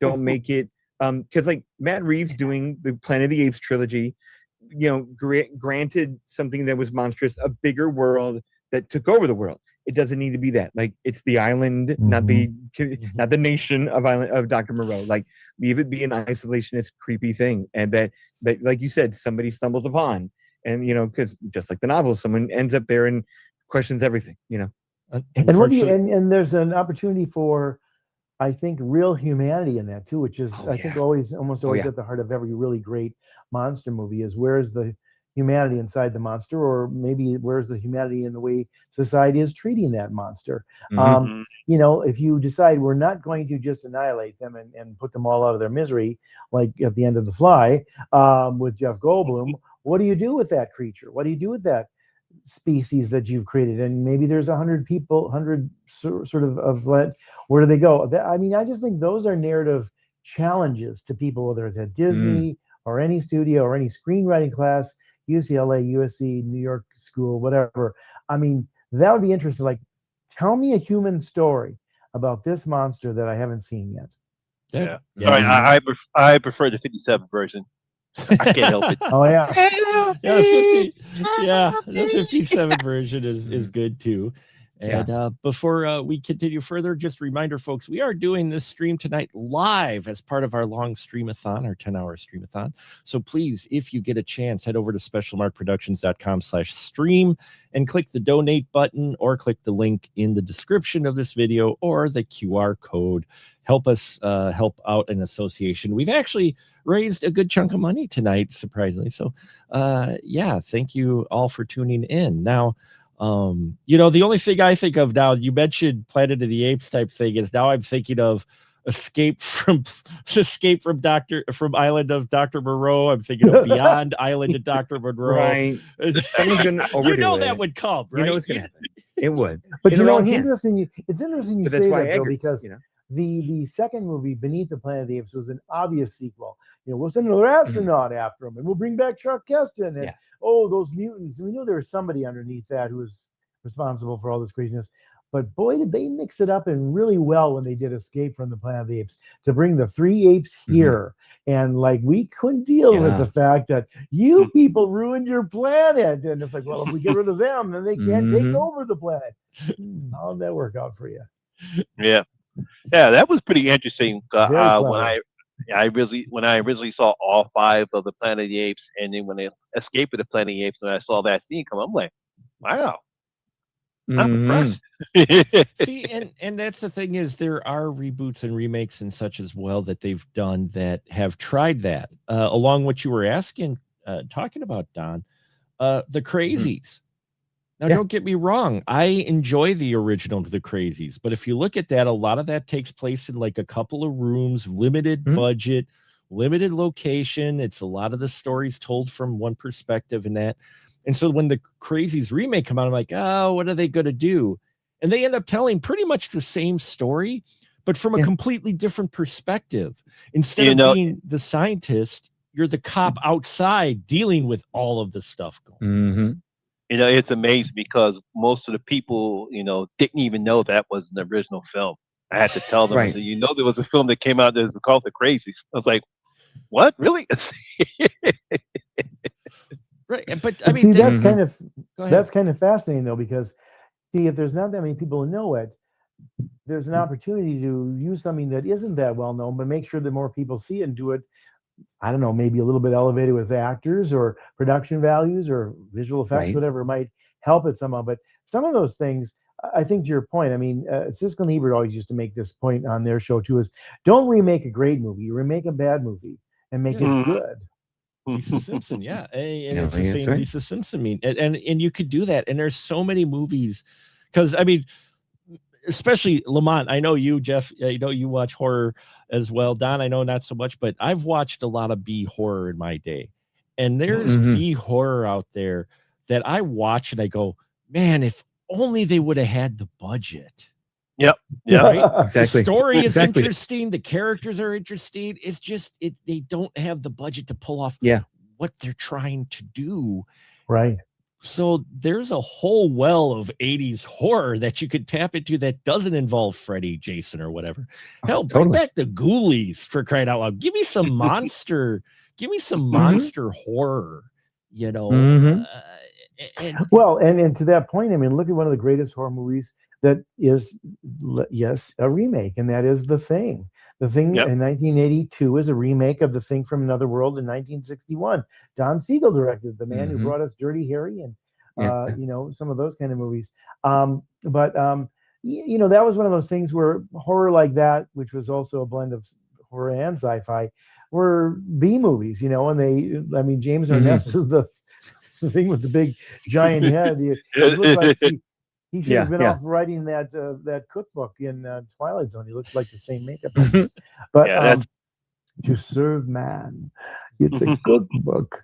But things like that, there are ways to create them. And I think the thing was very loyal to the idea of this ice station and these isolated men and scientists who aren't prepared to deal with this thing and try to figure out what's going on here. But the thing was, I think, one of the best remakes ever. And there's a lot of people, I don't know if you horror experts would put it in the top 10, but I know it makes the top 10 of the greatest horror movies of all time. And yet the critics couldn't deal with the gore in 1982. Nope.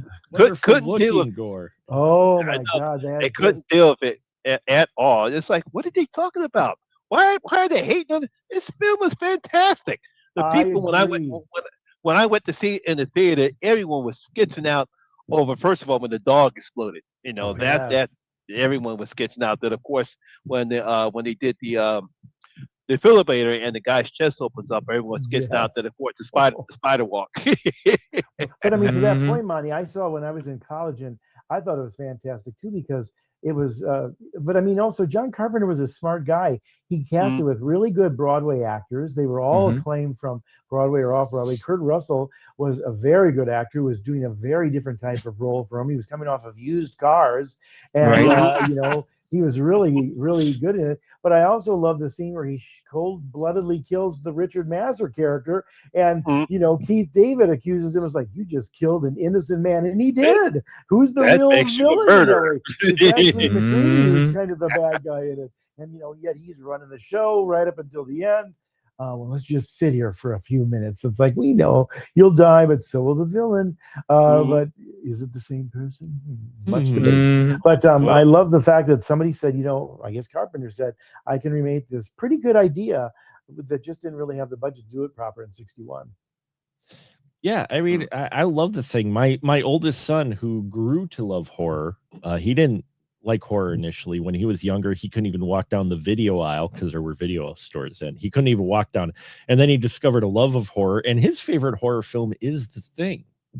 And I was like, that made this horror fan cry. This dad, he's like, oh, my son, thank you. And then of course we have the prequel. Was it 2011? Called The Thing. Yeah, they called it. Which I mean, it was okay, but that was definitely not needed. No, not necessarily. I get the idea why, because they want to tell it from the Norwegian side, and everything was fine. But then the studio wanted to change up from the practical effects to use CGI effects, and that ruined the whole movie. Yeah. It's funny too. I think sometimes sequels and prequels and reboots, as we were looking at this, they show parts of the story that I think are best left in our own imaginations. You don't really have to visualize this. I mean, I love the fact that this dog is running, and you want to like the dog because it's a husky dog, and we don't want to see animals get killed in horror, and they often do. And yet these people are shooting at it from a helicopter. It's like, what the hell's going on here? And it's like, to have to go back and explain all that. It's like, well, that took some of the bloom off that rose, as well as like, what is going on here? And these people weren't prepared for it, and they sort of thwarted the thing. They thought they were doing a good thing, but they didn't. I love that. I think there's not enough horror and not enough sci-fi where there's like these truly large forces against people who aren't stupid. They just wouldn't have any clue to know what questions to ask. Like, I always complain when victims act stupid in horror movies, like, people are disappearing from your party here in Friday the 13th, and you're down to 5 people. But, let's continue to go our separate ways. And where's Kimberly? What are you thinking? But here it's like, these guys are just scientists. They're all tired, and they've all got beards, and they're all a little grumpy and at each other's throats, and they don't know what the heck's going on. And then, I mean, like David Clenny would go, you've got to be kidding me, when these things are crawling on the floor and everything like that. It's both like shocking and just ridiculous to them, but it's really funny when they were all tied together and they start trying to get away from the one that is exposed as the thing. That was in the Petri dish. That was fantastic. No, The Thing is a fantastic film, and it didn't need a prequel. And I think, and that goes back to studios wanting to milk something that was very popular, trying to pull it. And I mean, prepare yourself, folks. If you thought you had the Pooniverse, which is the worst description, where you had public domain creatures. That's right. That's what it's called, the Pooniverse. because it's Mhm. Winnie Oh, the Pooh. It that- started out with it's blood. it's actually called the Twisted Childhood Universe. Oh, is that what Okay. they called it? Sounds They nicer on literally. paper. I have seen posters, Monty, where they initially called it the Pooh. Yeah, they Oh. some call, but the actual title is called the Twisted Childhood Universe, the Okay. TCU. Okay, so that's what they're TCU. calling it now. I That's not think what they Al- originally I think- called it, Monty. That Ma- I got Ma- posters. But Mark, I think Al Goldstein might have actually copyrighted the Poohverse decades ago. but you're gonna get even more of these reboots, remakes, these public Mhm. domain stuff. You Wait till know, Superman and Batman get there in about 8 Oh. years. you know. Hey, look, Mhm. I actually now keep in mind I actually saw Hungry a couple weeks Oh, yeah, ago. the Oh, the Hippo. hippo one. Oh, Yeah, how was the it? Hippo one. It was actually pretty good. It was Yeah. actually pretty good. It nothing new, outstanding, No, cliche creature feature. character. Template works. Yeah. Yeah, no, cliche characters, Sure. But I actually thought they did a pretty good job. The hippos look realistic, so I give them credit for that. But the practical effects, so yeah, it was pretty good. Cool. Yeah, I was a bit surprised. I wasn't expecting much, but yeah, But I had to educate people because people don't think that hippos are very gentle creatures. I had to educate them. Tell them, no, hippos, you don't want Kill to more know. people than sharks. Yeah. Yeah, There's a reason why Hippos are- crocodiles don't mess with hippos. All right, Yeah. No. Crocodiles avoid hippos. No, because put it this way, a full-grown male hippo has no natural predators outside of man. Yeah. Mhm. Yeah, Dun, dun, it's- I'm sure that well, was the script in the beginning of the movie, like the anaconda regurgitates Ah. its prey, and yeah. I'm sure. Let's not forget about the killer sperm whale movie we got coming out. So, Oh my god, I saw the trailer for that today with the Odyssey because I went to a good old fashioned public screening, and was it Whale Fall? yeah, whale Yeah, fall. whale fall. Ridiculous. Whale fall. That looks so bad. Not so bad that I'm like, oh, I gotta see that, but it just looked like nah. As soon as you take off I'm your mask in the digestive system looking- of whale, you're gone. Come on. I'm the first- looking at this. I'm looking at the movie, and I'm trying to see it. Why is he getting swallowed by a whale? And then it's not that the whale swallowed him. It's that the whale was trying to eat the octopus. The octopus Yeah, grabbed sure. But yeah, come on. Hmm. Yeah, I know. Cool trailer because it is just that action sequence of oh shit, I'm getting bit by a whale, and not like hey guys, let's go to the beach today, I want to do some whales. It's not a get to know you cutesy trailer. It's a holy crap, here it comes trailer, and not a bad trailer, but dumb premise. So yeah, I don't know. I was waiting for it to be like Jonah. I was waiting for some. Well, do biblical you remember bullshit to come Orca? out there. Orca? Oh, that yeah. came out Yeah. Oh after yeah, Jaws? yeah, I've got the And, soundtrack to it. Yeah. yeah. There's Orca. Yeah, that 'cause- came out. Was that before Jaws? It was I I after. think it was. I think gotta it was be a couple. It had to be after Jaws. Yeah. Yeah. Was it after? It had to be I after mean, Jaws. Richard 'cause I- Harris 'cause was I- Richard Harris. he was in I'm the waiting one- for yeah. bluegill. Just so we can some Well, shit, then they had Piranha. And, Yep. right. Well, know. piranhas can kill you. I get it. But, Well, but I mean, they all wanted these creatures of the deep, Mhm. Right. Yeah. Yeah. Yeah. Nurse Shark. That's that one too. No, just right. Northern Pike. kidding. Northern Pike. That's for you in the cheddar curtain over. Guppy. Musky. Yeah, Guppy. There you go. The killer. I Actually, think there's a the- killer goldfish movie actually. probably. I hope not. No, I think there is. I think that it's Listen, an you Asian- horror mavens, there is, of course, the Night of the Lepus, where Oh. they turn an adorable Oh, little yeah. bunnies into giant creatures of, like lettuce was just the beginning. giant If you rabbits. You want to see the terrible effects of trying to create rabbits to make them look frightening. And everything was in slow motion, like they'd have I like know, yeah. They filmed rabbits in slow motion on some train, just- model train set. just That so makes them bad. seem so I mean, Oh, put it this way: yes. as bad as Birdemic was with the Birdemic. Oh god. yeah, Birdemic, yeah, the Night of the Lepus. It's like, come on, at least Food of the Gods was better than believable than that. Yeah. Of course, that was a sequel. I mean, horror is famous for sequels and reboots and remakes, but Yeah. seeing it with other properties Hey, Ian. nowadays is What's up, Ian? kind of crazy. Hey, Ian, how you doing? Ian Simmons has joined us. I am Yeah. very tired and I've got my cough back thanks to this Oh, lovely okay. Canadian wildfire weather. Yeah, the wildfire weather Yeah. is down by you. I want guys, to too. thank you for spraying that wildfire stuff down in here in Pennsylvania. Oh, terrible you day guys to got it there Made it to too. you, yeah. Yeah, we we've got got. it there. It's not comforting when you see the map and it says very unhealthy, and you're in that region of smoke up Mhm. here in the north. Oof. Mhm. And Yeah. you can Well, that was tell, based on the too. weather. I thought that was just my map personally attacking me. Glad you cleared that up. Thanks. But no, that's a good one. Don, getting back to your pick was Island of Yeah. Dr. Moreau to be rebooted. I could see that. That would be handy for sure. So Yeah. glad you joined us. Monty, you got one? Ian, I got one. we'll go to Monty's and then we'll get to Ian. So Ian, Monty, You what bet. do you got for your film you wouldn't mind seeing rebooted or remade? One of my favorite horror films from the 70s, and that is The Car. I would love to see a remake of The Car and then have it Ooh. modernized.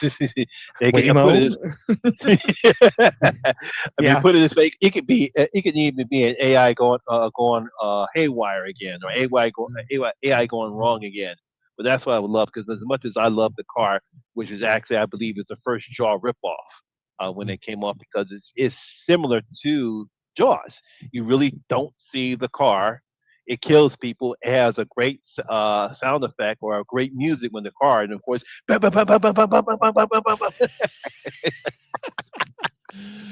just love the horn. But yeah, definitely would love to see a remake of the car. Oh wow, I haven't thought about that film in a long time. Yeah. Mhm. Wow, that's a What you was could the do AI gone amok with yeah. it.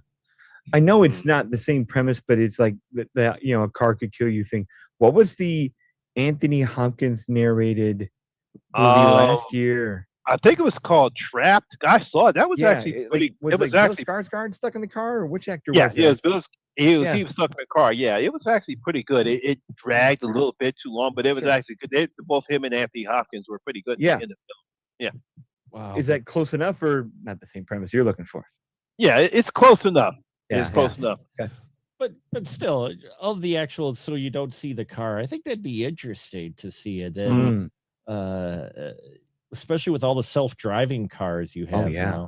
now. Which Like I said, leads me Waymo. to, I wouldn't be against a Maximum Overdrive remake then. If we're going the car, Lamont, to go along your vein, I share similar with you. I think there's potential for, and as much as we're doing AI amok, as in robots and humans and Megan, and now they got Soulmate coming out. Give me devices that actually go awry, like actual, not human and not anthropomorphic bullshit. Give me devices that we rely on go amok. But I'm loving the car. Jeff, Air what do you fryer. what do you think of the car remake? Yeah, I remember that movie, and it had a really Tony cast, considering it doesn't seem like it when you hear the description of it. But yeah, I mean, I think that kind of stuff, especially knowing that, that's the other thing that I think there's a truth to the right then. And there's, outside of a mode of transportation, a car is something that can kill you. It can kill the driver, it can kill a passenger, even going at 20 miles an hour, as we've seen all of those sort of warning videos and films in school. So yeah, I mean, I think there's an inherent danger in that. And I think in the world of AI and electronics and our over reliance on everything, them, for whatever reason, maybe don't explain it. It's all like the whole grid is just sort of malfunctioned, and what we are relying upon, that simple microwave seemed like nothing more than heating up your Jimmy Dean breakfast, and yet it's now going to get you with gamma radiation and blind you. Go to school, Billy. You're 8 and you're blind. Well, that's an interesting idea. Like if the appliances just turned on people, because I mean, that's, from my understanding, that's why they've got all that shielding in microwaves, is that cannot get out of containment.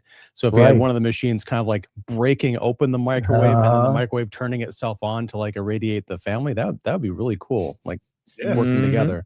Yeah. A whole I mean, it's like the birds. They never explain why the birds are doing what they are, It's, Yeah. and The mystery's better so the mystery is just like, who knows it, but somehow we probably have it coming for something we've done, And I think that's actually part of the issue I have. And I've had this discussion with my son, who's 26 now. Oof. 26 now. But I've had the discussion with him because he's of the newer generation, of film watchers, the 20 somethings. And I asked him, I'm like, do you really need an explanation of why everything happens in a film nowadays? Because and we've had discussions about it, because I'm like, it feels like that. It's like any new horror film or whatever comes out, they try to have to give you an explanation of, well, this is why it is the way it is. Prequel to the thing, we're overdoing it even with whole movies, do a prequel.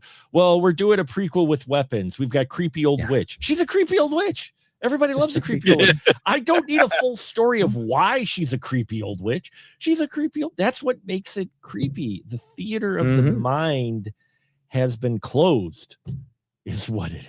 Well, I mean, that's the thing, though. It's slightly different because, like, particularly in horror movies, they've always done that. Most horror movies that we know and love explain what's going on. The key is they don't spend an entire movie doing it. Right. I mean, you get to the end of Friday the 13th and you get Mrs. Voorhees' speech about what happened to her son, and that drove her crazy. Nightmare on Elm Street, it's the conversation between Nancy and Mom in the boiler room. And it's like, it's like, the thing is, pretty self-evident. But yeah, I think the issue is when you get into the remake territory and they feel like they've got to do something new. So you've got, Michael Bay producing those Platinum Dunes remakes that we all know and love, of like Texas Chainsaw Massacre, the origins of how many times are they going to explain the origins of that family? So yeah, I don't have a problem with people explaining stuff in horror movies, especially if you can go the other way and say, we're not going to explain it, but instead of doing it in a way that suggests there is great thought and intentional mystery behind what's going on, it's just sloppiness. Like in the beginning of everyone's favorite movie, Obsession, the whole thing with the cat getting into the childproof bottle of pills at the beginning is the inciting incident. That's never explained. And I don't think that's a minor oversight. When I ask people about that, they're like, oh yeah, that is kind of dumb. Like, what happened there? I'm like, exactly. No, I picked that up quickly because the minute I was like, well, damn, how did the cat get? Damn, that guy's terrible.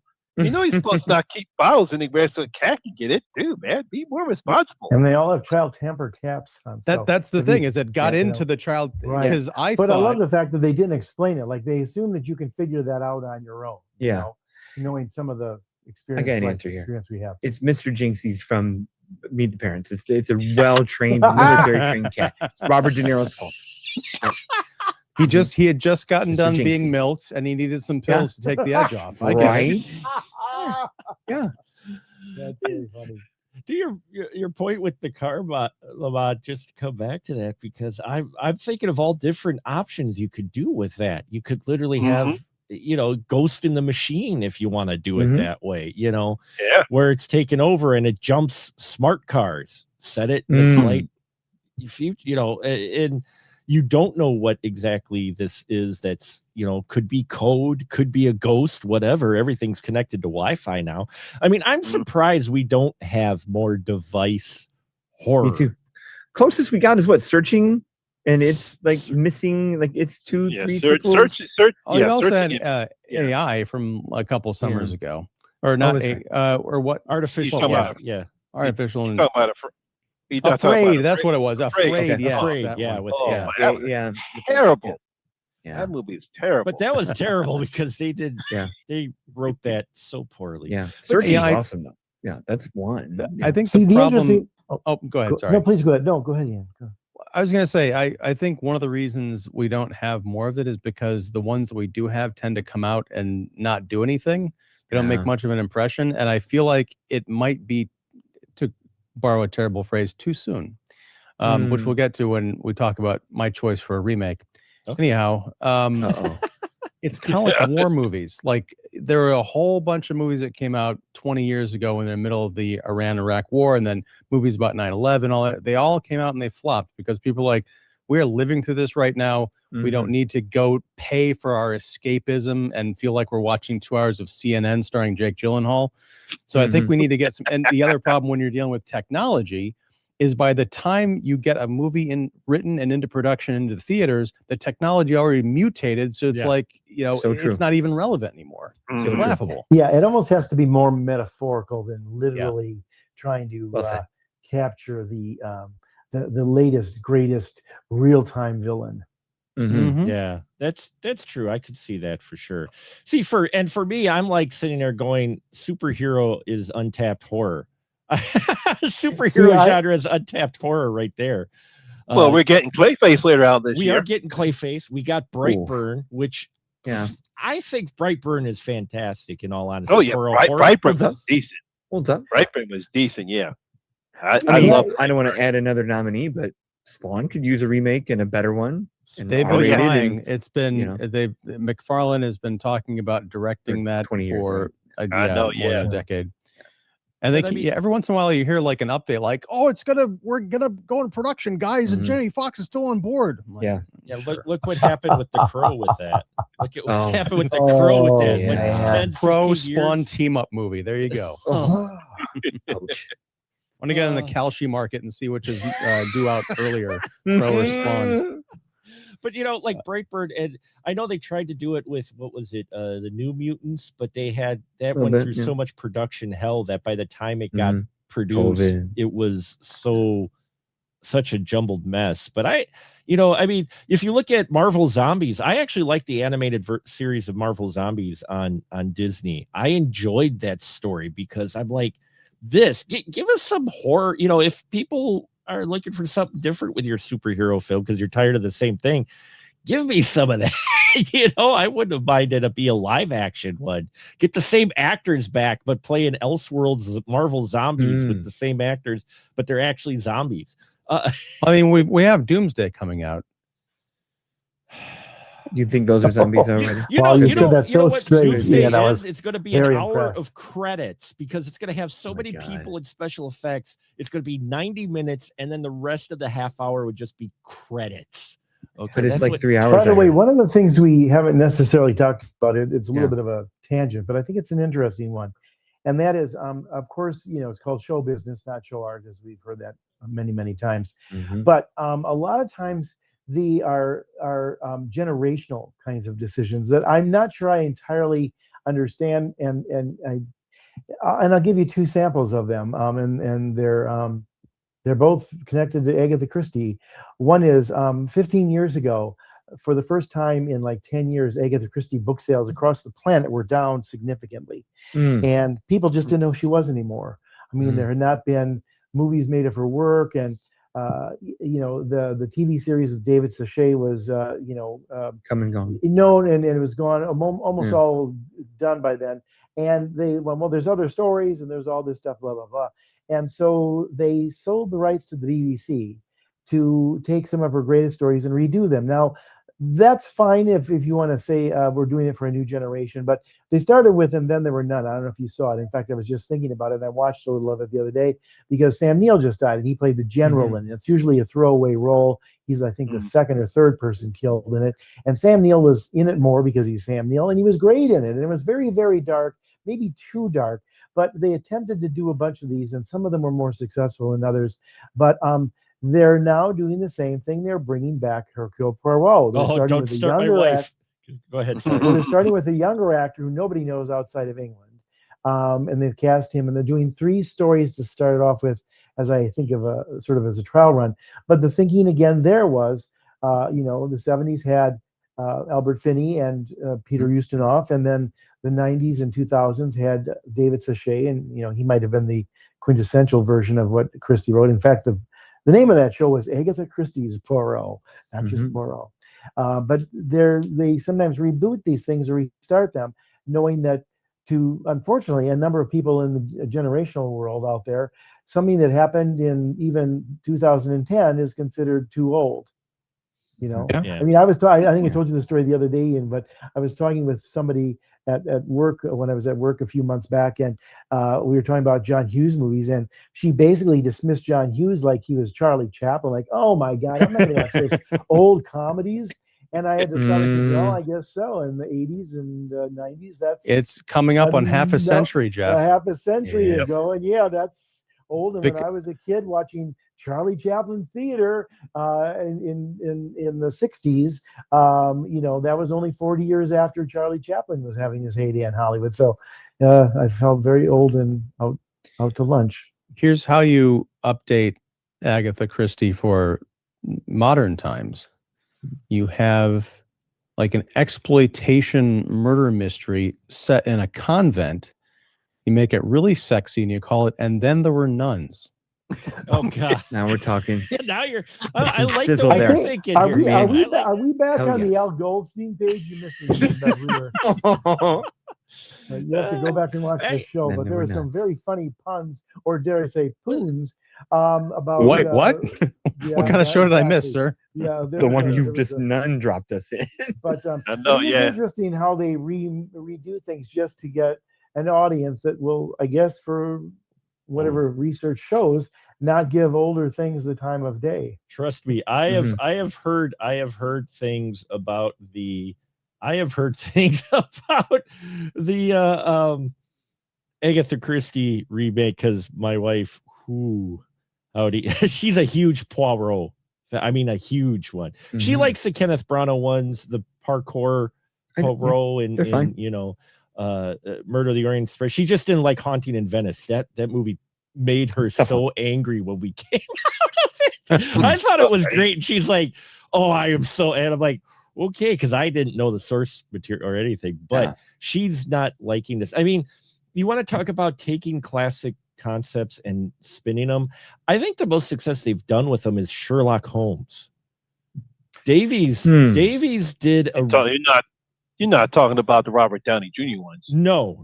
I'm talking about the BBC. It's not a movie; it's a TV show. But the Cumberbatch. Yeah, I know. Yeah, I figure you were talking about. Yeah, talking about him, I'm not talking about those with. Yeah. Well, you Guy had the Ritchie's, the Jeremy Brett version from the 80s, and I think he did a decade almost those, which were really loyal to the books and incredibly well produced.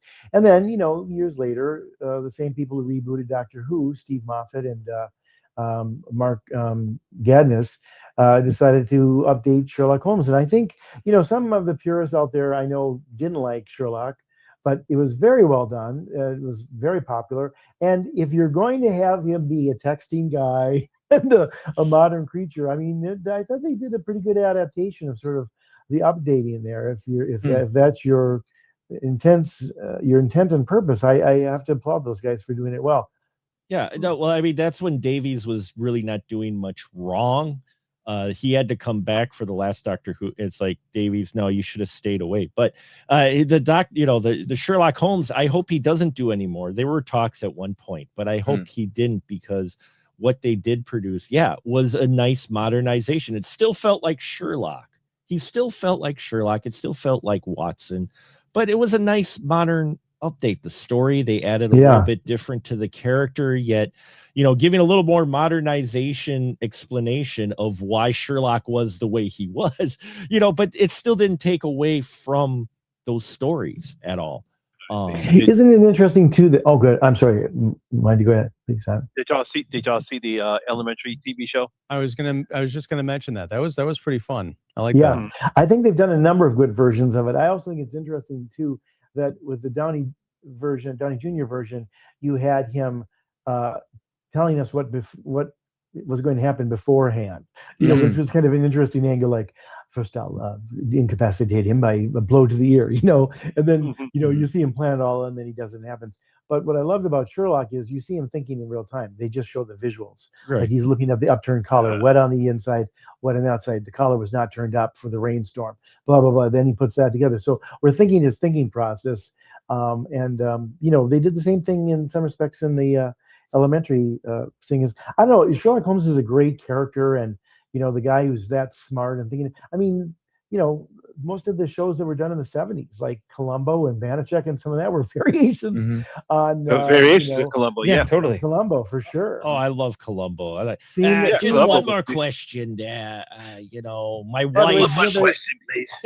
They went through the studios. I think there were 8 of them back in those days. They went through the studio. William Levinson and Richard Link went through the studio system 3 times to try to sell them that, and each time they said, "Why would you show the murderer doing it? And why?" And they said, "Well, this is a how done it, and can Columbo figure out who done it?" But see, the brilliance of that too is that we then became interested in Columbo's solution of it, but we also were sort of complicit because we were there with that murderer when he did his thing. So we were interested in a little more sympathetic towards him, maybe not getting caught. Dramatic irony is good when you use it They right. had trouble selling the studios that until finally they took it to NBC and they said, "Okay, you've had a track record, you've worn us down. We'll let you do a pilot." Well, it's the whole Alfred Hitchcock thing of, sure, you can show the explosion, but if you show the bomb before the explosion and then have the conversation, it builds more tension. Here with Columbo, the villain, it's like, how are they going to catch him? And so now you're invested. You're like, how are they? And then if they miss a clue, you're like, oh, but he's right there. He's right there. Yeah. And suddenly you're smarter than the smart detective. Yeah, but the thing I like about Elementary was the fact that I think that was the first time they had a female play Dr. Watson. Yes, that's right. Lucy Liu. She was his sponsor. I know. Yeah, I can imagine just hearing the nitwits and rage haters going crazy now if it came out now. Oh yeah, that's no. That if it had been a period piece, then you would have heard some outrage. Yeah, that's true. With it being modern, it doesn't bug them as much. A lot of those same folks really dug Elementary. Yeah, yeah, surprisingly. And Ian, what was your choice? Oh, here we go. Well, it's funny that we were talking about that. My choice is The Odyssey. Here we go. Next Wednesday. I want Christopher Nolan to remake The Odyssey with a script that was written by someone who has read and understands the actual text and that he cannot deviate from. That's what I want. Wow. Okay. Yeah. So you're saying technical Marvel complete dud of a story. So you're just saying I should just watch I just watch Oh Brother, Where Art Thou again? So wow, you could. Yeah. Well, I mean, no, here's the thing. Oh Brother, Where Art Thou is the Coen brothers announcing that they're going to be reinterpreting a classic story through the element of the 1920s. If Nolan had said, and I won't, I'm going to talk about this next week. So if Nolan had said, if he'd called the movie Odysseus, or if he had done the thing they did a few months ago with Emerald Fennell and just put quotes around the Odyssey like they did with Wuthering Heights, this is all bullshit. I get it. Now I can get on the wavelength. Then I don't think it would have been as upsetting. No. But as someone who has read and loved both of those books and those works, and is, it's presumptuous because by rewriting it, you're saying, I am better. I know better than the person who wrote the foundational text of Western literature, and he just doesn't. That's the tricky knife edge with dramatic license and creative license, where you're getting, no matter what you're remaking, rebooting, or adapting, to go with the theme of the show, you're at the mercy of the creator and what their chops are. In this case, we're talking about Nolan and what how he wants to do it, what he wants to put his stamp on, his stylings, his penchants, his picadillos, whatever you want to call it. He's got them. Every filmmaker does. Like, we can probably sit here and talk about reboots and remakes done by, if it was just done by this person instead of this person, because of whatever their creative tendencies that maybe lend themselves more to a certain way we expect a certain property to be done. Like, I'm sitting here talking about Island of Dr. Moreau, where, and Lamont agreed with me, like, put that in Robert Eggers' hands instead of John Frankenheimer's hands, and get Marlon Brando and Val Kilmer out of there, and you see a difference. Like, it's not so much the material that needs to spin, it's the creator doing it that needs to spin. And that's a slippery slope, and a challenge with any of these is like, nothing fits in 2 hours, and everything is going to be at the mercy of the creator who thinks they can do it. I know. I mean, take a look. What Mike Flanagan's doing, he is doing the Carrie remake, in the TV series. Right. He's got his own version of The Exorcist coming out. Yeah. And everyone's looking forward to that, because after what David Gordon Green did with his particular version of The Exorcist, and everyone wants to get rid of that one, and it's like everyone's looking forward because everyone knows how great Mike Flanagan is. So that not everyone does. But it's funny you Mhm. say that because it's I think it's interesting. Again, we're talking about the theme of this show, but like he did such a good job. I grant you, it was a reboot, the Haunting of Hill House, and then he did a couple other things that were sort of based on other stuff. I wonder what Flanagan would do with something really new if he was given the kind of budget and kind of autonomy that he was given on those projects to make them smarter versions of it, like the Haunting of Hell House or the Vincent Price. I always forget the name of it. It's House the on Haunted Haunting Hill. House House on on Haunted Haunted Hill. Hill. Yeah. The House on Yeah. Haunted Hill. It's cheesy, but it's also very effective in many respects. And Mhm. because of its time period, we can laugh at that skeleton kind of slowly walking towards. It's like, Yeah, did you yeah, not yeah. see the strings? Come on. Yeah. It's not that dark of a room, but up until then, a lot of it was pretty effective. But there's ways to update these things and do them better, and I think Flanagan did that with that concept. But yeah, it's. I don't know if I need to. I'm going to give reserve judgment, and I don't want to sound like that guy who's like, I'm already writing the review and I haven't seen a frame. But I don't know if Carrie needed to be retold, but it's been retold on Broadway. It's been retold Right. a couple times. Are there other horror stories? Are there short horror stories that are in those volumes every year that I talk about that are just waiting to be turned into movies and shows that nobody's doing that would be novel for everybody? Well, And I do mean novel. let me ask this question about Carrie. I've seen a couple of stills or like scrolled past websites that had stills.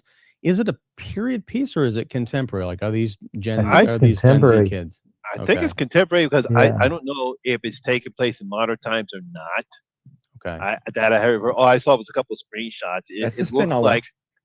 It looks pretty contemporary to me because she doesn't even look like she's that unusual, Mhm. But I could be wrong. I will see. Yeah, I'm curious about it, but it's not surprising because I mean it's Stephen King is basically Marvel at this point. They're just gonna keep going back to that well. It's all about branding and not Mhm. really content, or Yeah. quality of content. That's our I mean, fear come that on. we were talking about before you got here. Is like Mm. we can think about things that can get remade and rebooted, but it's all happening in the same machine of money. And like you said, IP, like we're in that laziness and creative bankruptcy era that we're all It's people fearing who here. don't know. It's people who don't know. You have people in Yeah. the C-suite who just don't know. Why does Wolverine appear in every X-Men movie? Because that's the Mhm. only X-Men character those people know. Yeah. You're gonna have Yeah. Hugh Jackman in it, right? Oh, of course, Yeah. of course, of course. Till he's 90. But if you say, I know, yeah, because there's 50 because X-Men that have never been in a movie, really? it's like this. I had to actually tell people. I said this is based on the comic book Days of Future Past. He's barely in it. It's not just his story. It's the Exactly. X Men story. It's Kitty But Pryde's unfortunately, story, and she's barely in it. Mhm. I know, yeah, and she's not even in the movie. Actually, no, she is in No. the movie, but she's not the But main. she's barely in it, Monty. Yeah, She's, yeah, I yeah. know, yeah, that's right, yeah. she's behind the two different Magnetos and two different Professor X's. Mhm. Well, I mean, my preference is not necessarily remakes; it's re-release. Mm. And I'm not talking about, Okay. oh, you can go see Fathom Events, 2-night only screening. I'm talking about Mhm. the studios that are sitting on these gold mines of beloved properties. Mhm. You could take a risk with just a few $1 million and just say, you know what, James Gunn, we appreciate your service. Well, not really, because you're losing us almost $1 billion. But we're going to take a fraction of what we paid you and re-release the 78 Superman. And we're going to put this amazing marketing and publicity push behind it to make people think that they're seeing something great and new, that they have to go see this because it's a movie going event. And I'm just curious about what would happen with that. Like, can you make Yeah. something like Casablanca cool without remaking it? Just Ooh, put it good out there question. and say, Mhm. this is, it's a movie about fighting fascism, because that's like Sure. the big buzzword right now. Go see, Yeah. one of the great movie romances of all time. There are smart enough people. There are people who can sell us the garbage that we're paying to see right now in the multiplex because they make it attractive enough. Mhm. It passes some kind of sniff test. They could do that with older stuff. They can make it cool. It's Worked. a great question. Well, because it's actually you're actually onto something that I think is a very fundamental question about generations. And I know that every generation thinks that the next generation is the laziest, stupidest, blah blah blahest.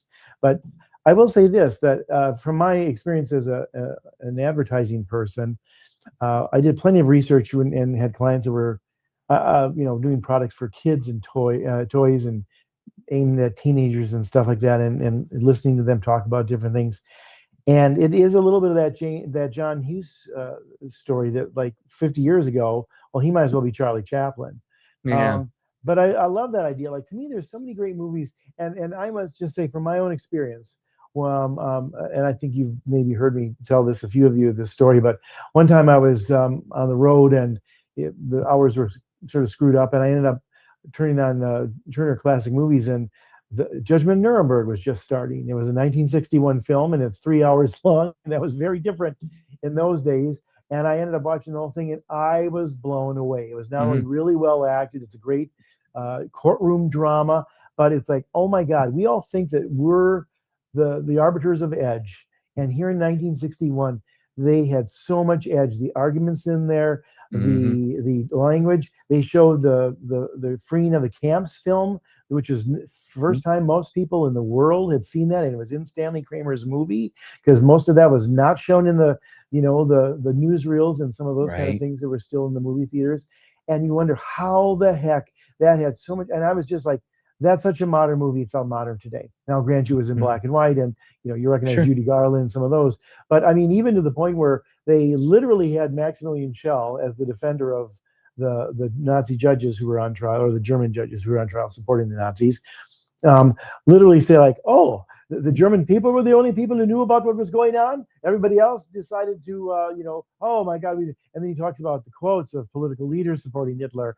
And this was made in 1939, and this kind of stuff, and all these different people and stuff like that. And it's fascinating because, like, well, that's all true. And they were willing to say that in 61. And we think, well, we only know the truth tellers and the whistleblowers today.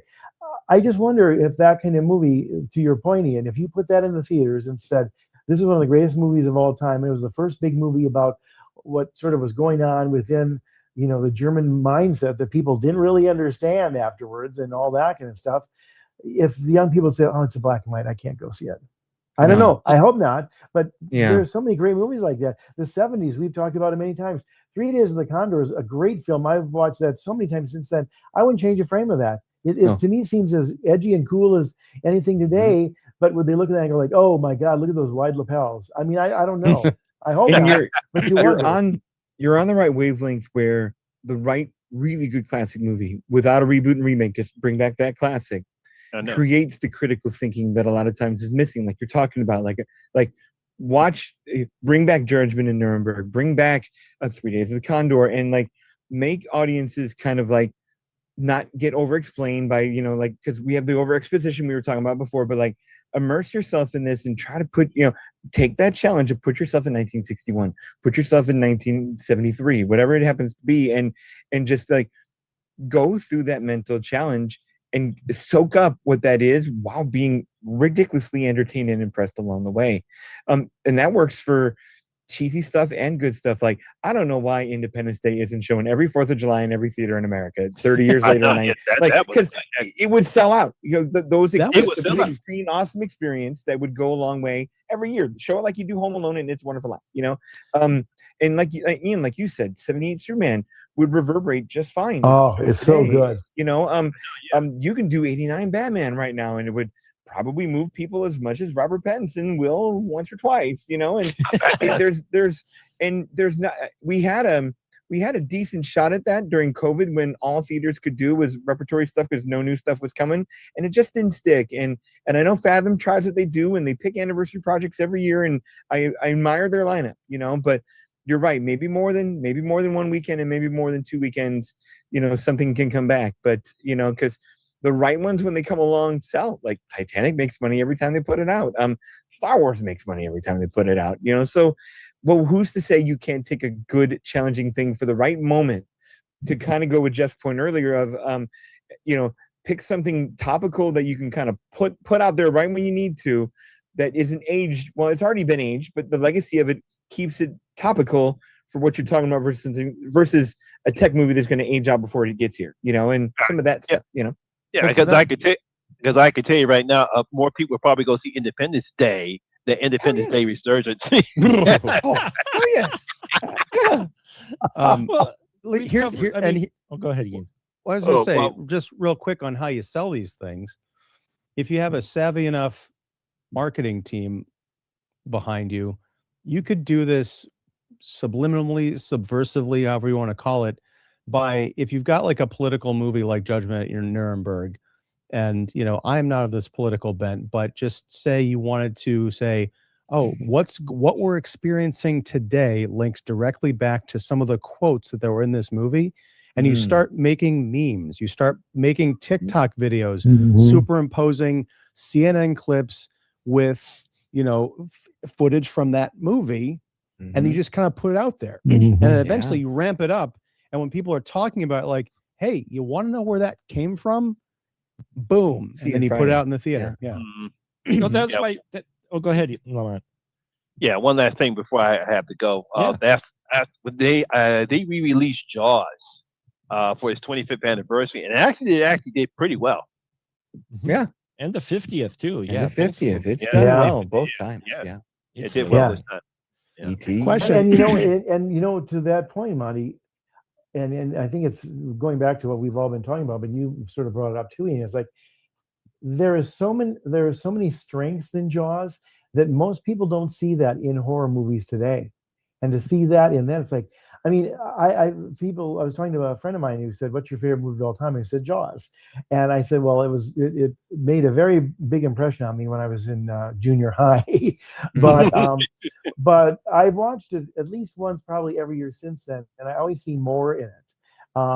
And what's kind of captivated me the last 2 or 3 times I've seen it, maybe because I've gone through all the other stuff, like how did Robert Shaw not get an Oscar nomination for that movie?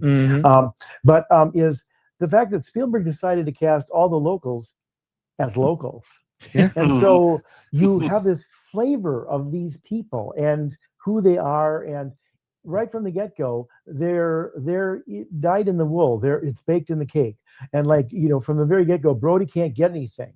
Like he goes like, I'll take care of those signs. I told you I'd type that up. Oh, I'll do it for you, Chief. It's like they're killing it with kindness, but they're also like, you're the outsider. We've been here for 30 years. I know where this gets filed and stuff like that. I mean, I love even the fact that he gets on that ferry, and at first he's got the mayor, up in his face. And then by the end, he's got 5 council members around him. And suddenly he doesn't look so tough, but they're all locals, except for Murray Hamilton. And they just give it this flavor, and it seems very real. And by the time you get to the 3 of them on the boat for the second half of the movie, where it's really just them, we buy it because we've bought them in this world that has been so well created with these regular people as cast in the roles, and that's where Spielberg, it's just like in it took a documentary filmmaker to ground us in the realities of brain scans and MRIs at the beginning of Exorcist, to then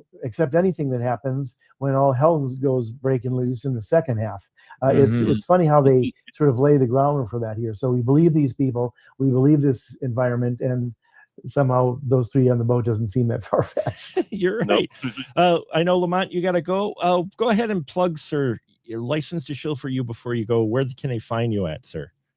They can find me on YouTube, the Horror Miser Monty G, or youtube.com/TheRocko863 or Horror Miser Monty G. You'll see my channel on there. Right now, I have my review of Evil Dead Burn is up, and my ranking of Evil Dead, all the Evil Dead films. Those are up on my channel right now. And I actually did a little side piece on the real reason why Supergirl failed at the box office. Yeah, I watched that. That was interesting. That was definitely interesting. So, well, thank you, Lamont, so much for being part of our 600th episode. I hope you have a great evening, and appreciate you, sir. Thank you so much. And of course, as always, gentlemen, always remember horror rules. Thank you, sir. Take care. All right. Have a great night. Good night now. But, Thank you.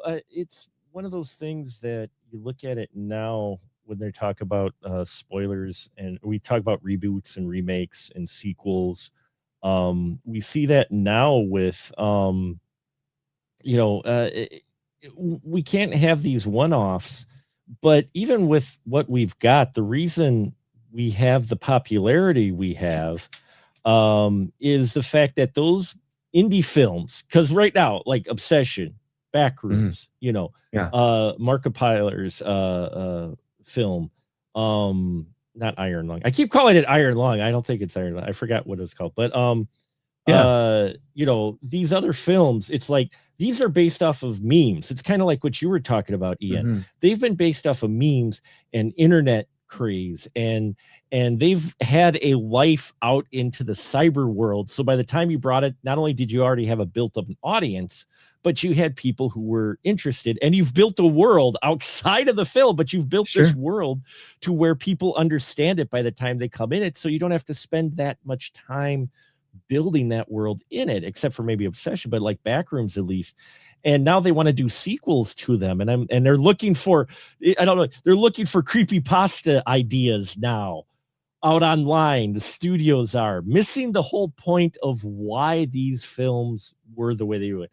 You know, I went to see the circus film, the animated circus film, and you know, that was the final episode of the series, and I was in a packed house. Granted, I could have been the dad to everybody in the audience, but still, they packed the house. Words going through my head, theater's dead or whatnot, and I'm looking around going, this is an episode of a web series being shown, but it had built an audience. So, you know, and it was original, and it's interesting. And I think studios have forgotten how to build up things, even original or new stuff, to be the hype. And so when it fails, then they go, oh, well, this makes money, we're just going to go back to this well again. Yeah. Because the thing that they make original, they're so not confident about. They don't want to put the actual effort that they put into with Toy Story 5, or like you said, Ian, the Odyssey. I personally would rather see Jason and the Argonauts remade, you know, or remastered, 4K remaster of Jason and the Argonauts. Yeah, Ray Harryhausen release that in the theaters. I mean, come on, those effects in that for when they came out, and even now, yeah, they look a little, but they're still physical stop motion effects. I would love to see that on the big screen. I would say, here, take my money. You know. Well, and also, well, you know, one of the things. Oh, good. Just real quick, I was going to say one of the things you could do to popularize these classics is to give them their own collectible popcorn bucket and, you know, drink toppers and stuff. But imagine like the Harryhausen inspired drink toppers, you know, like those little sculpted guys up there. Yeah. Yeah. Sorry, Jeff, go ahead. Skeletons. No, I was going to say one of the things too that I think they don't make enough of when they talk about the idea of the cinematic experience is, yeah, you know, if it's new and fresh, they'll come and see it. Horror and comedy play well with audiences, so you're, you know, a collective group laughing and screaming. But also sometimes I think scale is so important for that. Like the first time I saw North by Northwest, I saw it at a Revival House, and it was a big screen, a one-off. And it's a very clever scene on television, but it's a scary as hell clever scene to watch Cary Grant getting chased by the crop duster, or when they're crawling all over Mount Rushmore at the end. It's like, it feels like they're on Mount Rushmore because it's so big and you're getting this sense of scale. That's the thing is, I mean, I think this big screen thing is undersold. You know, a lot of times the bigness of stuff. I'll give you one last example of it. In 1963, Stanley Kramer, who, you know, must have needed some sort of elixir after doing Judgment in Nuremberg, went completely the other way and made a almost 3-hour comedy extravaganza called "It's a Mad, Mad, Mad, Mad World." Yeah. And most of us have seen that. It's very funny. It's maybe a little too long and some of it's dated, but it launched the Cinerama Dome, which I'm sure you saw, Don, when you were just in Hollywood. It's this big screen that's not only wide, but it curves a little bit around you. And I can only imagine being there. That movie got such good reviews at the time, by and large, and was a humongous hit. It played at the Cinerama Dome for a year. Was scale. You know, we watch it on TV, and oh, that's funny. Buddy Hackett and Mickey Rooney are in the cockpit of, and Jim Backus is drunk and knocked out, and they don't know how to fly the plane. That's a stunt plane that is doing all that. You know, buzzing the tower, and you know, these guys, you know, almost having near misses with cars and everything like that. And you see that on the big scale, and it's like, it's not only funny, but it's like, it's impressive. Like, these people are really, you know, everything shrunks. I mean, you can't appreciate a movie. You can watch it and like it, and I think the script and the performances probably come through on a computer, but sometimes scale and, you know, I mean, Lawrence of Arabia, when Omar Sharif is introduced and he comes galloping towards Lawrence, and it's out in the desert and it's half a mile away, and here is the person who's going to help you understand this world coming to you as your conduit. And it's just this incredible introduction of this mythic sort of romantic figure that Sharif was anyway. And it's like, you don't get that when you're watching it on television. Well, that's how they And sold the special editions of Star Wars famously, with that commercial of Right. Oh, that commercial was for amazing. 20 Yeah, right, for 20 years a generation has only Yeah. known Star Wars this way, and then all of a 19-ish sudden the TVs, Star yeah. Destroyer, like, boom. Yeah, Yeah. the X-Wing exactly. comes wah, wah, wah, wah, wah, wah, and smashes Yeah. through the TV, and it's like boom. And for us who grew up with it or watched it when they were 2.5 years old at an impressionable age, but when you watched all the Star Wars in the theaters and you hadn't had that for 20 years, to see that trailer on the big screen again was like, wow, I was that kid again watching it. Thank you, Stuffed Burrito, Jonathan, and Talix for tuning in. They rated us and they popped in. So glad you could join us for our 600th episode, by the way. Appreciate you. But yeah, I mean, we've got that. The problem is, and it's not so much our film goers, it's the filmmakers. They've shot things now for the smaller screen on purpose. Yeah, I mean, they know you're going to end up on a couch, and we likely have 60, 70-inch TVs at home where you can get close, or at least close enough to a big screen experience. I know it's not the same, but it's better than the 19-inch TVs we grew up with, and I get it, but it's still cheating. It's still like lazy. I mean, I remember back when DVD was becoming big and widescreen was suddenly the thing. Remember people say, "Oh, I'm losing the film because you've got the black bars above it," and you're like, "No, you don't remember it because it's been 2 years since that movie came out, and you don't remember what it was like on the actual big or it's screen." been 30. At that scale, right? At that. But I remember them showing cameras of filmmakers, modern filmmakers in the 90s, having the two different outlines on their monitor when they were shooting. And if you notice, like, discussions and people and talking went from being at the edge of the screens, they moved to a third in on either side because they would frame it, they would have it on their display of what it was going to look like when it was on the TV or the VCR versus the screen. And so they shot it for the screen. So all your action happened in this window, but you've got this much screen, but really all the action happens here. And it's sad, it's like that but it's funny how much compromise there is throughout. I mean, when television first came on, movies were square. Yeah. Movies turned into the VistaVision to compete with television. And yet, then in the 70s and 80s, you remember Pan and Scan? Where they would put movies on and like this for what? Yeah. I mean, but for a lot of people, it's like, well, that's good enough. And I think that's sometimes part of the problem with this. I think we've lost a little bit of the eye for what could be and what is known to be better. But if you haven't seen it, maybe you wouldn't know. So that's all the more reason why, to your point, Ian, I think put these movies out there in the big theaters and see what they do. Yeah, it's not going to cost that much. And you guys talk about movies on their anniversaries. It's a perfect thing to lock in with Fandango or the events and all those kind of things and stuff. And maybe surprise, these movies will be very popular. One of the reasons Gone with the Wind is the most, adjusted for inflation, the most popular movie of all time is they released that movie into the theaters well into the 70s. They would bring it back in the theaters. And it's coming back for a 4K. It's coming back for a 4K transfer. And at the height of its popularity, when it first came out in 1939, it would make its way around to most theaters every 3 to 4 weeks. Like maybe not for a full week. Sure. But like, hey, we're bringing Gone with the Wind back. Now everybody got to see it, or maybe you want to see it again. Oh, you want to see it again? Oh, they're lining up. So we'll show that for 2 days at this Milwaukee theater, and then it'll come back in a couple more months. And we got Stuffed Burrito, our good friend Gabe, who's been on the show for a number of episodes. So glad you could join us. He says he had to fight his family to get widescreen VHS copies of movies. Because they thought they were not getting the full picture when you actually were getting the full picture. It's just that you're watching it on a CRT TV that was 4:3 and not widescreen.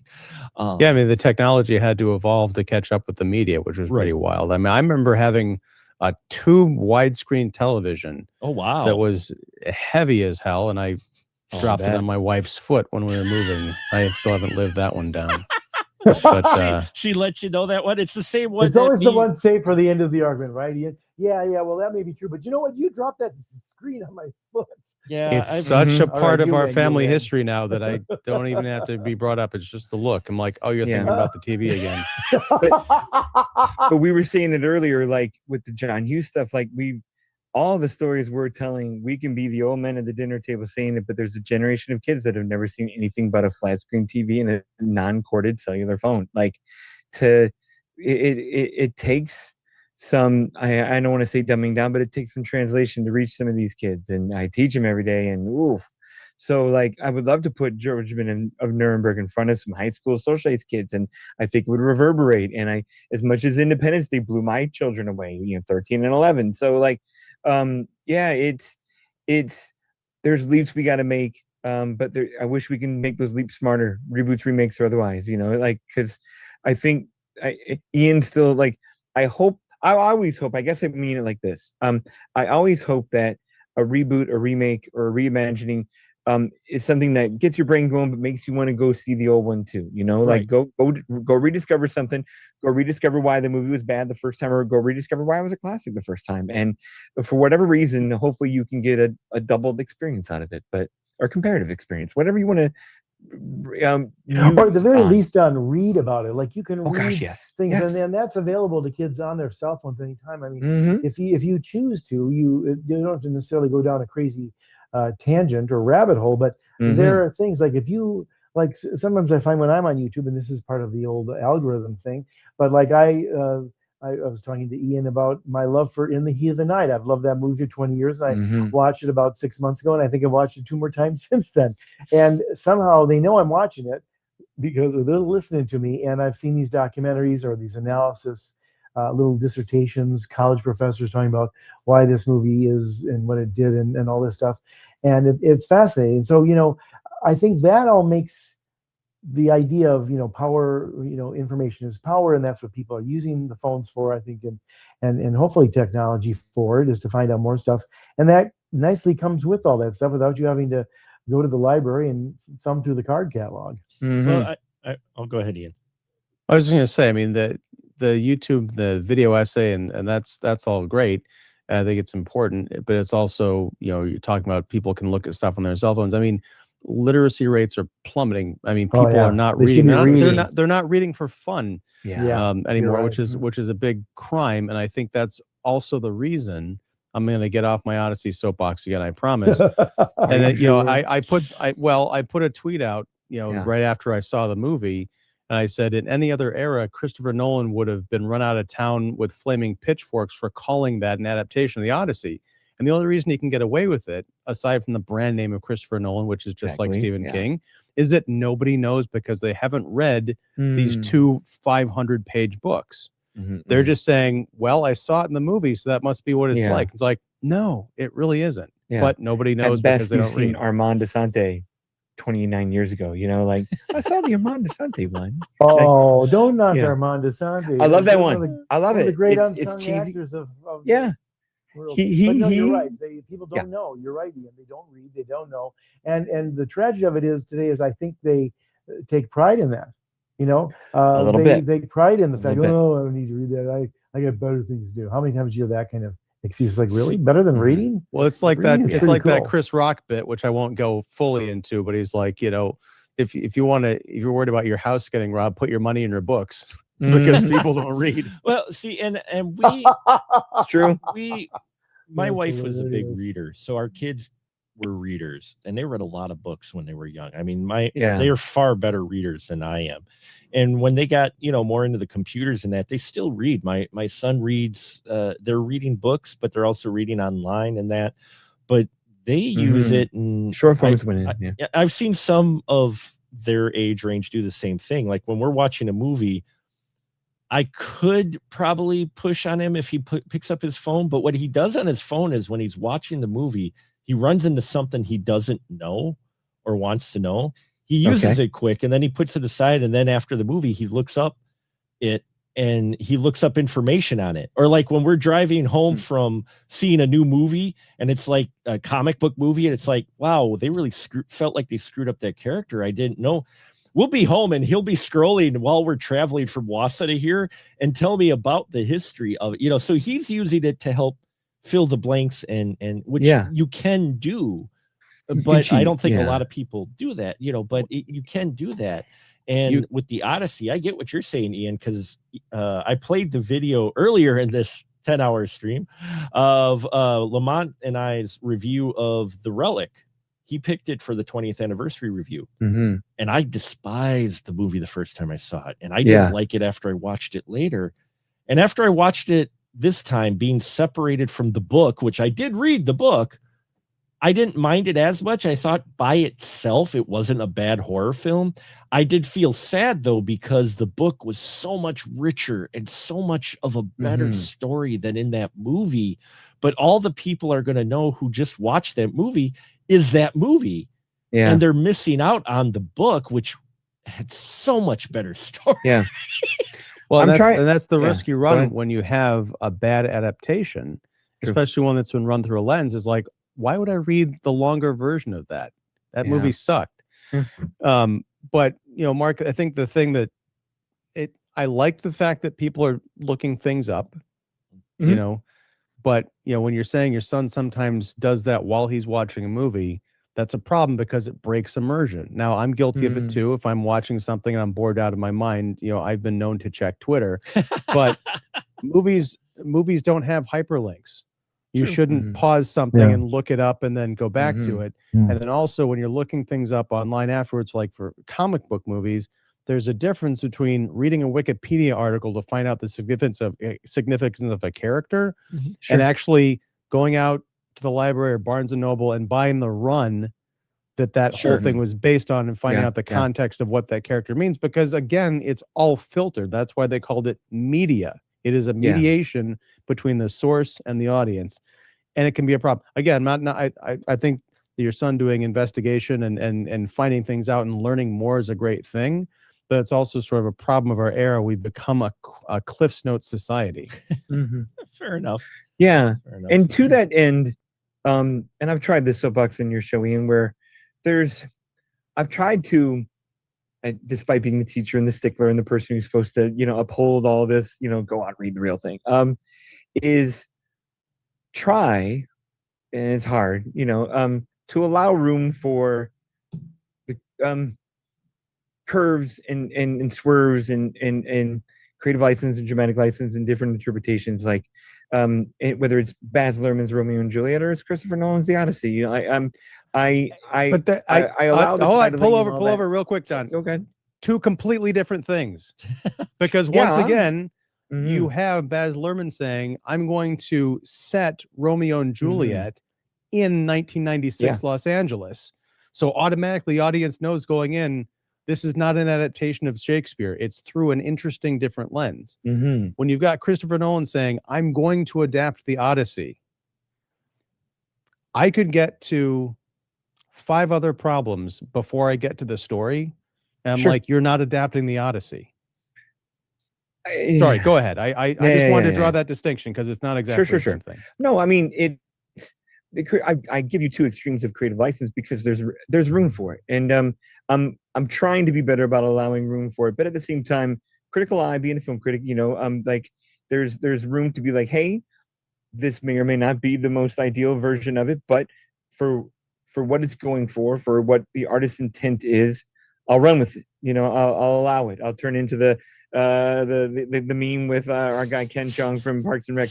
I'll allow it. You know, like I'll let it run, see what happens. You know, and if it's, despite how much shortcutting and cheating there is, like Mark said, if this is if this bastardization, as you're taking it to be, can at least be somebody's door opener somewhere, I'll take it. And yeah, so it's tricky. But so here's the thing, especially with the Odyssey, you're not going to, the number of people who are going to come out of that movie, especially young people, and say, wow, that was a really cool 3-hour movie. I want to read the 1,000 pages that inspired it. It takes a I could it count takes a on special the I person. could count get on the you. fingers of an amputee. Yeah, I know. It takes I a just special want to person. pull over real quick. Thank you for the donation. We got a $13 donation, and I Yeah. appreciate it quite a bit, putting us at $300 for the Streamathon today. Sweet. So thank you very much for that. I appreciate it. Mark, we didn't hear your remake of choice. Oh, my that you dream of. you got to get there. My remake of choice. I kind of alluded to it. While I do love the movie, I would love a remake of Maximum Overdrive. Okay. With our reliance on technology even more now than when that film was made and I don't care. I know Stephen King's disowned it. Other people, he said he wrote it on a cocaine, that should have had its own title, its own credit in the film. I don't care. I love Maximum Overdrive. Okay. It's cheesy. Yes, it's great. I recognize it fully that as far as a cinephile critic, no, it's not a well-made film, but it is a fun movie. And it's an interesting story that I think in the hands of a right person, you could get a very interesting commentary on our reliance on technology with it and make it scary and make it it not so cheesy and maybe redeem the concept of the Maximum Overdrive movie that tends to get overlooked because it's cheesy, King disowned it or whatever. I think there's a lot of great ideas and things in there, and it's very much Stephen King. If you look at the characters and you've read Stephen King, it's got those archetypes that King writes in that movie. Was Maximum Overdrive based on a King short story? Yes, it was based on a King short story, which they did another version of it, but it was like a TV movie that was a little bit more, I guess, close to the source material, but not nearly as well received. Yeah, they did the same thing with The Shining. Which collection was that in? Do you know? I don't think it was a collect. I think it was a standalone. I was it. Like a novella or something? Yeah, it was a novella. I'm not sure if it was in a collection, but it was a novella that he had written.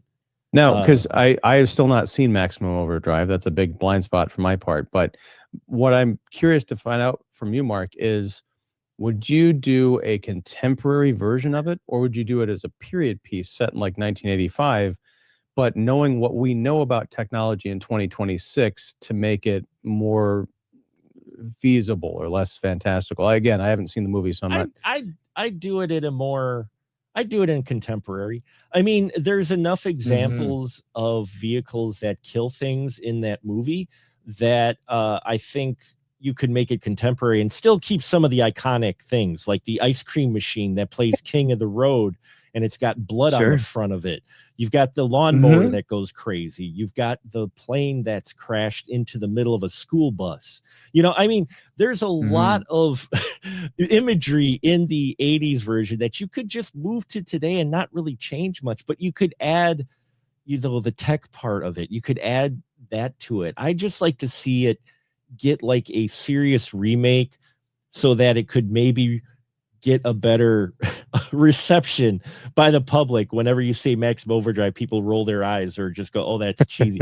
But those who've watched it, or like I did, watched it every day for the 31 days of horror one year. I watched it all 31 days. There is a lot of great stuff in there that could really, if refined a bit, I think could really still apply today. There's Mark, did you use cocaine to get through those 31 days? I did not. No, I did not use cocaine to get through those 31 movies, nor did I use cocaine to get through the 10 hours that we have done of our Streamathon. And I think we're going to wrap it up here tonight. I want to thank you guys all, and Horror Miser, Lamont, and everybody who tuned in for making this a really fun time, this 20th anniversary Streamathon to Streaming to End Alzheimer's. And the 600th episode has been fantastic. And thank you, Jeff, Don, Ian, Lamont, everybody of my Spoiler Room crew over the years who have been at least a part of one, if not more, of our 600 100 episodes that we've been doing, which I never thought was a milestone I would reach. And we aren't going to slow down. We aren't going to stop. We got our Miyazaki episode coming up, which will be Ponyo, which is what we're going to look at next. And so I'm excited to talk about that. And I've picked our theme. Thanks to some fine folks in our last episode. I've picked our theme for I think Jeff may have suggested it. 1999 films. We are going to party like it's 1999 next year. Our special year-long series is going to be looking at films from 1999. I will come up with the list and we will have people vote on it. Now, we've done some films from 1999 in here when I was doing the 52 Degrees of Kevin Bacon, which Ian joined in, and I've trapped him into this shadow zone to where he comes back almost every week.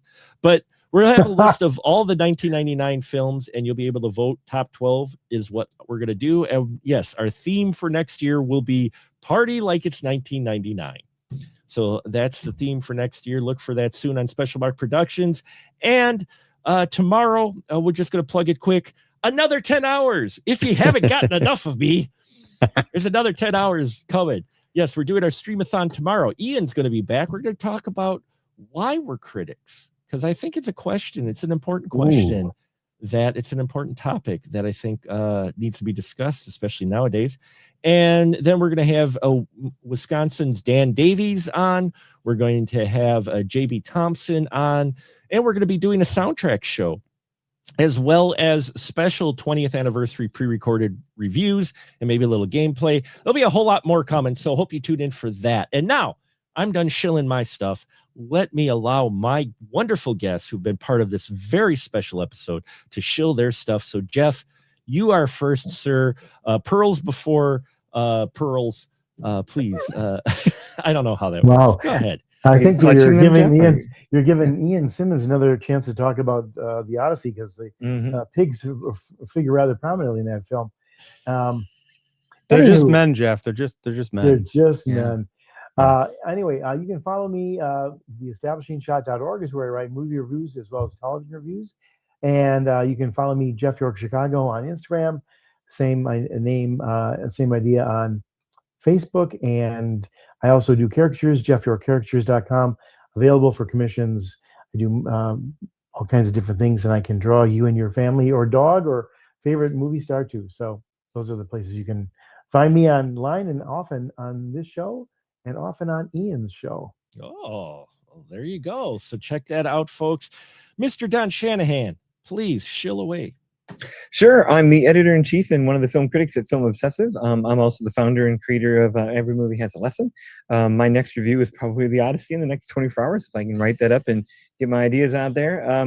I'm also the co-host of the Cinephile History of the podcast. We're working on some episodes about travel. I think our next two episodes are on my podcast partner went to Japan, so we talked about Lost in Translation, and I went to Los Angeles, and we talked about Heat. So we'll have some 2 episodes in that direction. We'll see where we go from there. Other than that, social media-wise, look for Film Obsessive. Every Movie Has a Lesson. Or my handle is Casablanca Don, and anywhere you want to find me, letterbox or otherwise. Fantastic. And Mr. Ian Simmons, bring us home, sir, with your license to show. I'm Ian Simmons. I run Kicking the Seat, which you can find at kickseat.com, and also right here on YouTube, doing weekly live streams and podcasts and interviews and all that good stuff. I'm also here on Mondays and sometimes Sundays and sometimes other random days of the week, depending on when Mark is having a special anniversary or milestone episode. So 20 years on YouTube, 600 episodes, Mark.